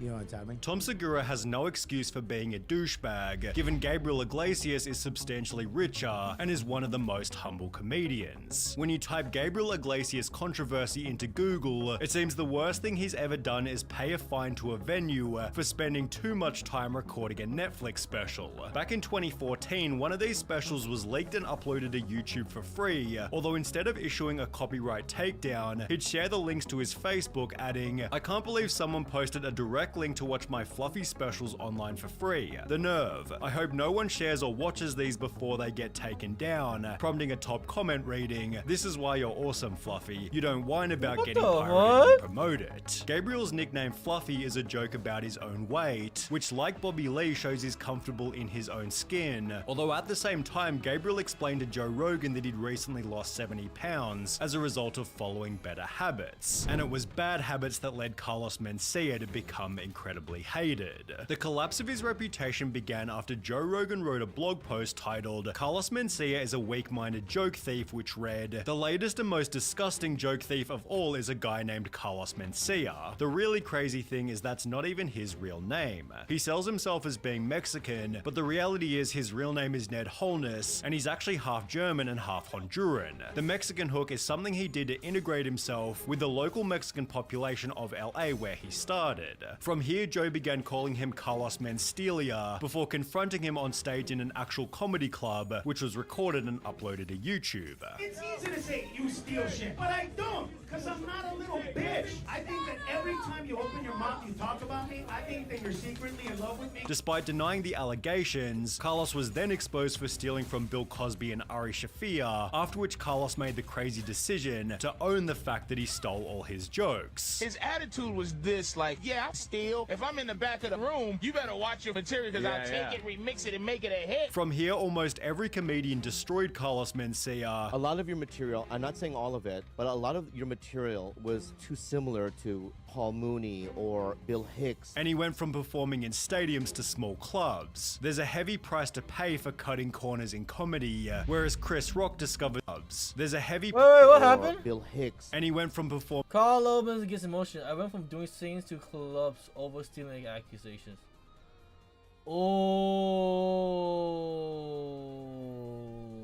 in stadiums to small clubs. There's a heavy price to pay for cutting corners in comedy, whereas Chris Rock discovered there's much to gain in the power of a single slap. Chris Rock has been admired and respected since the mid-1980s, although it seems being slapped by Will Smith made him even more loved. Ironically, the Will Smith slap made Chris a beloved winner. Will Smith accomplished the impossible with one targeted slap. Now everybody loves Chris. This was reinforced when Dave Chappelle was attacked on stage, after which Chris Rock jumped on the mic to ask, Was that Will Smith? Chris Rock just proved that if someone does you wrong in life, just wait, and the perfect moment will present itself. Proud of Chris Rock. He didn't let the Will Smith incident take him to a place of bitterness and anger, but stays humble and even makes a joke out of such a difficult spot to be in. There could not have a more perfect moment to drop that line, and the fact that Chris Rock wasn't really talking about the altercation before leading up to this just adds to the perfection of his delivery, and when Chris Rock did address the controversy in his special, he reinforced a winner's mindset. But I'm not a victim, baby. You will never see me on Oprah or Gail. I couldn't believe it, and I love Men in Black. No, I took that hit like Pacquiao. Okay, that was okay. Okay. Disclaimer. Okay, that's pretty good. That's pretty good. That's pretty good. That's pretty good. That's pretty good. I can't even hate on that. That's pretty good.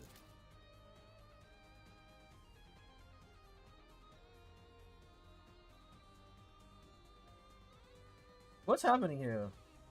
How many more floors do I have left? We're about to find out. Which one of these are short though?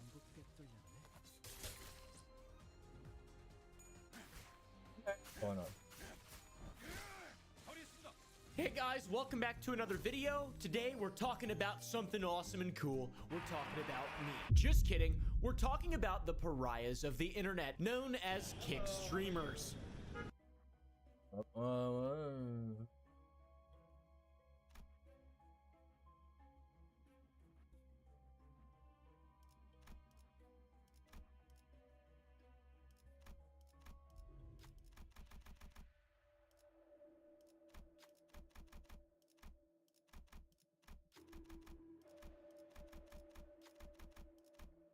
I haven't done this in a while. Sprinkle water on the plant.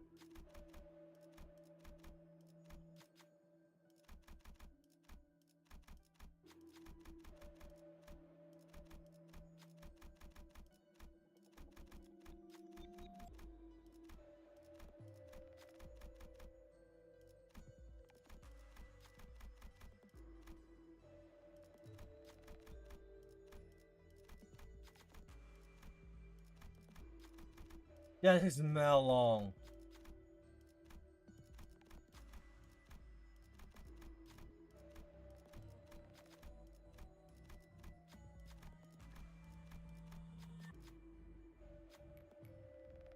Oh, thank God. Finally.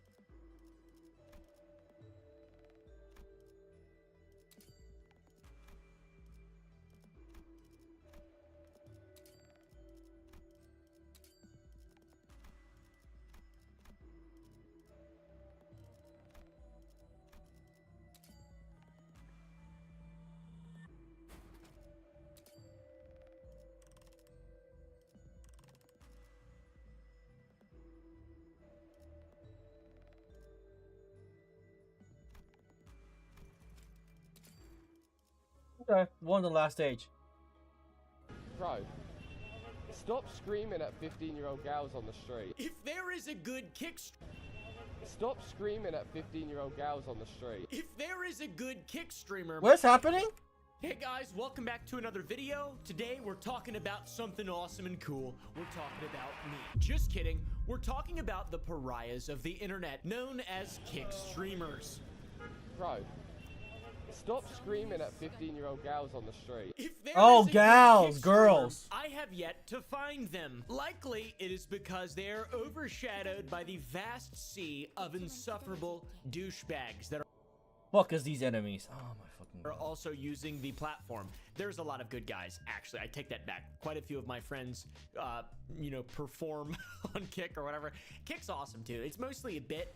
It's better than Twitch. I like Kick better than Twitch. But there's, like, a couple people that are just really bad on Kick, and there's two people specifically that are, by God, like, kind of hard to quantify. Thank you to Rocket Money for sponsoring this video. I recently found out I was being charged every single month for a subscription service that I forgot about and didn't use. It was frustrating to see my money just shooting out into space because I'm an idiot. Thankfully, today's sponsor and a longtime sponsor of the channel, Rocket Money, is here to help. Rocket Money is an all-in-one finance platform to help you save more money and spend less. Rocket Money helps lower your bills, manage subscriptions, build custom budgets, grow your savings, and it's all in one place. My main use of Rocket Money is to cancel unwanted subscriptions safely and securely with just a single tappy-wappy-roo. It also helps me lower my bills with just a simple photo, and I got a custom budget, which sometimes I don't stick to, but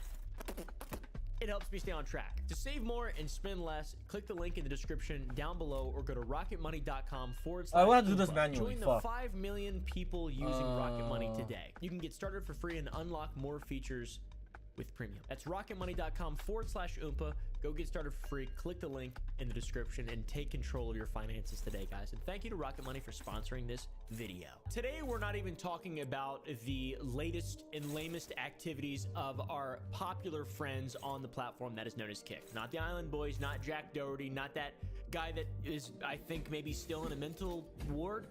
What's his name? Fousey. That's it. I forget these people's names. It just, as soon as I'm done recording, it disappears. We're treading new ground today. We're talking about 2 additional epic Kick streamers that seemingly do not have a single good bone in their bodies. River McKeever, aka Slightly Homeless, and Harrison Dodd, aka Harrison IRL. Slightly Homeless have a single good bone in their bodies. River McKeever, aka Slightly Homeless, and Harrison Dodd, aka Harrison IRL, also known as Cool Slick Live. Every time I learn about these people, I just can't, it's mind-boggling. I mean, for example, Harrison is known for having STDs. That's like his thing. Like, I have a dog in a candy company. By the way, go to sour.gg, buy some candy. This bro's got STDs. Let us not focus on one of these just yet. These are terrible individuals, and it turns out they are substantially worse than their cohorts. I mean, this truly sets the bar to a new level in which I did not know was possible. Slightly Homeless, or as we will be referring to him in this video, River, is a former reality TV star from a show called Super Nanny. You've probably heard of this show. It's a hit. It's a mega cult classic. And I actually remember River from when I was watching this show as a child. And I don't know what else I was supposed to be doing. Probably school. I was homeschooled, so, you know. These 2 little bastards in this episode of Super Nanny are absolute terrors to their parents. And they need this Super Nanny to come and rescue them to set them straight. She failed miserably. One of them is now a world-famous Kick streamer. So, first off, we'll be going back a little bit and talking about Super Nanny, because I do believe it's pertinent and it adds another level of flavor to this conversation that we're having, me and you right now. We're having a conversation, you and I think you should just go ahead and sit on my lap for it. The episode aired back in 2008 when Obama just became president of the United States of America. When River is first introduced to the show, he's violent. He's hitting, he's throwing things, he's being very destructive. He's being a bastard. Put it down. Put it down. You don't play with wrought iron. Put it down. Him and his brother have driven their 40-plus-year-old parents to tears, which is kind of sad, and it's something you see quite a bit, is just parents who cannot control their children. They can't relate to them, they can't understand them, it's emotional on both sides. It's bad, it's rotten, and that's why we've got the Super Nanny. But even as Super Nanny, Joanne Foster begins her observation of the boys, little bastard, River, attacks her. What's your name? Rev, why are you doing that? Be nice. As soon as I met the young boys, they decided to attack me. And not only that, he's proud of it. He's a true ne'er-do-well, a rapscallion. He smiled about it in a later interview. He throws balls at her. And then the boys started throwing balls at me. River. Right. River, stop it. He says, we need to beat up that lady. We need to beat up that lady. No, you don't. Now, I have to commend him for his focus on teamwork and building a community, but this is not going about it the right way. We can see all of this as epic foreshadowing for what's to come in this little man's life. Even at one point in this video, Corey, River's father, puts him in a timeout, or at least tries to, and River just fights him, and it's seemingly an endless battle between River and anyone who's trying to get in his way. There's something wrong with this child. Stop now. Stop it. Stop. Let me go. And there was this full-blown fight happening between Curry and his younger son. Eventually, though, in the episode, it seems like they have a bit of a breakthrough with River during a homework session, but it's short-lived. At dinner time, he goes right back to being a absolute bastard. Go with that. Stop. Stop. Stop. Riv.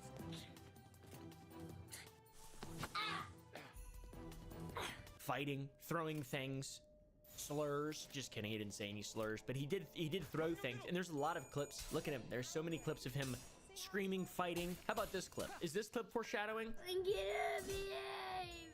You're gonna gonna behave? Good. Right. No, but we will use it a lot in this video. This episode of Super Nanny, by the way, all these episodes are lit. This show is so good. We need to bring back some reality TV like this. It's just so it's awesome. It's epic. Corey, the father, has a bit of a breakthrough with River's brother Hunter. This happens when he teaches him how to ride a bike without training wheels. Keep going, Hunter. You're doing fantastic. So having Dad teach Hunter how to ride his bike will go a long way because he'll remember that his father taught him how to ride his bike. Damn, Unfortunately, okay. we don't really get to see that sort of breakthrough moment with River, and I believe that is exactly why we are talking about him today, because the Super Nanny didn't work out. Now, following this appearance on Super So Nanny, what you're saying is Hunter grew up to be a normal, upright, contributing member of society, and River became a kick streamer. Got it. Became a massive child star. He appeared on a show called Zeke and Luther. What And about by the Unit way, Star? massive, slight exaggeration. He was in a couple shows, I think. I really don't know, but he got a taste of that silver screen and he went mad with it. Now River is a bit of a menace as an adult man with way God less damn it. excuses. You know, his parents are not to be blamed at this point. River still displays a lot of the same troubling behaviors that he displayed when he was 6, but now he's like 40. River's plan for making content is to just share his experience traveling around the world, his journey around the world. He's slightly homeless. He doesn't have roots anywhere. He's a wanderer. That's cool. I like that idea. The slightly homeless, that's a cool name. It's pretty sweet. He has a TikTok. He's talked about some of the places that he's gone to, like Iraq. I hitchhiked across Iraq with no money. Started in Baghdad, the capital of Iraq. Yes, the place where the US Embassy got RPG'd a couple weeks ago. Within minutes of hitchhiking, an Iraqi dude approached me and gave me 25,000 Iraqi. He also bought me a taxi to the bus station. So I got my bus ride, and I go through my first checkpoint. He talks about granny prostitutes in Korea, which is pretty sweet. Hey guys, I hitchhiked across Iraq. I love grannies in Korea. In Korea, there's a ton of 80-plus granny. They sit on the side of the road selling energy drinks to signal to customers who are in on it that they are. You may think they don't get many customers, but apparently there's actually quite a bit of people that are interested in grandma. Based in Red Pill, I think, right? Right, guys? Am I right, guys? Am I right, guys? Kick is where he has now set up shop for his home. He's the least homeless on this platform. He's got over 10,000 followers, which is pretty cool, and all these people are ready to tune in at a moment's notice to watch his antics. During his time on Kick, he has collected some of the usual accolades of streamers his caliber: harassment, abusive behavior towards people of the public, being racist. Our skin color is very similar. Yeah, very similar. I am Asian. Me Asian. I'm Asian. Some of these behaviors even landed him in legal trouble. Kick streamers suspended and slightly homeless allegedly arrested in Nepal. Content creators could possibly face up to 10 years in prison. That's unfortunate. He didn't go to prison for 10 years. He's still around. Now, how the f do you do anything in which a headline like this shows up 10 years in prison, and then how this is your response, just absolutely just beating around the bush of taking responsibility for any actions? He deflects blame like a true professional and accuses the Nepalese government of being corrupt. Kick streamer slightly homeless says Nepalese government extremely corrupt after being released from prison. Dude, name a fucking government that isn't corrupt, for one. And also, what are you doing? He even had a warning for Ice Poseidon, another favorite creator of ours, to get out while he still had a chance. My warning to Paul and the others is that their government is very corrupt. It's very similar to Iraq, except that they're not very, well, they weren't violent in Iraq either. It's very similar to Iraq, and the second they get any information on you, you're probably so if I was you, Paul, if you're watching this clip right now, I would get the hell out of there, because you're not going to be safe.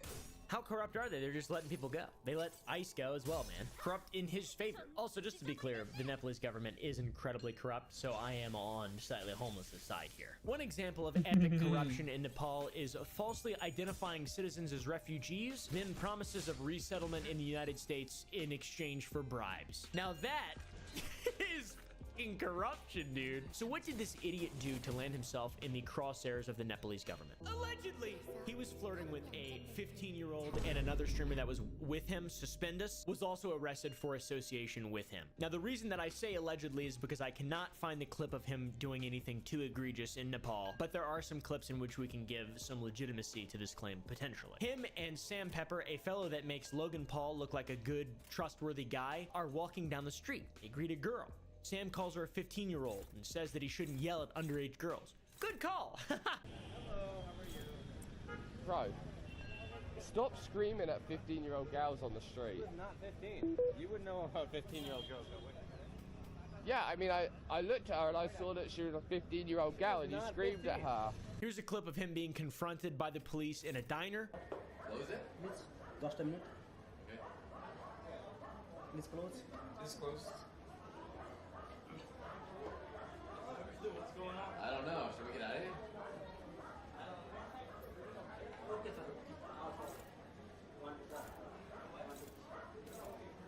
What do you want?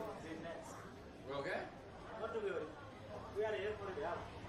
He wasn't arrested on camera, but allegedly it happened once the camera shut off at the end of the clip. And this is them allegedly being escorted into a police station. Allegedly. I say allegedly because I don't know 100%. Another streamer who is actually from Nepal was able to accompany a representative from the US Embassy to go see them. River claims that he was rapping and said something he probably shouldn't have said, which is definitely true because the rap was just him screaming about jacking off.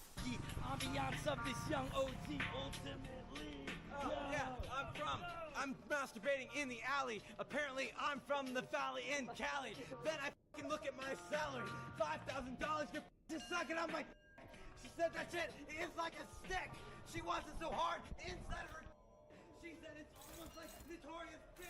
He's the child star version of Kanye, let's put it that way. The rap is in fact so based in Red Pill that Sam Pepper walks away to disassociate himself. Now all this is indicative of a deeper issue with River, slightly homeless, whatever his name is. He kind of has a habit in seeking out young women, trying to get them to kiss him, and also allows his chat to just be bastard savages to these people as well. I mean, it's just classic sort of small Twitch streamer or kick streamer behavior. This doesn't happen on Twitch. Big W for Twitch there. This fellow on Reddit said, watch this slightly homeless guy for like 4 or 5 days. Here's why he's a piece of shit. His community refers to his content as content, where he goes and actively seeks young women, trying to charm them into flirting and going out with him. He allows his chat to be really misogynistic, sexist, and rude towards these young women, and he does all to moderate it. He tries to get these girls to kiss him on stream, and he knows this kind of stuff gets views. In his post-jail stream, he seemed to completely blame the Nepal police and not take any accountability for being a fucking creep towards possibly young girls, and also for being offensive towards the local culture. So what do you guys think? Based on the clips we've shown in this video so far, the ancient tale of Super Nanny, I think this guy might be a piece of shit. I'm not 100% sure though. Here's a few more instances that might convince you. Here is an instance from a video in Korea where he showcases trafficked women. He says he only asks how much for journalistic integrity. There's also a time he met up with a girl at her hotel and told her that he was gonna stop streaming, but he just hid his phone in his pocket and kept the stream on. Kick degenerates is like one of my favorite things. This is so insane that this exists, that these people are real. This fella named Spree on YouTube made a video called Slightly Homeless, Child Actor to Depraved Streamer, and we pulled a clip from his video. Go check his video out. He even tries to get a kiss from a girl and calls her a latte and then asks if he can drink her. You're like a latte with 20 sugars. Yeah, and I really want to drink you. This guy is cringe! Oh my god! What the kind of creepy bastard does this? He even made a proposition to another streamer, Bong Bong IRL, for sex. He wanted to I hate have this boss. sex, I don't know what to guess. do here. I already forgot. 30,000 won. Let's get a room and have sex. 30,000 won. I think that's like 30 bucks. Maybe 40 bucks. Now for the next part, this arc, whatever you might call it, I don't know the exact timeline, but I'll do my best to kind of articulate it in the way that I understand it. Bong Bong gives this guy, River, a warning on her live saying that he is banned from Korea. And if he comes back, she will call the police. That was on November 14th, or at least the clip that we found was uploaded on November 14th. If you ever come back, if you ever come back, okay? If you're gonna live, I'm gonna directly call police. On November 24th, River uploaded a video. I've never seen a woman that furious before. And I've seen some angry women. Have you met my mother? She gets really fucking angry. video titled, "I survived walking across Korea." On November 24th, the same day that the video went live, Bong Bong claimed to file a police report against River. These clips are all posted on this channel called RT, who just re-uploads clips of streams. I don't know who is posting these. I don't know if this is like a chronic viewer of Slightly Homeless and Bong Bong. I don't really know. This is when River's misogyny sort of rears its ugly head, as if that's like the worst of all the problems we're dealing with here. He told a girl that she was ugly because she's white. Actually, I'll be completely honest with you. I think white girls are fucking ugly, and you're kind of ugly. No, but not because you're ugly. It's not because you're ugly. It's because you are white.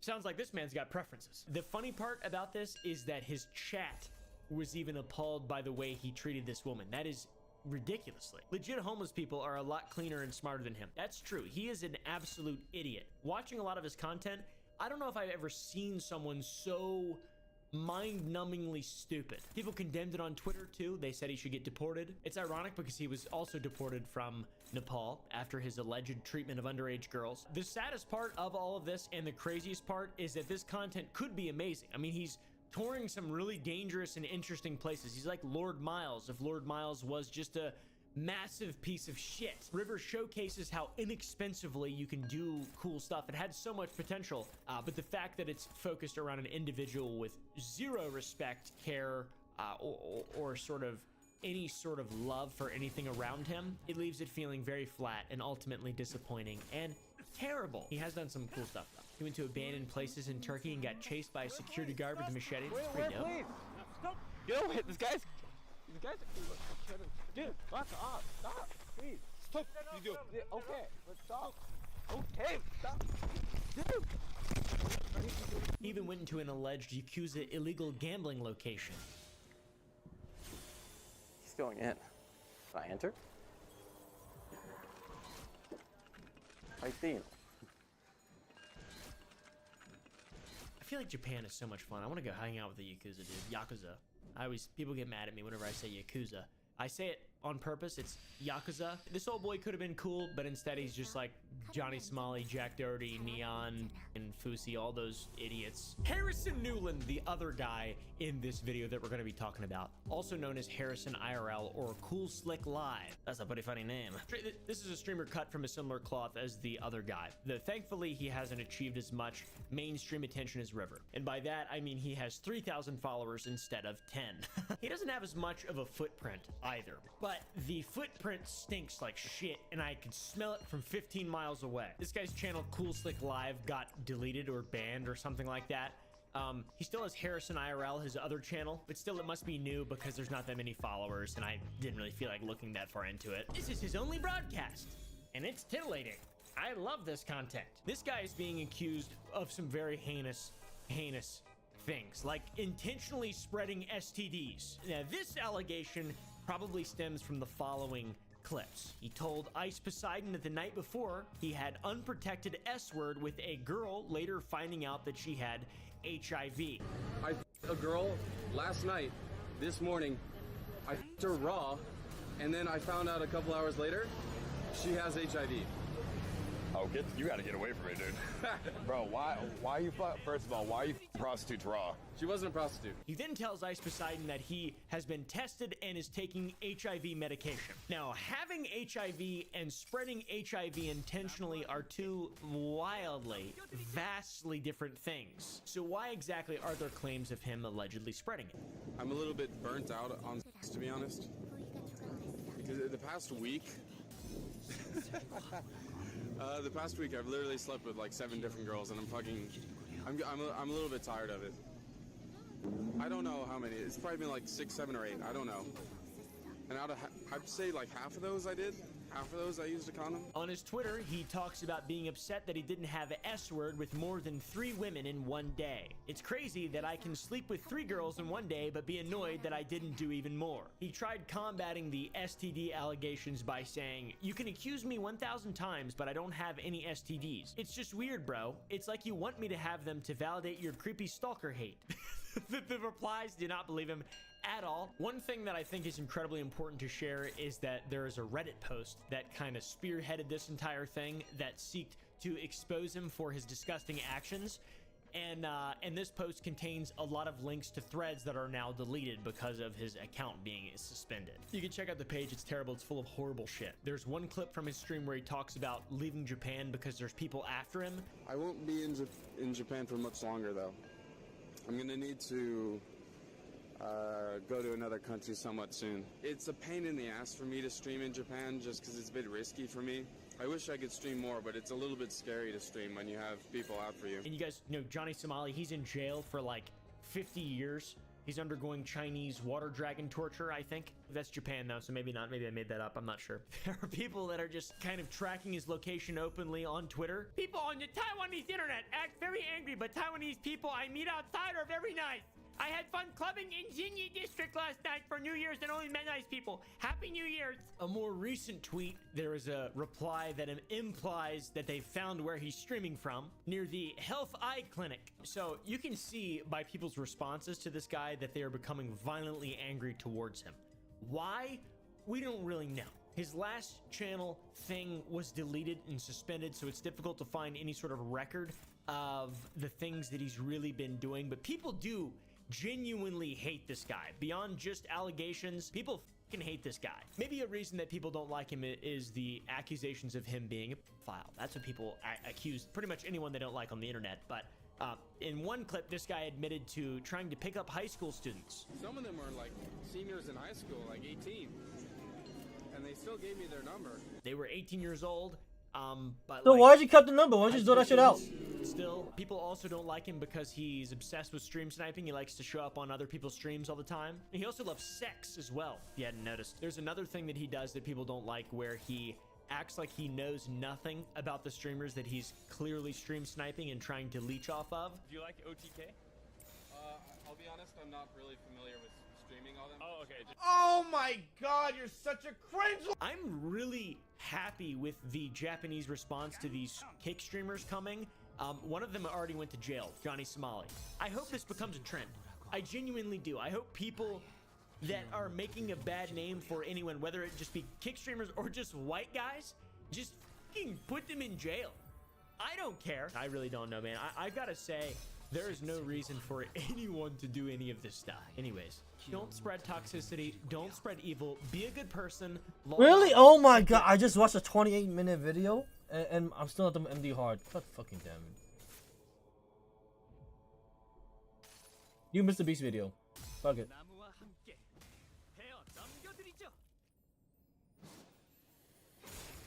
These 5 tanks are literally about to rain missiles upon this $500,000. And any money that doesn't get destroyed, I'm giving to Blake. But lucky for you, I'm gonna give you my credit card, and you can spend as much money as you want trying to protect this money from all of the missiles we're gonna be launching at your money. So I just build whatever I want. Whatever you want, but you only have 24 hours until we fire these tanks. I need metal. Let's go. All right, let's go, boys. Oh, he's running. We're kicking this off with a sprint. All right, Blake, where are we going to first? Think in the junkyard. Blake's first 3 hours consisted of sourcing any metal he could find to protect his money. I mean, this looks like they have metal. Even if that meant spending $30,000. Definitely want that, all the trucks. Basically, you just want every car here. Yeah. Can you give me any of your shipping containers? Gonna go back. Yeah, this is good. I feel like those will work well if I put them on top of the money. And as if buying out the entire store wasn't enough, Blake did the same thing at 2 other industrial stores. So everything I get from you today, I would need within the next 12 hours. 12 hours? I'm willing to pay double. Okay, we'll get it. He's very quick to throw my money around. I'm willing to pay double, he says. Hold on. Let me figure this out.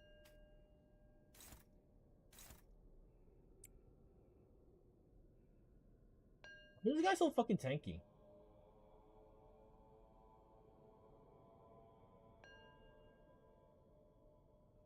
Oh, that's why.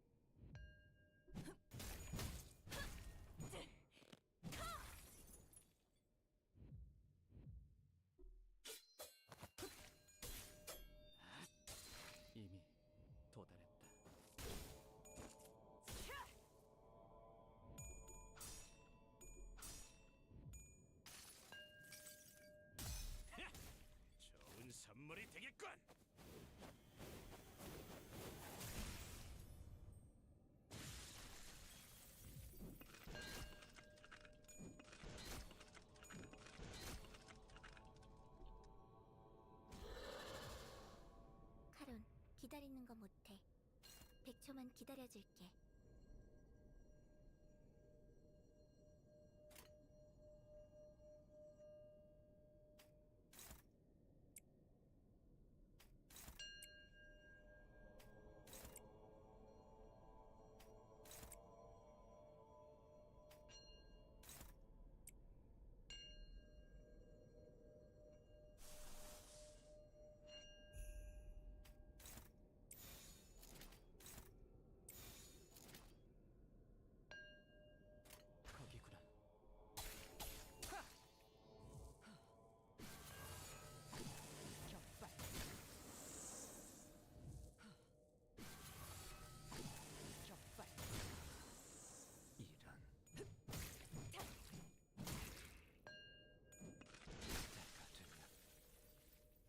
My homies are dead.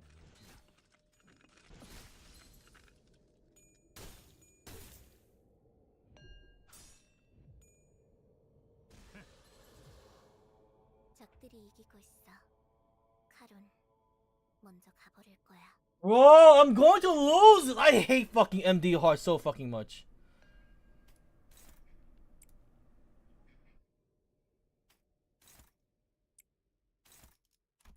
Give up. $15,000. And while we waited for the materials to be delivered, we headed back to the Like dead ass.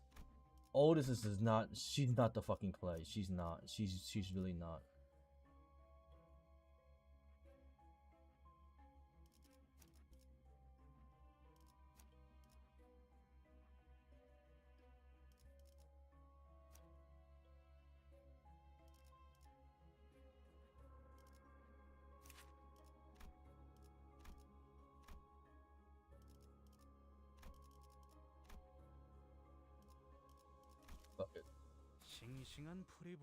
money, and Blake laid out his official plan. You just spent the last hour strategizing. What did you come up with to stop the tanks from destroying your money? Step one, I want to put a shipping container over the money. That is actually... Okay, hold up. Go all in on this motherfucker right now. 517 plus 16.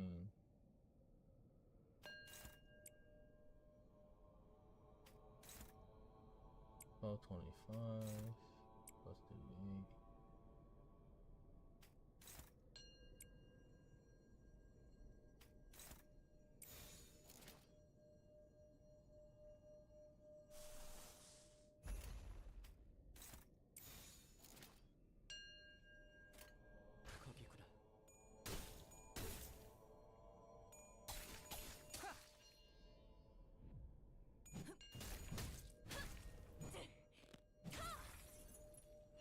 방금 건 아무 쓸모도 없었어.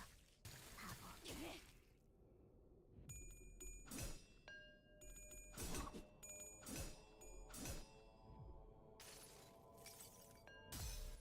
Genius. Step two, giant water tanks. Do you think that's your best defense? I think it's good, but it's not the best. Step three is containers filled with brick, hay, and wood. Step four is my best defense, a fortress of strategically angled cars.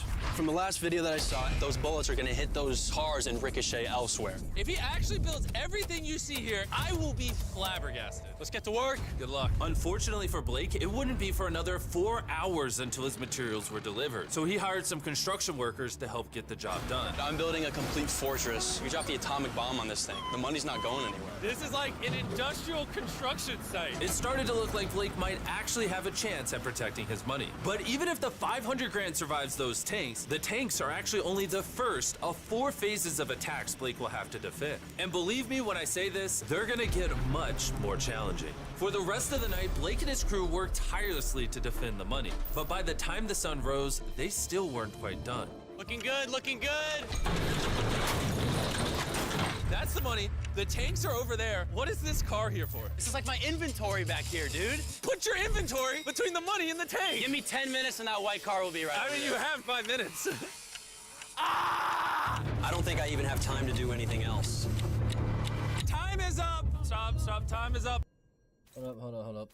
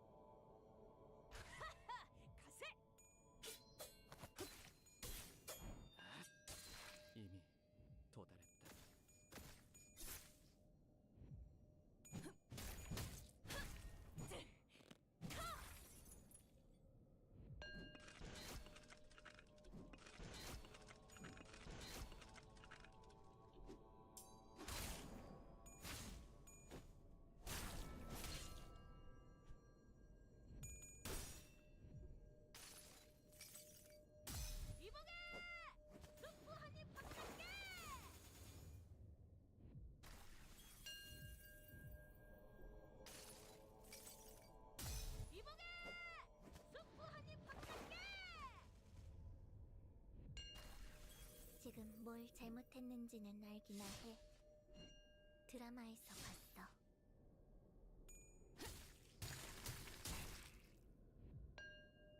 카론, 기다리는 거 못해. 100초만 기다려줄게. Yeah, he did. Healed them.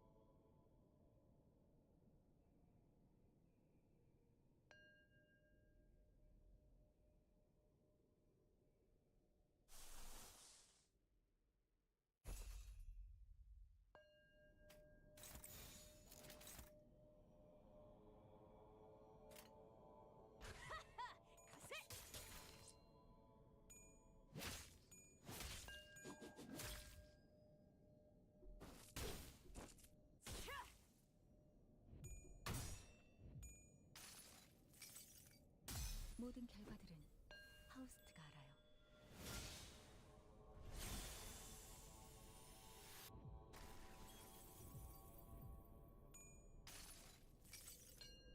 모든 결과들은 Oh no, man. Drop it right there. Go far away. Blake, time has officially ended. Seems pretty sturdy. Let's go fire some tanks. I've been up for about 25 hours now, just building and building and building. I mean, I'm looking at it now and it looks great, but then I turn around and I see these 5 beasts, and then I see these shells that they're working with. I really had no idea they were gonna be that big. You think a shipping container is stopping that? Hopefully 3 of them are. Oh man. All right, it's time. Load up the tanks. All right, these 5 tanks pointed at your money are about to fire 20 rounds. Blake, fire the first shot. There's so much dust. Oh my gosh, look at his face. Woo! Okay, that's great. Hold up. I'm about to heal my team.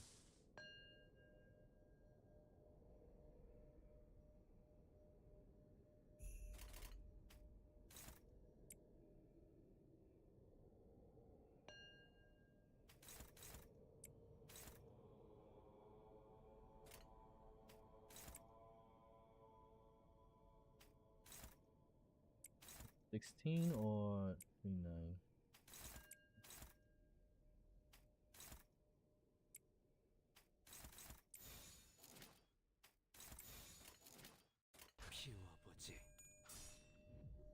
Did I just lose the fucking clash?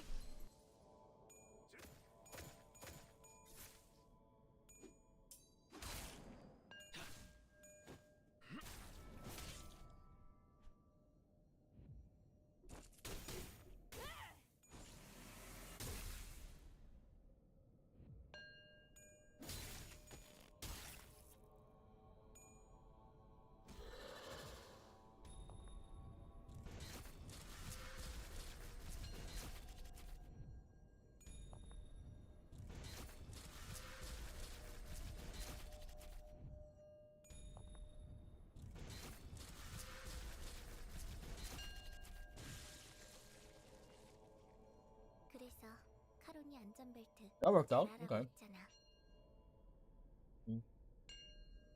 You have a mark on you though.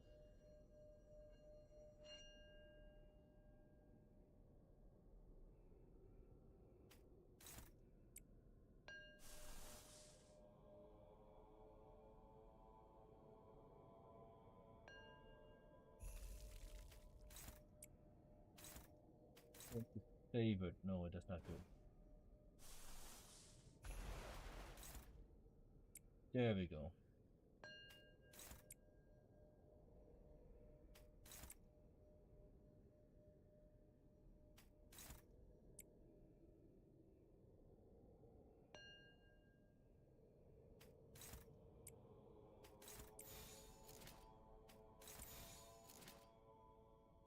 깡총.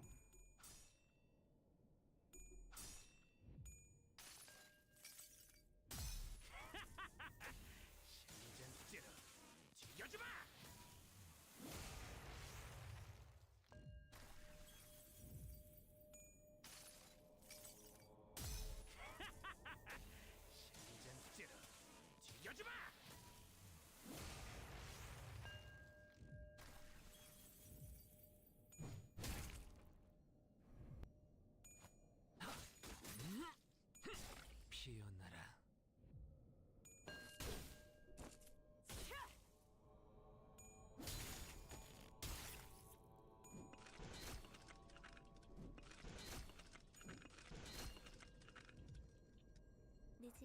내피랑 먼저 갈 거야.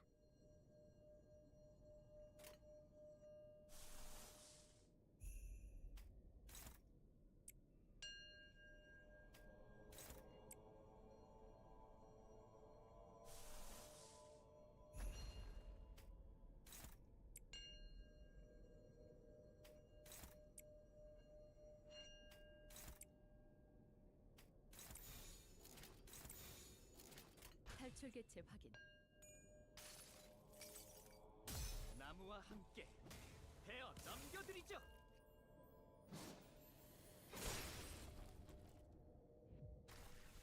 쨍그랑 부위가 조각났어. 계속해도 돼. 나무와 함께 베어 넘겨드리죠.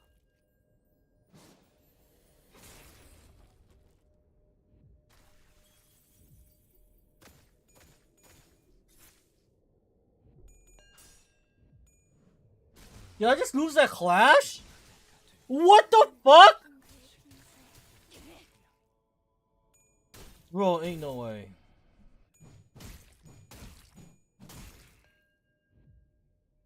승객이 조용해졌어. 조금 있다. 째깍째깍 해줘야 돼. That clash? Who died?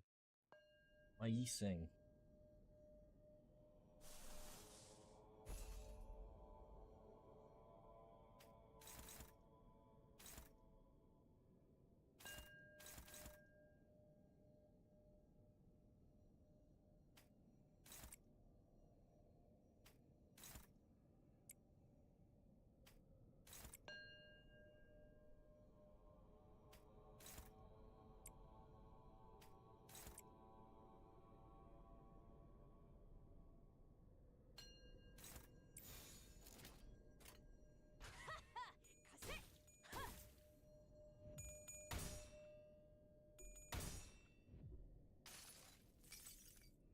모든 결과들은 파우스트가 알아요.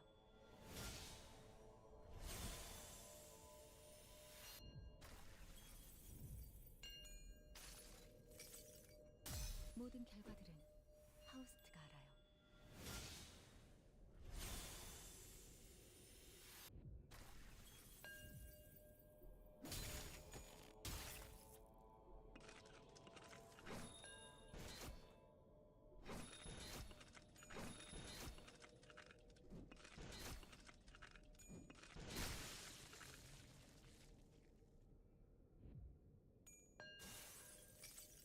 This is gonna hurt. 이번엔 내가 괴롭혀주마. 자기가 필요한가? 몸이냐? 내피가 배고파했어. Okay. Alright. 잘 됐다. 그치? Alright, we good. We good. We healing. We are healing.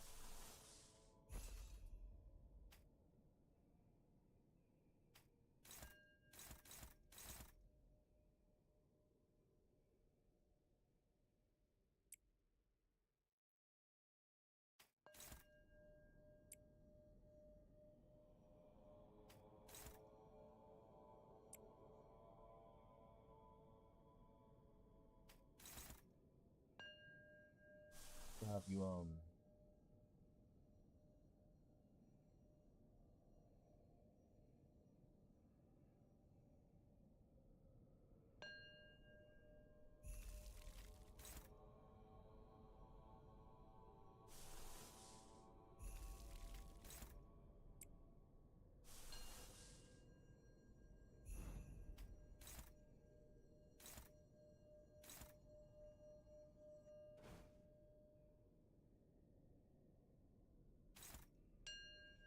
flash this?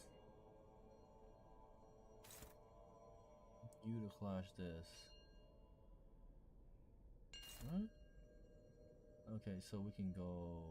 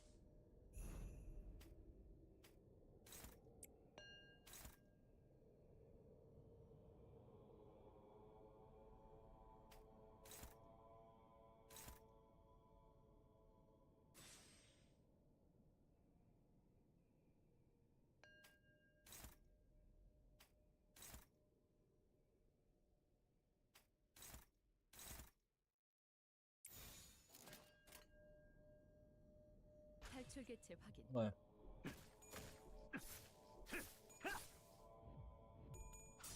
There's so much dust.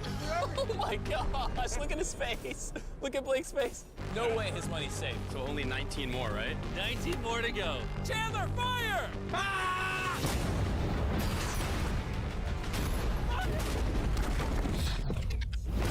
Oh!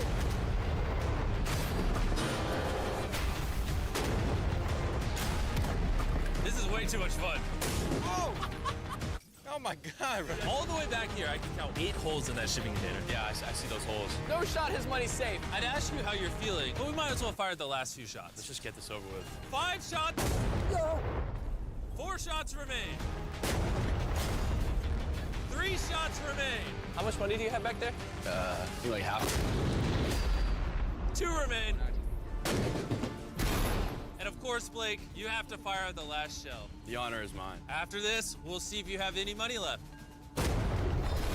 Let's go! Oh, he's running. He's so fast. Is there any money?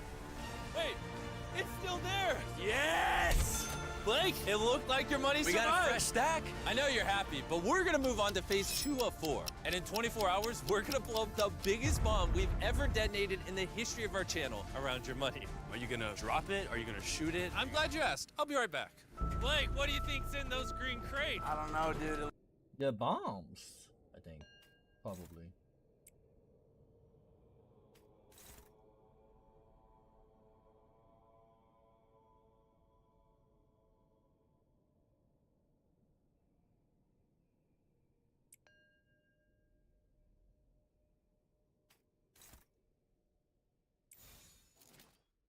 Okay, hold up.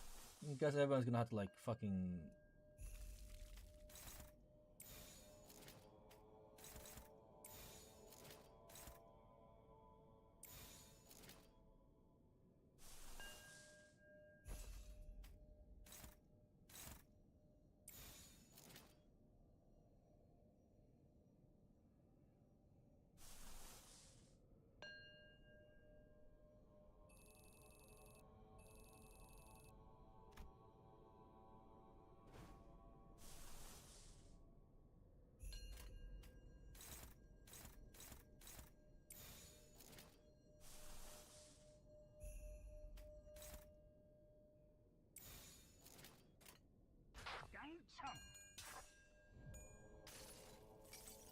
It looks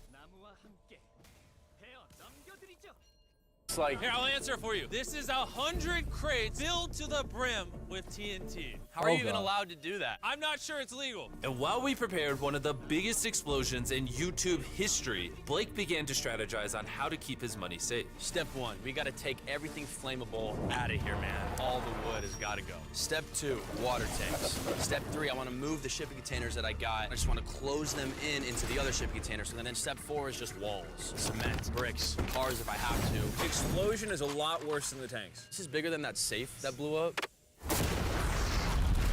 Yes. Every single thing inside of that destroyed. Come on. The first time, he lost $250,000 in this video. We gonna repeat it? No. With phase 2 commencing in just 18 hours, Blake gave the workers he hired a life-changing speech. Gentlemen, we survived day 1. Yeah! Yeah, give it up, come on. Woo! You were good, you were great, but there's still $500,000 back there. So let's get to work! Let's do it! Let's go!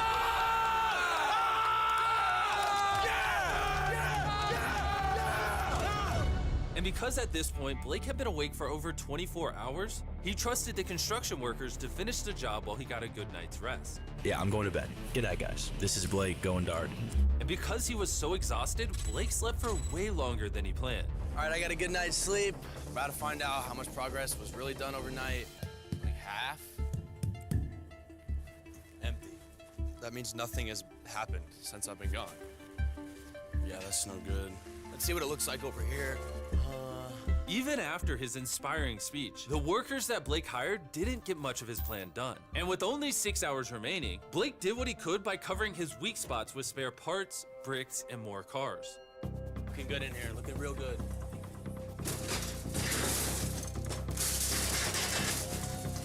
Oh, Mr. Jimmy! What am I about to witness? If you listen close, you can hear beeping. It's actually a school bus coming, and it's gonna be plopped right where you're standing. I assume it's not full of children. It's a short bus.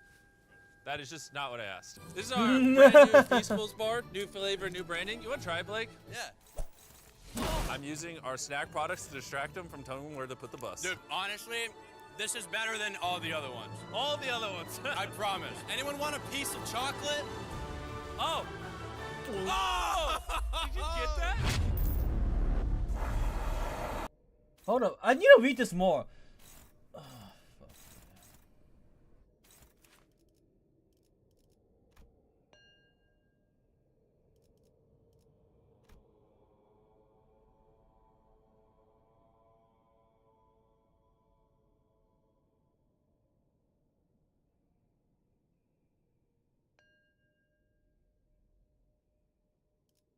How do you transfer karma again? You just have to hit the guy, right?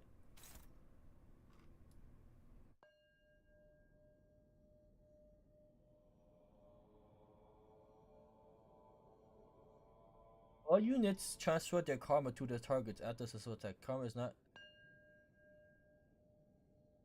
Its allies are alive.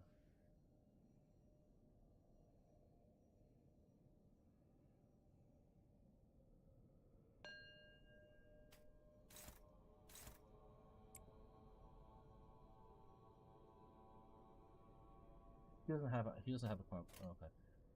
I will...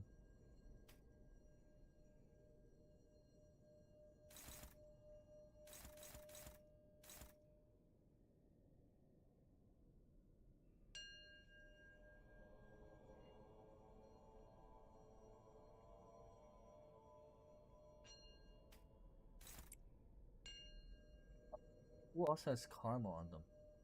Rabbit guy. Also hit this. No ammo?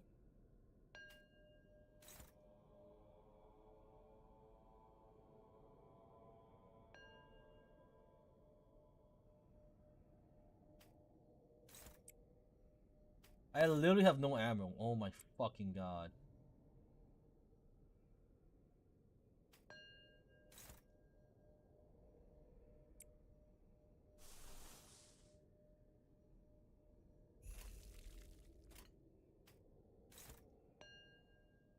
Well then. I can stop it with this. Good.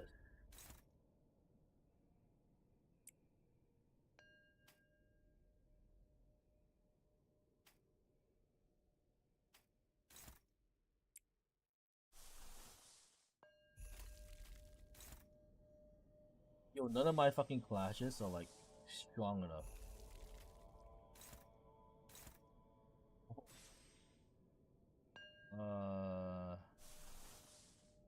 Well then, we're in a tight spot.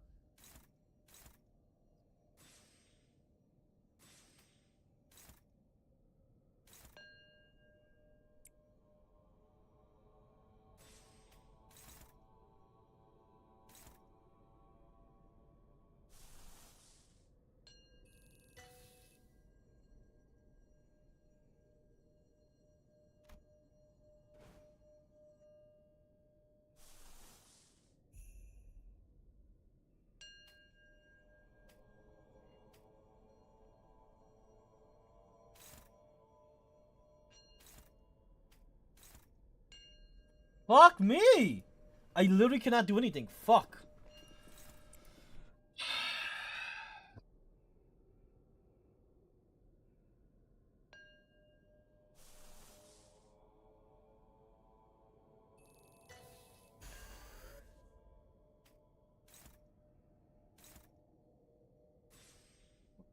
Fuck dead. I'm fucking dead.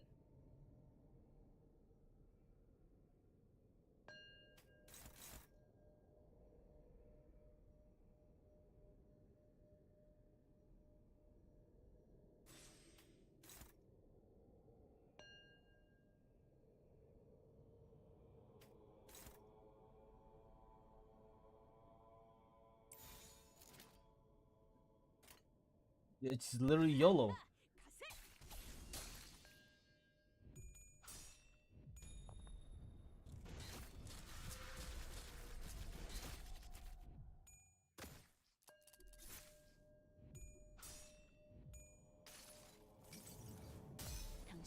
구해주진 못해도 Hey, Blake! 5 minutes till boom! I need 10 more minutes. Just give me 5 extra minutes. You have 4 minutes. Bro, you're spraying them with water. Probably feels good. I don't think they agree. They're literally getting off the car. They've got 90 seconds left. Blake, you're running out of time. Go! Go! Come on! Come on! Hey, it's 5 o'clock! Stack up my own homie. 그래서 Oh, 카로비 great. 안전벨트 잘하라고 있잖아. Oh, great.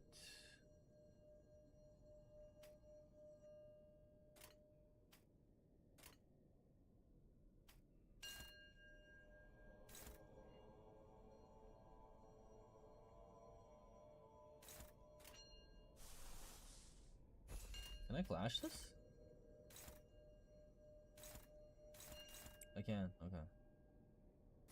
Well, just in case I can't, I will transfer this.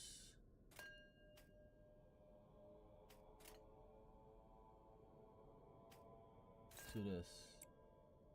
Yeah? And then heal somebody with this. Yes. And then beat somebody. Nope, I can't. I will proceed to beat somebody. With this. Nope, that's too low.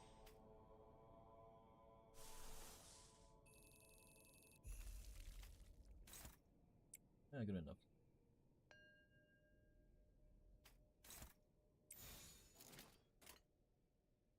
Yes.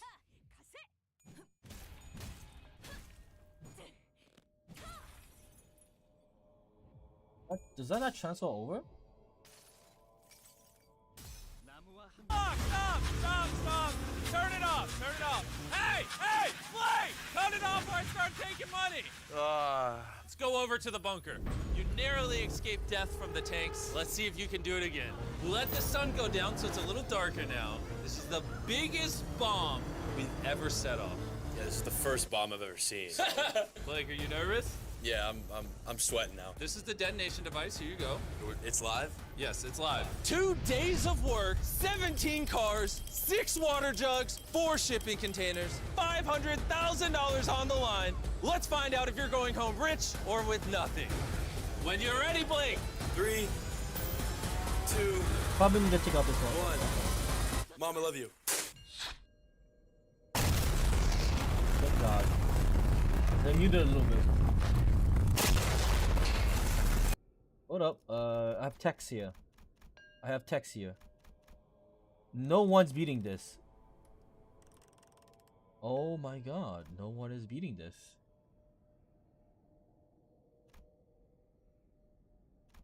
No one stands a chance to beat this.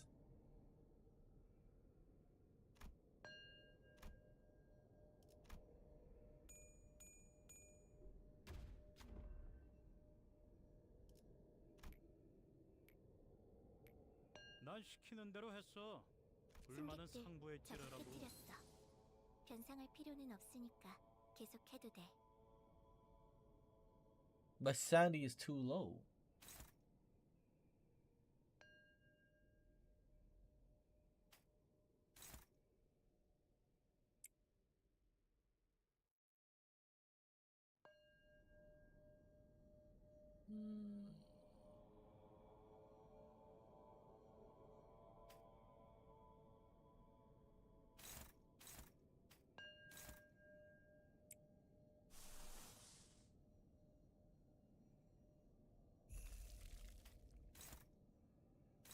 Yeah, she can't class for shit.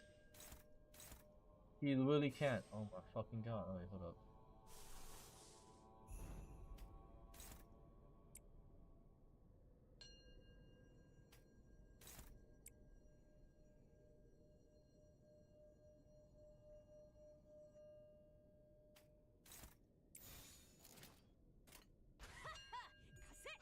All I can do. Oh fuck, you're fucking. Ouch.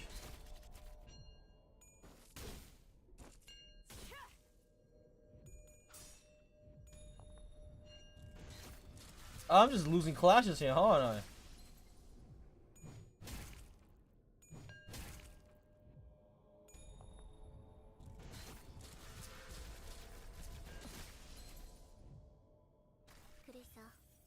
안전벨트 You're 잘하라고 so 했잖아. fucked. Like, unironically, so fucked.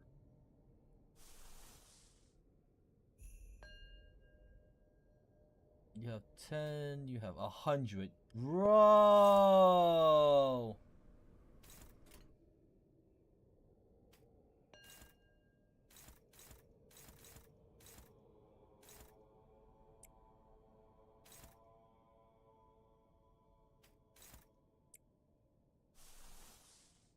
Do you have anything to stop it?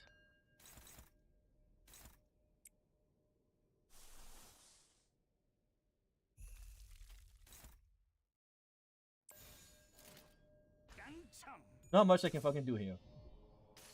Straight up.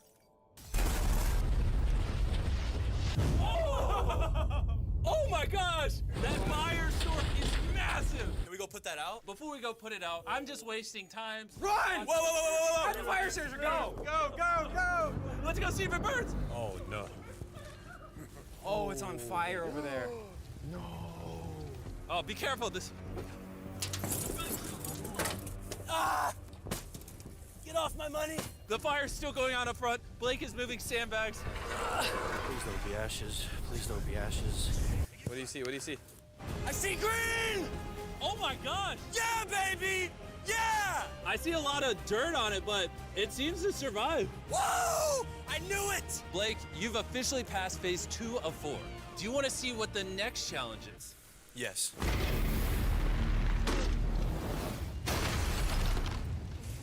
I think we might win this. As long as I just like kick his ass, I'm sure we can win this. The healing.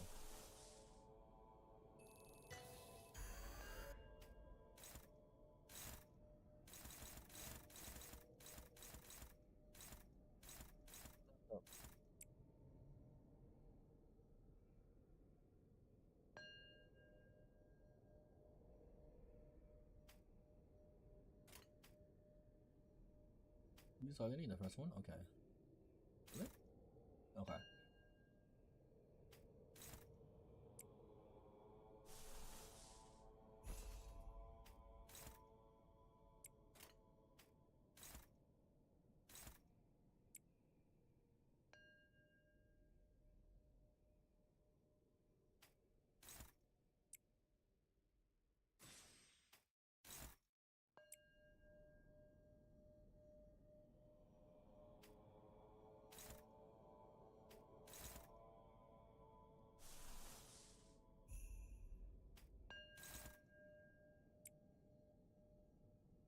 Anyone else? Oh, you have karma to transfer as well. Fuck me.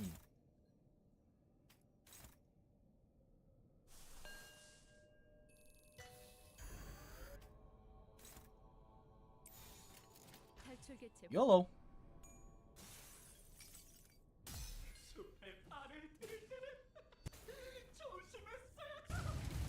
All right, Blake, for your third challenge, we're going to be dropping flaming cars filled with gasoline on top of your money. Can you tell me how many cars? A lot. A lot? A lot.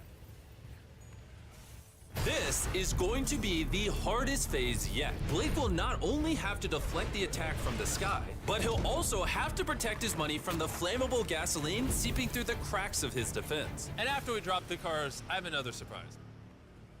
Good luck.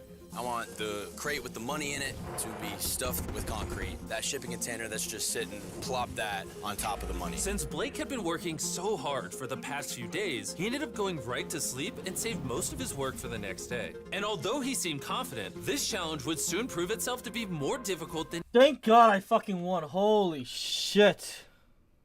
One dead. I can't believe I did it. Alright, whatever.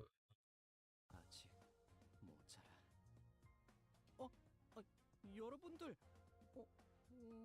왜 그렇게 뒷걸음질을 하시는 건가요? Damn, holy shit. This one was annoyingly long, ironically. This one was annoyingly long. All the mobs got stronger and tankier. So cringe. Fuck MD hard, deadass. Every week I do this shit. I continue this dog shit.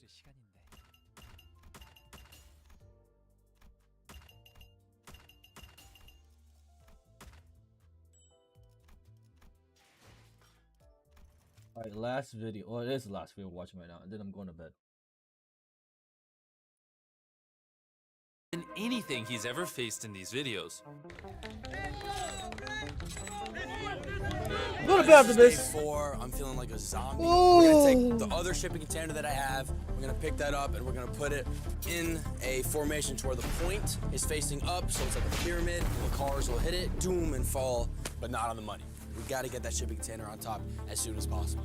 It's starting to worry me a little bit. Over the next few hours, Blake did everything in his power to place the top shipping container at an angle to deflect the cars, even if that meant using wooden logs to prop it up. If this container does not go exactly where I want to right now, I'm probably losing a lot of money. We did it! Oh, that makes me feel really good. The water tank, we bring that over to like right here, fill that thing with bricks, and then we're gonna take the last car we got, put it right here. That's gonna block all this. It's gonna look great. We got a plan, baby. But what Blake didn't know is I was about to introduce a twist. Do you want to know what the twist is? Yeah. Follow me. See that flag over there? That's a catapult. So as cars fall from the top, giant flaming balls are gonna be hurled from the side. Dude, I've been guessing millions of things. I never thought catapult. I have like no more materials. I have nothing else to use. Throughout the final hour, Blake raced to cover the weak spots of his fortress. However, there was still a key part missing. His water truck, which he sent to refill in the morning, was painfully late. He has 90 seconds left. All right, here we go. As always, it comes down to the wire with Blake. 60, 59, 58, 54. He's drenching everything in water before we drop the cars to try to protect his money from the fire. 30 seconds remain. You really think this is gonna stop the fire? Oh yeah, baby. 3, 2, 1, drop it! Just for that, I'm not showing mercy on the last one. You knew that was gonna happen, That was intentional. Oh man, moment of truth. Look how high up that bad boy is. This is only the first of 5 flaming cars we're gonna be dropping, on top of the 5 flaming death balls from the catapult. You ready, Blake? Get this going, dude. Light it on fire! Now drop it! Oh no! Oh my god! Oh! Hold on, everything's actually setting on fire right now. The burning car successfully rolled off the container. However, the wood that Blake used to prop it up quickly engulfed in flames. Dude, what's going on? What is happening? What in there is on fire, Blake? I don't even know what to say. All right, what was on top of the shipping container? All right, there is wood there. Let's not jinx it. Knock on wood. You put wood? And you knew we were dropping flaming cars? I needed to use them, dude. Luckily, Blake did surround his money with cinder blocks, so there's still a very high likelihood his money is unburned. And since we're about to go into the coolest part of this video, obviously now, I'm gonna tell you about Acorns. Their debit card is meant to help you grow your money, not just spend it, which I'll tell you more about in a second. Fire! Acorns just launched the new Mighty Oak debit card that they made with Dwayne Johnson. Cool thing about this debit card is every time you make a purchase, it automatically rounds up to the nearest dollar and invests the difference for you. Believe it or not, your money is also under attack. Not by giant flaming death balls, but by things like bills, spending, and inflation. And when you're not spending, your money will be hard at work in 2 of the highest APYs available. Chandler, what does APYs mean? It means you can fight back against bills and inflation by growing your money, just by having your money in your account. Blake, how you doing, buddy? I'm remembering what it feels like to lose one of these things. Whoa! Oh, it's a direct hit. Oh, right on the money! And just from signing up, Acorns and I are giving you $20 to start growing your money. So go to acorns.com/MrBeast to learn how you can make your money work for you. Light it on fire! Drop it! The rain of fire continued all throughout the night. And as the flames only grew bigger, things sadly started to look really bleak for Blake's money. No. That fire was raging for over an hour and a half. It's either all gonna be there or it's not gonna be there at all. That right there is a bunch of logs of wood. He accidentally created a giant bonfire. He thought he was making a fortress, but he was actually making a furnace. I mean, there's still a chance the concrete protected the money. Blake, moment of truth. Did the cinder blocks protect your money? Or was the fire just too much? Oh my god. Why'd you use wood? Oh no. Oh. Oh, those are ruined. Wait, hold up. The money is fried. It's 1,000 degrees in there. Let's be real with ourselves, Blake. It's gone. Why'd you even use wood? As you saw, most of the money looks like this. Another loss. Yeah, this one hurts more than the laser one. What hurts the most is that I worked so hard for nothing. Yeah, it sucks. The challenge is officially over. And before you go, Blake, I have an offer for you. You have two choices. You can either walk away with $100,000, or you can get a third and final chance to compete in a future video. All right, I'm coming back. You're coming back? I'm coming back. Okay. Blake's final chance to be in a video is going to be right here, but it won't be uploaded until February. I don't think me, the audience, everyone can bear to see you lose a third time. I'll see you then. Okay, cool. All right, now I'm going to bed. I'll try to wake up today earlier. Yeah, 9-hour stream, good enough. See you guys later tonight. I'm out. Later, y'all. Later.